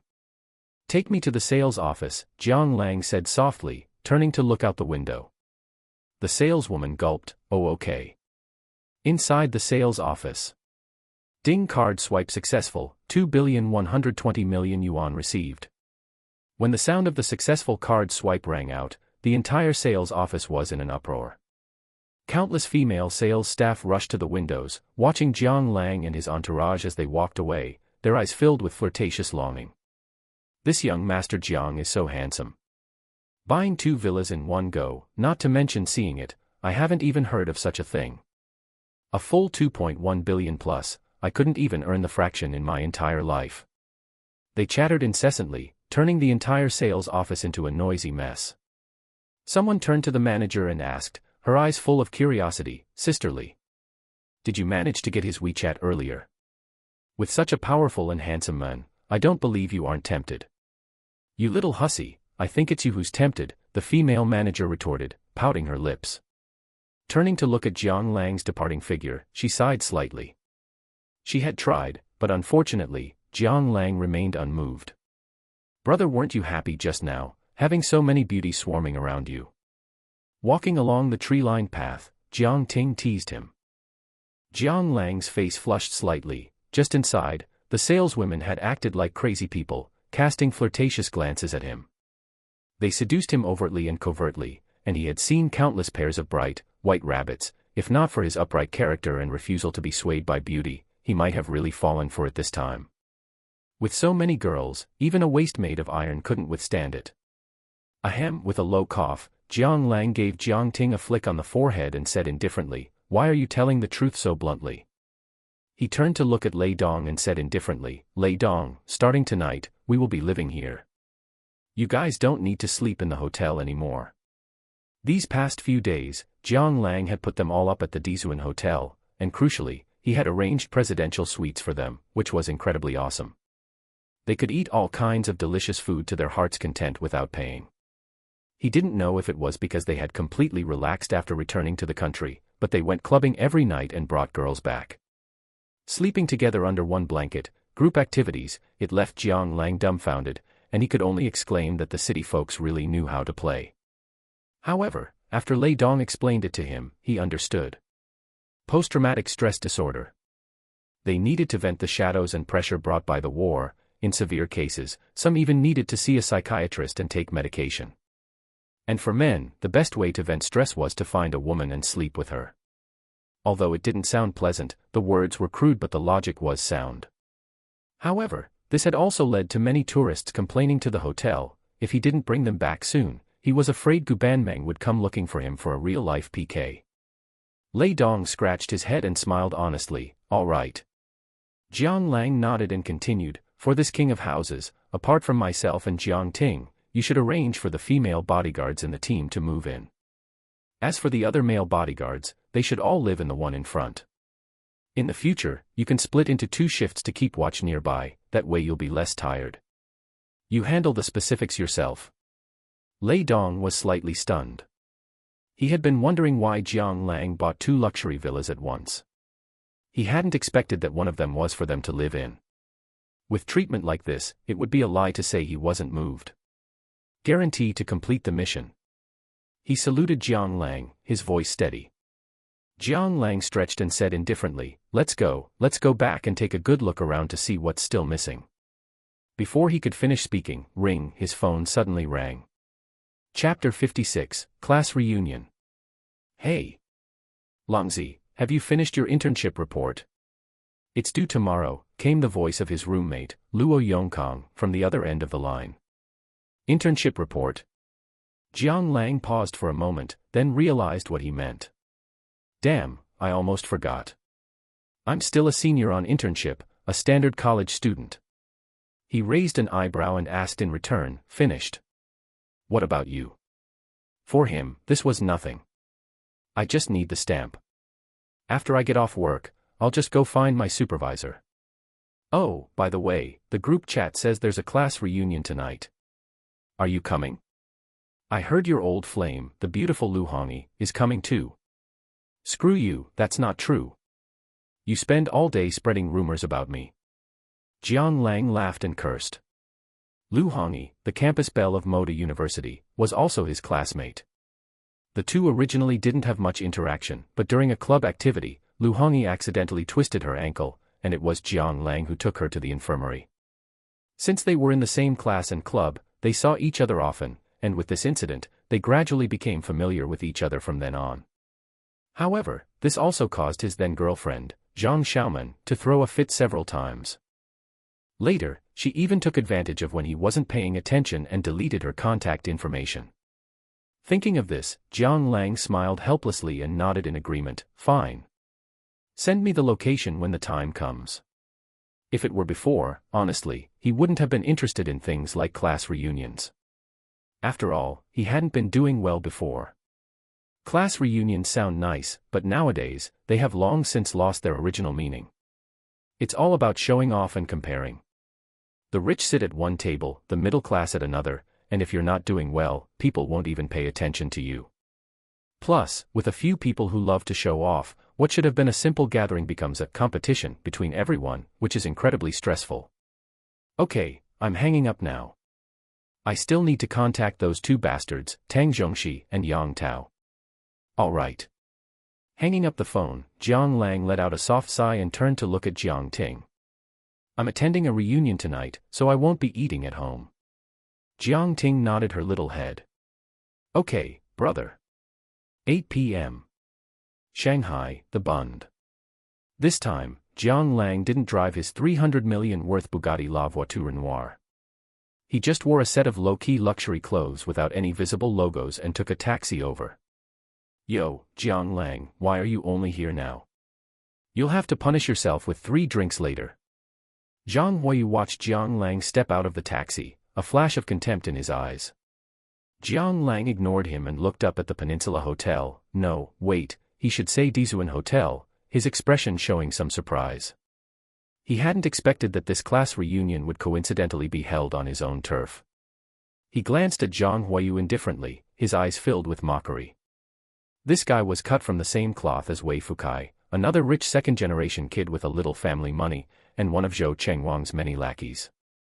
Also under Zhou Chengwang's leadership, he targeted him at every turn, though not as excessively as that bastard Wei Fukai. It seems that bastard Wei Fukai will be coming later too. It's just... I wonder if Zhou Chengwang will show up. He still remembered the encounter at the Ultraviolet restaurant, he hadn't forgotten it. Drinking. I'm not very good at drinking, Jiang Lang shrugged, looking innocent. Sigh, you really are a nerd. That won't do. Since ancient times, who hasn't made it big in business by drinking at the table? As an employee, if you don't please your boss and drink for them, how are you going to get a raise or a promotion? Oh, right, you aren't my employee yet. He patted his head, apologizing in a snide, sarcastic tone, while his eyes were filled with immense contempt.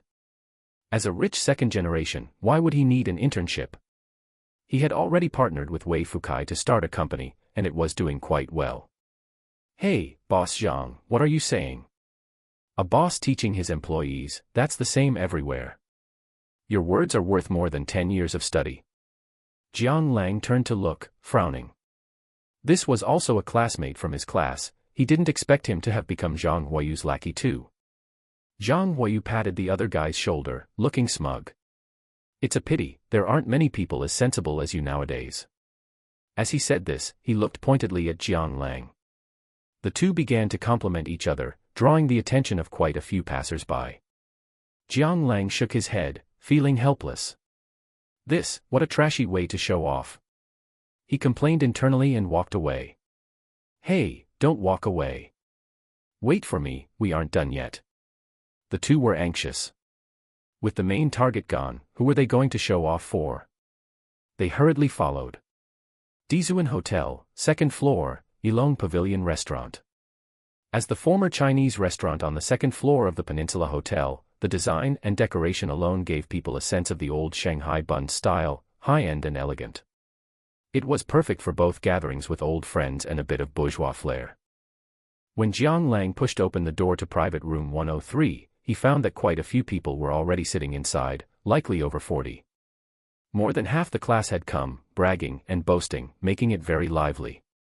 Among them, he also saw his 3 good sons from his dorm, Luo Yongkang, Yang Tao, and Tang Zhongxi, who were with their arms around each other's shoulders, not knowing what they were talking about. He also saw the figure of the campus belle, Lu Hongyi, with quite a few people surrounding her. Damn it, housing prices in Shanghai have risen again. Last year it was 68,000 on average, this year it's 71,000. Someone sighed, I only make 6,000 a month now. Who knows how long I'll have to work to afford it. You're lucky. I only make 4,000 a month. I don't even know how to survive in Shanghai. Sigh, nowadays, just relying on your own hard work to buy a house is completely unrealistic. I'm okay. My mom and dad have some savings, and if I work hard and save a bit more, I can pay for a down payment or something. As for the mortgage, I'll just pay it off slowly. I envy you guys who have parents to help out. For guys like us, once we graduate, we'll probably just have to roll back to our hometowns. Hey, Langzi, come sit over here. Luo Yongkang had sharp eyes. He spotted Jiang Lang immediately and waved at him. Coming. Jiang Lang smiled and walked over. Whispers spread through the crowd. Damn. Why is Jiang Lang here too? Wow, the god Jiang is as handsome as ever, a girl said, acting infatuated. Being handsome is useless. His family is from the countryside. Once he graduates, he'll have to roll back home, someone said disdainfully. Still, I didn't expect him to dare to come to a place like this. Just putting on a front, acting richer than he is. Look at what he's wearing. I've never seen it before, it's probably all some no-name brand. Jiang Lang appeared calm on the surface, but inwardly he sighed. Sure enough, just as he had thought before, class reunions in this day and age have lost their meaning. He had originally thought that since everyone was still interning and essentially still college students, it shouldn't be that snobbish. It seems he was still too naive. Shaking his head, he greeted the others. Long time no see, Lao Luo, A Shi, Xiao Tao. Chapter 57, Meeting the Scumbag Couple Again. Come, sit down quickly, Langzi. Don't pay any attention to those idiots. Luo Yongkang hurriedly greeted Jiang Lang and motioned for him to sit. Then, he pointed at the others, his eyes wide with anger. You bastards, shut your mouths. If you keep yapping, believe it or not, I'll have someone slap you. Come, Langzi, it's not easy for us brothers to meet up. I suggest we have a toast. Tang Zhongxi said, raising his glass. Yang Tao was a man of few words but firm action. He simply raised his glass and gestured towards him. Jiang Lang felt a warmth in his heart. His brothers in the dormitory were truly good to him. They had never looked down on him because of his background, on the contrary, they took care of him in every way. Especially Luo Yongkang, whose family had a bit of money. With him protecting him, the others didn't dare to go too far. Cheers. Jiang Lang didn't refuse, he raised his glass and downed it in one go. Seeing that Jiang Lang ignored them, the others curled their lips and started eating and drinking. As expected, it's like this again. Come, let's just drink our own. Before long, the atmosphere in the private room returned to normal, with glasses clinking and the sound of voices rising. Hey, handsome Jiang, how come you didn't greet me when you saw me? A clear, gentle female voice drifted into his ears. Lu Hongyi swayed her waist and walked behind Jiang Lang, holding a wine glass. Jiang Lang turned his head to look, his eyes lighting up slightly. Today, Lu Hongyi was clearly dressed with great care, wearing a light blue dress. Her long, dark hair cascaded down her face to her back, and her fair, long legs were faintly visible beneath the hem of her skirt, making her look incredibly charming. Image. He spoke teasingly. I didn't want to intrude when I saw that you, the great beauty Lu, were surrounded by so many admirers. Admirers? I'm afraid scoundrels would be more accurate. Lu Hongyi covered her mouth and giggled, hee hee hee. Come, let's have a toast. She raised her glass to invite Jiang Lang. This scene made everyone present extremely jealous. Damn. Could school beauty Lu actually like Jiang Lang? How is that possible? Look at her status. Back in school, she was driven home in a Bentley every day. These days, it's all about being evenly matched in social status. What right does Jiang Lang have to be worthy of her? Besides, Jiang Lang has a girlfriend, have you forgotten? Jiang Lang ignored the crowd and smiled as he raised his glass. Clink. However, no one noticed that for a split second, Lu Hongyi's eyes widened, staring fixedly at Jiang Lang's wrist. A luxurious watch with a light blue starry sky pattern. Is this a Patek Philippe starry sky blue? How is that possible? Did I see it wrong? She was puzzled, but kept a calm expression on the surface. She turned her head to look around and asked casually, by the way. Where is your little girlfriend? Why isn't she here with you? Zhang Xiaoman used to be inseparable from Jiang Lang, they were never apart. She had even treated her as a love rival and kept a close watch on her. It was truly surprising that she hadn't come to this class reunion. Yeah. Where is Xiaoman?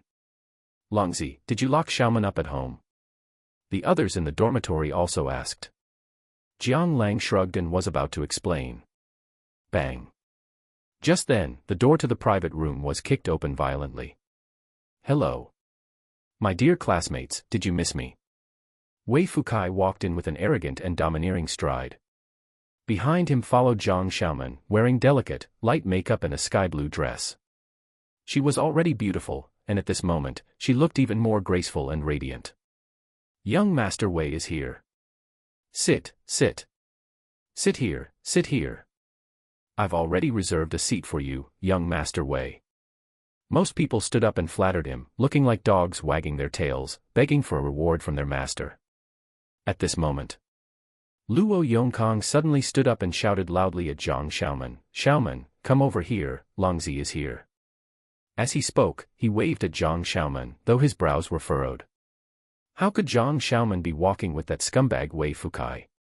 Did she not know that Jiang Lang and he were mortal enemies? At this point, Jiang Lang hadn't had time to explain, he didn't know that Jiang Lang and the two of them had already broken up. Zhang Xiaoman's body trembled slightly. She looked up at Jiang Lang in the corner, her expression one of disbelief, her emotions complex. The reason she had agreed to come was that she saw Jiang Lang hadn't replied in the group chat, and she assumed he wouldn't be coming. Based on her understanding of Jiang Lang, he wouldn't like this kind of meaningless, pretentious gathering. Zhang Huayu rolled his eyes, now it was finally his turn to shine. He had kept a low profile for so long just to wait for this moment to slap someone in the face. He laughed, with a hint of schadenfreude on his face, young Master Luo, you don't know yet, do you? Zhang Xiaoman is now young Master Wei's girlfriend. As he spoke, he turned to look at Jiang Lang and smirked, isn't that right, Jiang Lang? As soon as these words were spoken, the crowd instantly erupted. Isn't Zhang Xiaoman Jiang Lang's girlfriend? How did she become Wei Fukai's? He got his girl stolen, that's what happened. But, no matter what, this shouldn't have happened. We all know how terrible Wei Fukai was to Jiang Lang back then. I didn't expect Jiang Xiaoman, who looked so innocent, to be such a slut. Now, we're in for a good show. If she had chosen me back then, this wouldn't have happened, said some lovesick girl, defending Jiang Lang. Forget it. He's poor, not blind. You weigh 300 pounds, don't you have any self-awareness? Who are you calling 300 pounds? F*CK, are you looking for death? The crowd discussed among themselves, looking at Jiang Lang with complex expressions. However, none of these people noticed that with every word they said, Wei Fukai's face turned a shade paler. Damn it. Why is this jinx here? If you keep talking, will I even be able to survive? Recalling having been beaten up twice by Jiang Lang, he felt his face twitch in pain. He hurriedly roared at the crowd, "Shut your mouths." After saying this, he gave Jiang Lang a sheepish smile, his attitude extremely amiable. This scene left everyone stunned. You have to know that when they were in school, whenever Wei Fukai met Jiang Lang, he would either hit or scold him. In a situation like this, it would be impossible for him not to mock him a few times. How does it look like he's actually afraid of the other party now? Jiang Lang just glanced at Wei Fukai coldly, turned his head, and said nothing more. However, who could have expected that? Zhang Huayu wouldn't let it go and complained to Wei Fukai, "Damn. Since when did you become such a coward?" He then turned to look at Jiang Lang and mocked, "Hey. You cuckold, your girlfriend got stolen and you don't even dare to say a word. What a loser. No wonder Jiang Xiaoman doesn't want you anymore. If you ask me, you really deserve it. Just." He didn't notice that while he was recklessly taunting Jiang Lang, Jiang Lang had already unknowingly walked up to him, looking down at him from above, emitting a chilling coldness. Chapter 58, Beating Up Zhang Huayu. What do you want me to say? The voice was clearly very light and calm, yet it carried a chilling sense of danger, like a perennial, unmelting cold wind blowing into the depths of one's heart. Zhang Huayu trembled instantly and looked up subconsciously. A face that could not be more familiar came into view, yet at this moment, it made him feel incomparably like a stranger. The eyes were narrow and long, like a sinister, venomous snake, staring fixedly at him. Zhang Huayu swallowed, recalling how in the past at school, Jiang Lang would not fight back when hit or argue when scolded. He gathered his courage and shouted, Are you looking for death? Who let you over?" Before he could finish, everyone heard a loud bang. Ah! A large shoe print appeared on Zhang Huayu's clothes. He collapsed like a soft-legged shrimp, curling up on the floor while clutching his stomach and wailing. You dare to hit me?" He gasped heavily, looking at Jiang Lang in disbelief. His facial features were twisted into a knot, and sweat beads slid down his forehead like rain. This scene happened too fast.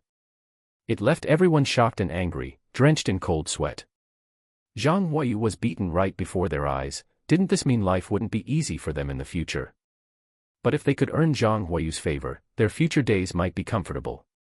Some quick-witted people pointed directly at Jiang Lang without hesitation. "Jiang Lang, you've gone too far.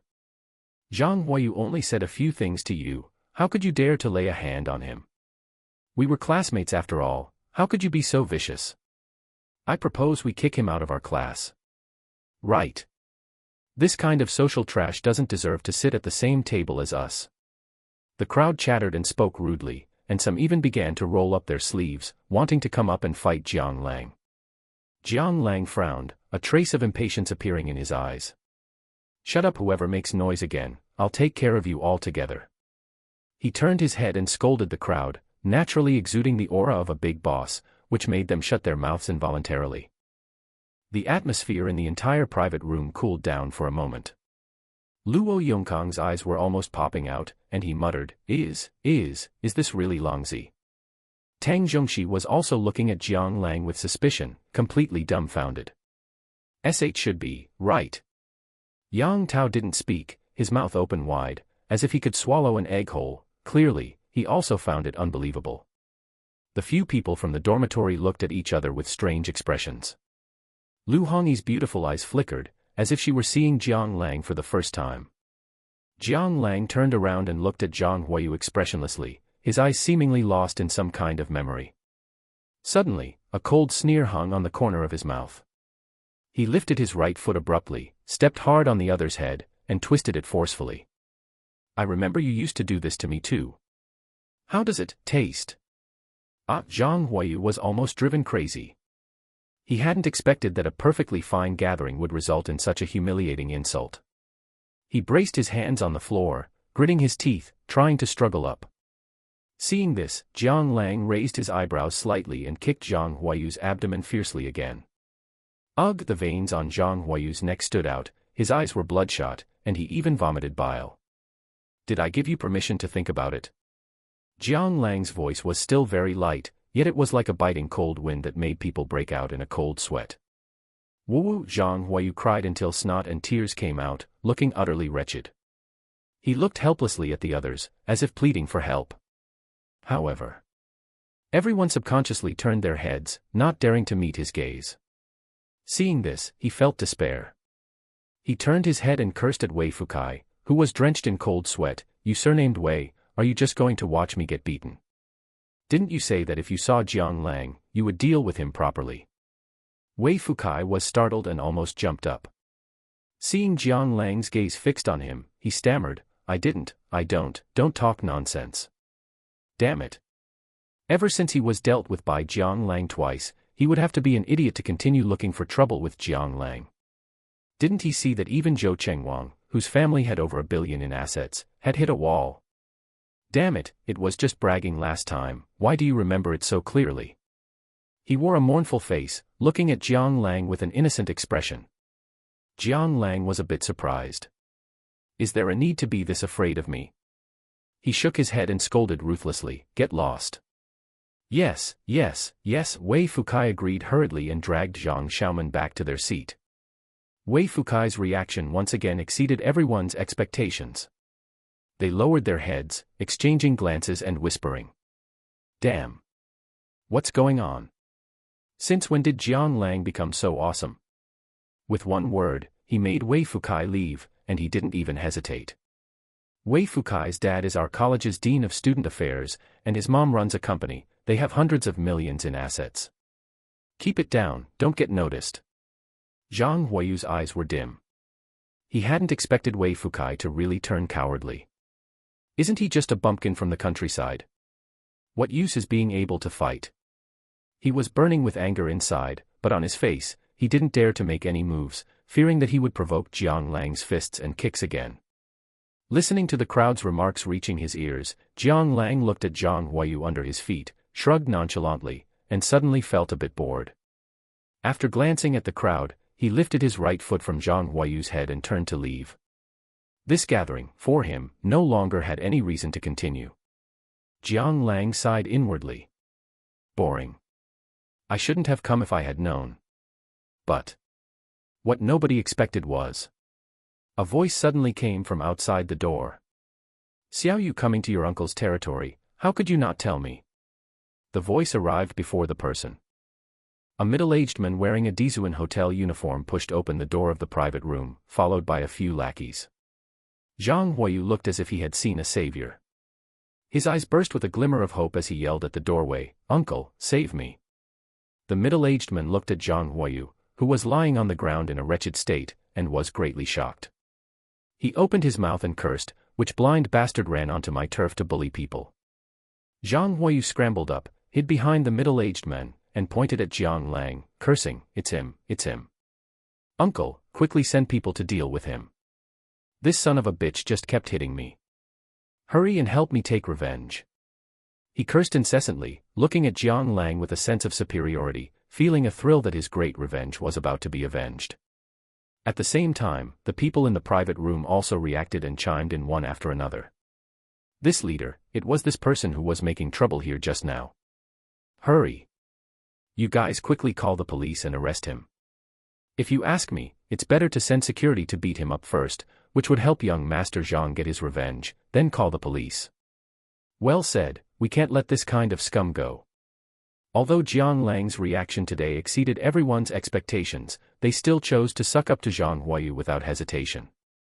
After all. So what if Jiang Lang can fight? This is the new era, having money is the real king. Chapter 59, Too many flies, it's irritating. No one noticed. As they continued to accuse Jiang Lang, not only did the middle-aged man not move, but his face grew paler with every word they spoke. Slap. Suddenly, a crisp sound of a slap echoed in the private room, cutting off the voices of the crowd. Zhang Huayu was completely stunned. He instinctively covered his cheek and asked foolishly. Uncle, why did you hit me? The middle-aged man ignored Zhang Huayu and jogged over to Jiang Lang. Wiping the cold sweat from his forehead, he said respectfully, Greetings, Chairman. His voice was trembling and shaking. As soon as these words were spoken, everyone was instantly dumbfounded. The chairman of Dizuan Hotel. The big boss of a super-luxury 5-star hotel worth over 3 billion. Zhang Huayun was even more completely dumbfounded, staring blankly at Jiang Lang, unable to speak. His family was a hotel supplier.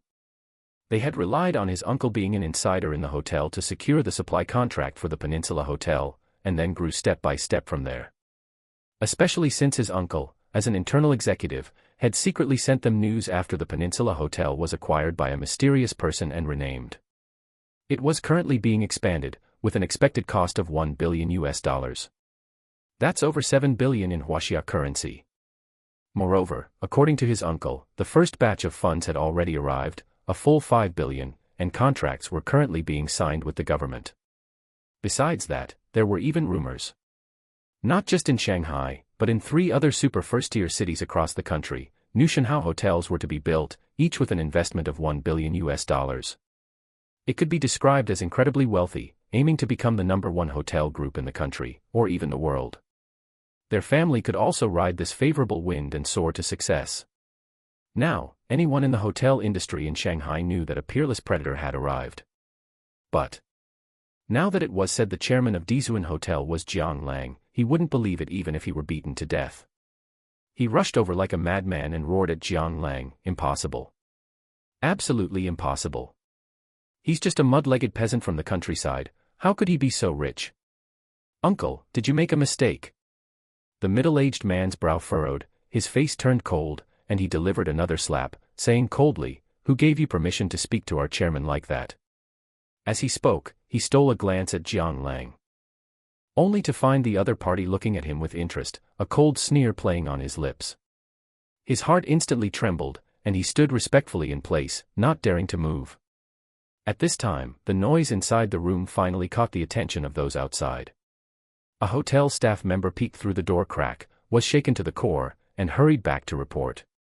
The atmosphere in the room grew increasingly cold, and everyone looked at Jiang Lang in terror.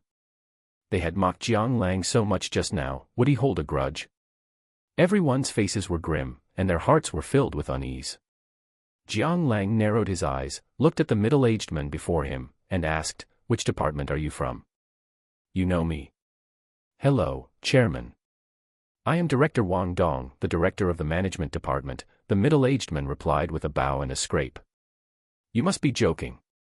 When you showed your great power in the procurement department, we witnessed it with our own eyes and wouldn't dare forget it.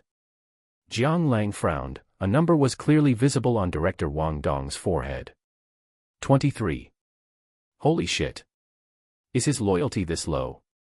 Since the effect of the big boss title had upgraded, he would occasionally drop by Dizuan Hotel to observe the loyalty of the employees within his sphere of influence. Most of the entry-level employees stayed above 60. It wasn't considered high, but at least it ensured they wouldn't actively harm the company's interests. After all, Jiang Lang didn't expect people to risk their lives for him for such a small salary, that wasn't realistic. But whenever he found anyone lower, he basically fired them on sight. But he hadn't expected to have his eyes opened again today. Jiang Lang complained inwardly, but remained impassive on the surface, giving a slight nod. At this moment, the sound of clack, clack, clack came from outside the door, like high heels stepping on marble. An icy, mature beauty walked in. She was tall with a slender and graceful figure, her long hair cascading over her shoulders. A black and white uniform perfectly enveloped her exquisite physique. Though she was only 172 centimeters tall, she walked with the presence of someone 2 meters tall. Chairman, why didn't you tell me about your class reunion? I could have arranged for someone to host you in advance. She looked cold, but her gaze toward Jiang Lang was unexpectedly soft. As she spoke, she snapped her fingers, and waiters pushed dining carts into the room one by one. Boston lobster, white truffle bagels, caviar chocolate pudding, seafood treasure curry. The aroma was enticing, even Jiang Lang couldn't help but sniff. He turned his head and saw that many of his classmates were looking at the food trays with longing. Among those present, only the wealthy ones like Luo Yongkang, Lu Hongyi, and those two playboys Wei Fukai and Zhang Huayu had eaten such things. The others had never seen such fine delicacies. A hint of mockery flickered in Jiang Lang's eyes as he spoke to stop them. Wait. When the chairman spoke, no one dared to disobey. All the waiters stopped and looked at Jiang Lang with confusion. Phew. Jiang Lang let out a light breath and smiled at the stunned Luo Yongkang and the others. Old Luo, Shi, Xiao Tao, let's go eat somewhere else. Ah, okay, sure, they answered stutteringly. Jiang Lang glanced at Lu Hongyi and joked half-seriously, I wonder if the great school beauty Lu would do me the honor. It would be my pleasure. Lu Hongyi retracted her gaze from Gu Banmeng and gave him a bright smile. Jiang Lang nodded slightly, then turned toward the few classmates who hadn't mocked him earlier, a kind smile appearing on his face. These people were from ordinary families, some even from the countryside like him, but without exception, they all disliked Wei Fukai and Zhang Huayu. Unfortunately, in the face of the two powerful and wealthy men, they were all afraid to speak up despite their anger, choosing instead to stay out of trouble. Li Liang, Zhou Zhong, He Jie, you guys come too. The more the merrier. They were somewhat incredulous. One of them, Zhou Zhong, who was even more of a marginal figure in class than Jiang Lang, pointed at himself. Seekin we. As he spoke, he looked at the delicacies on the cart and swallowed hard. Of course, Jiang Lang replied calmly. Now, no matter how stupid the rest of the crowd was, they knew what Jiang Lang was up to. But even if these people felt dissatisfied, they didn't dare show it. Knowing full well what kind of people playboys like Zhang Huayu were, they had still chosen to be accomplices and play the game of sycophancy. They were a bunch of spineless dogs. They didn't even dare to have an opinion against Zhang Huayu and the others, let alone Jiang Lang, who had an even higher status and position. Jiang Lang gave everyone a half-smile, his gaze lingering on Director Wang Dong for a moment. Before the other could react, he chuckled softly. Let's go. We're changing rooms. There are too many flies in here, it's irritating. Chapter 60, Wealth, the Gap in Status It Brings. With the departure of Jiang Lang and the others, the spacious private room suddenly grew quite a bit quieter. Everyone looked at one another, staring in mutual bewilderment. Suddenly, someone spoke up. Bah. What's so great about having money? We're all classmates here. Look at what he's turned our nice gathering into. It's shameful to associate with someone like that. Come, let's drink. The atmosphere grew lively once again as they clinked glasses, chatted idly, and tacitly avoided mentioning Jiang Lang. But their eyes kept drifting toward the door, each harboring their own thoughts. Zhang Xiaoman didn't reply. Her expression flickered between dark and light, her hands hidden inside her sleeves clenching and unclenching. Her gaze drifted toward the door from time to time. She didn't want to admit it. But she truly regretted it. Recalling the bits and pieces of her past with Jiang Lang, and looking at the fat-headed, pockmarked Wei Fukai beside her, a complex, self-deprecating smile appeared on her face. On the other side, Jiang Lang naturally took his seat at the main table. Looking at everyone below, he raised his glass in invitation.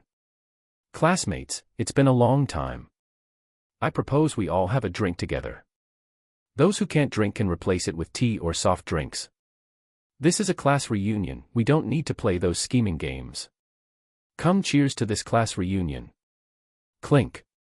Cheers, everyone shouted in unison, glasses clinking in a lively and bustling scene. After 3 rounds of drinks, Jiang Lang found an excuse to slip out of the private room, lighting a cigarette and putting it in his mouth. Watching the smoke curl up before his eyes, his thoughts were somewhat complex.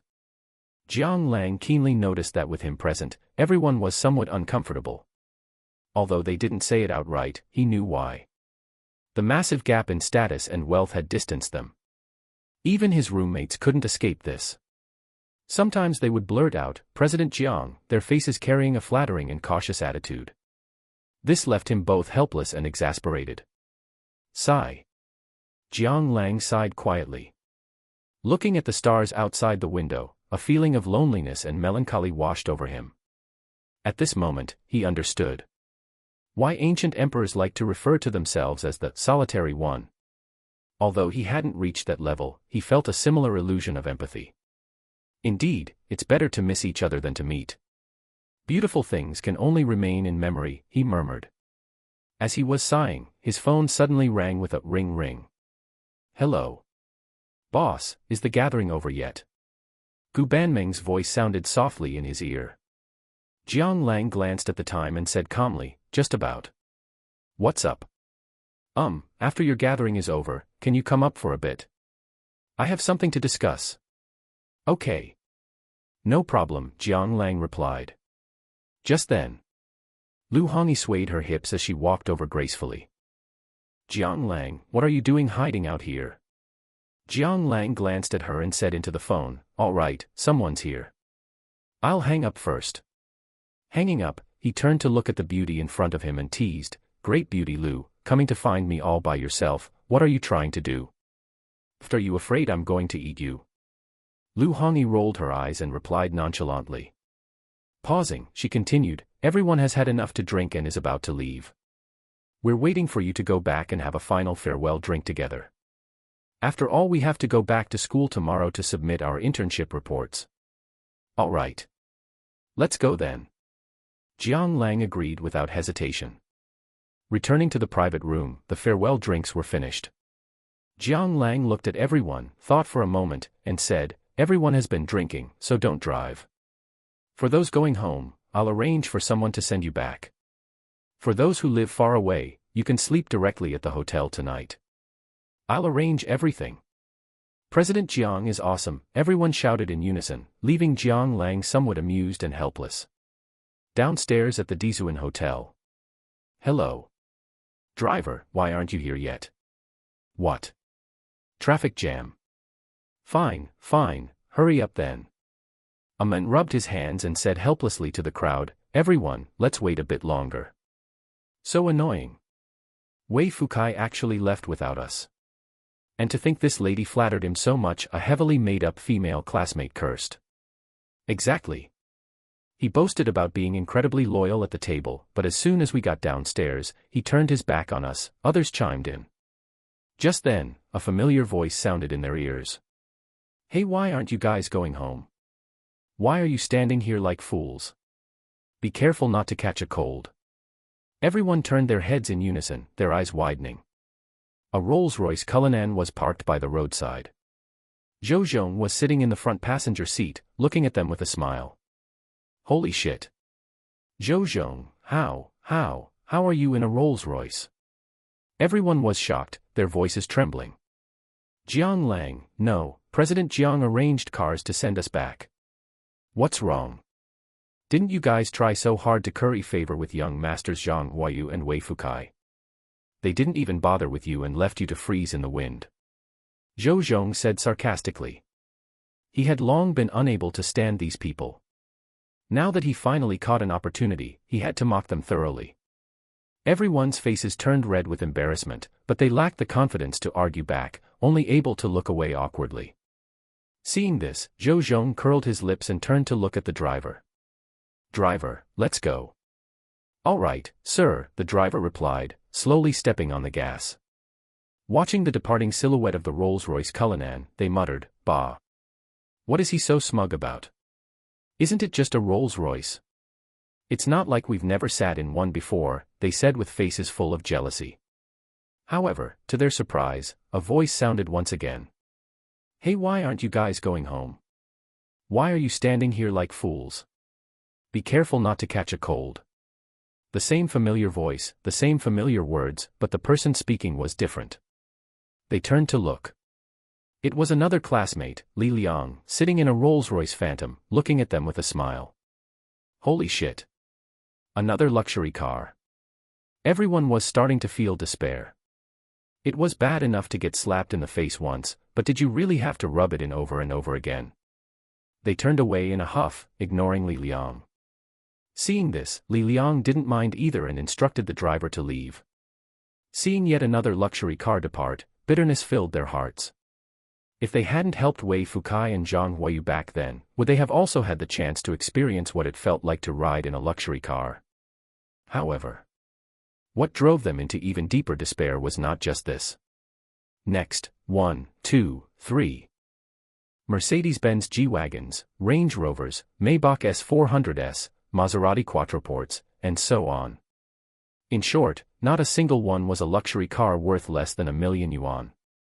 All of them carried away the classmates they once looked down upon, those they had deemed inflexible, unable to flatter others, and ignorant of the ways of survival. Chapter 61, Gu Banmeng's impending departure abroad. Jiang Lang was completely unaware of what had just transpired downstairs. During his last monthly check-in, he had received a luxury car gift pack worth 1 billion yuan, but not all of them were world-class top-tier supercars. For models worth less than 10 million yuan, as well as some luxury cars he simply didn't fancy, he had sent them all to the Shenhao Hotel. After all, he wouldn't drive them anyway. It was better to use them as business vehicles for the hotel, which was a good way to put them to use. Business cars worth several million yuan were more than enough to look prestigious. However, he hadn't expected that his casual action would once again ruthlessly slap the faces of his many classmates who had once looked down on him. At this moment, he was lying leisurely in the executive chair of the CEO's office. A pair of slender, delicate hands gently massaged his temples. "All right, what is it?" "Spit it out," Jiang Lang said, yawning halfway as he opened his eyes sleepily. "I'm going abroad tomorrow," Gu Banmeng said softly, withdrawing her slender fingers and glancing at Jiang Lang. "Going abroad? What are you going abroad for?" Jiang Lang raised an eyebrow, slightly puzzled. "Boss, do you not care about the hotel situation at all?" Gu Banmeng rolled her eyes at Jiang Lang and couldn't help but say. At this point, she held back her frustration. Jiang Lang smiled sheepishly, not daring to reply. "Currently, we have finalized the project with the local government, and construction will officially begin next Monday." Gu Banmeng sighed and continued. "At that time, the Dizuan Grand Hotel will officially begin its expansion. It is expected to be completed within 2 years." Saying this, she gave Jiang Lang a deep, meaningful look. Originally, the project wouldn't have been finalized so quickly. Although the local Shanghai government was very interested in such a massive project, they were also worried about insufficient funds leading to an unfinished project.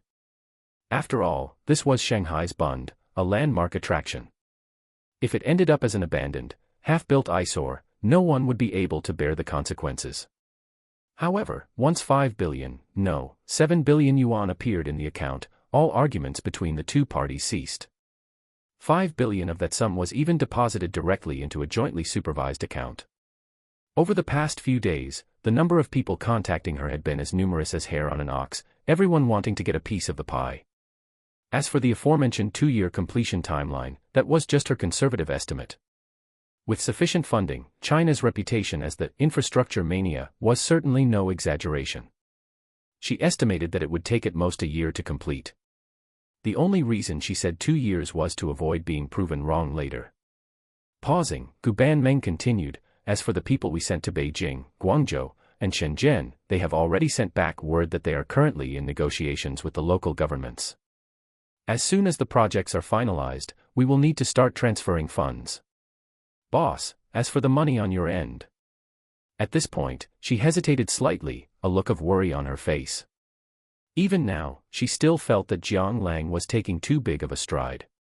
As the saying goes, if you take too big a step, you're bound to tear your crotch. Wanting to build new hotels in the country's 4 major Tier 1 cities and 10 major global cities all at once, with each hotel requiring an investment of $1 billion, the financial pressure was simply unimaginable. Jiang Lang patted his chest and said reassuringly, "Don't worry about that, the money is already prepared."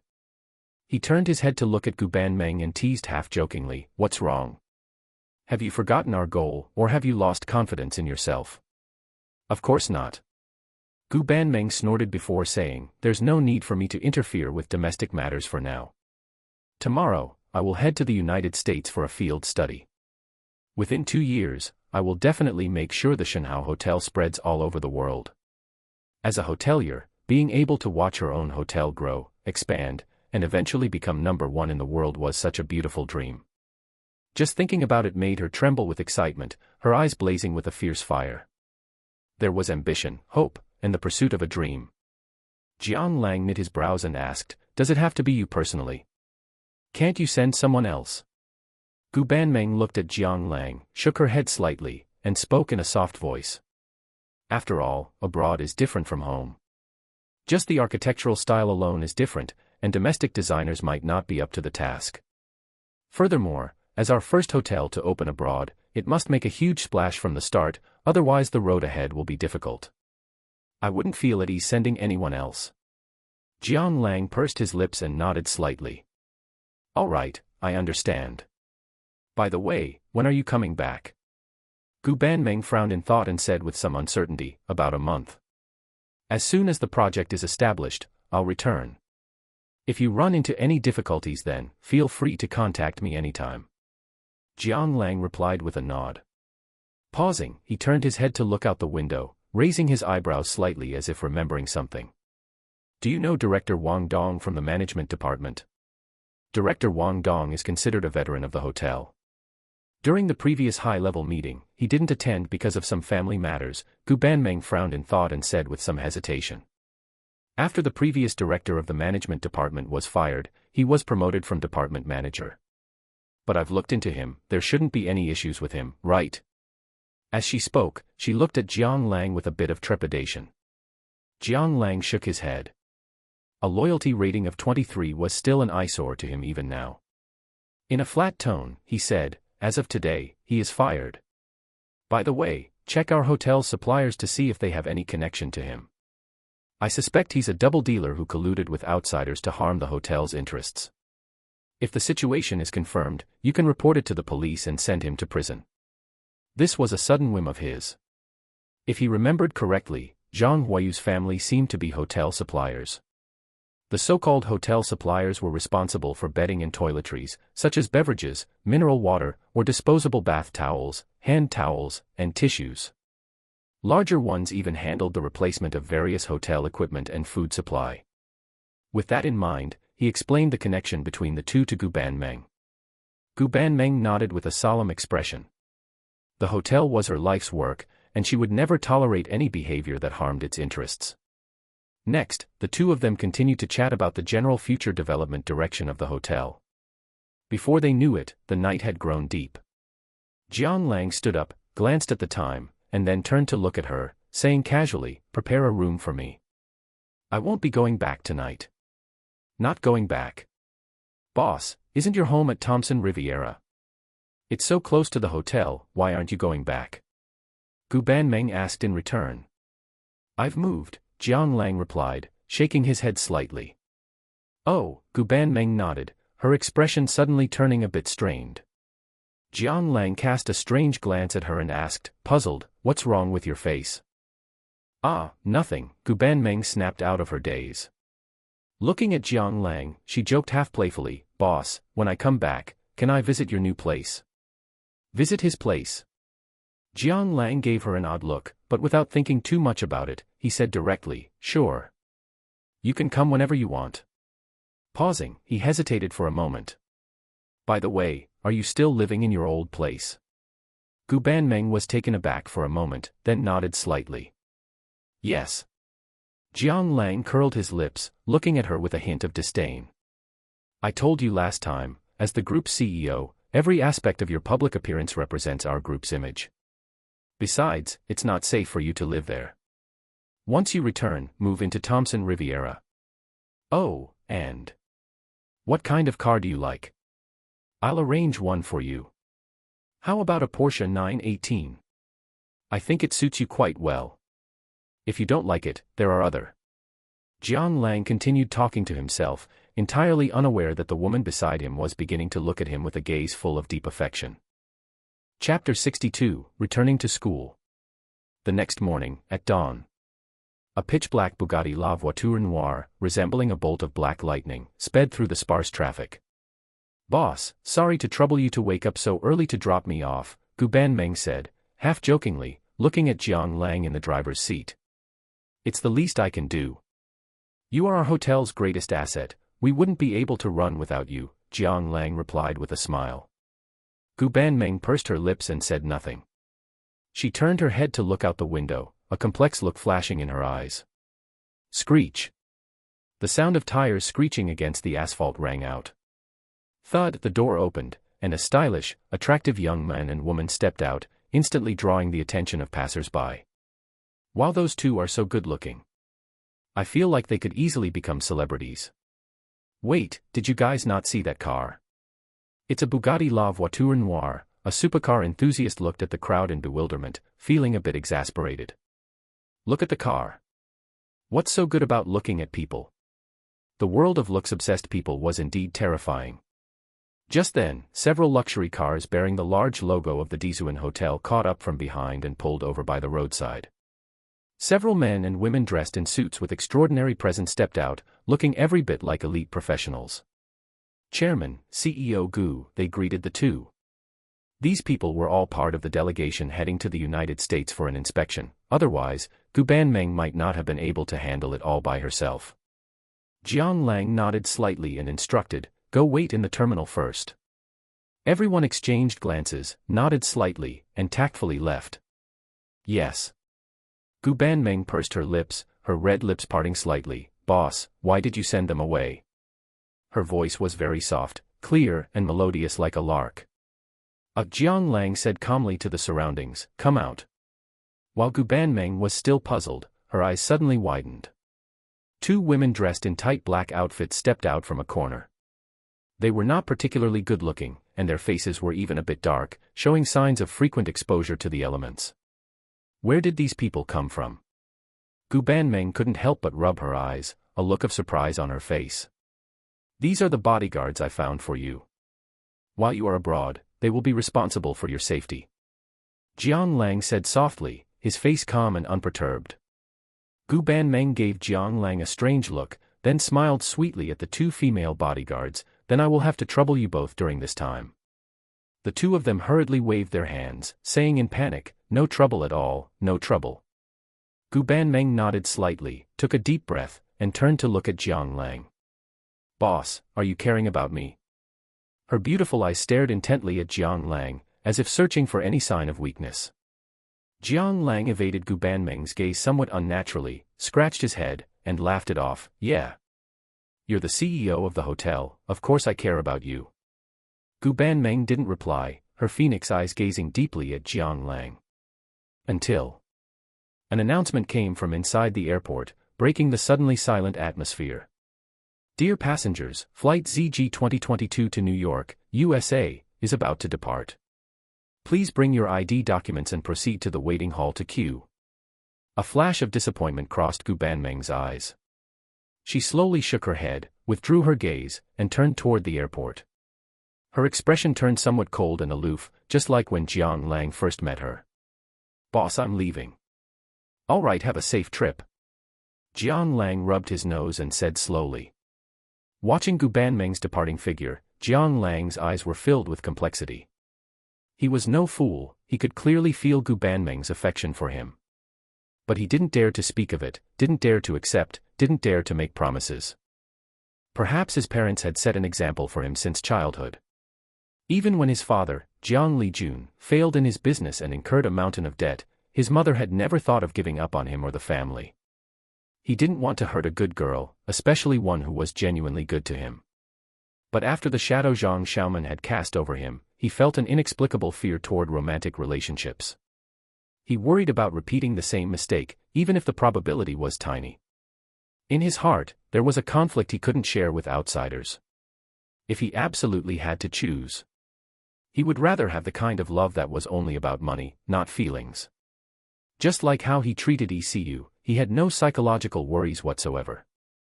In his eyes, ECU was only with him for money. A 50 million yuan tip had made the goddess throw herself into his arms. Phew. Letting out a heavy sigh, Jiang Lang shook his head, unwilling to think about those complicated matters anymore, and drove away. Now, he had to return to school to submit his internship report. He didn't know if there had been any changes to the school, since he hadn't returned in a year. Jiang Lang thought to himself as he drove the Bugatti La Voiture Noire, slowly disappearing outside the airport gates. Moda University. A double first-class university under Project 985 and Project 211, its predecessor was the Moda Public School founded in 1905. It was one of the earliest privately established higher education institutions in China and enjoyed a high reputation domestically. Although it couldn't compare to the two top universities, Tsinghua and Peking, located in the imperial capital, it could easily secure a spot in the top 10 nationwide. With graduation approaching, a flurry of senior girls in black stockings and miniskirts, carrying small handbags, walked into the school. Their mature, big sister aura attracted the gazes of countless green underclassmen. The junior girls were not to be outdone, dressing up gorgeously in an attempt to catch the attention of upperclassmen with luxury cars. Both sides competed for glamour, making for a very lively scene. Amidst the bustling crowd, Jiang Lang's 3 good sons from his dorm sat under a lush green willow tree, passing judgment on the passing girls. The overall quality of the junior girls in these recent batches is getting better and better. Look at those fair, long legs, slurp. Luo Yongkang licked his lips, staring intently at the incoming junior girl. You're right, I feel like they're almost on par with our batch. Tang Zhongxi nodded in agreement beside him. From what we can see so far, indeed none of them can reach the level of our 2 school beauties, Zhang and Lu. Luo Yongkang nodded slightly and agreed. Zhang was Zhang Wanru, Jiang Lang's enemy and Zhou Chengwang's girlfriend. The other was Lu Hongyi from their class. Back then, some busybodies even jokingly referred to them as the peerless double beauties. Pausing, he sighed again. Unfortunately, our days of returning to school are getting fewer and fewer. Thinking back, we were at least the Modu F4. I really miss those carefree days of the past, he couldn't help but lament. Turning his head to look at Yang Tao, who was holding his phone in silence beside him, he asked, Xiao Tao, what are you doing? Jiang, no, Langzi is almost here. He wants us to wait for him. Yang Tao put down his phone and said calmly. No sooner had he spoken. Roar. A bolt of black lightning rushed into the campus, blowing up the hems of the senior and junior girls' skirts, revealing white, black, lacy, and G-string panties. Ah! Screams echoed throughout the campus, flushing the young girls' faces with embarrassment. Chapter 63, Honorary Alumnus. Moda University, Finance Department, on the road. Holy crap. Langzi, you're freaking awesome now. Yeah, that car of yours is so cool. Cool doesn't even cover it, it's ridiculously expensive. A Bugatti La Voiture Noire. There's only one in the entire world, and the domestic price exceeds 300 million. It's incredibly flashy. Looking at the 3 incredibly excited guys, Jiang Lang smiled softly. If you like it, I'll give you the keys later. Take it for a couple of laps and feel it out for yourselves. As the words fell, the others looked at each other. Luo Yongkang rubbed his nose and declined awkwardly, forget it. It's so expensive, we could never afford to pay for any damage. He wasn't joking. Most people wouldn't have the guts to drive a supercar worth 300 million. His family was considered somewhat well off, and he could be called a minor second-generation rich kid. But his entire family's assets combined weren't even worth half of that car. Even if Jiang Lang didn't demand compensation, they wouldn't dare drive it.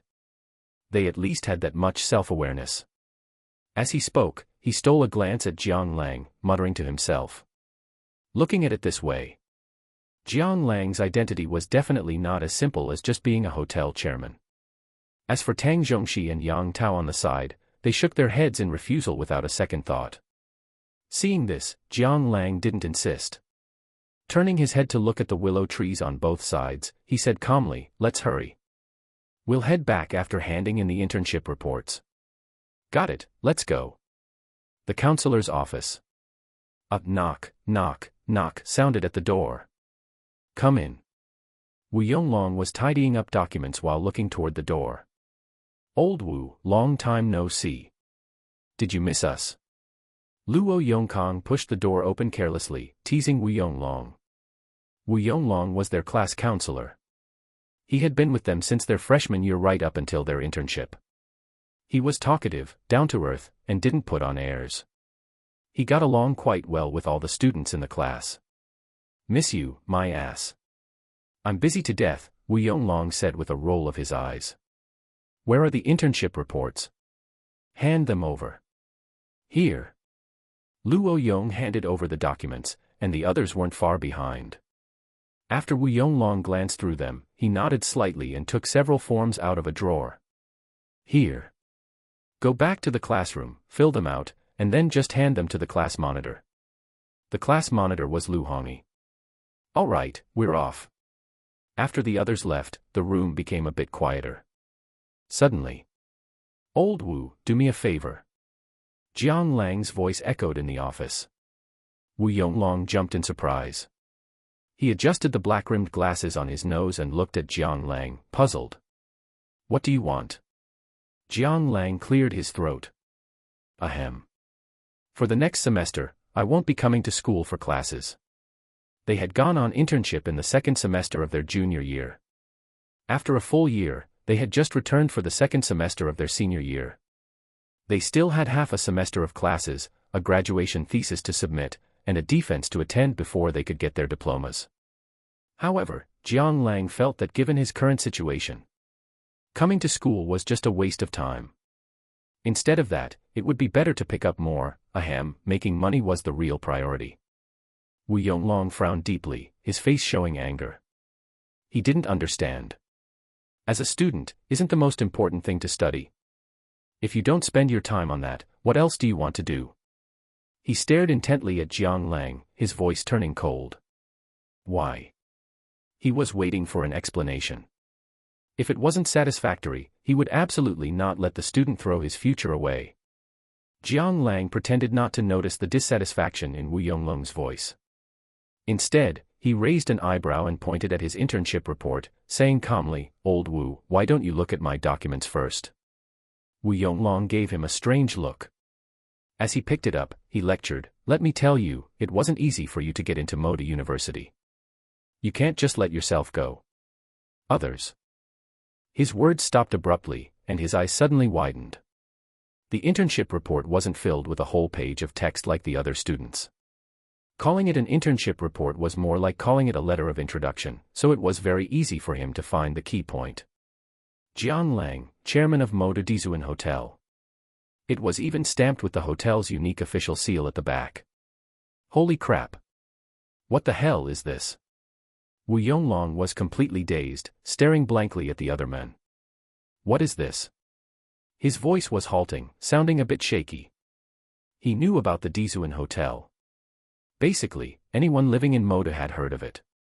Its predecessor was the Shanghai Peninsula Hotel. After being acquired by a mysterious person, it was renamed the Dizuan Hotel. Back before the name change, he had taken his wife there once. The cost had made his heart ache for a long time afterward. A single steak cost over 1,000 yuan. It was practically highway robbery. Jiang Lang shrugged and said nonchalantly, as you can see, I have a company now. I'm usually busy to death and simply don't have time to come to school. He told a lie without blushing or his heart skipping a beat. He wasn't actually busy, in fact, he was so idle he was practically growing mold. Wu Yonglong was completely dumbfounded. He swallowed hard and asked in a trembling voice, Is everything you said true? The way he looked at Jiang Lang was full of horror, as if he were looking at an alien. As the mentor who had guided Jiang Lang's class for 3 years, there wasn't a single person's background he didn't understand. Jiang Lang's home was clearly in the southwest, from a small mountain village he'd never even heard of. How could he have built such a massive enterprise in just a short 1-year internship? Even using cheats wouldn't be this exaggerated. At this moment, his brain was in a fog, and he even suspected he was hallucinating. Jiang Lang looked at the dazed Wu Yonglong with a cheerful expression. He was quite satisfied with this class counselor. He then nodded. If you don't believe me, you can ask the class monitor and the other students. At the class reunion yesterday, many people found out.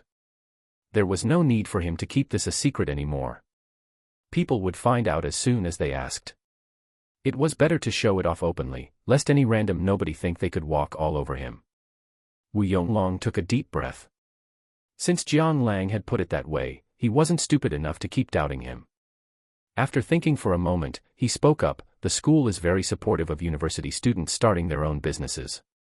Since your situation is special, I will help you apply to the school.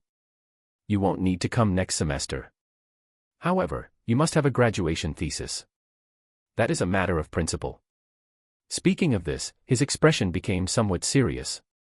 Okay, that's no problem. Jiang Lang nodded and said dismissively.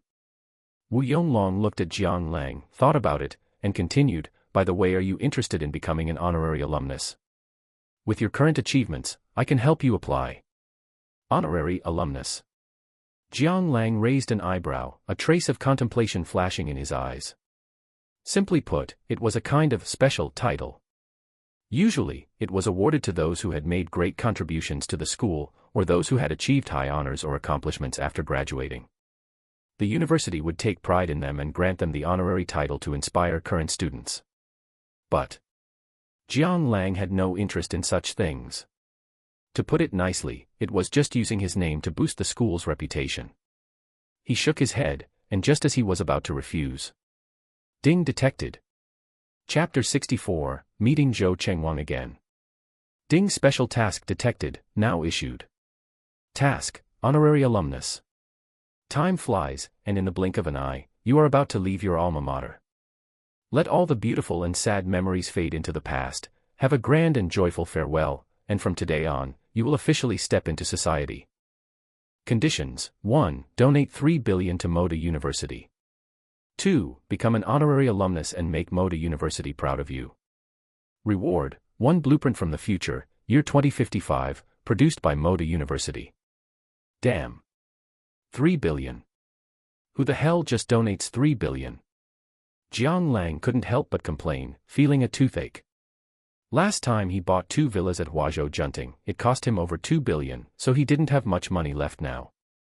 Once this 3 billion was donated, he would become a poor person with only a little over 100 million in his pocket. But a blueprint from the future, year 2055.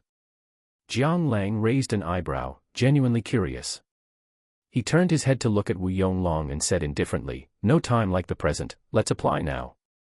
Wu Yonglong scratched his head, looking at the other party in confusion. He could tell that Jiang Lang had intended to refuse just a moment ago, so how did he change his tune and agree in the next instant? However, having one more honorary alumnus was a good thing for the school, not to mention that it was a student from his class. Once the matter was settled, the school would also give him some rewards. All right, I'll take you to see the principal right now. Wu Yonglong patted his chest and guaranteed. Jiang Lang was taken aback, pointed at the numerous internship reports on the table, and asked in return, are we not dealing with these? What else is there to care about? The important matter comes first. Wu Yonglong curled his lips and stuffed all the internship reports into the drawer. Let's go.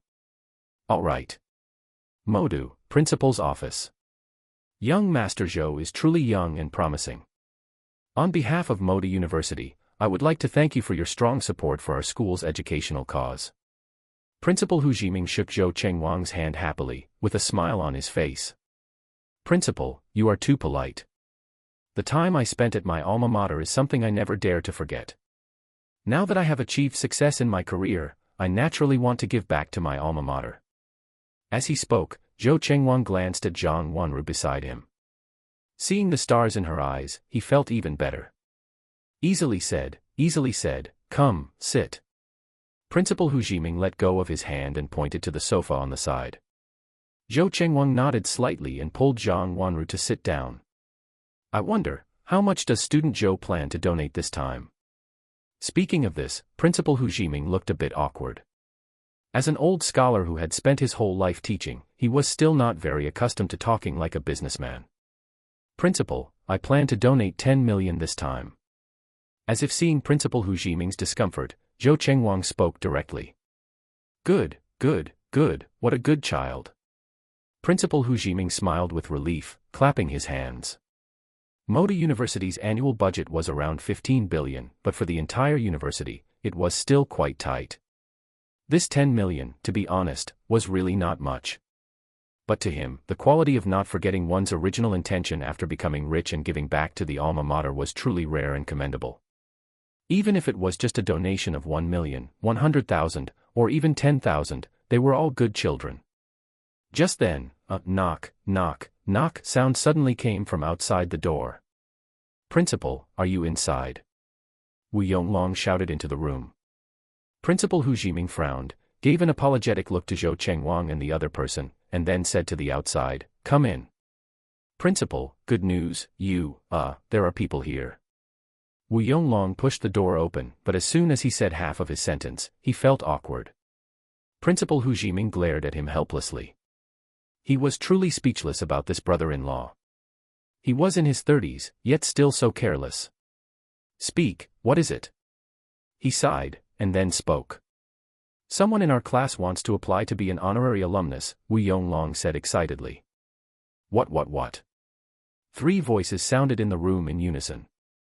Several people looked at each other, not expecting that more than one person would come to apply for honorary alumnus status today. The honor was not that easy to apply for. Usually, it was for big shots in academia, high-ranking officials in politics, or elites in the business world. Especially for a place like Moda University, those who could apply could basically be called dragons and phoenixes among men. Of course, if you had money and made a donation, the school could also package it for you. However, such things would certainly not be brought out into the open. Principal Hu Jiming quickly said, "Where is the person? Please invite them in." Wu Yonglong nodded slightly and waved to the outside. A tall, cold-faced man in black walked in, immediately attracting everyone's attention. Jiang Lang. Zhang Wanru stood up, looking at him with disbelief. "It's you." Zhou Chengwang's hands clenched tightly, and he looked at Jiang Lang with a gloomy face. Principal Hu Jiming looked at the two of them with some surprise and couldn't help but ask, "Do you know each other?" Zhang Wanru quickly said, "Yes, we do." Her face carried a trace of joy. She didn't expect that returning to school today, she would be able to see the junior she knew back then, and she felt quite happy. Zhou Chengwang nodded slightly, his face gloomy, not knowing what he was thinking. Watching Zhou Chengwang, whose expression was off, Principal Hu Jiming frowned subtly and said to Jiang Lang, "This student, please find a seat first."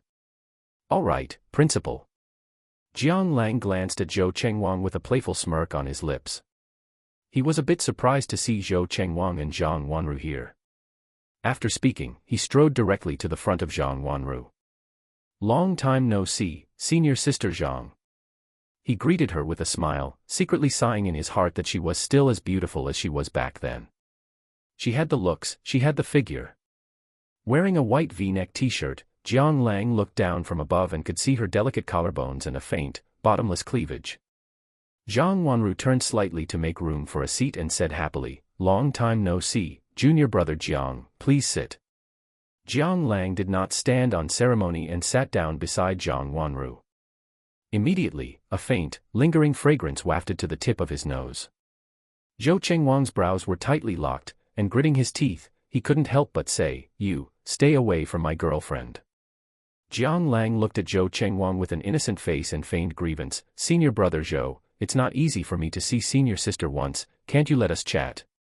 Zhang Wanru patted Zhou Chengwang and teased, "Oh my, what are you jealous for?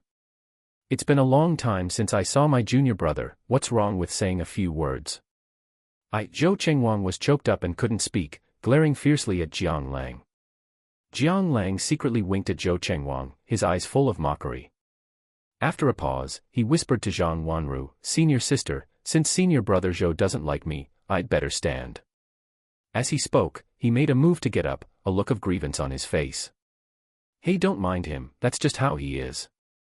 Zhang Wanru glared at Zhou Chengwang and quickly grabbed Jiang Lang, signaling him to sit down. This scene immediately made Zhou Chengwang furious, his teeth grinding with a creak sound. Only then did Principal Hu Jiming frown and say indifferently, "All right, stop causing trouble." Chapter 65, Jiang Lang, the Drama Queen.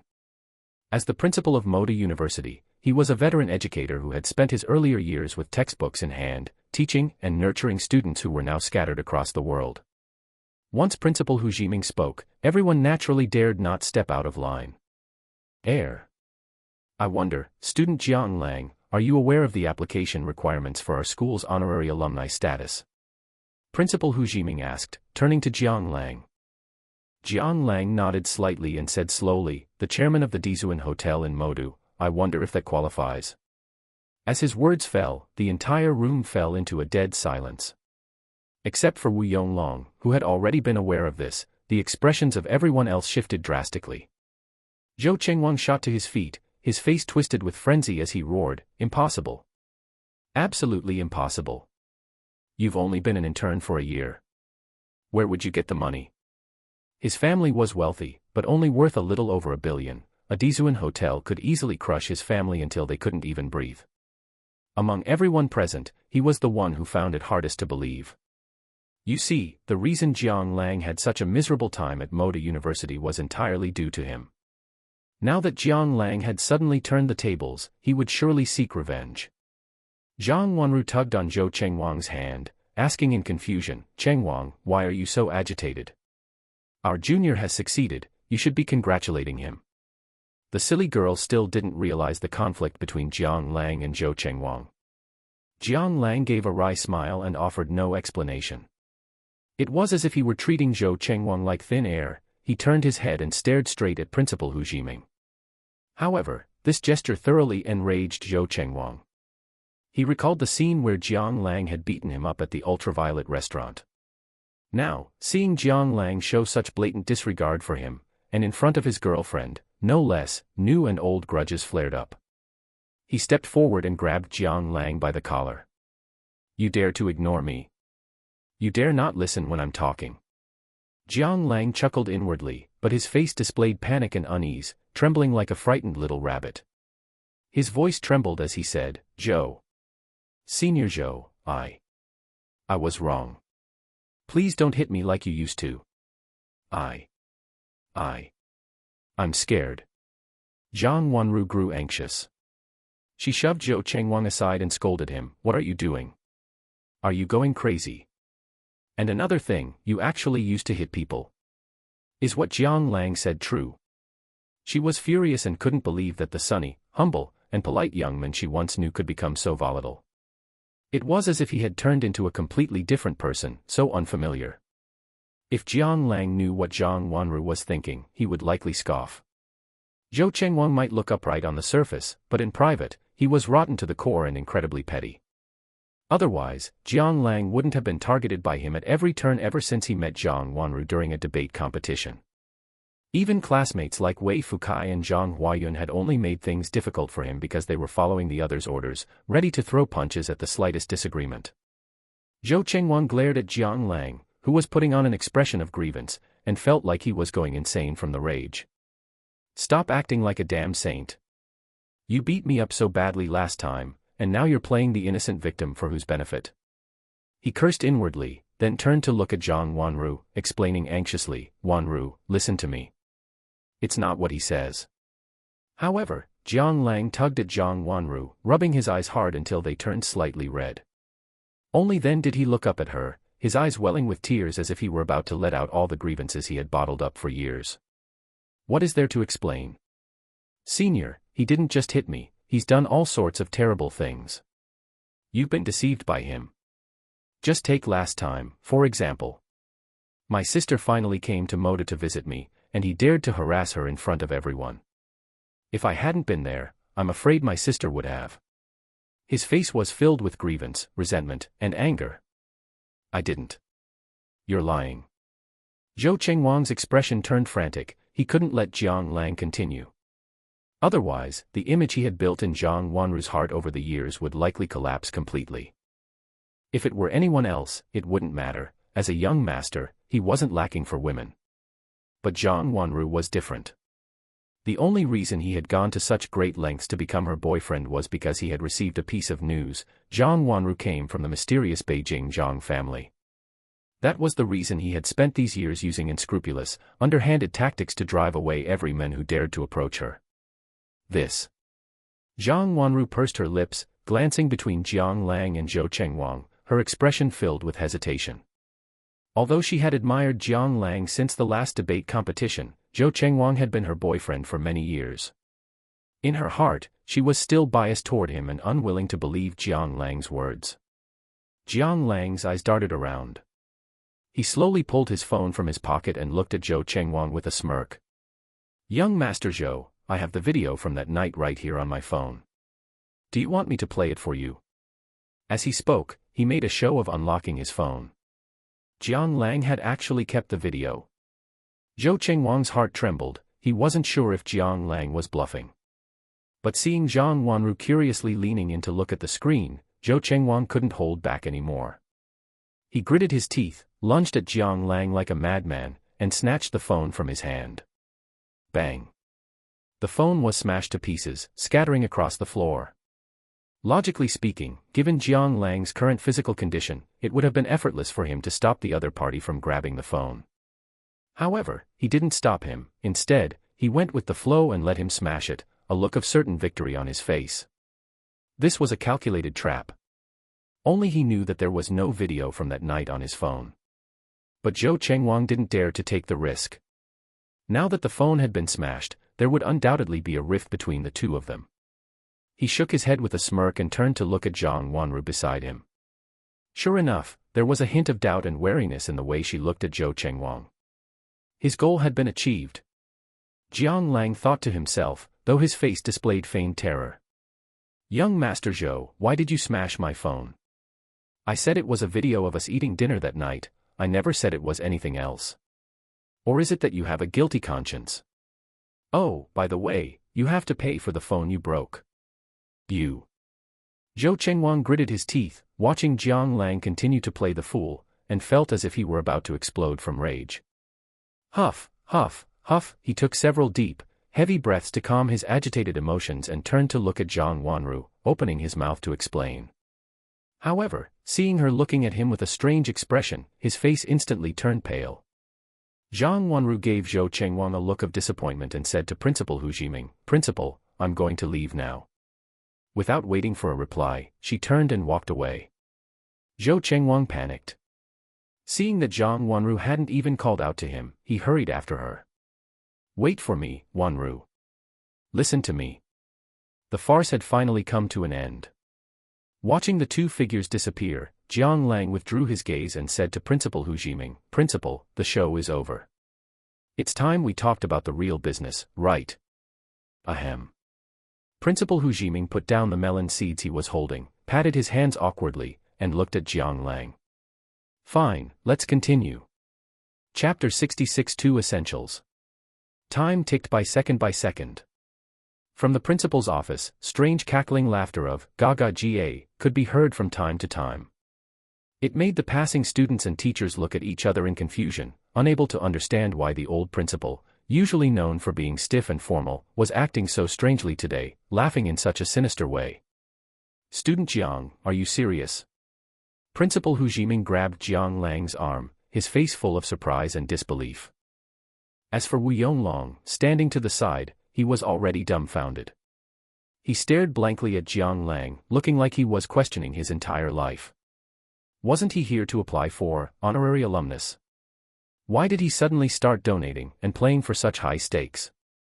Jiang Lang said, not knowing whether to laugh or cry, Principal, I am serious. 3 billion, it can be transferred at any time.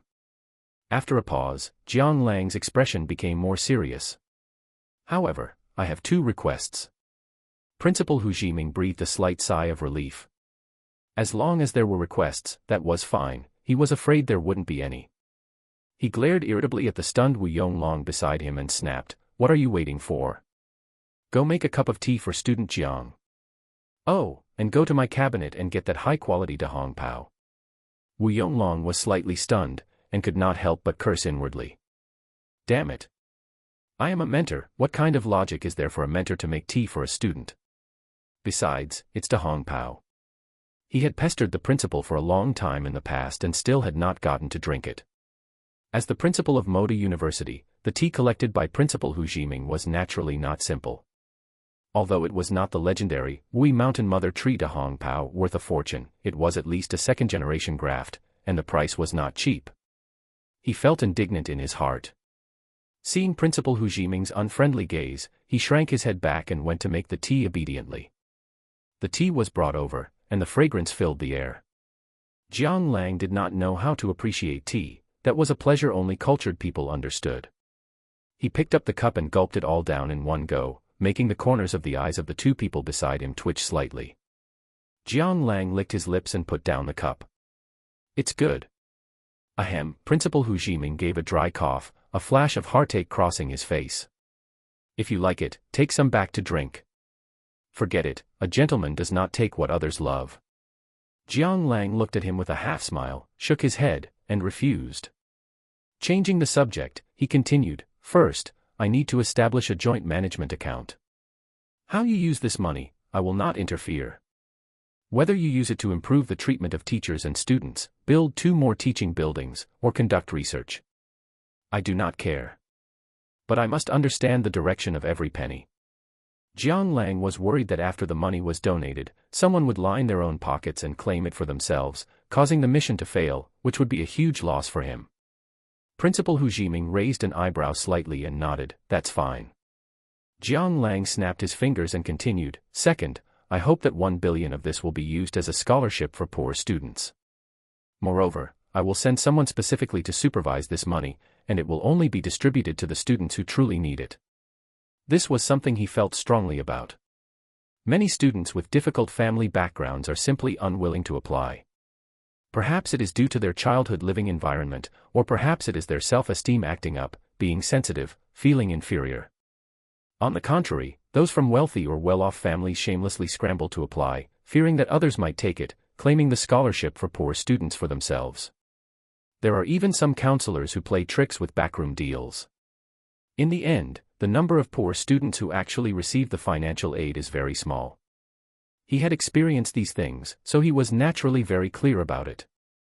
After a pause, he said half-jokingly, of course, if the school can come up with a perfect solution, supervision and such will naturally not be needed.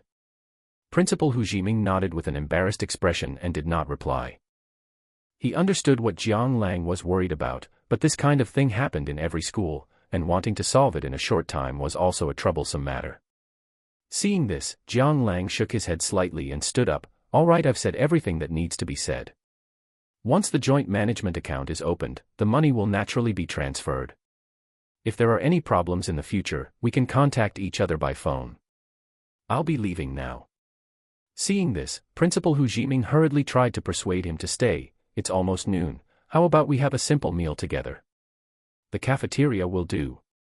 Jiang Lang checked the time and nodded slightly. All right then. After lunch, after saying a brief goodbye to Principal Hu Jiming and the other, Jiang Lang strolled around the campus alone, feeling the breeze gently brushing against his cheeks, his mood relaxed and content. At this moment, ring ring, the sound of a phone call suddenly rang out. Hello. Old Zhao, what's up? Jiang Lang was lying on the lawn of the sports field, saying lazily. Brother Lang, are you free the day after tomorrow? His voice was a bit reserved, with a feeling of being cautious. Ever since the Jiang family was toppled, countless people in Moda were like cats smelling fish, frantically carving up the Jiang family's assets, and among them, the Zhao family had gained the most. From the moment Jiang Lang handed the information to Zhao Yanyu, the Zhao family had obtained first-hand information. They were very clear that the Jiang family was bound to fall, and no one could save it. They had even calculated the time of the fall. And, the role Jiang Lang played in it made them even more terrified. If Jiang Lang could dig up the dark history of the Jiang family from over 20 years ago, who knew what other unknown trump cards Jiang Lang held in his hands? Jiang Lang raised an eyebrow, naturally able to hear the unnaturalness in Zhao Jinglong's voice, so he said helplessly, speak if you have something to say, spit it out if you have a fart. Zhao Jinglong gave a dry laugh, rubbed his fingers, and continued, it's just that the competition time between us and the Imperial Capital SCC Supercar Club has been set, it's tomorrow night. Competition. Jiang Lang raised an eyebrow. To be honest, if Zhao Jinglong had not mentioned it, he would have forgotten about it long ago. After thinking about it, he asked in return, is it still at Duanlong Mountain in the suburbs? Yes, it's still Duanlong Mountain, Zhao Jinglong replied. After a pause, he continued, Brother Lang, do you want to go and test run a couple of laps first to get a feel for it? The mountain has already been closed off, so no one will disturb you. I heard that the driver sent by the Imperial Capital has been test running since this morning. Zhao Jinglong's voice revealed a sense of worry. After all, Duanlong Mountain is known as the Death Sanctuary. In past years, race car drivers dying here has happened from time to time. Jiang Lang did not pay much attention to it. He was quite confident in the god-level driving skills produced by the system. However, after thinking about it, he replied, "All right. I'll go over tonight and try it out." For him, there was nothing to do right now anyway, so he might as well go and take a look. "Okay, when you come, let me know. The bottom of the mountain has been blocked, and you can't get in without someone leading the way." "Okay," Jiang Lang replied flatly, just as the call hung up. A faint, lingering fragrance drifted into his nostrils. "Student Jiang, why are you hiding here?" Lu Hongyi did not know when she had arrived, swaying her willow-like waist as she sat gracefully beside him. Her long, dark hair danced in the wind, and she tilted her head, looking at him with a smile. Chapter 67, Zhang Huayu's Scheme. "It's nothing. By the way, why are you here? Are you done with your work?" Jiang Lang asked in return. "I finished a while ago. I was just wandering around the school for a bit. I didn't expect to find you here too." She tucked her hair behind her ear and said softly. "Ah, yeah." Jiang Lang gave a dry laugh. The atmosphere suddenly became a bit stifling, neither of them knew what to say. Just then, a noisy commotion came from ahead. Zhang Huayu, leading a group of classmates, came charging toward Jiang Lang's direction in a grand, imposing manner. Jiang Lang raised an eyebrow, secretly alert. In the past, this was exactly how Zhang Huayu would bring a group of people to bully him. But what is he trying to do now? Is he going to try something in public? Is he that bold? Could it be that because he was just taken care of by him yesterday, he's now desperate and wants to get back at him? He was confused, but didn't dare to let his guard down, silently signaling to his surroundings. Several people suddenly emerged from the crowd on the playground, quietly surrounding the area not far from Jiang Lang. However, what was unexpected was, as soon as Zhang Huayu saw Jiang Lang, a thud was heard. "President Jiang, please have mercy and let our family go." He fell to his knees, tears streaming down his face. He looked at Jiang Lang before him, his heart filled with terror and extreme fear. In just one night, his family's situation had nosedived. It was all because, in the early hours of the morning, Dizuan Hotel suddenly issued an announcement. Their hotel management director, Director Wang Dong, had been fired for suspected embezzlement and tax evasion. He hadn't even realized what was happening while sleeping at home when the police arrived to arrest him. He was still inside and hadn't come out. Or perhaps, he might never be able to come out again. At the same time, they also announced the termination of their cooperation with his family's Wanzhong Hotel Supplies Company. Once this announcement was made, major hotels in Shanghai began inquiring about the news, and quite a few had already cut ties with his family. A massive number of orders vanished, causing countless hotel supplies to pile up in the warehouse, unable to be sold. At the same time, downstream suppliers, like cats smelling fish, began to clamor for payment. When a wall is crumbling, everyone pushes it. When a drum is broken, everyone beats it. It was like a domino effect. Once a chain reaction started, a company with a market value of hundreds of millions could go bankrupt just like that, with absolutely no ability to resist. Jiang Lang raised an eyebrow, instantly understanding. Gu Banmeng had made her move. The only thing that surprised him was that he had only just mentioned it to her last night, yet she had gotten it done so quickly, and even before getting on her flight the next day. As expected of the high-level elite talent evaluated by the system, she really was capable. He pretended not to understand what the other party was saying and hypocritically tried to help him up. "I don't understand what you're talking about. Get up quickly. Don't touch me. You know exactly what's going on."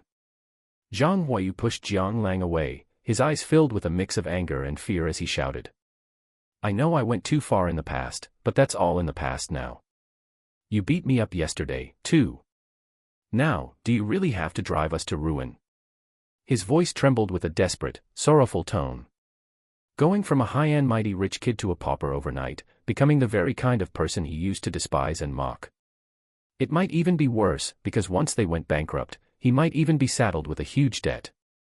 Thinking of this, he shivered all over, fear spreading throughout his body. Jiang Lang's heart skipped a beat, and his expression instantly turned ugly. He had already guessed what Zhang Huayu's scheme was. He turned to look around and found that quite a few people had already gathered around. China never lacks bystanders who love to watch the show. Seeing a man crying, making a scene, and kneeling to beg another man for mercy naturally aroused great curiosity. More importantly, most people are born with sympathy for the weak, feeling that the weak need protection and that the weak wouldn't harm others.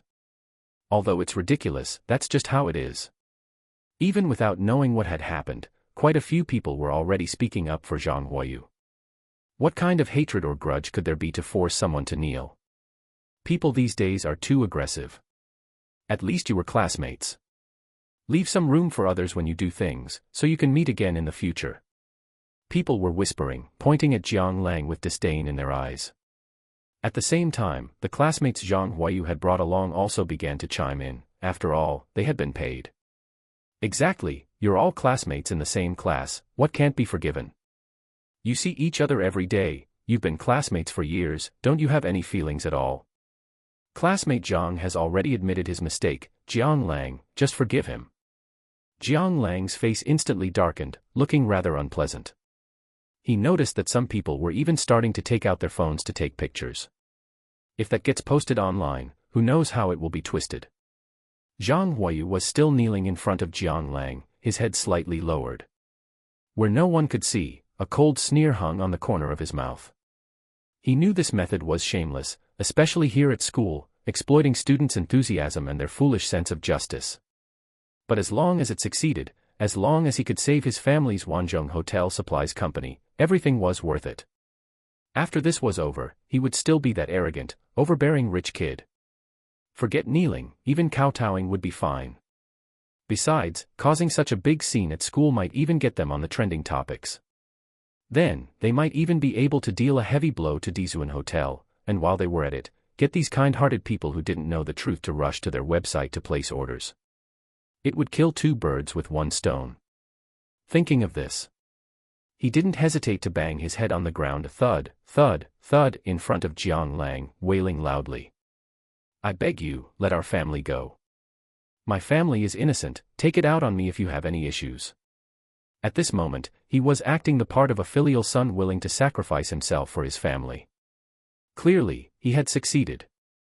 Countless bystanders were moved by this display of filial piety.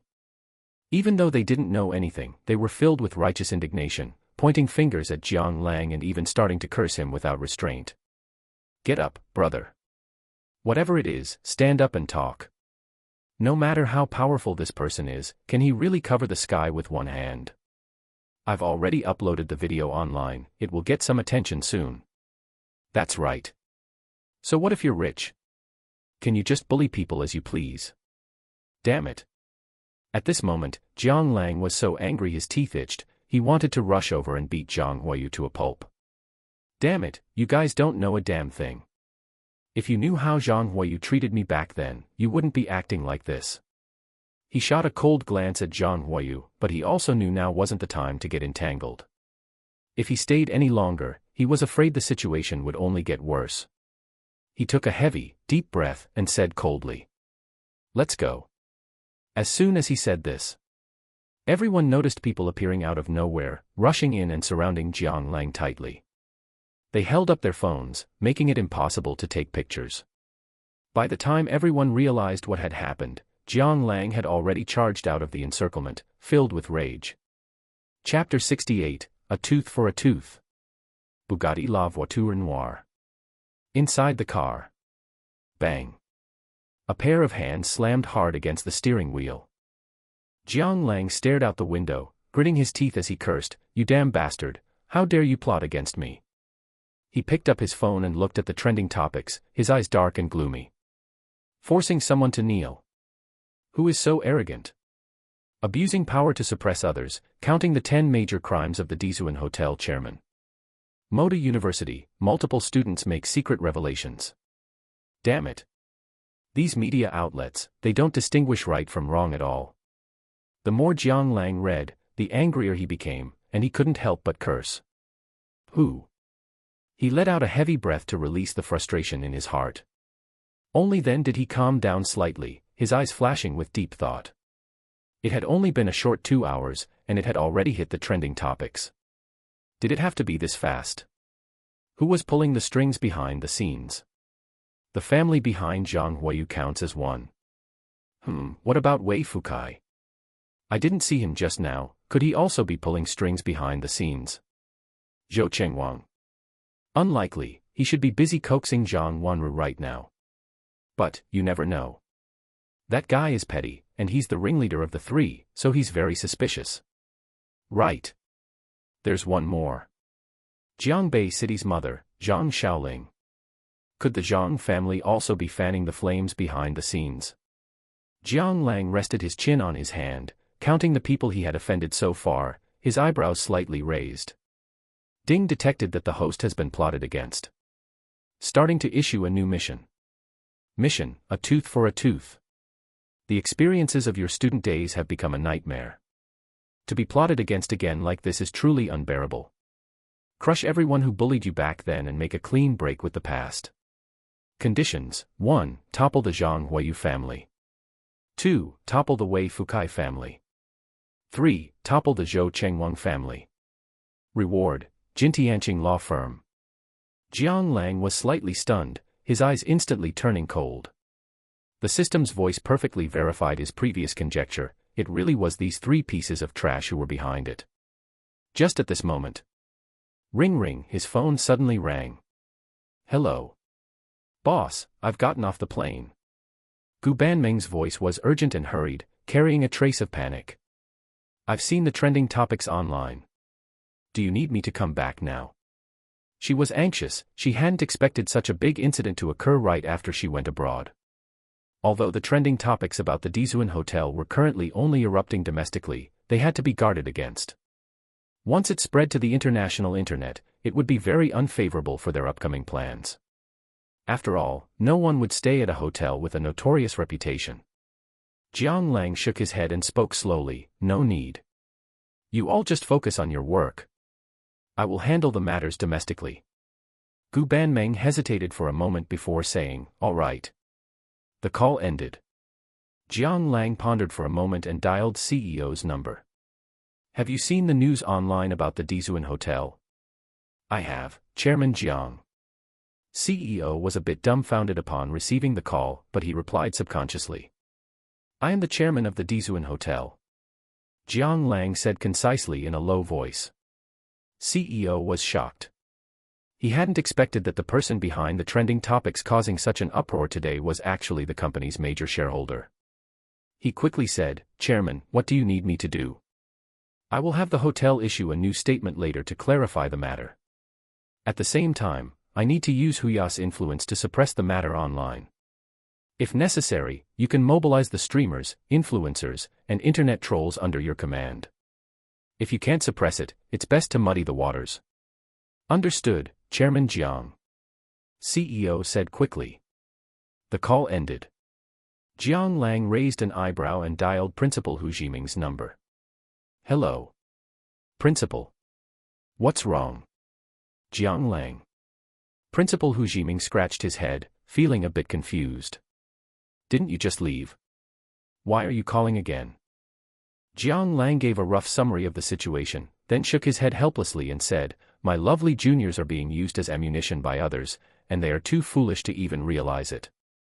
I need the school to help me clarify, and at the same time, suppress the matter and forbid any students from discussing it. Principal Hu Jiming pondered for a while and nodded, okay. I will arrange for people to handle it immediately. Jiang Lang nodded and continued, second, I want the principal to fire the dean of students, Wei Tianxiong. He intended to go all the way and simply deal with them all at once. He would start with Wei Fukai's father as the second target. If not for this person's protection over the years, how could Wei Fukai have been so arrogant? Principal Hu Jiming had a look of difficulty on his face, this, without any reason, I'm afraid. Jiang Lang's eyes narrowed slightly as he said slowly, Principal, I donated 3 billion, not $300. Money is not that easy to take. As long as I let word out, let alone a dean of students, even you as the principal, there will be people who will help me replace you. Do you believe me? He sounded half-joking, but his tone was chilling, making one shudder. Ah. A cold sweat involuntarily broke out on Principal Hu Jiming's forehead. At this moment, the feeling Jiang Lang gave him was completely different. Clearly, when they met just now, he he seemed like an immature college student. Now he seemed more like one of those big shots who sat on tens of billions in assets and looked down upon the city's turmoil. I will find a way. Give me 1 week. He wiped the cold sweat from his forehead and said quickly. No, 3 days at most. If you can't handle it, I'll find someone else to do it. It's just that this donation. Jiang Lang refused without hesitation. As he finished speaking, he paused slightly. Don't, I can handle it, I can handle it. Principal Hu Jiming panicked and shouted quickly. A playful smirk hung on the corner of Jiang Lang's mouth. Holding the phone, his voice carried a smile. Haha, Principal, then I will rest assured and wait for your good news. The call ended. Jiang Lang's slender fingers tapped the steering wheel lightly, as if he were thinking about something. After turning his head to glance out the window, he hesitated for a moment, then made another call. Hello. Xiaowu, what are you doing? Nothing much, I'm at Duanlong Mountain with Zhao Jinglong. Are you coming over now? Song Chengwu scratched his head and chuckled foolishly. Jiang Lang smiled faintly, not yet, I'll come over tonight. After a pause, he continued, Xiaowu, I would like to ask your Song family to help me with something. Song Chengwu's brows furrowed slightly, his face carrying a touch of seriousness. Jiang Lang's words were very nuanced. He said the Song family, not Song Chengwu's name, which meant that he could not make the decision on this matter himself. After thinking, he said, Brother Lang, can you tell me what it is first? Jiang Lang pursed his lips and said coldly, do you know about the Jilian transportation company of the Zhou family in Modu? Song Chengwu nodded with a serious expression. I know. Since they were both in the transportation industry, it was more than just knowing, they understood them better than anyone. Jilian Transportation Company specialized in domestic transportation, while the Song family handled both domestic and foreign trade transportation, making them the ceiling of the entire motor transportation industry. However, in recent years, Jilian Transportation Company had developed rapidly, even beginning to compete with them for overseas markets, and had long been regarded by the Song family as a major threat. Jiang Lang nodded. He was not surprised. Staring coldly out the car window at the endless stream of people, his voice was chilling. I want to ask your Song family to start a fight with the Zhou family. Chapter 69, Late Night Street Racing. What? Song Chengwu couldn't help but exclaim, his face showing a hint of surprise. Seeing people around turn their heads to look in surprise, he gave an apologetic smile, grabbed his phone, and hurried to a corner. Brother Lang, this matter is too big. My family, they definitely won't agree. His face carried a trace of anxiety, and his words were intermittent. Jiang Lang nodded and asked in return, a rapidly developing transportation company with a volume of over 1 billion, and your Song family in the city, aren't you worried? Besides, competitors are enemies. Doesn't your Song family want to devour the Zhou family? Song Chengwu's face showed some hesitation. We want to, but... Jiang Lang tapped his fingers on the steering wheel and said faintly, why don't you listen to my conditions first? Song Chengwu pursed his lips, go ahead. I won't make you start the war now, I'll give you 10 days to prepare. At that time, I will prepare 1 billion in cash to support the Song family in the form of an equity investment. Once a protracted war begins, I will provide an additional 100 million every day. As for the shares, as long as it's not too excessive, I can accept it. The only requirement is that within a week, the Zhou family must be completely crushed, and Jilian Transportation Company must become history. Of course. Speaking to this point, a playful smirk hung on the corner of Jiang Lang's mouth. If the Song family is unwilling, I can find others. After all, you aren't the only ones doing transportation in Shanghai. Although they aren't as big as your family, with financial support. Jiang Lang didn't finish his sentence, but his meaning was profound. Song Chengwu was stunned, his face instantly turning a few shades paler. If someone who could take down the Zhou family in a short time received this much funding, they might be able to go toe-to-toe with their Song family. This wouldn't do. He hurriedly shouted, Brother Lang, wait, I'll make a call to my family first, don't be in a rush. Good, I'll wait for your good news. Beep, beep, beep. The call was hurriedly hung up by Song Chengwu. Jiang Lang raised an eyebrow, looking out the window with a complex expression in his eyes. The reason he gave the other party 10 days to prepare was, firstly, to let them get ready to catch the Zhou family off guard. Secondly, he was currently out of money. After setting aside 3 billion for the school donation, he only had a little over 100 million left, so he could only sign in slowly to save up money. Sigh as expected, I'm still too poor. Jiang Lang muttered to himself, his face showing some helplessness. Just as he finished speaking, the ring-a-ling phone ringtone sounded again. Jiang Lang took a look, a smile hanging on the corner of his mouth. Tell me, what is the Song family's decision? Song Chengwu looked at the phone in his hand, remembering his parents' instructions, his expression uncertain. He took a deep, heavy breath, we can help you. But in 10 days, we need to see the money. No problem, in 10 days, the money will naturally arrive in your account. Jiang Lang leaned back in his seat, picked at his ear, and said nonchalantly. Beep, beep, beep. As the words fell, the call was hung up again. Jiang Lang raised an eyebrow, looking out the window, his gaze turning gloomy. Wei Fukai, Zhang Huayu, and Zhou Chengwang. They bullied me for 3 years. 3 whole years. I haven't stopped thinking for a moment about pulling out your tendons. Peeling your skin. Drinking your blood. Only then will my hatred be vented. You didn't expect that I would have a day to turn things around, did you? Once your families go bankrupt, I will strip away your student status, and you will never dream of turning things around in this lifetime. His 5 fingers slowly spread out before his eyes, then suddenly clenched. As if he wanted to crush someone's heart, his entire aura was cold and evil, just like a venomous snake ready to strike. Late night, suburbs, Duanlong Mountain. Vroom, vroom, vroom. This was the sound of an engine roaring, the massive sound waves echoed throughout the entire valley. The next moment, a massive beam of light broke through the night. At the end of the line of sight, a Bugatti La Voiture Noire turned into a black lightning bolt, soared high into the air from a steep slope, and then slammed heavily onto the ground. Accompanying this was a terrified scream. Zhao Jinglong held onto his seatbelt, sitting in the passenger seat with his small feet curled up, his pupils constricted and his mouth wide open. Don't. Here it comes again. His face instantly turned deathly pale, his voice piercingly loud, drawn out long, like an old eunuch who had been castrated in the palace. The scenery outside the window was like a blurry, fast-forward movie, flashing rapidly in his mind. The wind screamed in his ears, a raging gale. The Bugatti La Voiture Noire was like a wild horse gone rogue, charging recklessly. Fortunately, the master driving it had superb skills. No matter how the wild horse ran, it could not escape the master's control. The next second, Zhao Jinglong's eyes widened, his face turning deathly white again, devoid of any color. Holy crap! Another series of death turns. His heart was pounding, beating wildly, he felt like it was going to burst out of his chest in the next second. Slow down, Zhao Jinglong's voice trembled, feeling like he was about to cry.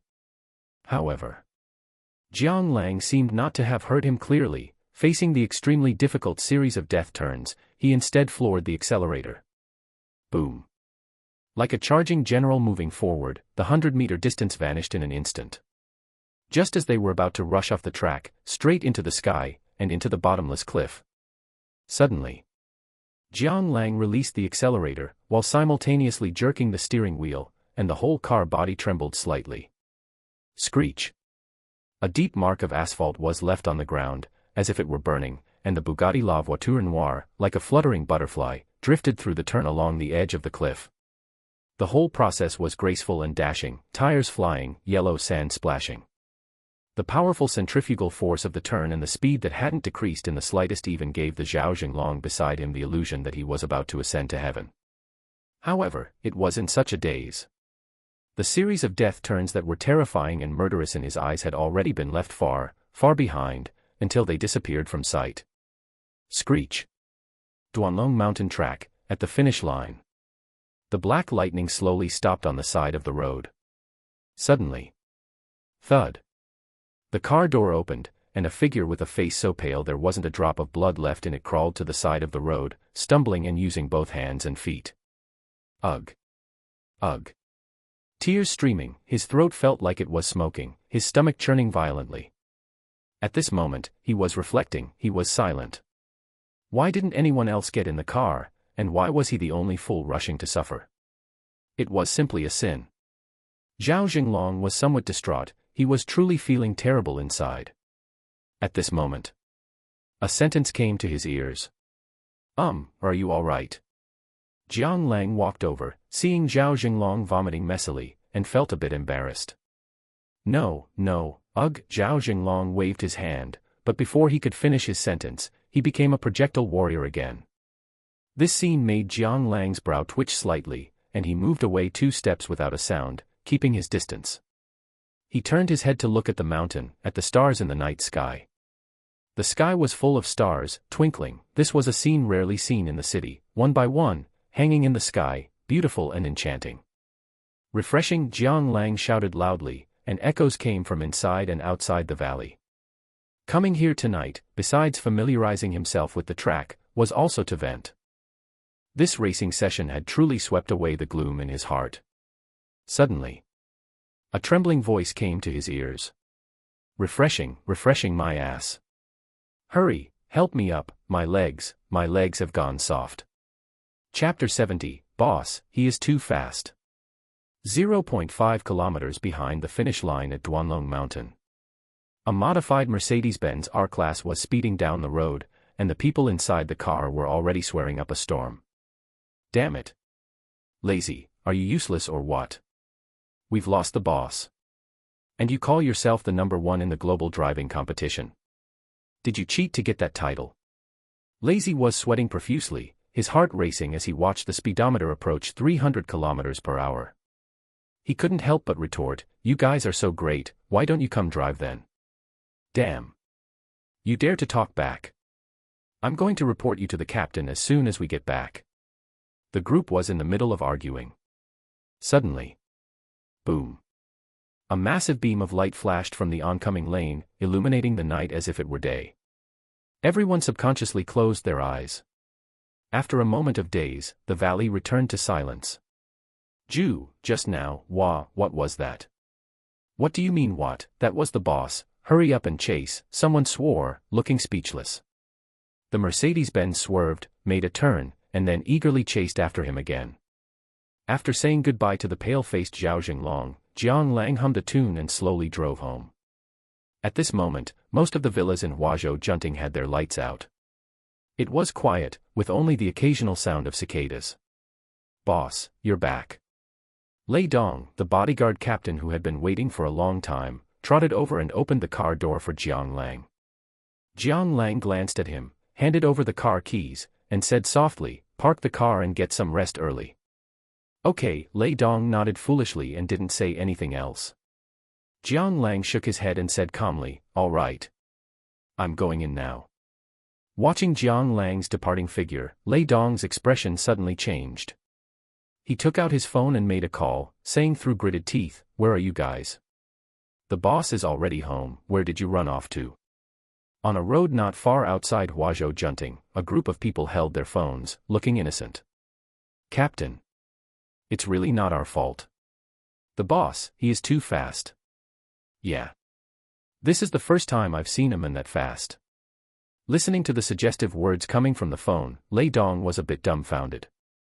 The next day, early morning. A ray of sunlight filtered through the large willow tree outside the window, lazily shining into the room. Brother, wake up. Jiang Ting's voice rang out from outside the door. Coming. Jiang Lang shouted towards the door, then glanced at the real-time trending topics on his phone, his eyes relaxing slightly. After Jiang Lang's measures, the public opinion had been mostly suppressed. Although there were still some, they were just uninformed netizens being led by the nose. He put down his phone, quickly got dressed, washed up, and went downstairs. In the living room, the 4 female bodyguards nodded slightly when they saw him. Jiang Ting was holding her phone, lying on the sofa, dangling her feet. She didn't know what she was watching, but she occasionally let out a hee-hee giggle. Jiang Lang walked over, ruffled her hair, and smiled, what are you watching? So funny. Jiang Ting slapped away Jiang Lang's mischievous hand and huffed, so annoying. Brother, I spent so much effort fixing my hair. She smoothed her hair and said, brother, I'm hungry. Jiang Lang raised an eyebrow and retorted, hungry. Can't you fix something yourself? There aren't any ingredients at home. Jiang Ting shrugged helplessly. Jiang Lang also frowned helplessly. He turned to the other female bodyguards and asked, what about you guys? Haven't you eaten either? The female bodyguards looked at each other, and one of the older ones replied, Boss, we have already eaten outside.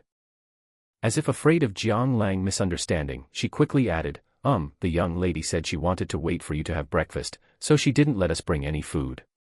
Jiang Lang nodded slightly, thinking to himself. It seems necessary to hire a butler. Oh right, and some maids, nannies. Bodyguards are ultimately responsible for personal safety, asking them to handle daily life chores is a bit difficult for them. Thinking this, he said to Jiang Ting, let's go, I'll take you out to eat. Yay! Jiang Ting jumped up and hopped along behind him. The place they went to wasn't far, just next to Huazhou Junting, the quite famous Dongjiao State Guest Hotel. It is known as an oasis in Shanghai. Built in 2006, it is the largest state guest hotel in Shanghai and currently the garden-style state guest hotel in the Pudong area that best reflects the characteristics of the era and Shanghai. While eating, Jiang Lang asked Jiang Ting, little sister, when does school start for you? He calculated in his mind that it should be starting soon. Jiang Ting took a glug-glug sip of soy milk and let out a burp. Burp sister Xiaoyan told me that school starts next week. She said she would take me there herself. Jiang Lang felt relieved. He thought for a moment and asked, by the way, how is your etiquette training going? Jiang Ting frowned and said, it's okay. The teacher said I'm progressing quite fast. After another half-month of study, I'll have basically mastered what I need to. The rest just needs time to gradually hone. However, because school is starting soon, the study time will be less, so it might take a bit longer. Jiang Lang nodded slightly, not surprised, and said, all right, hurry up and eat, Uncle Fu should be arriving soon. Oh, Jiang Ting replied and nodded her little head. After the two finished breakfast and had just returned home, a female bodyguard in charge of guarding the villa walked over. Boss, miss, Uncle Fu from the Zhao family is already at the door. Jiang Ting quickly said, hurry and let the teacher in. Seeing that Jiang Lang did not object, the female bodyguard nodded and bowed before leaving. A short while later, Uncle Fu walked in and greeted them, young Master Jiang, Miss Jiang, good morning. Good morning. Uncle Fu. Jiang Lang nodded slightly, then turned to Jiang Ting and instructed, you study hard, remember to listen to your teacher, I'm going out for a walk. Jiang Ting made a face at him and said mischievously, got it, young Master Jiang. Jiang Lang couldn't help but laugh, gave Jiang Ting a flick on the forehead, and said irritably, smart aleck. Then he nodded slightly to Uncle Fu and walked away. Watching Jiang Lang's back, Uncle Fu sighed in his heart. Last time he thought he had seen all of the other party's assets, but he didn't expect that not long after, he would move into Huazhou Junting, a property that could rival their Tangong villas. Moreover, the one he bought was actually the king of houses. Young people these days are truly incredible. On the other side, Jiang Lang was leisurely strolling around Huazhou Junting. Without realizing it, he arrived at another villa. This was the one Jiang Lang had previously arranged for the bodyguards to rest in. From far away, he could hear intense collisions. Bang bang bang, it was the sound of muscles clashing, making one's blood boil. Chapter 71, National Martial Arts. Jiang Lang stood outside, feeling an itch to get involved. Lei Dong and several of his teammates were sparring, 1 against 3. They moved with such speed that their feet seemed to stir the wind, and the sound of fists connecting with flesh was enough to get anyone's blood pumping. He couldn't decipher Lei Dong's technique, but he thought it was incredibly badass.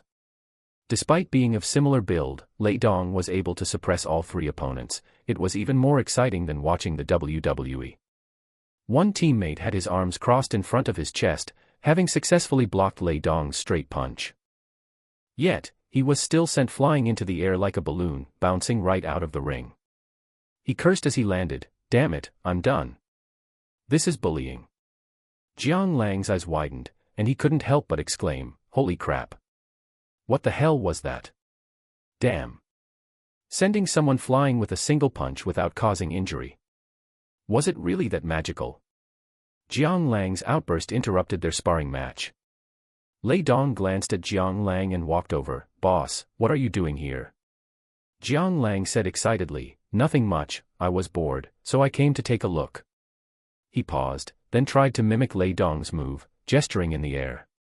"Right, how did you do that just now?" "Internal energy. Martial arts." Jiang Lang's eyes were full of curiosity. Back in the day, Master Jin's books were all the rage across the country. Many people read them with such obsession, fantasizing about becoming a legendary hero themselves. He still remembered when he was young, wielding a wooden stick, fighting off 100,000 vegetable flour soldiers single-handedly, nearly wiping them all out.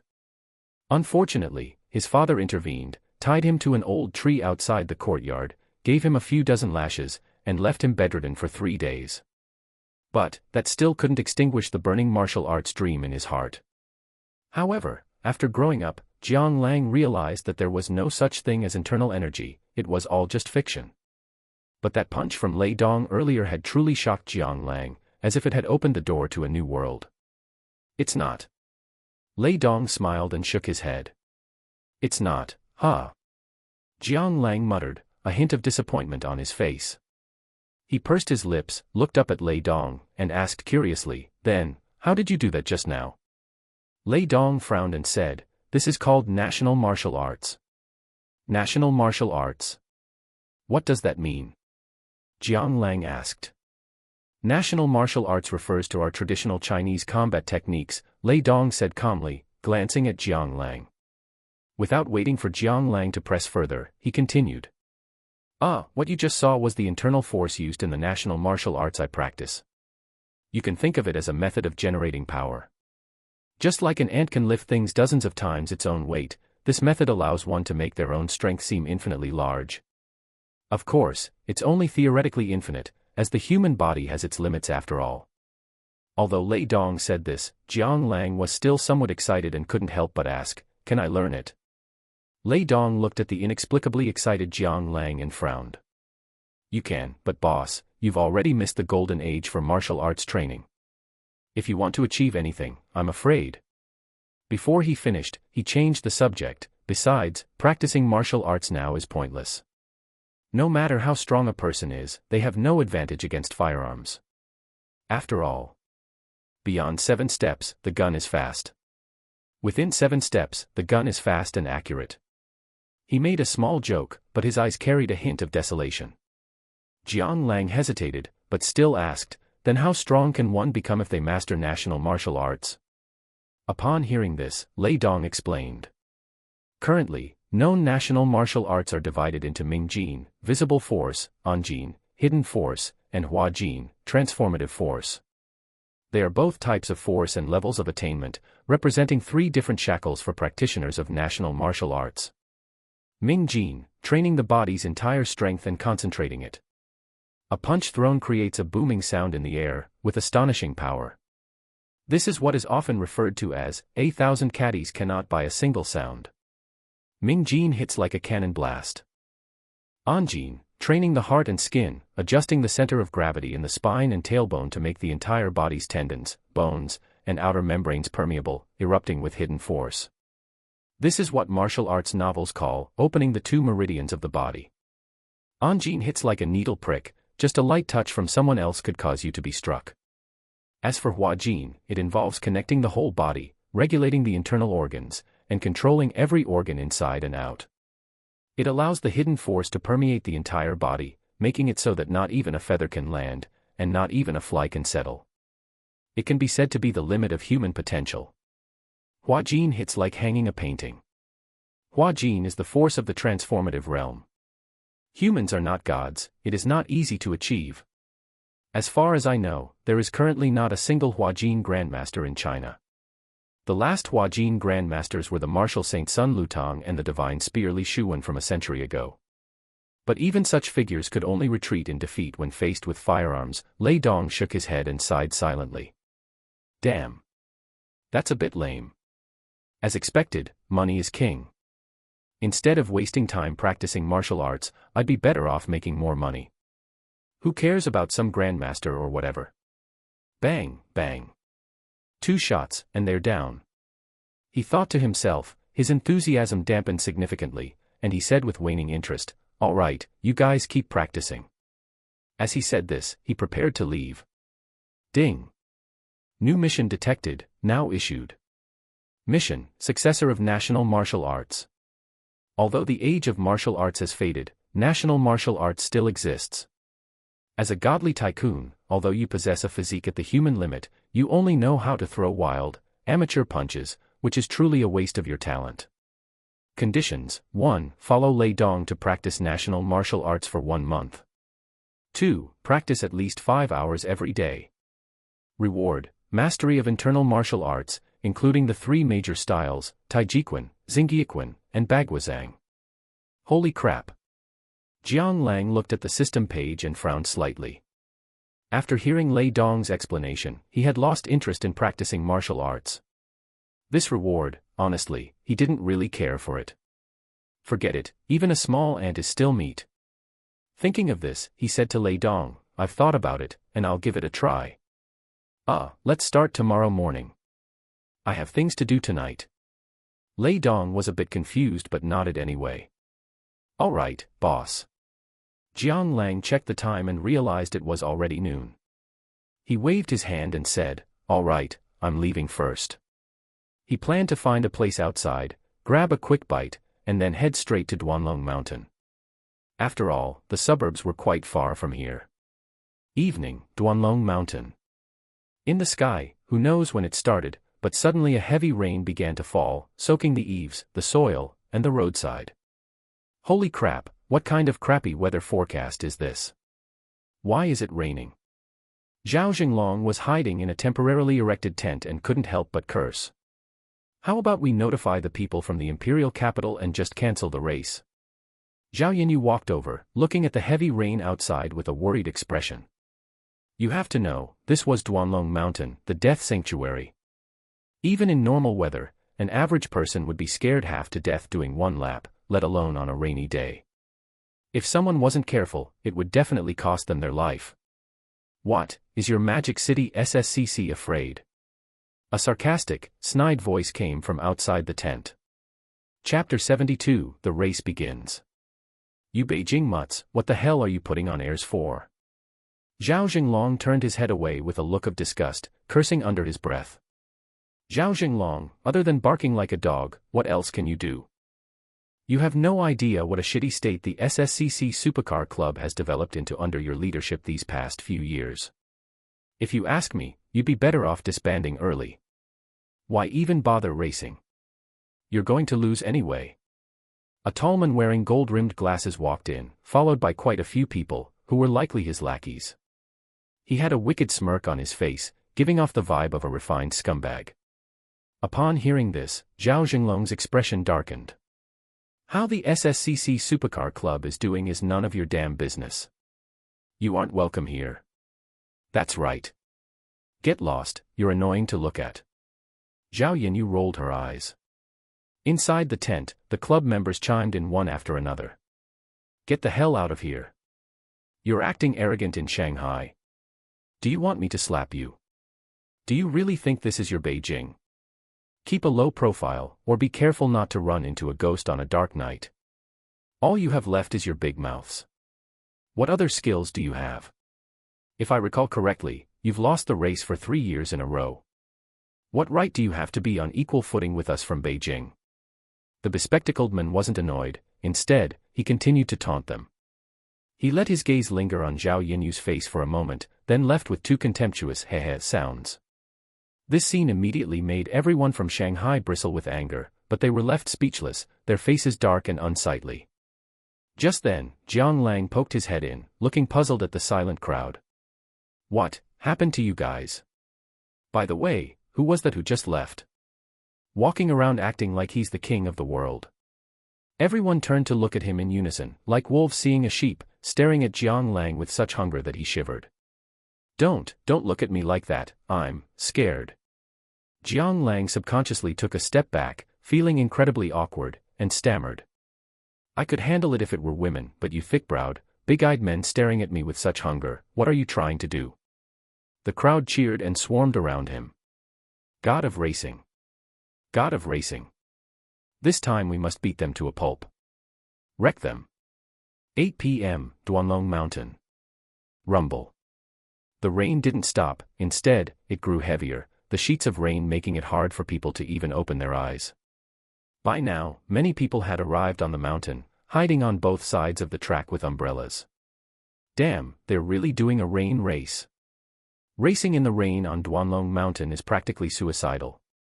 Rain races test a driver's skills the most. First, visibility is low, and second, tires skid easily. Plus, this is Duanlong Mountain, inside the valley, under a torrential downpour. Previous test drive experience is basically useless. No one knows where the water has pooled. Back in the day, one of the main reasons Schumacher was able to reign supreme was his unrivaled rain racing technique. Those who dare to race in the rain must not only have solid skills but also nerves of steel. This time, we're really in for a show. The crowd discussed excitedly, their expressions animated. On the other side, in the makeshift racing room. I advise you to just concede early. Don't lose your life just for a race. Zhou Su glanced at Jiang Lang with contempt and said dismissively. He had studied abroad under the American racing king for 5 full years before graduating.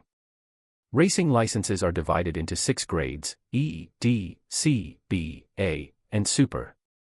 According to his teacher, his ability was on par with an average supergrade racer. That is, an F1 driver. Coming to participate in this kind of underground race was simply a dimension reduction strike. If it weren't for the Beijing SCC Supercar Club paying him 10 million, he wouldn't have come. Jiang Lang raised an eyebrow, turned his head to look at him, his eyes filled with amusement. You'd be better off worrying about yourself. I'm just afraid that after the race, you'll never have the confidence to touch a car again in your life. Humph! Zhou Su snorted coldly and turned his head away. You don't know what's good for you. At this moment, a plain-looking man walked in and said respectfully. Gentlemen, the cars are tuned. You can get in. To ensure fairness, the cars used for this race were provided by the club. A Nissan GT-R. Known as the Godzilla of the East. Back then, the movie Initial D swept across Asia. It made this car a sought-after model by countless people. Although this model is outdated now, in the underground racing scene, it still makes countless people love and hate it at the same time. The base configuration of the 2.6-liter 6-cylinder engine produces 280 horsepower, with a top speed of 112 miles per hour and a 0 to 60 miles per hour time of just 5.6 seconds. The unique all-wheel drive system intelligently distributes power between the wheels, giving the GT-R unparalleled cornering ability. More importantly, this model has huge modification potential, making it the favorite of street racers. Jiang Lang gently pressed the accelerator, feeling the roar of the engine at his ears, and nodded with satisfaction. The tuning is not bad. He said softly to the tuners outside the window. These people were a modification team that the Shanghai SSCC Supercar Club had paid a high price to hire, with the goal of tuning the car's performance to the limit and washing away their past shame. The men nodded slightly, appearing very confident in their skills. At this moment, a ding-ding-ding sound rang out in the garage. Clearly, the race was about to start. Jiang Lang exhaled lightly, the car window slowly rolled up, and facing the heavy rain, he drove the GT-R to the starting line. From a distance, he could see that the other GT-R was already parked. As soon as the 2 GT-RS appeared, countless people began to cheer wildly, howling, and the atmosphere instantly reached a climax. Zhao Yanyu was waving the club flag, wearing a crop top and super short shorts, her long legs jumping up and down as she shouted, "Shanghai SSCC Supercar Club will win." Clearly, she hadn't broken her promise and had come to be a cheerleader for Jiang Lang. The sexy, scantily clad older sister attracted countless gazes, and the morale of the Shanghai SSCC Supercar Club soared as countless people followed suit, shouting wildly, "Shanghai SSCC Supercar Club will win. Shanghai SSCC Supercar Club will win. Shanghai SSCC Supercar Club will win." The Beijing side was not to be outdone, although they had come from afar, they had prepared everything that needed to be prepared. As the cheerleading squad of the Beijing club started to put in effort, everyone began to roar in unison, "Beijing SCC Supercar Club will win. Beijing SCC Supercar Club will win. Beijing SCC Supercar Club will win." Both sides were shouting in unison, as if whoever had the louder voice would gain an advantage. The atmosphere grew increasingly heated, and everyone's excitement was high. Sniffing the faint smell of gasoline in the air and feeling the passion of the spectators on both sides, Jiang Lang also began to get excited. Chapter 73, Drifting into the Turn. Amidst the roaring cheers of the crowd, a blonde beauty in uniform walked to the center between the two cars at the starting line, letting the heavy rain soak her, revealing her drenched silhouette. She raised the starter pistol in her hand and took a deep, heavy breath. Bang!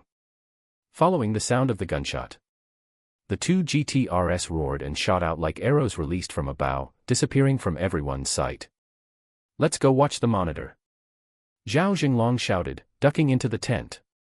The scenery outside the window blurred into phantoms, rushing past indistinctly. The two GTRs engaged in a fierce battle on the narrow mountain road, just like on a real battlefield, doing everything they could to seize the initiative. Jiang Lang kept his eyes on all directions and his ears open, his hands constantly turning the steering wheel. Unlike Song Chengwu and the others, at this moment, he truly felt a bit of pressure. What surprised him even more was how bold Zhou Su was. He actually dared to perform a launch control start on a rainy day. The so-called launch control start involves using the transmission to adjust the engine speed to the maximum torque output platform, thereby achieving maximum torque output the instant the car starts, reaching optimal acceleration to seize the initiative. He frowned, looking at the GTR half a car length ahead of him. Every time he tried to overtake, the opponent would shrewdly seize the advantageous line, blocking the gap. One could say his experience was very seasoned. However, Jiang Lang was not in a hurry. He slowed down slightly and followed closely behind. They were about to reach the famous consecutive 6 super steep death 5-turn bend on Duanlong Mountain. That was when true skill would be tested. The sky was overcast, and the heavy rain poured down. The people from the Magic City Club were all crowded in the tent, watching the surveillance footage on the TV screen, not daring to even breathe loudly. Suddenly, boom boom boom. A violent roar of airwaves came from the TV. A white GTR appeared on the screen, followed closely by a black GTR. Everyone's heart skipped a beat. Damn! How is that possible? The god of racing is actually behind. At the same time, in another tent not far away, cheers erupted from the Imperial Capital Club. Awesome! Zhou Su is awesome. He really lives up to being the expert we spent a fortune to hire. He's truly impressive. On the other side, on the track, this guy is so persistent. Zhou Su murmured softly while looking at the rearview mirror, trying his best to keep his GTR in a relatively safe position. To be honest, Jiang Lang's strength exceeded his expectations. He had thought it would be a dimensional strike, but he didn't expect the opponent to be this strong, sticking to the back of his car like a plaster, impossible to shake off no matter what. However, Zhou Su was still full of confidence. Anyone can accelerate on a straight line, cornering is where you're truly fast. He gazed ahead, muttering to himself. He didn't believe that Jiang Lang would dare to maintain the speed through such difficult consecutive sharp turns. Boom. The 100-meter distance vanished in an instant. In the blink of an eye, the first consecutive turn had arrived. Zhou Su jerked the steering wheel while lightly tapping the brakes. The white GTR fishtailed, its wheels hugging the ground as it went drifting through the turn. Before he could recover, another turn appeared before his eyes, with a distance of no more than 10 meters. He counter-steered and slammed on the accelerator. Boom. The white GTR let out a muffled groan, its body trembling slightly, and in the process of moving at high speed, it suddenly turned its nose, passing the turn again at an incredible angle. Zhou Su breathed a sigh of relief, a bead of cold sweat sliding down his forehead.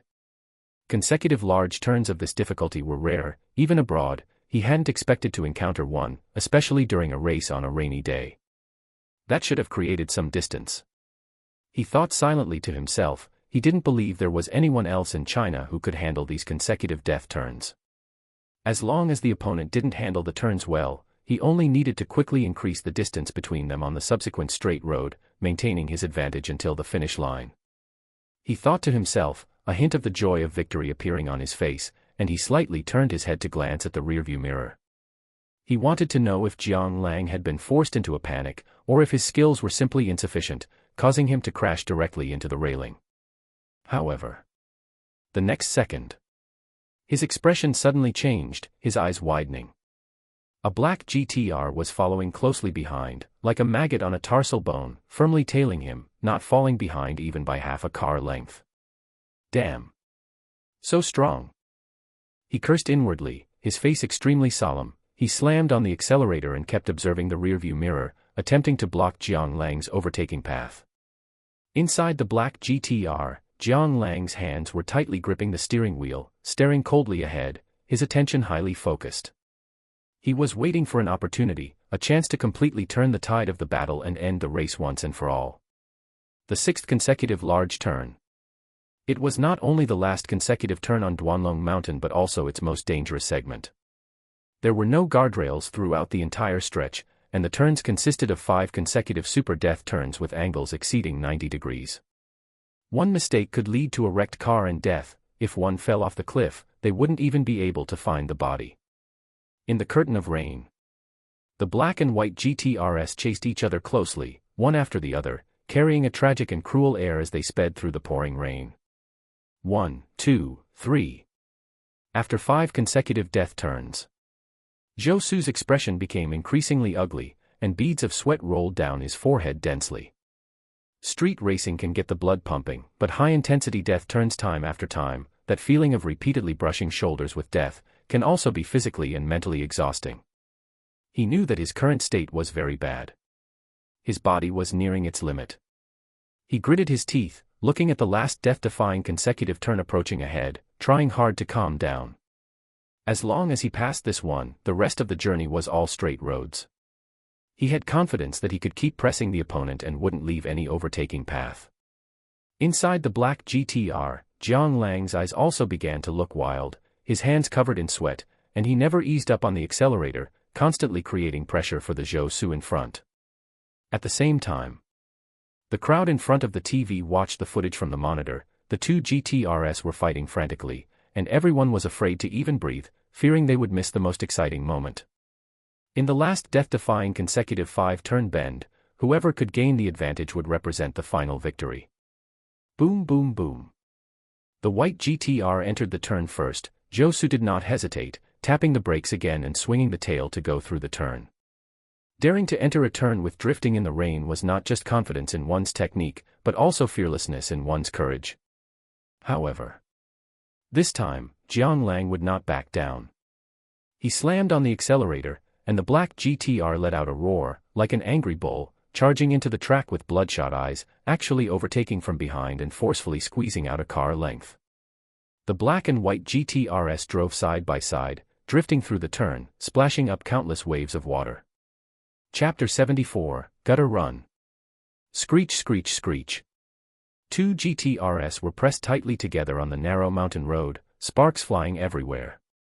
Racing against time, neither was willing to give an inch.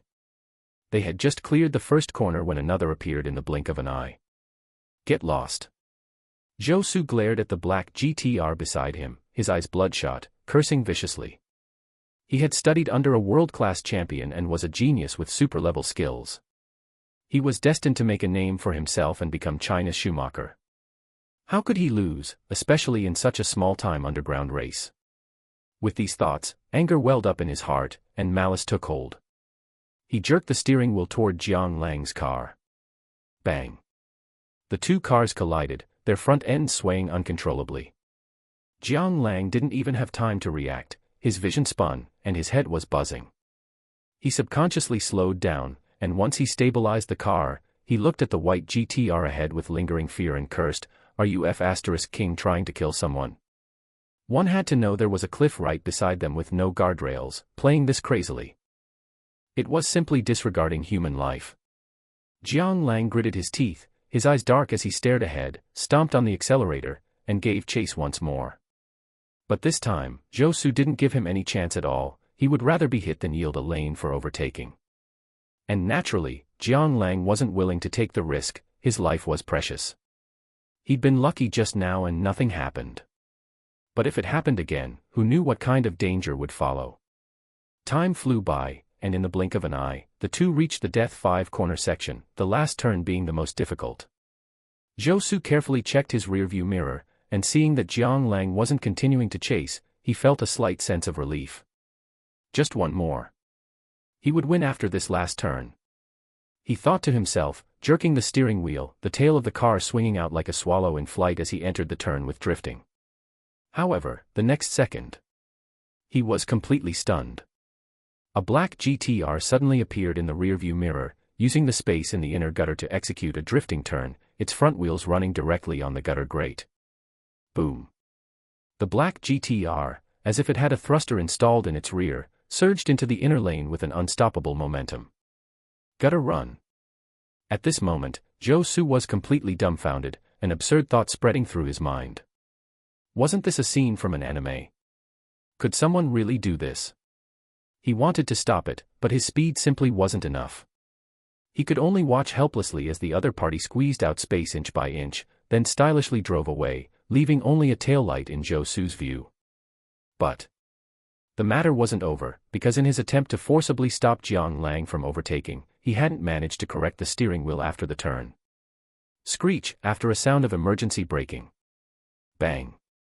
Sparks flew, smoke filled the air, and a white GTR slammed into the mountain wall, its status unknown. Huff.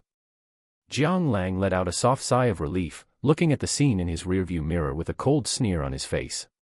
Those who try to harm others end up harming themselves, he muttered, paying it no more mind. From the moment Zhou Su disregarded the danger and rammed into him, Jiang Lang had no pity left for such a person. The only pity was that the guy hadn't fallen straight off the cliff. But it was fine, at that speed, even if he survived, he could forget about ever racing again. As for the so-called gutter run was something he recalled from a manga he saw in his childhood, mentioned in Initial D. When taking an inner turn, one uses the inner tires to hook onto the side of the gutter, letting the gutter provide resistance to hold the car. Then the car gains a centrifugal force, this force keeps the car from rolling over, and one can rely on this power to form a thrust to complete the overtake. With his path constantly blocked by Zhou Su, Jiang Lang had no choice but to take the risk.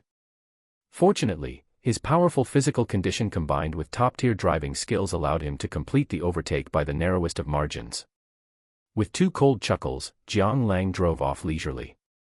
And such a thrilling scene was captured by the surveillance cameras installed along the road and transmitted to the television in the tent. Holy **T. Gutter run. The miracle returns. My youth is back. I never expected to see this god-tier skill in reality, he truly is the god of racing. The members of the Shanghai SSCC Supercar Club were chattering excitedly. Their mood had truly gone from hell to heaven in an instant. Before, everyone thought it was over, since Zhou Su had kept the lead, and even after Jiang Lang finally managed to get into the lane, he had been rammed. They all thought he was going to crash, which had scared everyone quite a bit. However, they hadn't expected that on the last turn, Jiang Lang would launch another desperate counterattack, putting on a godlike gutter run performance. Not only did he succeed in overtaking, but he even made Zhou Su pay the price for it. Meanwhile, in another tent, a roar of anger rang out. Trash. We spent 10 million, and this is how you race for us. The cursing was endless. Zhao Jinglong sneered inwardly. He looked at the members of the Shanghai SSCC Supercar Club, a look of schadenfreude on his face. Brothers, shouldn't we go and comfort our good friends who have traveled from afar? Seeing Zhao Jinglong's expression, the group knew exactly what he meant and laughed. Right. Let's go over and comfort them. Damn, the tables have turned, it's finally our turn. Zhao Jinglong didn't hesitate and took the lead. Before even reaching the door, he shouted mockingly, "You pups from the imperial capital, are you still going to act cocky this time? Spending 10 million to hire someone? Isn't that just pure stupidity? With that kind of money, why not do something else? Why insist on coming here to get beaten up?" The curtain of the imperial capital's tent opened, and a man with gold-rimmed glasses cursed at Zhao Jinglong. "Zhao, look at your smug face, what do you have to be proud of? Right. You only won once. How many times have you lost to us before?" others retorted, unwilling to yield. For a time, the crowd was rowdy, with the situation threatening to escalate into a brawl at the slightest disagreement. Until boom. The black GTR arrived at the finish line, Duanlong Mountain was a circular track, serving as both the start and the finish. As soon as Jiang Lang got out of the car, the Shanghai crowd swarmed over, not even glancing at the Imperial Capital Group, their expressions excited. Awesome. God of racing. Gotta run, teach us sometime. Get lost, I signed up first. If you want to learn, get in line. At this moment, Zhao Jinglong and a few others exchanged glances. Grabbing his arms, grabbing his legs, with a heave, they threw Jiang Lang straight into the air, wave after wave. This scene made everyone even more excited, cheering jubilantly as they gathered around. God of racing. God of racing. Chapter 75, Dating. Only fools do that. In the restaurant, glasses clinked, and the atmosphere was exceptionally lively. For years, the Shanghai SSCC Supercar Club had struggled under the suppression of the Imperial Capital SCC Supercar Club, barely able to recruit new members. Now that they had washed away their shame, Zhao Jinglong proposed renting out a hotel to hold a celebration. Basically, everyone who was in Shanghai came. In the private room, there were at least 100 people scattered about. At the main table, Zhao Jinglong raised his glass, stood up, and shouted, "Brothers! Everyone, listen to me for a second. Now, we've washed away our shame. Who is the greatest contributor? Jiang Lang. The car god." The crowd was howling and rowdy, but without exception, all eyes turned to the men beside Zhao Jinglong at the main table. All right. I propose everyone raise a glass to our great contributor. Yes, raise a glass, everyone chimed in, lifting their glasses. Jiang Lang stood up, holding his glass with a wry smile, and said, "Thank you all for the kind words. Let's drink until we drop tonight. Bottoms up. Cheers." Clink. The glasses collided, and the atmosphere was lively. After 3 rounds of drinks, people came over from time to time to toast Jiang Lang. Jiang Lang did not refuse anyone. After his father's business failed, he often drank until he passed out, so he had basically grown up immersed in alcohol. His tolerance was excellent, he was known as 2.5 gene of Baijiu, beer can be chugged at will. However, this time, he miscalculated. No matter how good one is, one cannot withstand a barrage of attacks. With a flushed face, he laughed it off and escaped to the balcony. He lit a cigarette, put it in his mouth, and planned to rest for a while. At this moment, Zhao Yinyu walked over, carrying a bowl of hangover soup from who knows where. "You can't drink, yet you still do. I hate it when you guys drink," she said, glancing at Jiang Lang with complex eyes. She pursed her lips but still handed him the soup. She didn't like men who drank. When her father, Zhao Ligua, was starting his business when she was young, his business wasn't this big yet. Every time he went out to discuss cooperation, he would come back drunk. Her mother, Chao Shui, would cry and scold him, but would still cook him a bowl of hangover soup. Seeing Jiang Lang constantly being forced to drink, for some reason, she suddenly felt a twinge of heartache. Acting on impulse, she asked the hotel for a bowl of hangover soup and brought it over. Jiang Lang looked at her, took the hangover soup, and took a sip. He felt much better. After thinking for a moment, he said, "Thank you." Zhao Yinyu looked at Jiang Lang, who was clearly reeking of alcohol but appeared calm and composed, with a look of surprise in her eyes. "You're not drunk."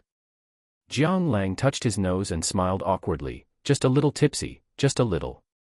He could drink, but he didn't like getting drunk unless he was forced to. Whenever he felt he'd had enough, he would find an excuse to slip away. However, usually, no one could push him to that point. This time, facing a barrage of attacks, even a god couldn't stop it, so he had to slip away early. "Oh," Zhao Yinyu nodded and walked next to Jiang Lang. She looked at the bustling crowd below the balcony, her eyes unreadable, wondering what she was thinking. A breeze blew through her long, dark hair, making her look exceptionally beautiful. The atmosphere suddenly felt a bit awkward. Jiang Lang pursed his lips, hesitated for a moment, and slowly said, "About that, last time, I'm sorry." He was apologizing for suspecting that Zhao Yinyu had leaked the information last time. Zhao Yinyu glanced at him indifferently and shook her head slightly, "I'm not that petty." These past few days, after returning home, she tried to think from Jiang Lang's perspective and realized that his suspicion wasn't without reason. After all, Who else but her was the first person to come into contact with the information? Jiang Lang breathed a sigh of relief. Just as he was about to speak, Zhao Yinyu's voice reached his ears again. Your driving skills are really good. Jiang Lang looked at her strangely, thinking to himself. Don't you already know whether my driving skills are good or not? Does that even need asking? He raised an eyebrow and said, they're all right, I guess. Zhao Yinyu kicked the stone slab on the balcony. After a long pause, she suddenly said in a low voice, can you teach me? Jiang Lang looked at her in surprise, casually patted his chest, and said generously, sure, consider it an apology for before. Zhao Yinyu turned her head slightly to respond, a flash of craftiness in her eyes. At this moment, a big, drunk fatty ran in. Holy crap. Brother Lang, why are you hiding here? I've been looking for you for so long. Zhao Jinglong said, his tongue lolling out, reeking of alcohol. Let's go drink. He put his arm around Jiang Lang's shoulder, looking very happy. Suddenly, he let out a surprised, as if he had just realized something, and rubbed his eyes groggily while looking at Zhao Yinyu. Damn, Zhao Yinyu, why are you here too? So what if I'm here, fatty Zhao? Zhao Yinyu looked at the reeking Zhao Jinglong and waved her hand in front of her nose with disgust. Zhao Jinglong immediately got agitated, glaring with his squinty eyes and shouting, you brat. How many times have I told you, don't call me fatty Zhao in public? Are you asking for a beating? Zhao Yinyu rolled her eyes and said disdainfully, with that physique of yours, whose beating who is still up for debate? You. Zhao Jinglong pointed at her and fed. Then he looked at Jiang Lang and the other person, his eyes rolling around as if he had thought of something, and smiled maliciously, wait. You two are sneaking around here, and you're standing so close. Are you dating? As soon as these words were spoken, Jiang Lang was dumbfounded and gave him a strange look. Damn. Standing close means dating. He wanted to crack open his skull to see if it was filled with water. However, he hesitated and glanced at Zhao Yinyu again. This hot, mature woman, who exercised year-round and even had abs, would definitely be exciting to drive. But dating. Only fools do that. Thinking of this, he shook his head inwardly. As for Zhao Yinyu, she blushed furiously. She glared at Zhao Jinglong, kicked him viciously, and turned to leave. Zhao Jinglong let out an ah, and hopped around holding his foot. Damn. It was just a joke, was it necessary to be so ruthless, he said, grimacing with indignation. Jiang Lang touched his nose and didn't respond. Mainly because he didn't know how to respond to that. Zhao Jinglong rubbed his lower leg where Zhao Yinyu had kicked him and looked at Jiang Lang. Brother Lang, are you two really not dating? No, Jiang Lang replied with a wry smile. What a pity, I actually think it wouldn't be bad if it were you. Zhao Jinglong sighed. This was what he truly thought. Those who play with supercars admire these masters with great driving skills the most, not to mention that Jiang Lang's background and net worth were no worse than theirs. If the two of them became a couple, he would be the first to raise both hands in favor. After a pause, he shook his head and said, let's go back in and have a few more drinks. These people have been clamoring to see you. If you don't show up soon, they'll probably flip the tables. Jiang Lang shrugged and smiled helplessly, all right, let's go. Chapter 76, The Mute Bride. The next day, Huazhou Junting. The sun was high in the sky, and a beam of light lazily shone into the room. Jiang Lang rubbed his eyes, groaned, and opened them groggily. Squeak, the door pushed open, and Jiang Ting walked in carrying a basket of Xilong Bao and soy milk. Brother, are you awake? She glanced at Jiang Lang and casually placed the bag on the nightstand. I brought you lunch. It's from the Dongjiao Hotel. Eat it if you feel a bit better. All right, I got it. Jiang Lang yawned and replied lazily. He didn't know how much he had drunk yesterday, he felt weak all over and didn't want to move at all. He thought for a moment and asked, who brought me back yesterday? Sister Xiaoyan. Jiang Ting replied, then said with disdain, you have no idea how crazy you were when you were drunk yesterday. You grabbed Dubai at the entrance and danced all night. Good heavens, you've become famous throughout the entire residential complex this time. Dubai, Jiang Lang knew. It was a dog kept in the security booth at the entrance, a Samoyed, one of the 3 sled idiots. As she spoke, Jiang Ting pulled out her phone and smirked, "I even took a video. Do you want to see it?" The corners of Jiang Lang's mouth twitched slightly, and he was covered in black lines. "Get lost." "All right then, I'm off," Jiang Ting said, skipping away. Watching her back, Jiang Lang shook his head, speechless. He pulled himself together and freshened up. After eating a few Xiaolong Bao, he really didn't have much of an appetite, so he just drank a few sips of soy milk and crawled back into bed. Thinking about it, he could only pick up his phone to scroll through short videos. Suddenly, a pop-up appeared on his phone. "Ding, the streamer you follow, Midsummer is live. Come and watch quickly." Jiang Lang raised an eyebrow and tapped on it. Inside the screen, he saw ECU singing. This summer, it melted the whole season. Day by day, freezing you at the end. Letting me understand, love can actually be so simple, embellishing. Looking at the blue sky outside the window under these eaves, my memories have plotlines of you. After finishing the song, an old track from 2010, Summer by Nikki Lee, the chat was flooded with "Sounds great. My ears are pregnant. The goddess still sings so beautifully. Sing another one. Why keep singing? Let's do a PK, it's been a while. Yeah, listening to songs all the time is boring." ECU coughed, picked up the water cup on the table, took a small sip, and frowned slightly as she looked at the comments on the screen. During the days when Jiang Lang was away, her career had been booming, and she was now a newly emerged top-tier streamer on Huya. But PKING had never been her strong suit. Bullying those weaker than her was fine, but when she encountered those at her own level, she felt powerless. Ultimately, it was because Jiang Lang's performance last time was too fierce, directly lifting her to top-tier status, leading to a situation where her capability didn't match her fame. Many of the big brothers in her stream had hidden agendas, wanting to use her to get close to Jiang Lang. She pursed her lips, just about to change the subject. But she noticed a golden, sparkling icon appear in the stream. Holy crap!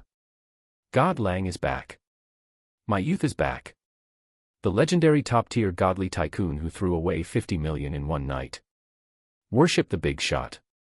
Brothers of the Lang army, get into position. ECU also hurriedly stood up and shouted, "Welcome God Lang to our stream. Brothers, let's get hyped. Welcome God Lang. Welcome God Lang. Welcome God Lang." Jiang Lang was baffled by this scene and typed directly on the screen, asking, "What's going on?" Seeing this, ECU explained it to him.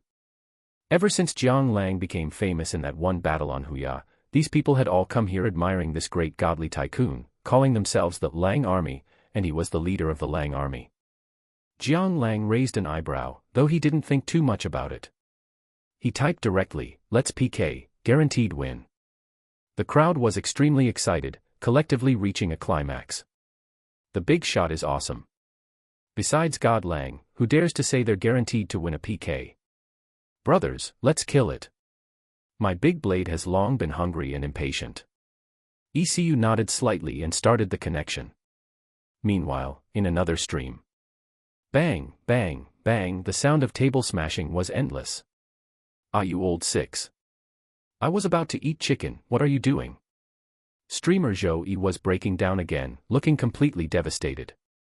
Today, respecting the requests of her many followers, she had been playing PUBG all morning, dying immediately upon landing every single time, losing count of how many times she'd taken the plane. Having finally managed to sneak into the final circle with a record of 0 kills and 0 assists. She didn't expect to run into an old six even more insidious than her, with maxed out Voldemort attributes. As soon as she entered the circle, she was taken out. Looking at the black and white screen, she completely lost it. Ha ha ha, Sister Zhou is breaking down again. Brothers, I recorded the screen. Do you think the streamer will thank me? I've already thought of the title, Streamer Zhou Yi's Top 10 Breakdown Moments, Dying on Landing. No, it should be called, The Mute Bride Sea Lion Roar. It's a pity that Sister Zhou just happens to have a mouth. Please don't talk, I'm almost finished. Question mark. Brother, that fast. The thread went completely off topic. Seeing the broken-down Zhou Yi, many followers were joyful. Zhou Yi was also a big streamer on Huya, with a booming voice full of Northeast Chinese flavor, plus her unique ability to create content, making her streaming style distinctive. She even happily earned the nickname Mute Bride. Among them, her breakdown moments were also a major highlight that everyone loved to see. Not playing anymore, not playing anymore. Whoever plays is a dog. Zhou Yi threw her mouse and started acting shamelessly. She rolled her eyes and smiled, brothers, let's go raid another stream. Every time she wanted to slack off, she suggested raiding. It allowed her to kill time and look at beautiful women, it was her absolute favorite. However, this time the followers in the stream wouldn't have it. Every time it's like this. As soon as you lose a game, you raid. No, no, change it up. Change it up. Change it up. Humans are inherently repeaters. In no time, the chat was flooded. Zhou Yi was in a dilemma. Change it up. Dancing. She was afraid that before she finished dancing, everyone would have run away. Singing. She hadn't sung in a long time and was worried about being off-key. Thinking about it, she suggested, how about a PK? She didn't usually do PKs. If she did, it was usually with good friends, like Luo Xin or others. But today, after losing all morning, she was really in no mood. Fine, fine, let's do one. Go, go, go. It's rare to have one once a year. Seeing that the followers all agreed, she started the connection. The screen split in two. A soft and beautiful voice rang out in the stream. Hello, everyone, I'm Ear. Chapter 77, Starting the Train. Wow, wow, wow. A fairy. Brothers. Let's go, let's go. Sister Zhou, sorry about this. Zhou Yi was also a bit surprised. She hadn't expected that after finally doing a PK, she would run into one of Huya's newly risen top streamers. She wiped the drool from her mouth and said with feigned boldness, is she not a stunner, brothers? How's this treat for you guys? I just said I was coming to do a PK, I didn't expect to actually meet a great beauty. The viewers in the chat mocked her one after another. Shut up, silent bride. Don't disturb us while we're looking at the beauty. If you don't speak, nobody will think you're mute. Actually, Sister Zhou is pretty good looking too, it's just a pity she has a mouth, otherwise, her looks wouldn't lose to the opponents. Bang, bang, bang, Zhou Yi started pounding the table again, raging helplessly. What do you mean, has a mouth? How could you defect so quickly? It's not that our side is weak, it's that the enemy is too cunning, the crowd typed in the live chat. Hello, Sister Zhou. ECU waved her little hand, greeting Zhou Yi sweetly. Zhou Yi looked at ECU as if her heart had been struck by Cupid's arrow. She clutched her chest, wearing a love-struck expression, and said, brothers, I can't take it anymore. This smile is just too damn healing. You. Disgusting. The live chat was flooded with retching emojis. Zhou Yi rolled her eyes and continued. Ear, you say it, how do you want to play? ECU frowned and thought about it. How about we have a singing contest? She had her own little scheme, she probably didn't stand a chance in other things, but singing was her specialty. Zhou Yi shook her head like a rattle drum and said directly, no way, pick something else. She also knew that ECU focused on singing, so she didn't dare to throw an egg against a rock. Although she used to claim to have debuted in a girl group. The problem was, how long had it been since she had practiced professionally? Her skills had long since regressed. At this moment, a glittering, golden bullet comment appeared in the live stream. Start the train.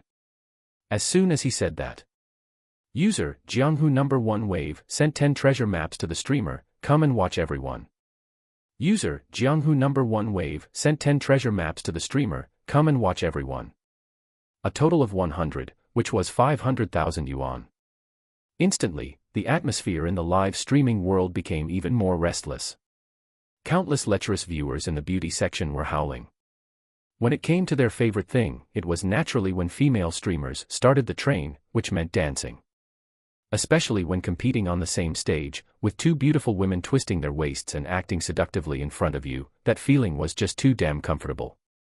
God Lang is awesome. God Lang is awesome. As soon as he returns, he gives the brothers a treat. He's worthy of being a big brother.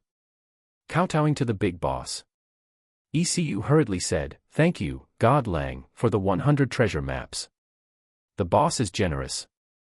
Zhou Yi was dumbfounded, staring blankly at the other side. What was going on? The PK hadn't even started yet, and there were already 100 treasure maps. Did it have to be this awesome? At this time, some viewers from ECU's live stream also ran over and started spamming the chat. The Lang army marches out, leaving nothing behind. The Lang army marches out, leaving nothing behind. The Lang army marches out, leaving nothing behind. Lang army. Zhou Yi raised an eyebrow. She naturally knew who they were. A while ago, this group had caused quite a stir in the live streaming industry. However, ever since Jiang Lang stopped appearing, they had calmed down quite a bit. Could it be? She suddenly thought of a possibility, her eyes widening like copper bells. Just then, a flash of golden light swept across the live stream. An icon of a man wearing an imperial crown and riding a golden dragon appeared in the live stream. This was a special effect that Huya had specially set up for Jiang Lang, this super godly tycoon. It was even more awesome than those super god emperor statuses that cost 1.5 million yuan a month to activate in the live stream. He was the only one in all of Huya who possessed it. The prestige was maxed out. Ding, the supreme godly tycoon, Jianghu #1 wave, has descended into the live stream. Holy crap. God Lang is here. Streamer, why aren't you kneeling to welcome him yet? This big boss has appeared again. A custom-designed icon is just awesome. This special effect has been going on for at least a minute, right? Zhou Yi was also beaming with joy, like a Sichuan opera face changer, clapping to welcome him. Welcome, God Lang. Brothers, get hyped. Let's show our style. Big brother, welcome to you. Waiting for the wind, waiting for the rain, waiting for you. Big brother is the wind, big brother is the rain, big brother can summon the wind and rain.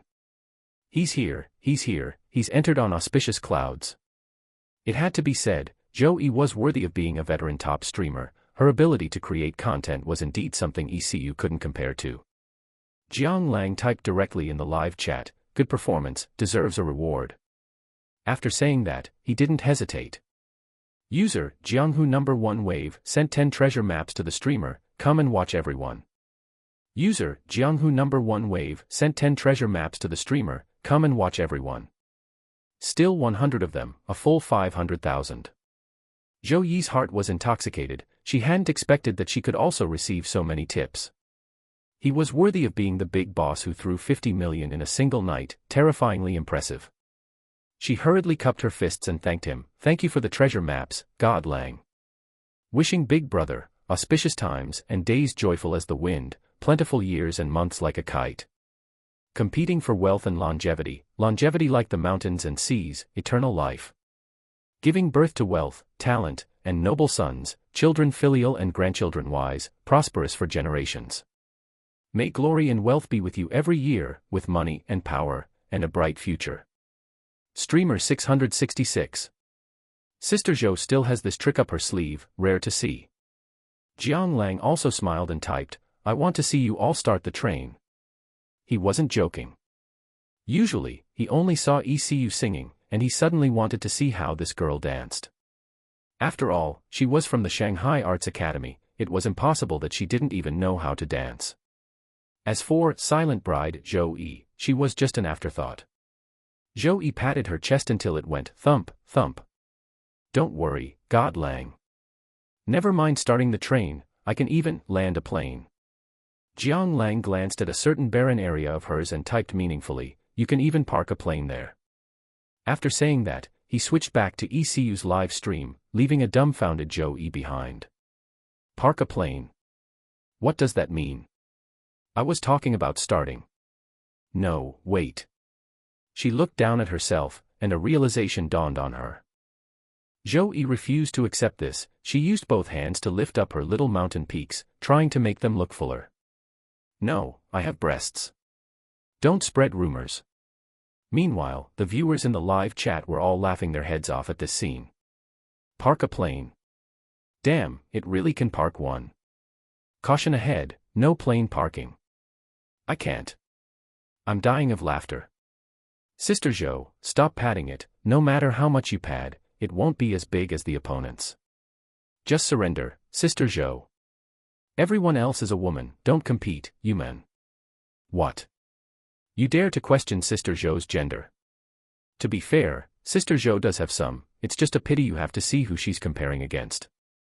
The live chat was filled with laughter. Chapter 78, The Slutty Big Waves. Zhou Yi rolled her eyes in frustration. Fine, so we're driving the train, right? I'll go change my outfit first and charm you bunch of pervs to death. After finishing, she winked. It's just driving the train, right? She thought to herself, at least I debuted in a girl group back in the day, dancing is second nature to me. As for ECU, she also gave a slight bow towards the live stream room. Everyone, wait for me a moment, I'm going to change my outfit too. Go ahead, go ahead. We can afford to wait. I'm going to take a quick break first, so I don't lose control later. +1.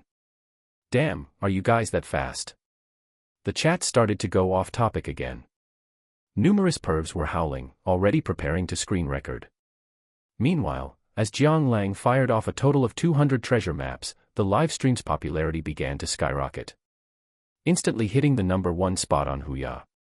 His private messages started pinging non-stop again.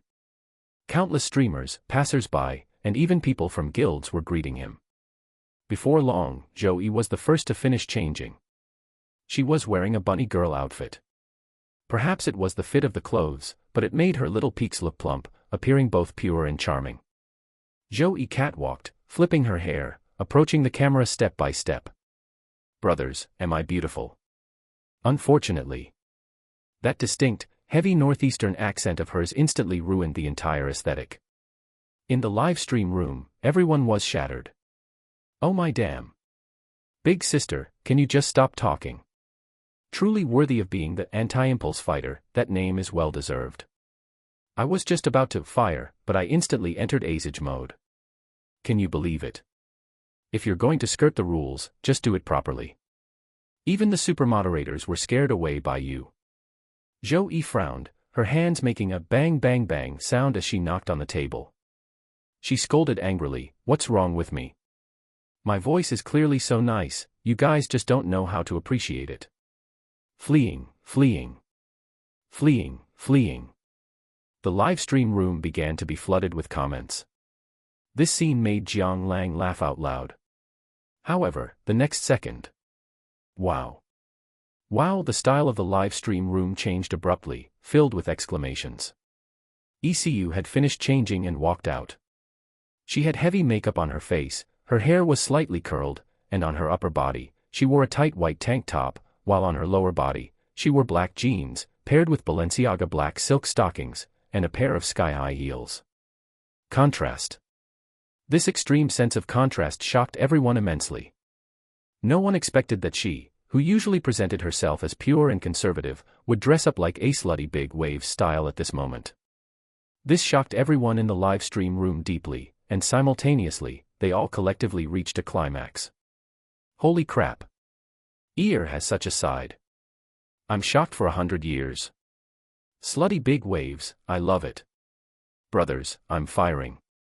Zhou Yi was secretly surprised too, and couldn't help but say, wow, I didn't expect you to have this side to you. ECU covered her mouth with her hand and laughed, then blinked her beautiful eyes. Is it beautiful? Beautiful, simply drop-dead gorgeous. Zhou Yi was frustrated, she didn't expect the other party to play a trump card right out of the gate.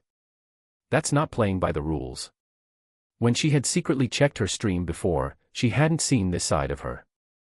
Jiang Lang watched the comments and smiled slightly. He had long known that ECU was the repressed type, and perhaps had a bit of a contrasting side. Otherwise, where did all those racy photos on his phone come from? Zhou Yi shook her head and said, fine. Let's talk about the punishment first. ECU thought for a moment and asked back, how about you suggest one, Sister Zhou? Zhou Yi frowned, then her eyes suddenly lit up, how about performing a gorilla chest thumping? She didn't dare to play too hard, there was a big shot on the other side, and she definitely couldn't compete. She just hoped that if she lost later, the other party might give some medical expenses. ECU nodded, indicating agreement. Brothers, once the music starts, we're going straight for it. Zhou waved her hand and started shouting.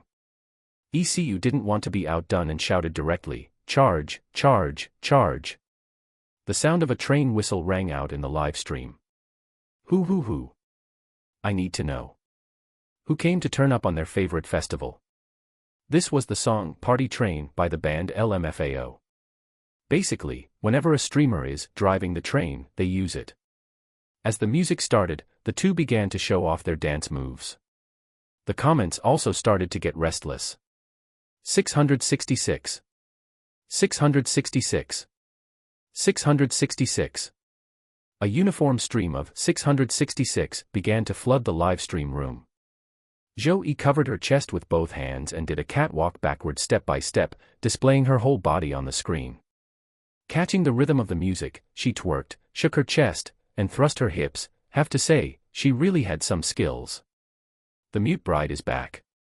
Have to say, when Sister Zhou isn't talking, she is damn beautiful. That's for sure. Just in terms of looks, our Sister Zhou is one of the best in the streaming world. Brothers, send gifts, send gifts. And ECU didn't want to be outdone, she immediately started dancing an energetic jazz dance. This fast-paced and dynamic rhythmic dance, combined with the music, was simply a perfect match. It made everyone call it a treat. Licking the screen. Damn. Ear dancing is so freaking cool. A treasure girl. Come on, let's start sending gifts too.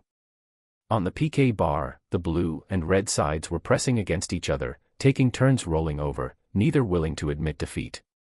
However, Zhou was a veteran big streamer after all. Without Jiang Lang making a move, her health bar was still steadily crushing ECU's. Jiang Lang took a look, there wasn't much time left, so he decisively made his move. User, Jianghu number 1 wave, gifted the streamer treasure map times 10, everyone come and watch. User, Jianghu number 1 wave, gifted the streamer treasure map times 10, everyone come and watch. User, Jianghu number 1 wave, gifted the streamer treasure map. A full 1,000 treasure maps instantly emptied the opponent's health bar. Zhou wiped the sweat from her face, looked at the live stream room, and showed an, as expected, expression. She sighed inwardly, it was just a PK, only 10 minutes long. He directly threw 5 million, truly awesome. She bowed with both hands, feigning terror on her face and said, God Lang is truly powerful, this little girl admits defeat. However, the next second, in Zhou live stream room, a banner was pulled out. User, Jianghu number 1 wave, gifted the streamer treasure map times 10, everyone come and watch. User, Jianghu number 1 wave, gifted the streamer treasure map. Another 100, although not as exaggerated as ECU's, it was still 500,000. Added to the previous amount, Zhou had already earned 1 million today. Zhou was shocked, then like a Sichuan opera mask changer, she said with a beaming smile. Oh my, thank you for the medical expenses, God Lang. God Lang is mighty, God Lang is awesome, God Lang. Chapter 79, Iconic Scene. Jiang Lang's move was incredibly generous. The big shots in Sister Zhou's live stream room were naturally savvy as well. They also showered ECU's live stream room with a wave of medical expenses, causing the popularity of both streams to continue climbing. At this moment, the viewers in the live stream room started making a fuss. Punishment. Punishment, punishment. Sister Zhou rolled her eyes and said, fine, a punishment is a punishment. I'm a good sport. As she spoke, she rolled up her sleeves, pretended to spit into her hands, and rubbed them vigorously. Ahem, ladies and gentlemen, watch closely. She glanced at the live stream room, took a deep breath, and parted her red lips slightly. Ooh, ooh, ooh. She mimicked the sound of a gorilla, beating her chest with her hands, thump, thump, thump, just like a real female gorilla. In the live stream room, everyone burst into laughter. Holy crap. I'm dying of laughter. An iconic scene has been born again.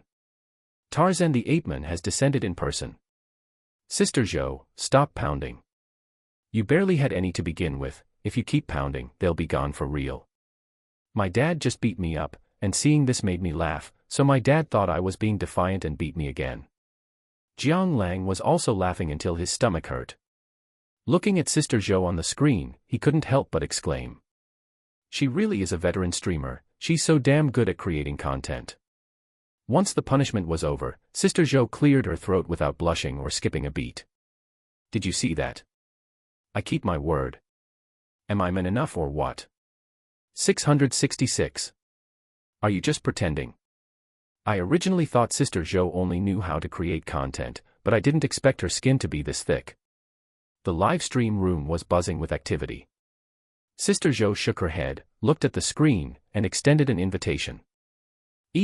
You should come to Shanghai to hang out sometime.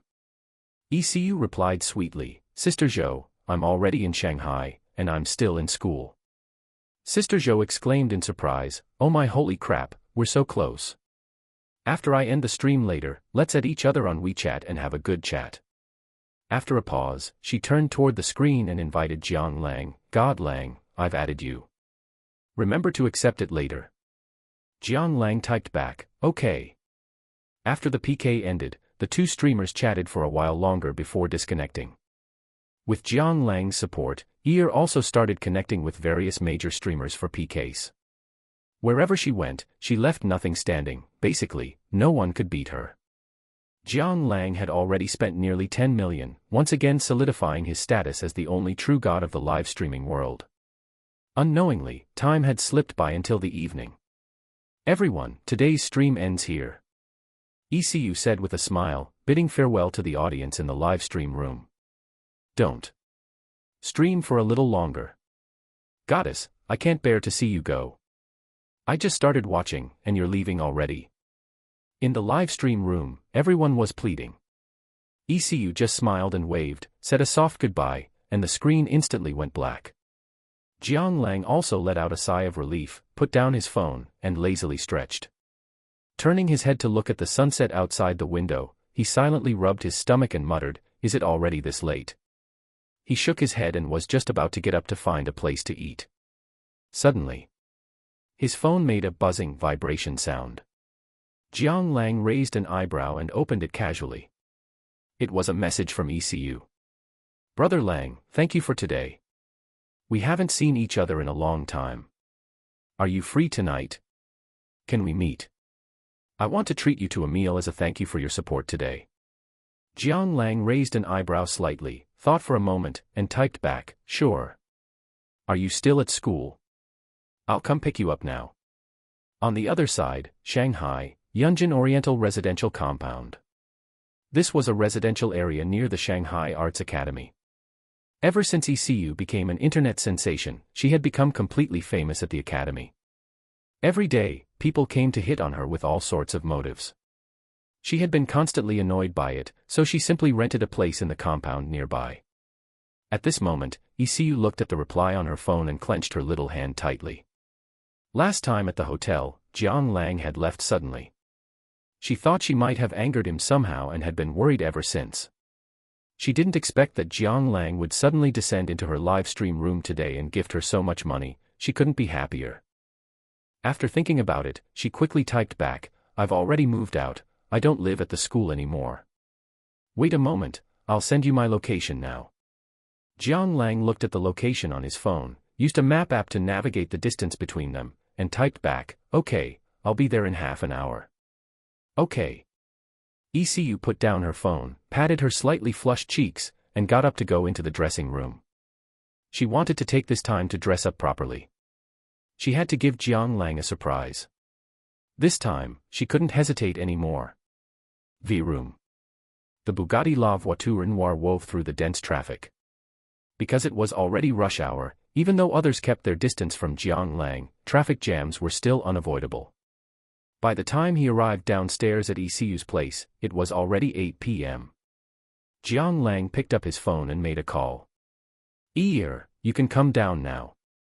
Sorry, there was a traffic jam on the way. On the other end of the line came ECU's crisp voice, it's okay, Brother Lang, I'm coming down now. After hanging up, Jiang Lang picked up his phone to scroll through short videos while waiting. Before long, a figure wearing a large trench coat appeared downstairs, acting all sneaky. She was wearing sunglasses and was bundled up tightly, as if she were afraid someone might see her. She was holding her phone and looking around. Jiang Lang laughed instantly. He could tell it was ECU, but he hadn't expected her to dress so ridiculously. He immediately lowered the car window and called out, "Ear, over here." Hearing this, ECU ran over. She took off her sunglasses, looked at Jiang Lang, and said in surprise, "Brother Lang, did you change cars? This car is so cool." Jiang Lang nodded and said nonchalantly, "All right, get in the car." ECU nodded her little head and quickly got in. In an instant, a faint, elegant fragrance drifted into his nostrils. Jiang Lang turned his head to look at her and said half-jokingly, "Why are you dressed like this?" ECU pouted and said gloomily, "Ever since I became famous, people have been harassing me every day. Especially when I'm at school, it's just so annoying. I was just afraid of being recognized." Hearing this, Jiang Lang nodded slightly. However, after thinking about it, he suggested, "I don't think you need to do this. A hat, sunglasses, and a face mask are enough. Doing it like this, with such a big fuss, actually makes it easier to attract attention." ECU wrapped her large trench coat tighter around herself, a flash of awkwardness appearing on her face, before she smiled at Jiang Lang, "I know, Brother Lang. By the way, I've already booked a place. It's at the Dizuan Hotel, which is currently very famous in Shanghai." Jiang Lang looked at her strangely, feeling that ECU was a bit odd. She had this big trench coat on, why didn't she take it off once she got in the car? Wasn't it uncomfortable? And besides, didn't netizens say that the better the supercar, the easier it is for girls to feel hot? Why was she bundled up even tighter instead? He shook his head and said helplessly, "All right, let's go." Chapter 80, Test Drive. Magic City, Dizuan Hotel. When Jiang Lang and ECU walked into the restaurant under the Dizuan Hotel, the duty manager guarding the entrance suddenly opened his eyes wide. He first rubbed his eyes in disbelief, and only after confirming who the visitors were did he scurry over in a panic. "Director." However, before he could finish his sentence, Jiang Lang gave a low cough, interrupting the other party, and then said, We have a reservation." As he spoke, he gave a slight signal to ECU beside him. ECU said to the duty manager, "Hello, my surname is E, and I have already booked a private room online." The duty manager gave a surprised sound, glanced at the two of them strangely, rolled his eyes, and said, "Hello, please follow me." They went all the way to the back of the restaurant, where a magnificent, gold-adorned private room appeared before them. ECU looked at it, a bit confused, and asked the duty manager, "Did you make a mistake? This isn't the private room I booked." The duty manager nodded and respectfully explained, "Hello, it is like this. You are the 100th lucky customer of our restaurant today, and you are entitled to a free meal upgrade service." ECU was surprised, opened her eyes wide, and said, "There's such a good thing." As she spoke, she turned her head and looked happily at Jiang Lang. "Let's go, Brother Lang. We are so lucky today." Jiang Lang raised an eyebrow but didn't speak. He actually didn't like people who acted on their own initiative, but he also understood that this was the duty manager actively trying to curry favor with him. Looking at the joyful ECU, he pursed his lips and smiled, "Let's go." Inside the private room, as the waiters brought up plate after plate of exquisite food, Jiang Lang's eyes lit up, and he started eating immediately. He had been watching live streams in bed all day today and was already starving. At this moment, ECU suddenly raised the red wine glass in her hand and said to Jiang Lang, "Brother Lang, I'd like to toast you." Okay." Jiang Lang wiped his mouth with a napkin, raised his glass to clink it, and drank it all in one gulp. To be honest, although he could drink, he had always known very little about wine and couldn't taste much of anything. At most, it was just that this one was a bit more bitter, and that one was a bit more spicy. To him, there was no difference. Even though he was rich now and could afford this kind of high-end foreign liquor, he still couldn't taste anything, and he didn't intend to learn anything about it. In short, just drink it. However, what happened next exceeded Jiang Lang's expectations. ECU clearly couldn't handle her liquor, yet she kept toasting him. Her lines changed one after another, as if she had rehearsed them, and she drank glass after glass. In no time, the whole bottle of Romanicanti was finished. Hiccup. ECU gave a soft hiccup, her face flushed red, as she looked at Jiang Lang and smiled foolishly. Jiang Lang felt a bit uncomfortable being watched, turned his head to look out the window, and said indifferently, you're drunk. I'll send someone to take you back. ECU shook her little head, didn't answer, and instead lowered her head and asked, Brother Lang, last time, why did you suddenly leave? Is it because I offended you somewhere? Her words were intermittent, and she seemed a bit delirious. Jiang Lang raised an eyebrow and said softly, It's nothing, something came up at the company, and I had to go back to deal with it urgently. ECU was slightly stunned, her face showing a hint of surprise. Really? You weren't angry with me? Jiang Lang said with a wry smile, Why would I be angry with you for no reason? If it weren't for that time, I would have already, ahem. Before he finished his sentence, he coughed awkwardly. ECU pursed her lips and smiled gently at Jiang Lang. Suddenly, she stood up, supported herself on the table with both hands, and bent her slender waist bit by bit, like a cat in heat lying on the table, twisting her body as she slowly approached him. The ample scenery beneath her neckline appeared and disappeared before Jiang Lang's eyes as she moved. Until she opened her arms, hugged Jiang Lang's head, and rested her head gently on Jiang Lang's shoulder. Then, do you want to eat me now? Her breath was like orchids, and waves of heat blew against Jiang Lang's ear, making it a bit ticklish. With a beauty in his arms, Jiang Lang's heart began to beat violently. He swallowed, turned his head to look at the flawless skin before him, and those red lips he could bite if he just lowered his head slightly. He grabbed her in his arms, his voice becoming a bit hoarse, Let's go. This was not the first time Jiang Lang had been on the way to the presidential suite of the Dizuan Hotel. But never before had he felt time passing so urgently like this. Bang. The door was pushed open violently. A man and a woman burst in. They didn't turn on the lights, and the dim space seemed to be filled with a thick, romantic atmosphere. ECU smiled, pushed Jiang Lang onto the bed, brushed back her hair, and slowly untied the large trench coat that had been wrapped around her. Jiang Lang's eyes instantly widened, like copper bells.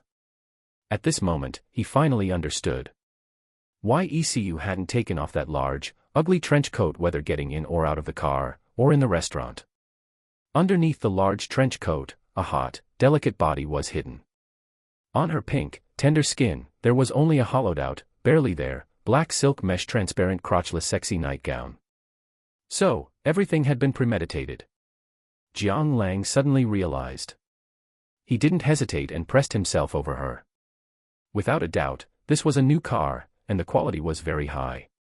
Especially the pair of large headlights at the front of the car, dazzlingly white and shining bright, making Jiang Lang unable to keep his hands off them.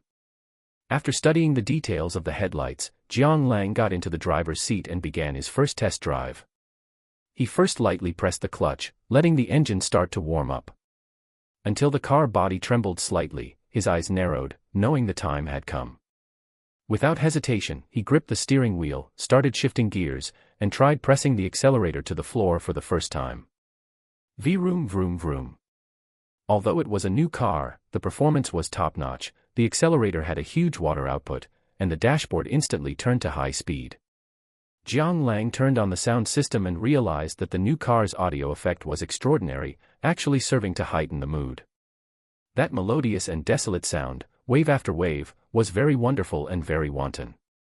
He continued to shift gears, wanting to test the limits of the new car.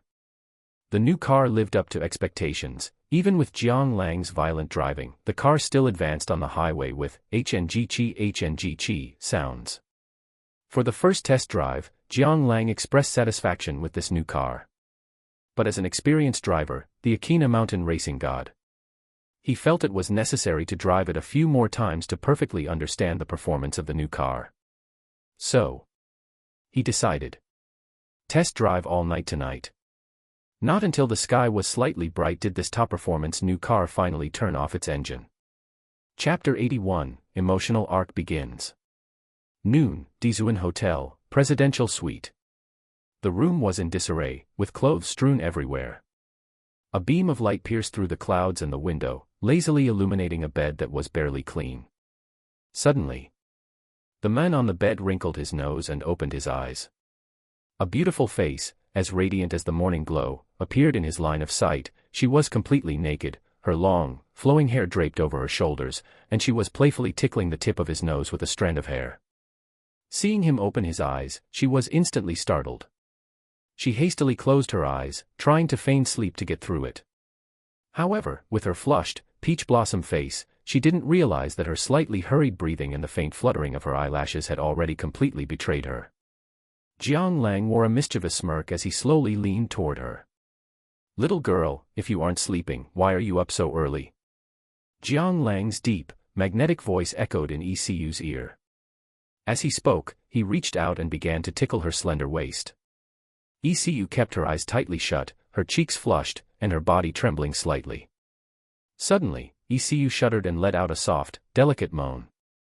"It tickles," she said in a soft, sweet voice. "Little girl, who told you to mess with me just now?" Jiang Lang stopped and glared at her. He paused, then gave her little butt a pat, a mischievous smirk on his lips.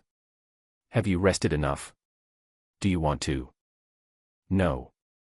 ECU saw Jiang Lang's wicked look, felt a jolt in her heart, and hurriedly refused.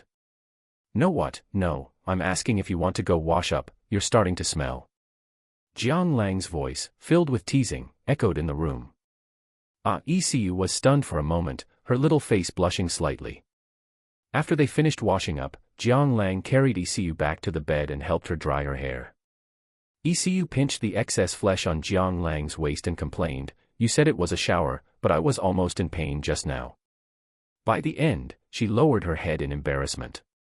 Jiang Lang brushed her hair with one hand and held the hairdryer with the other, smiling as he joked, "Is that my fault? Who told you to have such a big appetite when you're so inexperienced, and then not be able to hold back?" "Oh my, stop talking." ECU's pretty face flushed, and she reached out with her jade-like hands to cover Jiang Lang's mouth. Seeing this, Jiang Lang laughed heartily. After her hair was dried, ECU hid under the covers, leaving only her little head exposed. She turned her head to look at the debris on the floor, a blush creeping onto her cheeks, and her voice became as soft as a fly's buzz. The clothes, they're all torn up." Jiang Lang awkwardly rubbed his nose, muttering to himself, "That's my fault. Who told you to dress so seductively last night?" At this moment, ECU looked up at Jiang Lang, her eyes filled with seriousness.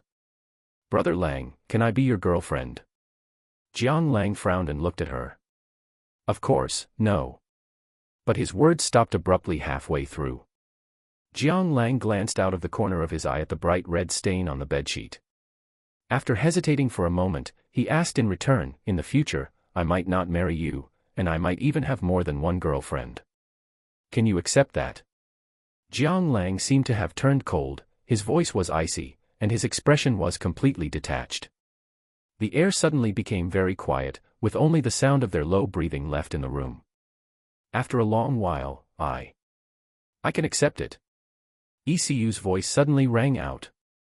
Her expression was a mix of disappointment and resignation. She proactively wrapped her arms around Jiang Lang's waist, rested her head gently against his chest, and said softly, "I know that a high-quality man as wealthy as you couldn't possibly have only one girlfriend, but I hope you won't abandon me in the future." "Okay." She looked up at Jiang Lang. Before she became a streamer, she might not have been like this. But in this industry, having seen and heard so much, her mindset had long since changed. To be a streamer, without the support of a big shot behind you, you can't go far. Many female streamers with looks and talents no less than hers were in the same situation. During this time, Jiang Lang hadn't appeared in her live stream, and she could clearly feel the difference between his presence and absence. Besides, what rich man nowadays isn't surrounded by women? It's just that everyone doesn't flaunt it openly. She only felt fortunate to have met such a generous, young, and handsome boyfriend, rather than some greasy middle-aged man in his 70s or 80s with a potbelly. Jiang Lang rubbed her head and smiled, "Good. As long as you are obedient." "I will definitely be the most obedient one." ECU nodded solemnly, lifted her head, and gently kissed Jiang Lang on the cheek. As she finished speaking, a notification sound rang in Jiang Lang's mind. Ding, congratulations to the host for successfully conquering your first 9-point girl. The godly tycoon's emotional arc is about to begin. 1. Monogamous route. 1 flower blooms, for a lifetime, withers only once, bears only one fruit. 1 marriage, for a lifetime, seeking only one heart, promising only one person. 2. Player route. I'm not a jerk, my heart just broke into many pieces, and I want to give every girl a home. Note, choosing different routes will unlock different rewards. Jiang Lang was slightly stunned, patted ECU's little head, and silently thought, system, I choose the second one. Ding, player route unlocked. Rules. 1. Every time you conquer a 9-point girl, a reward will be triggered. 2. Every time you fulfill a girlfriend's dream, a reward will be triggered. Ding, 9-point girl conquered successfully. Reward, girlfriend panel, multi-heroine mode. Girlfriend number 1, ECU. Occupation, streamer. Hobbies, singing, dancing. Body, 9.2 points, measurements, 39D, 28, 35. Looks, 8.9 points. Personality, reserved/sentimental. Emotional score, 82, out of 100. Jiang Lang raised an eyebrow, a mischievous smirk on his lips. Every time he captured a 9-point girl, he would trigger a reward, and at the same time, he could help his girlfriend fulfill her dreams to get another reward. This is interesting. Jiang Lang stroked his chin, a gleam flashing in his eyes. He lowered his head to look at ECU and asked, "Ear, please tell me, what is your dream?" Hearing this, ECU was a bit confused. She opened her little mouth and stared blankly at Jiang Lang. Jiang Lang frowned and asked in confusion, "Speak. What is your dream?" ECU hesitated for a moment and slowly said, I don't know what my dream is. Does making money count?" Jiang Lang shook his head. No system notification sounded in his mind. "Change it." Then traveling around the world." "Change it again." Being able to eat lots and lots of delicious food every day." "Little glutton, change it again." I really don't know." "Then can world peace count?" Jiang Lang gave someone's little butt a smack in annoyance, causing a ripple of flesh, and said frustratedly, "Are you messing with me?" Chapter 82, Returning to Moda University. ECU clutched her little butt, aggrieved, and snuggled into Jiang Lang's arms. "But that's all I can think of." Jiang Lang sighed helplessly. He had a guess in his heart. The so-called girlfriend's dream seemed simple, but in reality, it wasn't simple at all. It's like when people are young, some want to be astronauts, some want to be scientists, some want to be police officers, some want to join the army to defend the country, and so on. But now, when asked, most people will say, making money, buying a house. But these aren't their true dreams. No one would say their childhood dream was to make money or buy a house. Reality grinds people into walking corpses. True dreams might have long been lost in memory, disappeared without a trace. His eyes were thoughtful. After sighing slightly, he turned his head and said to ECU, "I'll have someone bring some clothes over, let's go down and eat later." Can you still move?" ECU nodded her little head, a flash of pain crossing her face. "I'm fine. But I might need you to support me." Jiang Lang rubbed her little head and didn't speak again. After making a call to have clothes delivered, he supported ECU downstairs. Along the way, ECU limped while leaning on Jiang Lang's arm, drawing the gaze of countless people. She secretly pinched Jiang Lang, her little face red as blood, complaining, "It's all your fault, you have no pity for me at all. Look, everyone is laughing at me." Jiang Lang turned back to glare at the passers-by, then laughed sheepishly, "How can you blame me? Wasn't it you who kept wanting, last night?" Feeling the little fingers on his waist tighten, Jiang Lang's mouth twitched, and he wisely shut his mouth. After lunch, Jiang Lang wiped his mouth with a napkin and said to her, "Don't live stream today. I'll send you back later so you can have a good rest for the day." ECU pursed her lips, looking conflicted, "But I still have a lot of streaming hours left for this month. If I skip a day, I'll have to spend so much more time later. As a streamer, there are tasks after signing a contract." Although a big streamer like her no longer needed to stream for over a dozen hours every day. But she wanted to finish this month's tasks early so she could accompany Jiang Lang every day afterward. Jiang Lang patted her perky buttocks and said calmly, "Be obedient." "Oh," ECU pouted, looking a bit unhappy.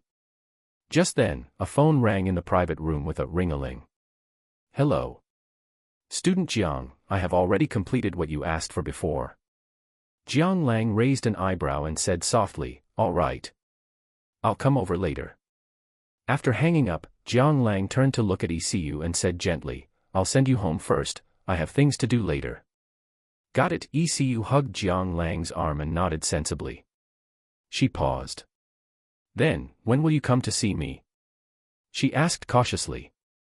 Jiang Lang thought for a moment and said, "In a couple of days, once I've finished handling things." "Okay." After sending ECU home, Jiang Lang drove to Moda University. Principal's office. Knock knock knock. "Come in." Principal Hu Jiming adjusted his reading glasses and shouted toward the door. Creak, the door slowly pushed open. Jiang Lang walked in with big strides, teasing, "I said there was a magpie knocking on the door this morning." It turns out it was the principal's good news. As soon as Principal Hu Jiming saw Jiang Lang, he quickly beckoned him in. "Student Jiang, come, sit down, have some tea first." As he spoke, he turned to bring over a cup of tea. Jiang Lang plopped down on the sofa, took the teacup, took a small sip, and smiled faintly. "Let's talk about business first." Principal Hu Jiming pursed his lips, as if thinking about something. Suddenly, he slowly opened his mouth. "Last night, our school investigated and found that the dean, Wei Tianxiong, had abused his position to accept bribes from students' parents, tampered with theses, and lured female university students. Just this morning, he was unilaterally dismissed by the school and has been handed over to the police for processing. If you aren't in a rush, you'll be able to see the police announcement at 8 p.m. tonight." Jiang Lang looked at Principal Hu Jiming with some surprise. He hadn't expected this old principal to be so stunningly effective once he made a move. He sent the guy straight to jail. It seems that those who can sit in the position of principal are no simple people. Especially in a top-tier institution like Moda University. Jiang Lang nodded in affirmation. "All right. Since that's the case, I won't dawdle. I'll make a call later and send someone over to handle the co-managed account. The money will be transferred to the account as soon as possible. However..." Speaking of this, Jiang Lang paused slightly. Principal Hu Jiming was stunned for a moment and couldn't help but say, "However what?" "However. Can't you say it clearly all at once? I want to expel 3 more people. I will only transfer 1 billion for the first payment. Once these 3 are expelled, the remaining 2 billion will be sent over at any time." Principal Hu Jiming hesitated for a moment and said slowly, "Expelling Wei Tianxiong was because he had a prior record, and we caught him red-handed. But if you want us to expel people for no reason again, it won't be easy to explain." Jiang Lang glanced at him and said calmly, "Don't worry, they are all scum, not exactly difficult characters. The first one is Wei Tianxiong's son, Wei Fukai. This person is my classmate. He usually relies on his father to commit evil in the school. You only need to ask around a little, and you'll know. The second one is also my classmate, Zhang Huayu. He and Wei Fukai are birds of a feather, the same kind of trash. He's the one who plotted against me before." Speaking of this, a bitter smile appeared on Jiang Lang's face. He had to admit that this bastard really knew how to humble himself. He knelt when asked to kneel, kowtowed when asked to kowtow, and even deliberately filmed it and put it online without any hesitation.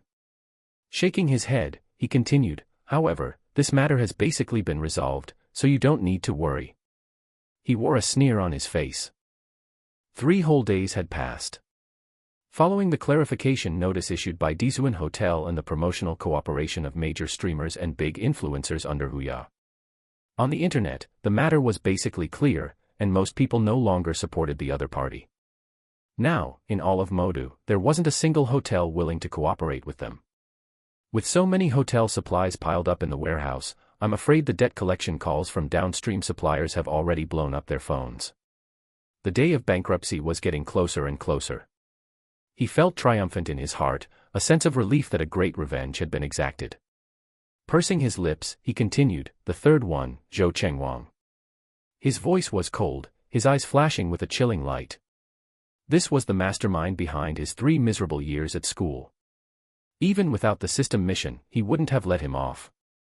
Taking a deep breath, Jiang Lang said in a deep voice, "At most, in half a month, you will see the Zhou family fall. By then, you should know what to do with the 3 powerless pieces of scum." Chapter 83, Encountering Zhang Wanru. Principal Hu Jiming swallowed, looking at Jiang Lang with quite a bit of trepidation. Ever since the incident with Jiang Lang, or to be precise, the moment he stepped out the door, he had sent people to investigate Jiang Lang's history at the school over the years. He was perfectly clear about the grievances between Jiang Lang and those 3 people. However, he hadn't expected Jiang Lang to be so ruthless. Not only did he want to bankrupt them, but he wouldn't even let them keep their student status. It seemed they would never be able to recover in this lifetime. "I understand." He nodded and said in a deep voice. Anyway, it was none of his business. A bunch of black sheep, so what if they were expelled? Jiang Lang smiled and gave a thumbs up. It seems the principal is quite reasonable after all. Ahem. Principal Hu Jiming coughed slightly in embarrassment and didn't respond, fearing that Jiang Lang might make another request. Seeing this, Jiang Lang shook his head slightly and said, "Fine, I'll send someone over later. Once the joint management account is set up, the first 1 billion in funds will be ready at any time. That's all. I want to head back." Principal Hu Jiming hurriedly stood up and said, "Then, Student Jiang, please take care." After leaving the principal's office, Jiang Lang strolled leisurely to the parking lot. Suddenly, his eyes lit up. A tall figure appeared before his eyes. She had long hair draped over her shoulders and was swaying her waist, looking charming, and she was holding a stack of document bags. "Hey! Senior Sister Zhang, long time no see." Zhang Wanru turned around in surprise, looked at Jiang Lang, and said happily, "Junior brother, why are you here?" "Just came by to look around." Jiang Lang replied casually, then countered, "I haven't asked you yet. Didn't you graduate? Why are you still at school?" Zhang Wanru smiled gently and explained, "I'm in a combined bachelor's and master's program, so I still have another year at school." Jiang Lang gave a thumbs up and praised, "Impressive." After a pause, he pretended to check his watch. "Well, it's almost afternoon, how about we go grab a meal together?" But Zhang Wanru's expression was a bit conflicted, as if she were hesitating about something. Jiang Lang smiled lightly, "What's wrong, Senior Sister Zhang? Are you afraid your boyfriend will worry?" Upon hearing this, Zhang Wanru took a deep breath, her expression shifting uncertainly. "Lead the way." Crown Plaza Hotel. This was a 5-star hotel located in Yangpu District, directly opposite the prestigious Moda University. It was adjacent to Wanda Plaza, Printemps, a large Walmart supermarket, and various dining and entertainment facilities. Usually, the wealthy students from the school liked to bring their dates here to get a room on Sundays. Back in the day, Jiang Lang had worked a summer job here for a while, so he knew it quite well. In the Western restaurant, soothing light music played softly in his ears. That should be enough. "Oh, and bring me a bottle of Romani Conti." Zhang Wanru frowned at Jiang Lang and said half-jokingly, "You're treating me to something so expensive, I won't have the money to treat you back next time." "Senior sister, you must be joking." Jiang Lang patted his chest and said, "With such a beautiful woman, how could you ever need to pay when going out to eat?" Smooth talker Zhang Wanru rolled her eyes at Jiang Lang. After a pause, she probed slightly, "By the way, how did you become so capable now?" She had been curious since the last time at the principal's office, but unfortunately, there were too many people then, so she hadn't felt comfortable asking. Later, with all the commotion caused by Zhou Chengwang, there was even less of a chance. Jiang Lang raised an eyebrow and shrugged, feigning ease, "Can't help it. I'm handsome, so I'm being kept by a wealthy woman." Zhang Wanru said, laughing and crying at the same time, "Which wealthy woman is so generous? You should introduce me to her." Jiang Lang looked at her in horror, stuttering, You, what are you trying to do? Are you trying to steal my business?" Zhang Wanru covered her mouth and giggled, shaking all over, "Who's stealing your business? Besides, I'm a woman, how could I steal it?" Jiang Lang frowned, as if thinking seriously, and hesitated slightly, Actually, if you really want to, it's not impossible. It's just that you'd need to go to Thailand." can you accept that? This time, Zhang Wanru couldn't hold it back anymore. She reached out her delicate hand and slapped Jiang Lang, scolding playfully, "Screw you, making fun of me again." She wasn't stupid, she knew Jiang Lang didn't want to talk about it. But she really hadn't expected Jiang Lang to be such a smooth talker. Before the food was even served, he had already made her laugh out loud. At this moment, someone knocked lightly on the door outside. Knock, knock, knock. "Hello, the dishes are ready.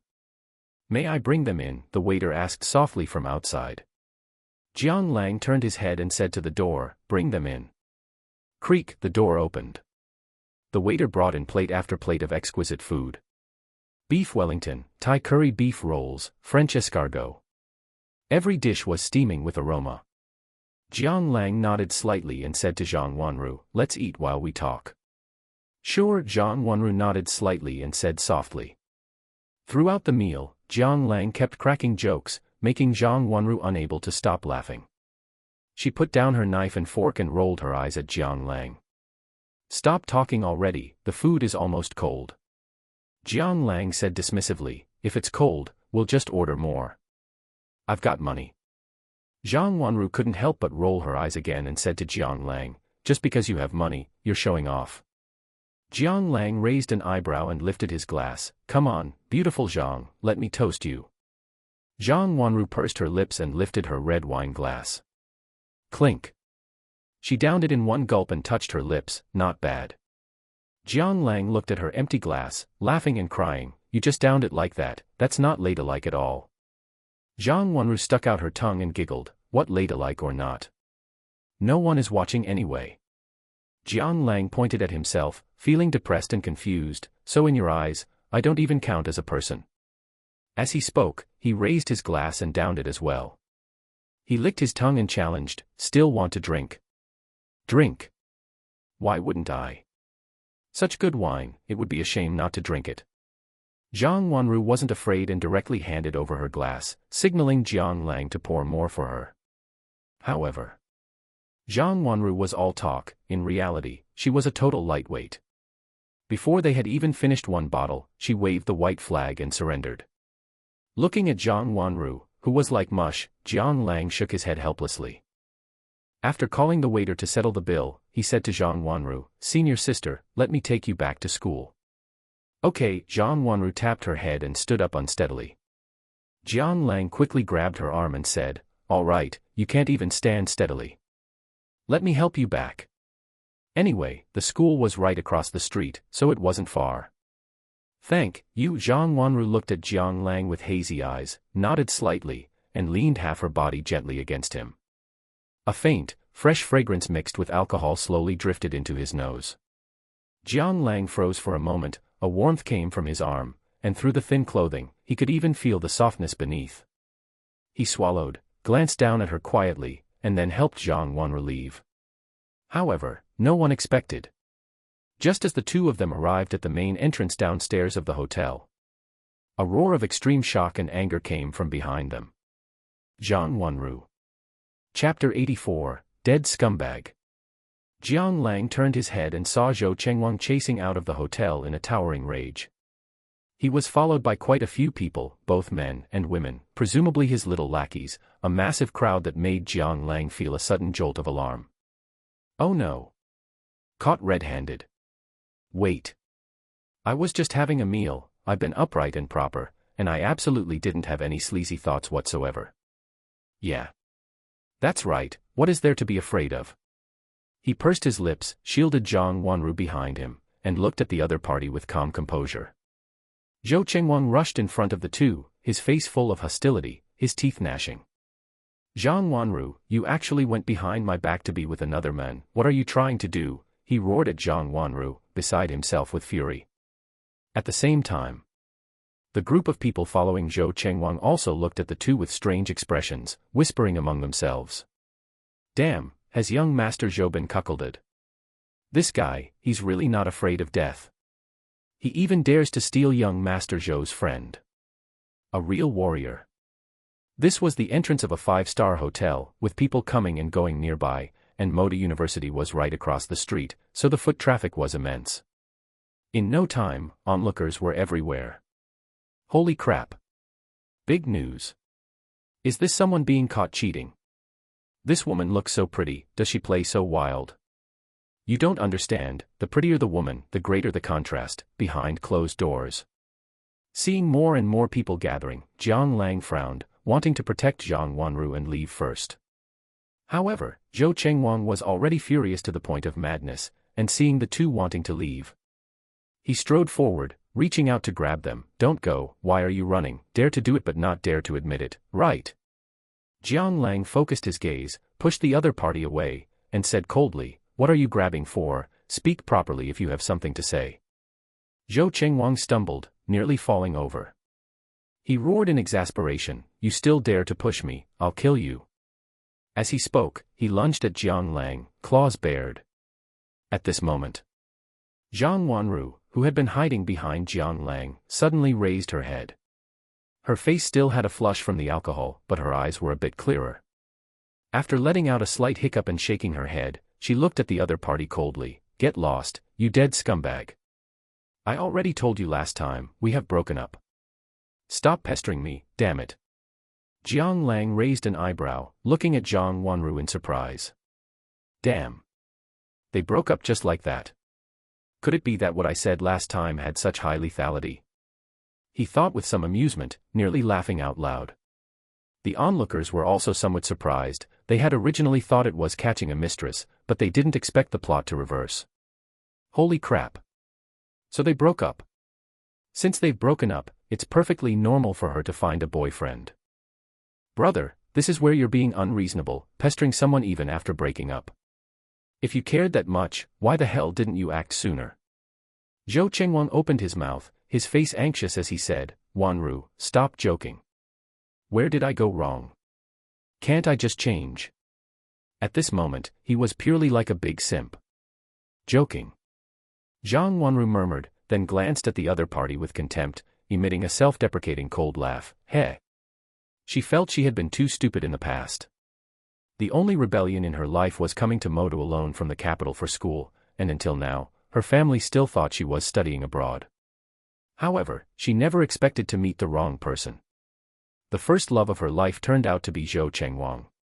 Since last time, she had taken the initiative to quietly contact the Zhang family branch in Modu to secretly investigate Zhou Chengwang. She didn't know until she checked, but the investigation gave her a shock. Behind her back, he was actually messing around, keeping a mistress, and had even been to the red light district several times. Relying on his family background, instances of him beating others and bullying them at will were countless. Even several of her close friends at school had been secretly bought off by him to speak in his favor everywhere. No wonder every time she walked with Zhou Chengwang in the past, others' eyes were exceptionally strange. Thinking about it now, she had been played perfectly. A trace of sorrow flashed in the depths of Zhang Wanru's eyes, whether it was the alcohol going to her head or a desire to retaliate against him. Suddenly, as if acting out of spite, she stood on her tiptoes, gently pecked Jiang Lang's cheek, then snuggled into Jiang Lang's arms, turned her head and said to Zhou Chengwang, "You're allowed to mess around behind my back, but I can't find a man for myself. Besides, I'm not as sleazy as you. I'm a free person now, I can be with whoever I want, none of your business." The onlookers heard this and nodded one after another. Holy crap, so it was the guy who cheated. Tired of playing in the outside world and now wants to come back, but there's no room left. Why the hell didn't you act sooner? The woman is badass, with a scumbag like that, there's no way they'd get back together. Listening to the words of the people around, Zhou Chengwang was furious. Especially seeing Zhang Wanru not only kiss Jiang Lang but also snuggle in his arms, he felt like he was being cuckolded, which tortured him to the point of madness. He raised his palm high and said viciously, "I'll beat you to death, you stinking bitch." Whoosh, the wind blew, bringing up streaks of afterimages. Zhang Wanru was so scared she closed her eyes instantly. However, she waited for a long time, but there was no pain on her face. Just as she was feeling puzzled, a contemptuous sneer came to her ear, the hot breath making her ear slightly itchy. "Young Master Zhou, you're really going downhill, you even dare to hit a woman now." Zhang Wanru opened her eyes a bit dizzily, only to see Jiang Lang shielding her with one hand, while his other hand, like steel, firmly gripped the arm Zhou Chengwang had swung out. A masculine scent enveloped her, and that sense of security she had never experienced before made her feel intoxicated. "Get lost," the voice was extremely overbearing and full of aggression. Jiang Lang raised his right foot and kicked directly toward Zhou Chengwang's abdomen. The terrifying force sent Zhou Chengwang sprawling, clutching his stomach and wailing on the ground, the veins on his face bulging, looking quite gruesome. "Good." Suddenly, someone in the crowd of onlookers clapped in approval. "Well hit. It's really shameful. Cheating is one thing, but you even want to hit someone. Hey, Tui. Wow, that guy is so cool." Several young girls said with infatuation, their faces full of excitement, taking out their phones to take pictures non-stop. For these middle and high school students who hadn't been polluted by society, their minds weren't that complicated yet. Having a boyfriend with such an explosive sense of security was simply enviable. Zhou Chengwang lay on the ground for a while before he recovered. He pushed the ground with both hands, struggling to climb up, panting heavily. He stared viciously at Jiang Lang, his face ferocious as he said, "Is having strength all that great? I'm going to mess you up today no matter what." As he spoke, he roared at his lackeys behind him, "Why aren't you coming with me?" Chapter 85, I hope next time we meet, you can still be this tough. Zhou Chengwang's few lackeys looked at one another. Gritting their teeth and raising their fists, they charged toward Jiang Lang. Seeing this, a trace of contempt appeared at the corner of Jiang Lang's mouth. Want to compare numbers? With a strange thought in his mind, he raised his right hand and snapped his fingers lightly. Snap. In the crowd, the sound of soft footsteps rang out. Just as these lackeys were about to make a move, they were firmly restrained by others. "Who the hell is pulling me? Do you want to die?" Someone roared angrily, turning back to curse. However, the words hadn't even been fully spoken before they stopped abruptly, and their complexion changed drastically. A stoic face came into view, eyes gleaming with a cold chill, with a tall, muscular build. His arms alone were thicker than the other guy's thighs. He turned his head to look around and discovered that all his companions who were ready to fight had been controlled. How could he not know then that he had kicked an iron plate? Lei Dong raised his eyebrows and slapped him right across the face. Snap. A bright red handprint appeared on his face, and he felt the world spinning, his vision blurred. He swayed like a drunkard, shook his head groggily, rubbed his face with his hand, and asked in a daze, "Who are you? Behave yourself, or I'll slap you again if you keep running your mouth." Lei Dong scolded, then nodded slightly toward Jiang Lang. Their boss never liked to make a scene when going out. Therefore, as his personal bodyguards, they usually hid in the crowd, neither disturbing Jiang Lang nor failing to guard his safety at every moment. Whenever Jiang Lang encountered danger or needed someone, he would just give a hand signal, and they would appear. At this moment, the onlookers were all dumbfounded, eyes wide, looking at each other in dismay.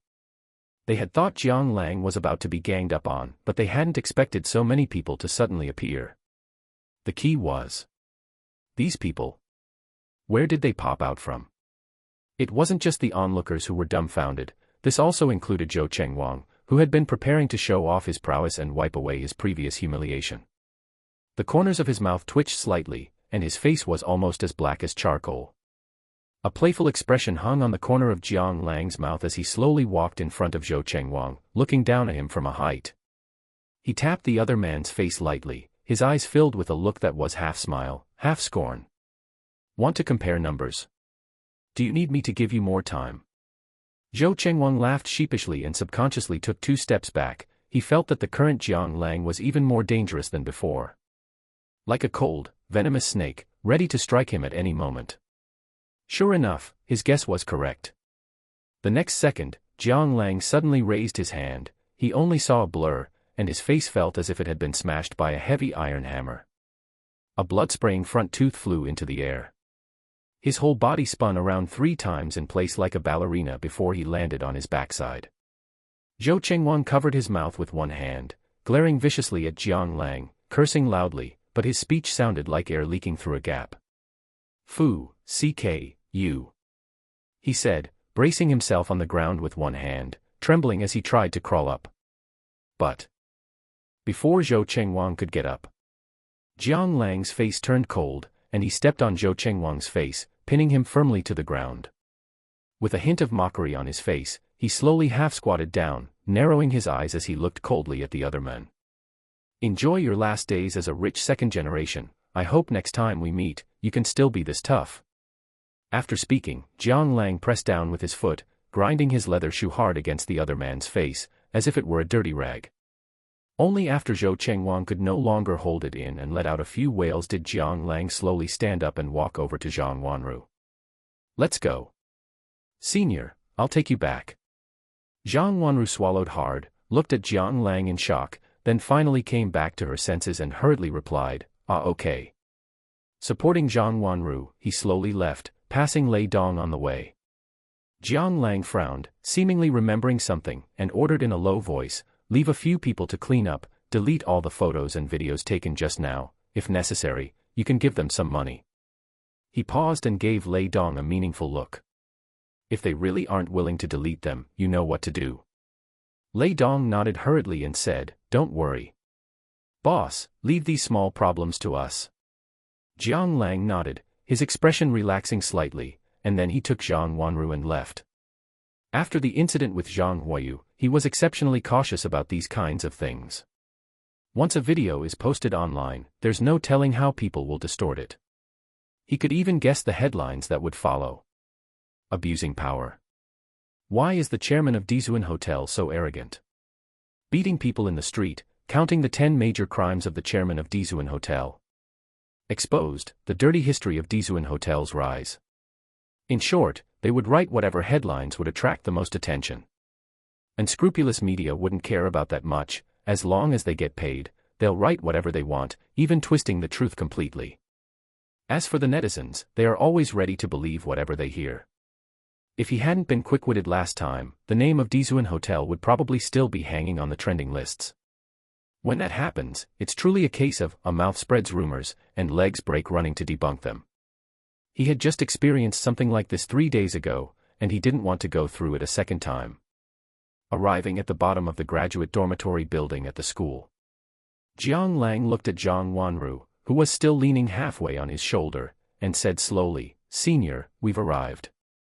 Zhang Wanru blushed, got off Jiang Lang, rubbed her fingers, and said to Jiang Lang somewhat embarrassedly, thank you for bringing me back.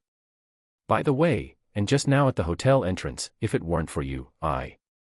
Speaking of this, she unconsciously touched her cheek, a flash of fear in her eyes. If Jiang Lang hadn't stepped in at that moment, she was afraid that slap would have really landed on her face. She really hadn't expected that her ex-boyfriend of many years would be so heartless. His attack was ruthless, leaving no room for sentiment. Thinking of this, a spark of anger flared in her eyes. She was the eldest daughter of the Beijing Zhang family, she had been the center of attention since she was a child, yet today she was in such a pathetic state. At this moment, she even felt an urge she couldn't suppress to contact the main family. Jiang Lang didn't notice anything wrong with her, after all, Zhang Wanru had always dressed quite plainly and didn't look like an overbearing person. He thought for a moment and comforted her, all right, senior, in life, it's inevitable to encounter a few scumbags, learning to protect yourself is the most important thing. Be careful at school during this time.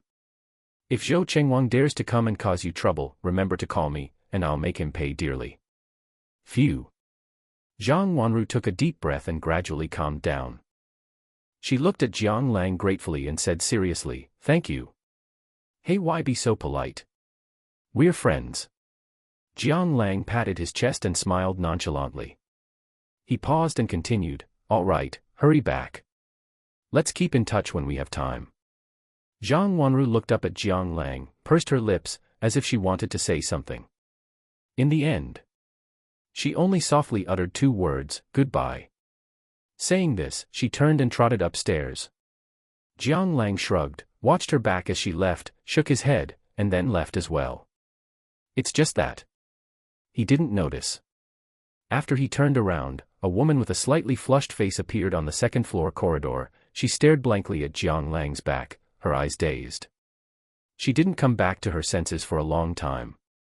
Chapter 86, First Visit to the Song Family. A week later. Magic City, Huazhou Junting. In a basement within the villa area that had been temporarily converted into a ring. Bang. Bang bang, the sound of muscles colliding was deafening, making one's blood boil. Countless bodyguards watched the two men in the ring, their eyes dazed.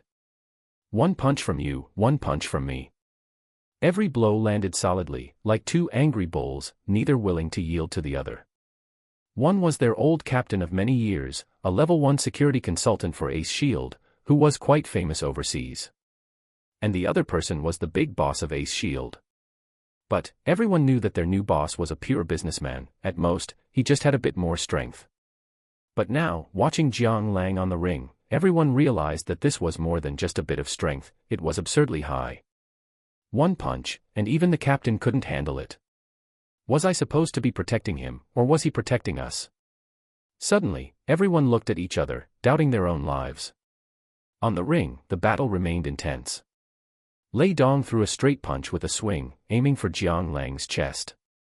Bang! Jiang Lang crossed his arms to block, simultaneously raising his right leg like an iron whip. Swish, it swept towards Lei Dong. Lei Dong lowered his head slightly, raising his left arm into an inverted triangle shape, bracing it against his shoulder blade to take the hit head-on. He let out a muffled grunt and staggered back. Seeing Jiang Lang about to continue his attack, he quickly shouted, "Stop! I'm not fighting anymore." Jiang Lang paused his steps, puzzled. What's wrong? He hadn't had enough yet. These past few days, it had been nothing but horse stance training or weighted running. It had been so hard to finally get a sparring session, and he was thrilled. Ahem, Lei Dong coughed dryly, his expression looking a bit unnatural. Well, that's it for today's training. After speaking, he gave Jiang Lang a rather complicated look. He had originally thought Jiang Lang was just joking about coming to train with him. He didn't expect the other party to be serious, and not only was he serious, but he was also freaking freakish. Looking at him, there were no traces of training, yet his physical strength was astonishingly hard, making him wonder for a moment if the other party was an alien. If they were just trading punches, he couldn't win at all. Although it was related to him not using hidden force, it was still absurdly fake. If it weren't for the fact that Jiang Lang lacked fighting techniques, he would have suspected that he was about to capsize in the gutter today. But, if he trained for another period of time, he really couldn't say for sure. Moreover, once Jiang Lang mastered the techniques for exerting internal energy, who knew how powerful he would be then? Thinking of this, he couldn't help but sigh with regret. It's a pity, boss. If you had practiced martial arts since you were young, with your talent, you could definitely have become a master of internal energy. Jiang Lang smiled, not feeling much about it. He just said indifferently, "It doesn't matter, just consider it exercise. As long as I can protect myself, that's enough." After a pause, he said, "All right, since it's over, I'll head back first." "All right." Lei Dong nodded and said. Arriving at the villa, Jiang Lang took a quick hot shower, lay lazily on the bed, and watched TV for a while. However, in the empty living room, he only stayed for a short while before feeling a bit bored. After high school started a few days ago, he was the only one left in the entire villa. According to Jiang Ting, the senior year of high school was academically demanding, and their school only gave them a half-day break on Sunday afternoons, which was the only time she would return. Usually, she had to live at school. Of course, if Jiang Ting wanted to, she could register as a day student. But Jiang Ting didn't want to. Every day, evening self-study lasted until past 10 o'clock, and she had to get up so early in the morning, she just didn't want to. Jiang Lang couldn't help it, so he let her be. Silently sighing, he turned off the TV and was just about to go out when the phone rang, ring-a-ling. The three big characters Song Chengwu clearly appeared on the phone screen. Jiang Lang raised an eyebrow, a trace of a smile hanging on the corner of his mouth. He had already guessed what it was about. "Hello. Xiao Wu, what's up?" Answering the phone, Jiang Lang said nonchalantly. "Brother Lang, my parents would like to invite you over as a guest, and by the way, discuss the matters concerning the Zhou family." "All right, I got it, send me the address." Jiang Lang said indifferently. "All right. Magic City, Zhujiantang." This place was also one of the top 10 villas in the Magic City. It was located on the east side of Century Park, bordering the Zhangjiabang River to the south, leaning against Jinxiu Road to the north, and bordering Fangyan Road to the west. The so-called 3 openings and 3 entries, called 9 rooms, was the origin of the name Zhejiantang. 49 villas were distributed on both sides of the river, achieving the effect of every household facing the water. The rare single-story layout recreated the traditional Chinese architectural style and intent of deep courtyards. Its unique Chinese architectural style was astonishing in an era dominated by Western-style villas, and it was known as the Pudong Gubei. Jiang Lang felt pleasantly surprised as he drove over. Arriving at the destination, he saw from afar the 2 brothers, Song Chengwu and Song Chengguen, standing at the villa gate waving at him, with a shy little girl following behind them, looking at him. As soon as Jiang Lang parked the car, Song Chengwu walked over and shouted, "Brother Lang, long time no see." Jiang Lang smiled, got out of the car, and took 2 gift boxes from the trunk. He had arranged for Lei Dong to prepare these before coming. It wouldn't be right to show up empty-handed when visiting someone's home for the first time. Jiang Lang still understood these basic social graces. Song Chengwu helped him carry one, while saying with a cheeky laugh, "Brother Lang, just coming is enough, why be so polite?" "It's only right, only right." Jiang Lang also laughed it off, half-jokingly. Arriving at the door, Song Chengguen, who was holding the little girl, greeted him, "Brother Lang." After a pause, he shook the little girl in his arms and said, "Hurry up and greet him." The little girl looked at Jiang Lang, shyly retracted her neck, and called out, "Hello, brother." "Hello, hello." Jiang Lang was also caught off guard and turned to look at the 2 of them, his eyes filled with a little confusion. Song Chengguen dotingly rubbed the little girl's head and explained, "This is my younger sister, Song Chengya. She was fussing about coming out to meet you with me just now. Now that she sees you, she's shy again." Jiang Lang nodded slightly and said, "All right. Let's go inside first." Song Chengguen nodded and led the way, carrying the little girl. Before long, they arrived at the inner courtyard. "Dad, Mom, Brother Lang is here." Song Chengguen put down the little girl and called out. A man walked out of the kitchen holding a kitchen knife and shouted, "Take your friend to rest for a moment, the dishes will be ready soon." Beside him was a middle-aged beauty wearing an apron, who smiled kindly at Jiang Lang. Seeing this, Jiang Lang was slightly stunned, his expression a bit bewildered. After all, he was a tycoon worth tens of billions, yet he was personally cooking to entertain him. Was there any need to be this polite? Chapter 87, Reaching an Agreement. Although he thought this in his heart. However, this gesture from Song's parents really made Jiang Lang feel favorably toward them. He feigned a look of being flattered and quickly greeted them, "Hello, uncle, auntie." The middle-aged woman walked over, helped Jiang Lang pick up the gift box, and complained, "Since you've already come, why bring any gifts? Sit down first."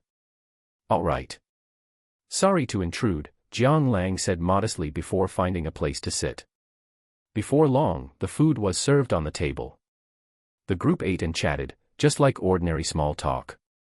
Jiang Lang picked up a piece of twice-cooked pork and praised, "Auntie's cooking is truly excellent. This dish is rich but not greasy, bright in color, and has an excellent texture." Li Wanqin covered her mouth and giggled, "If it's delicious, then eat more."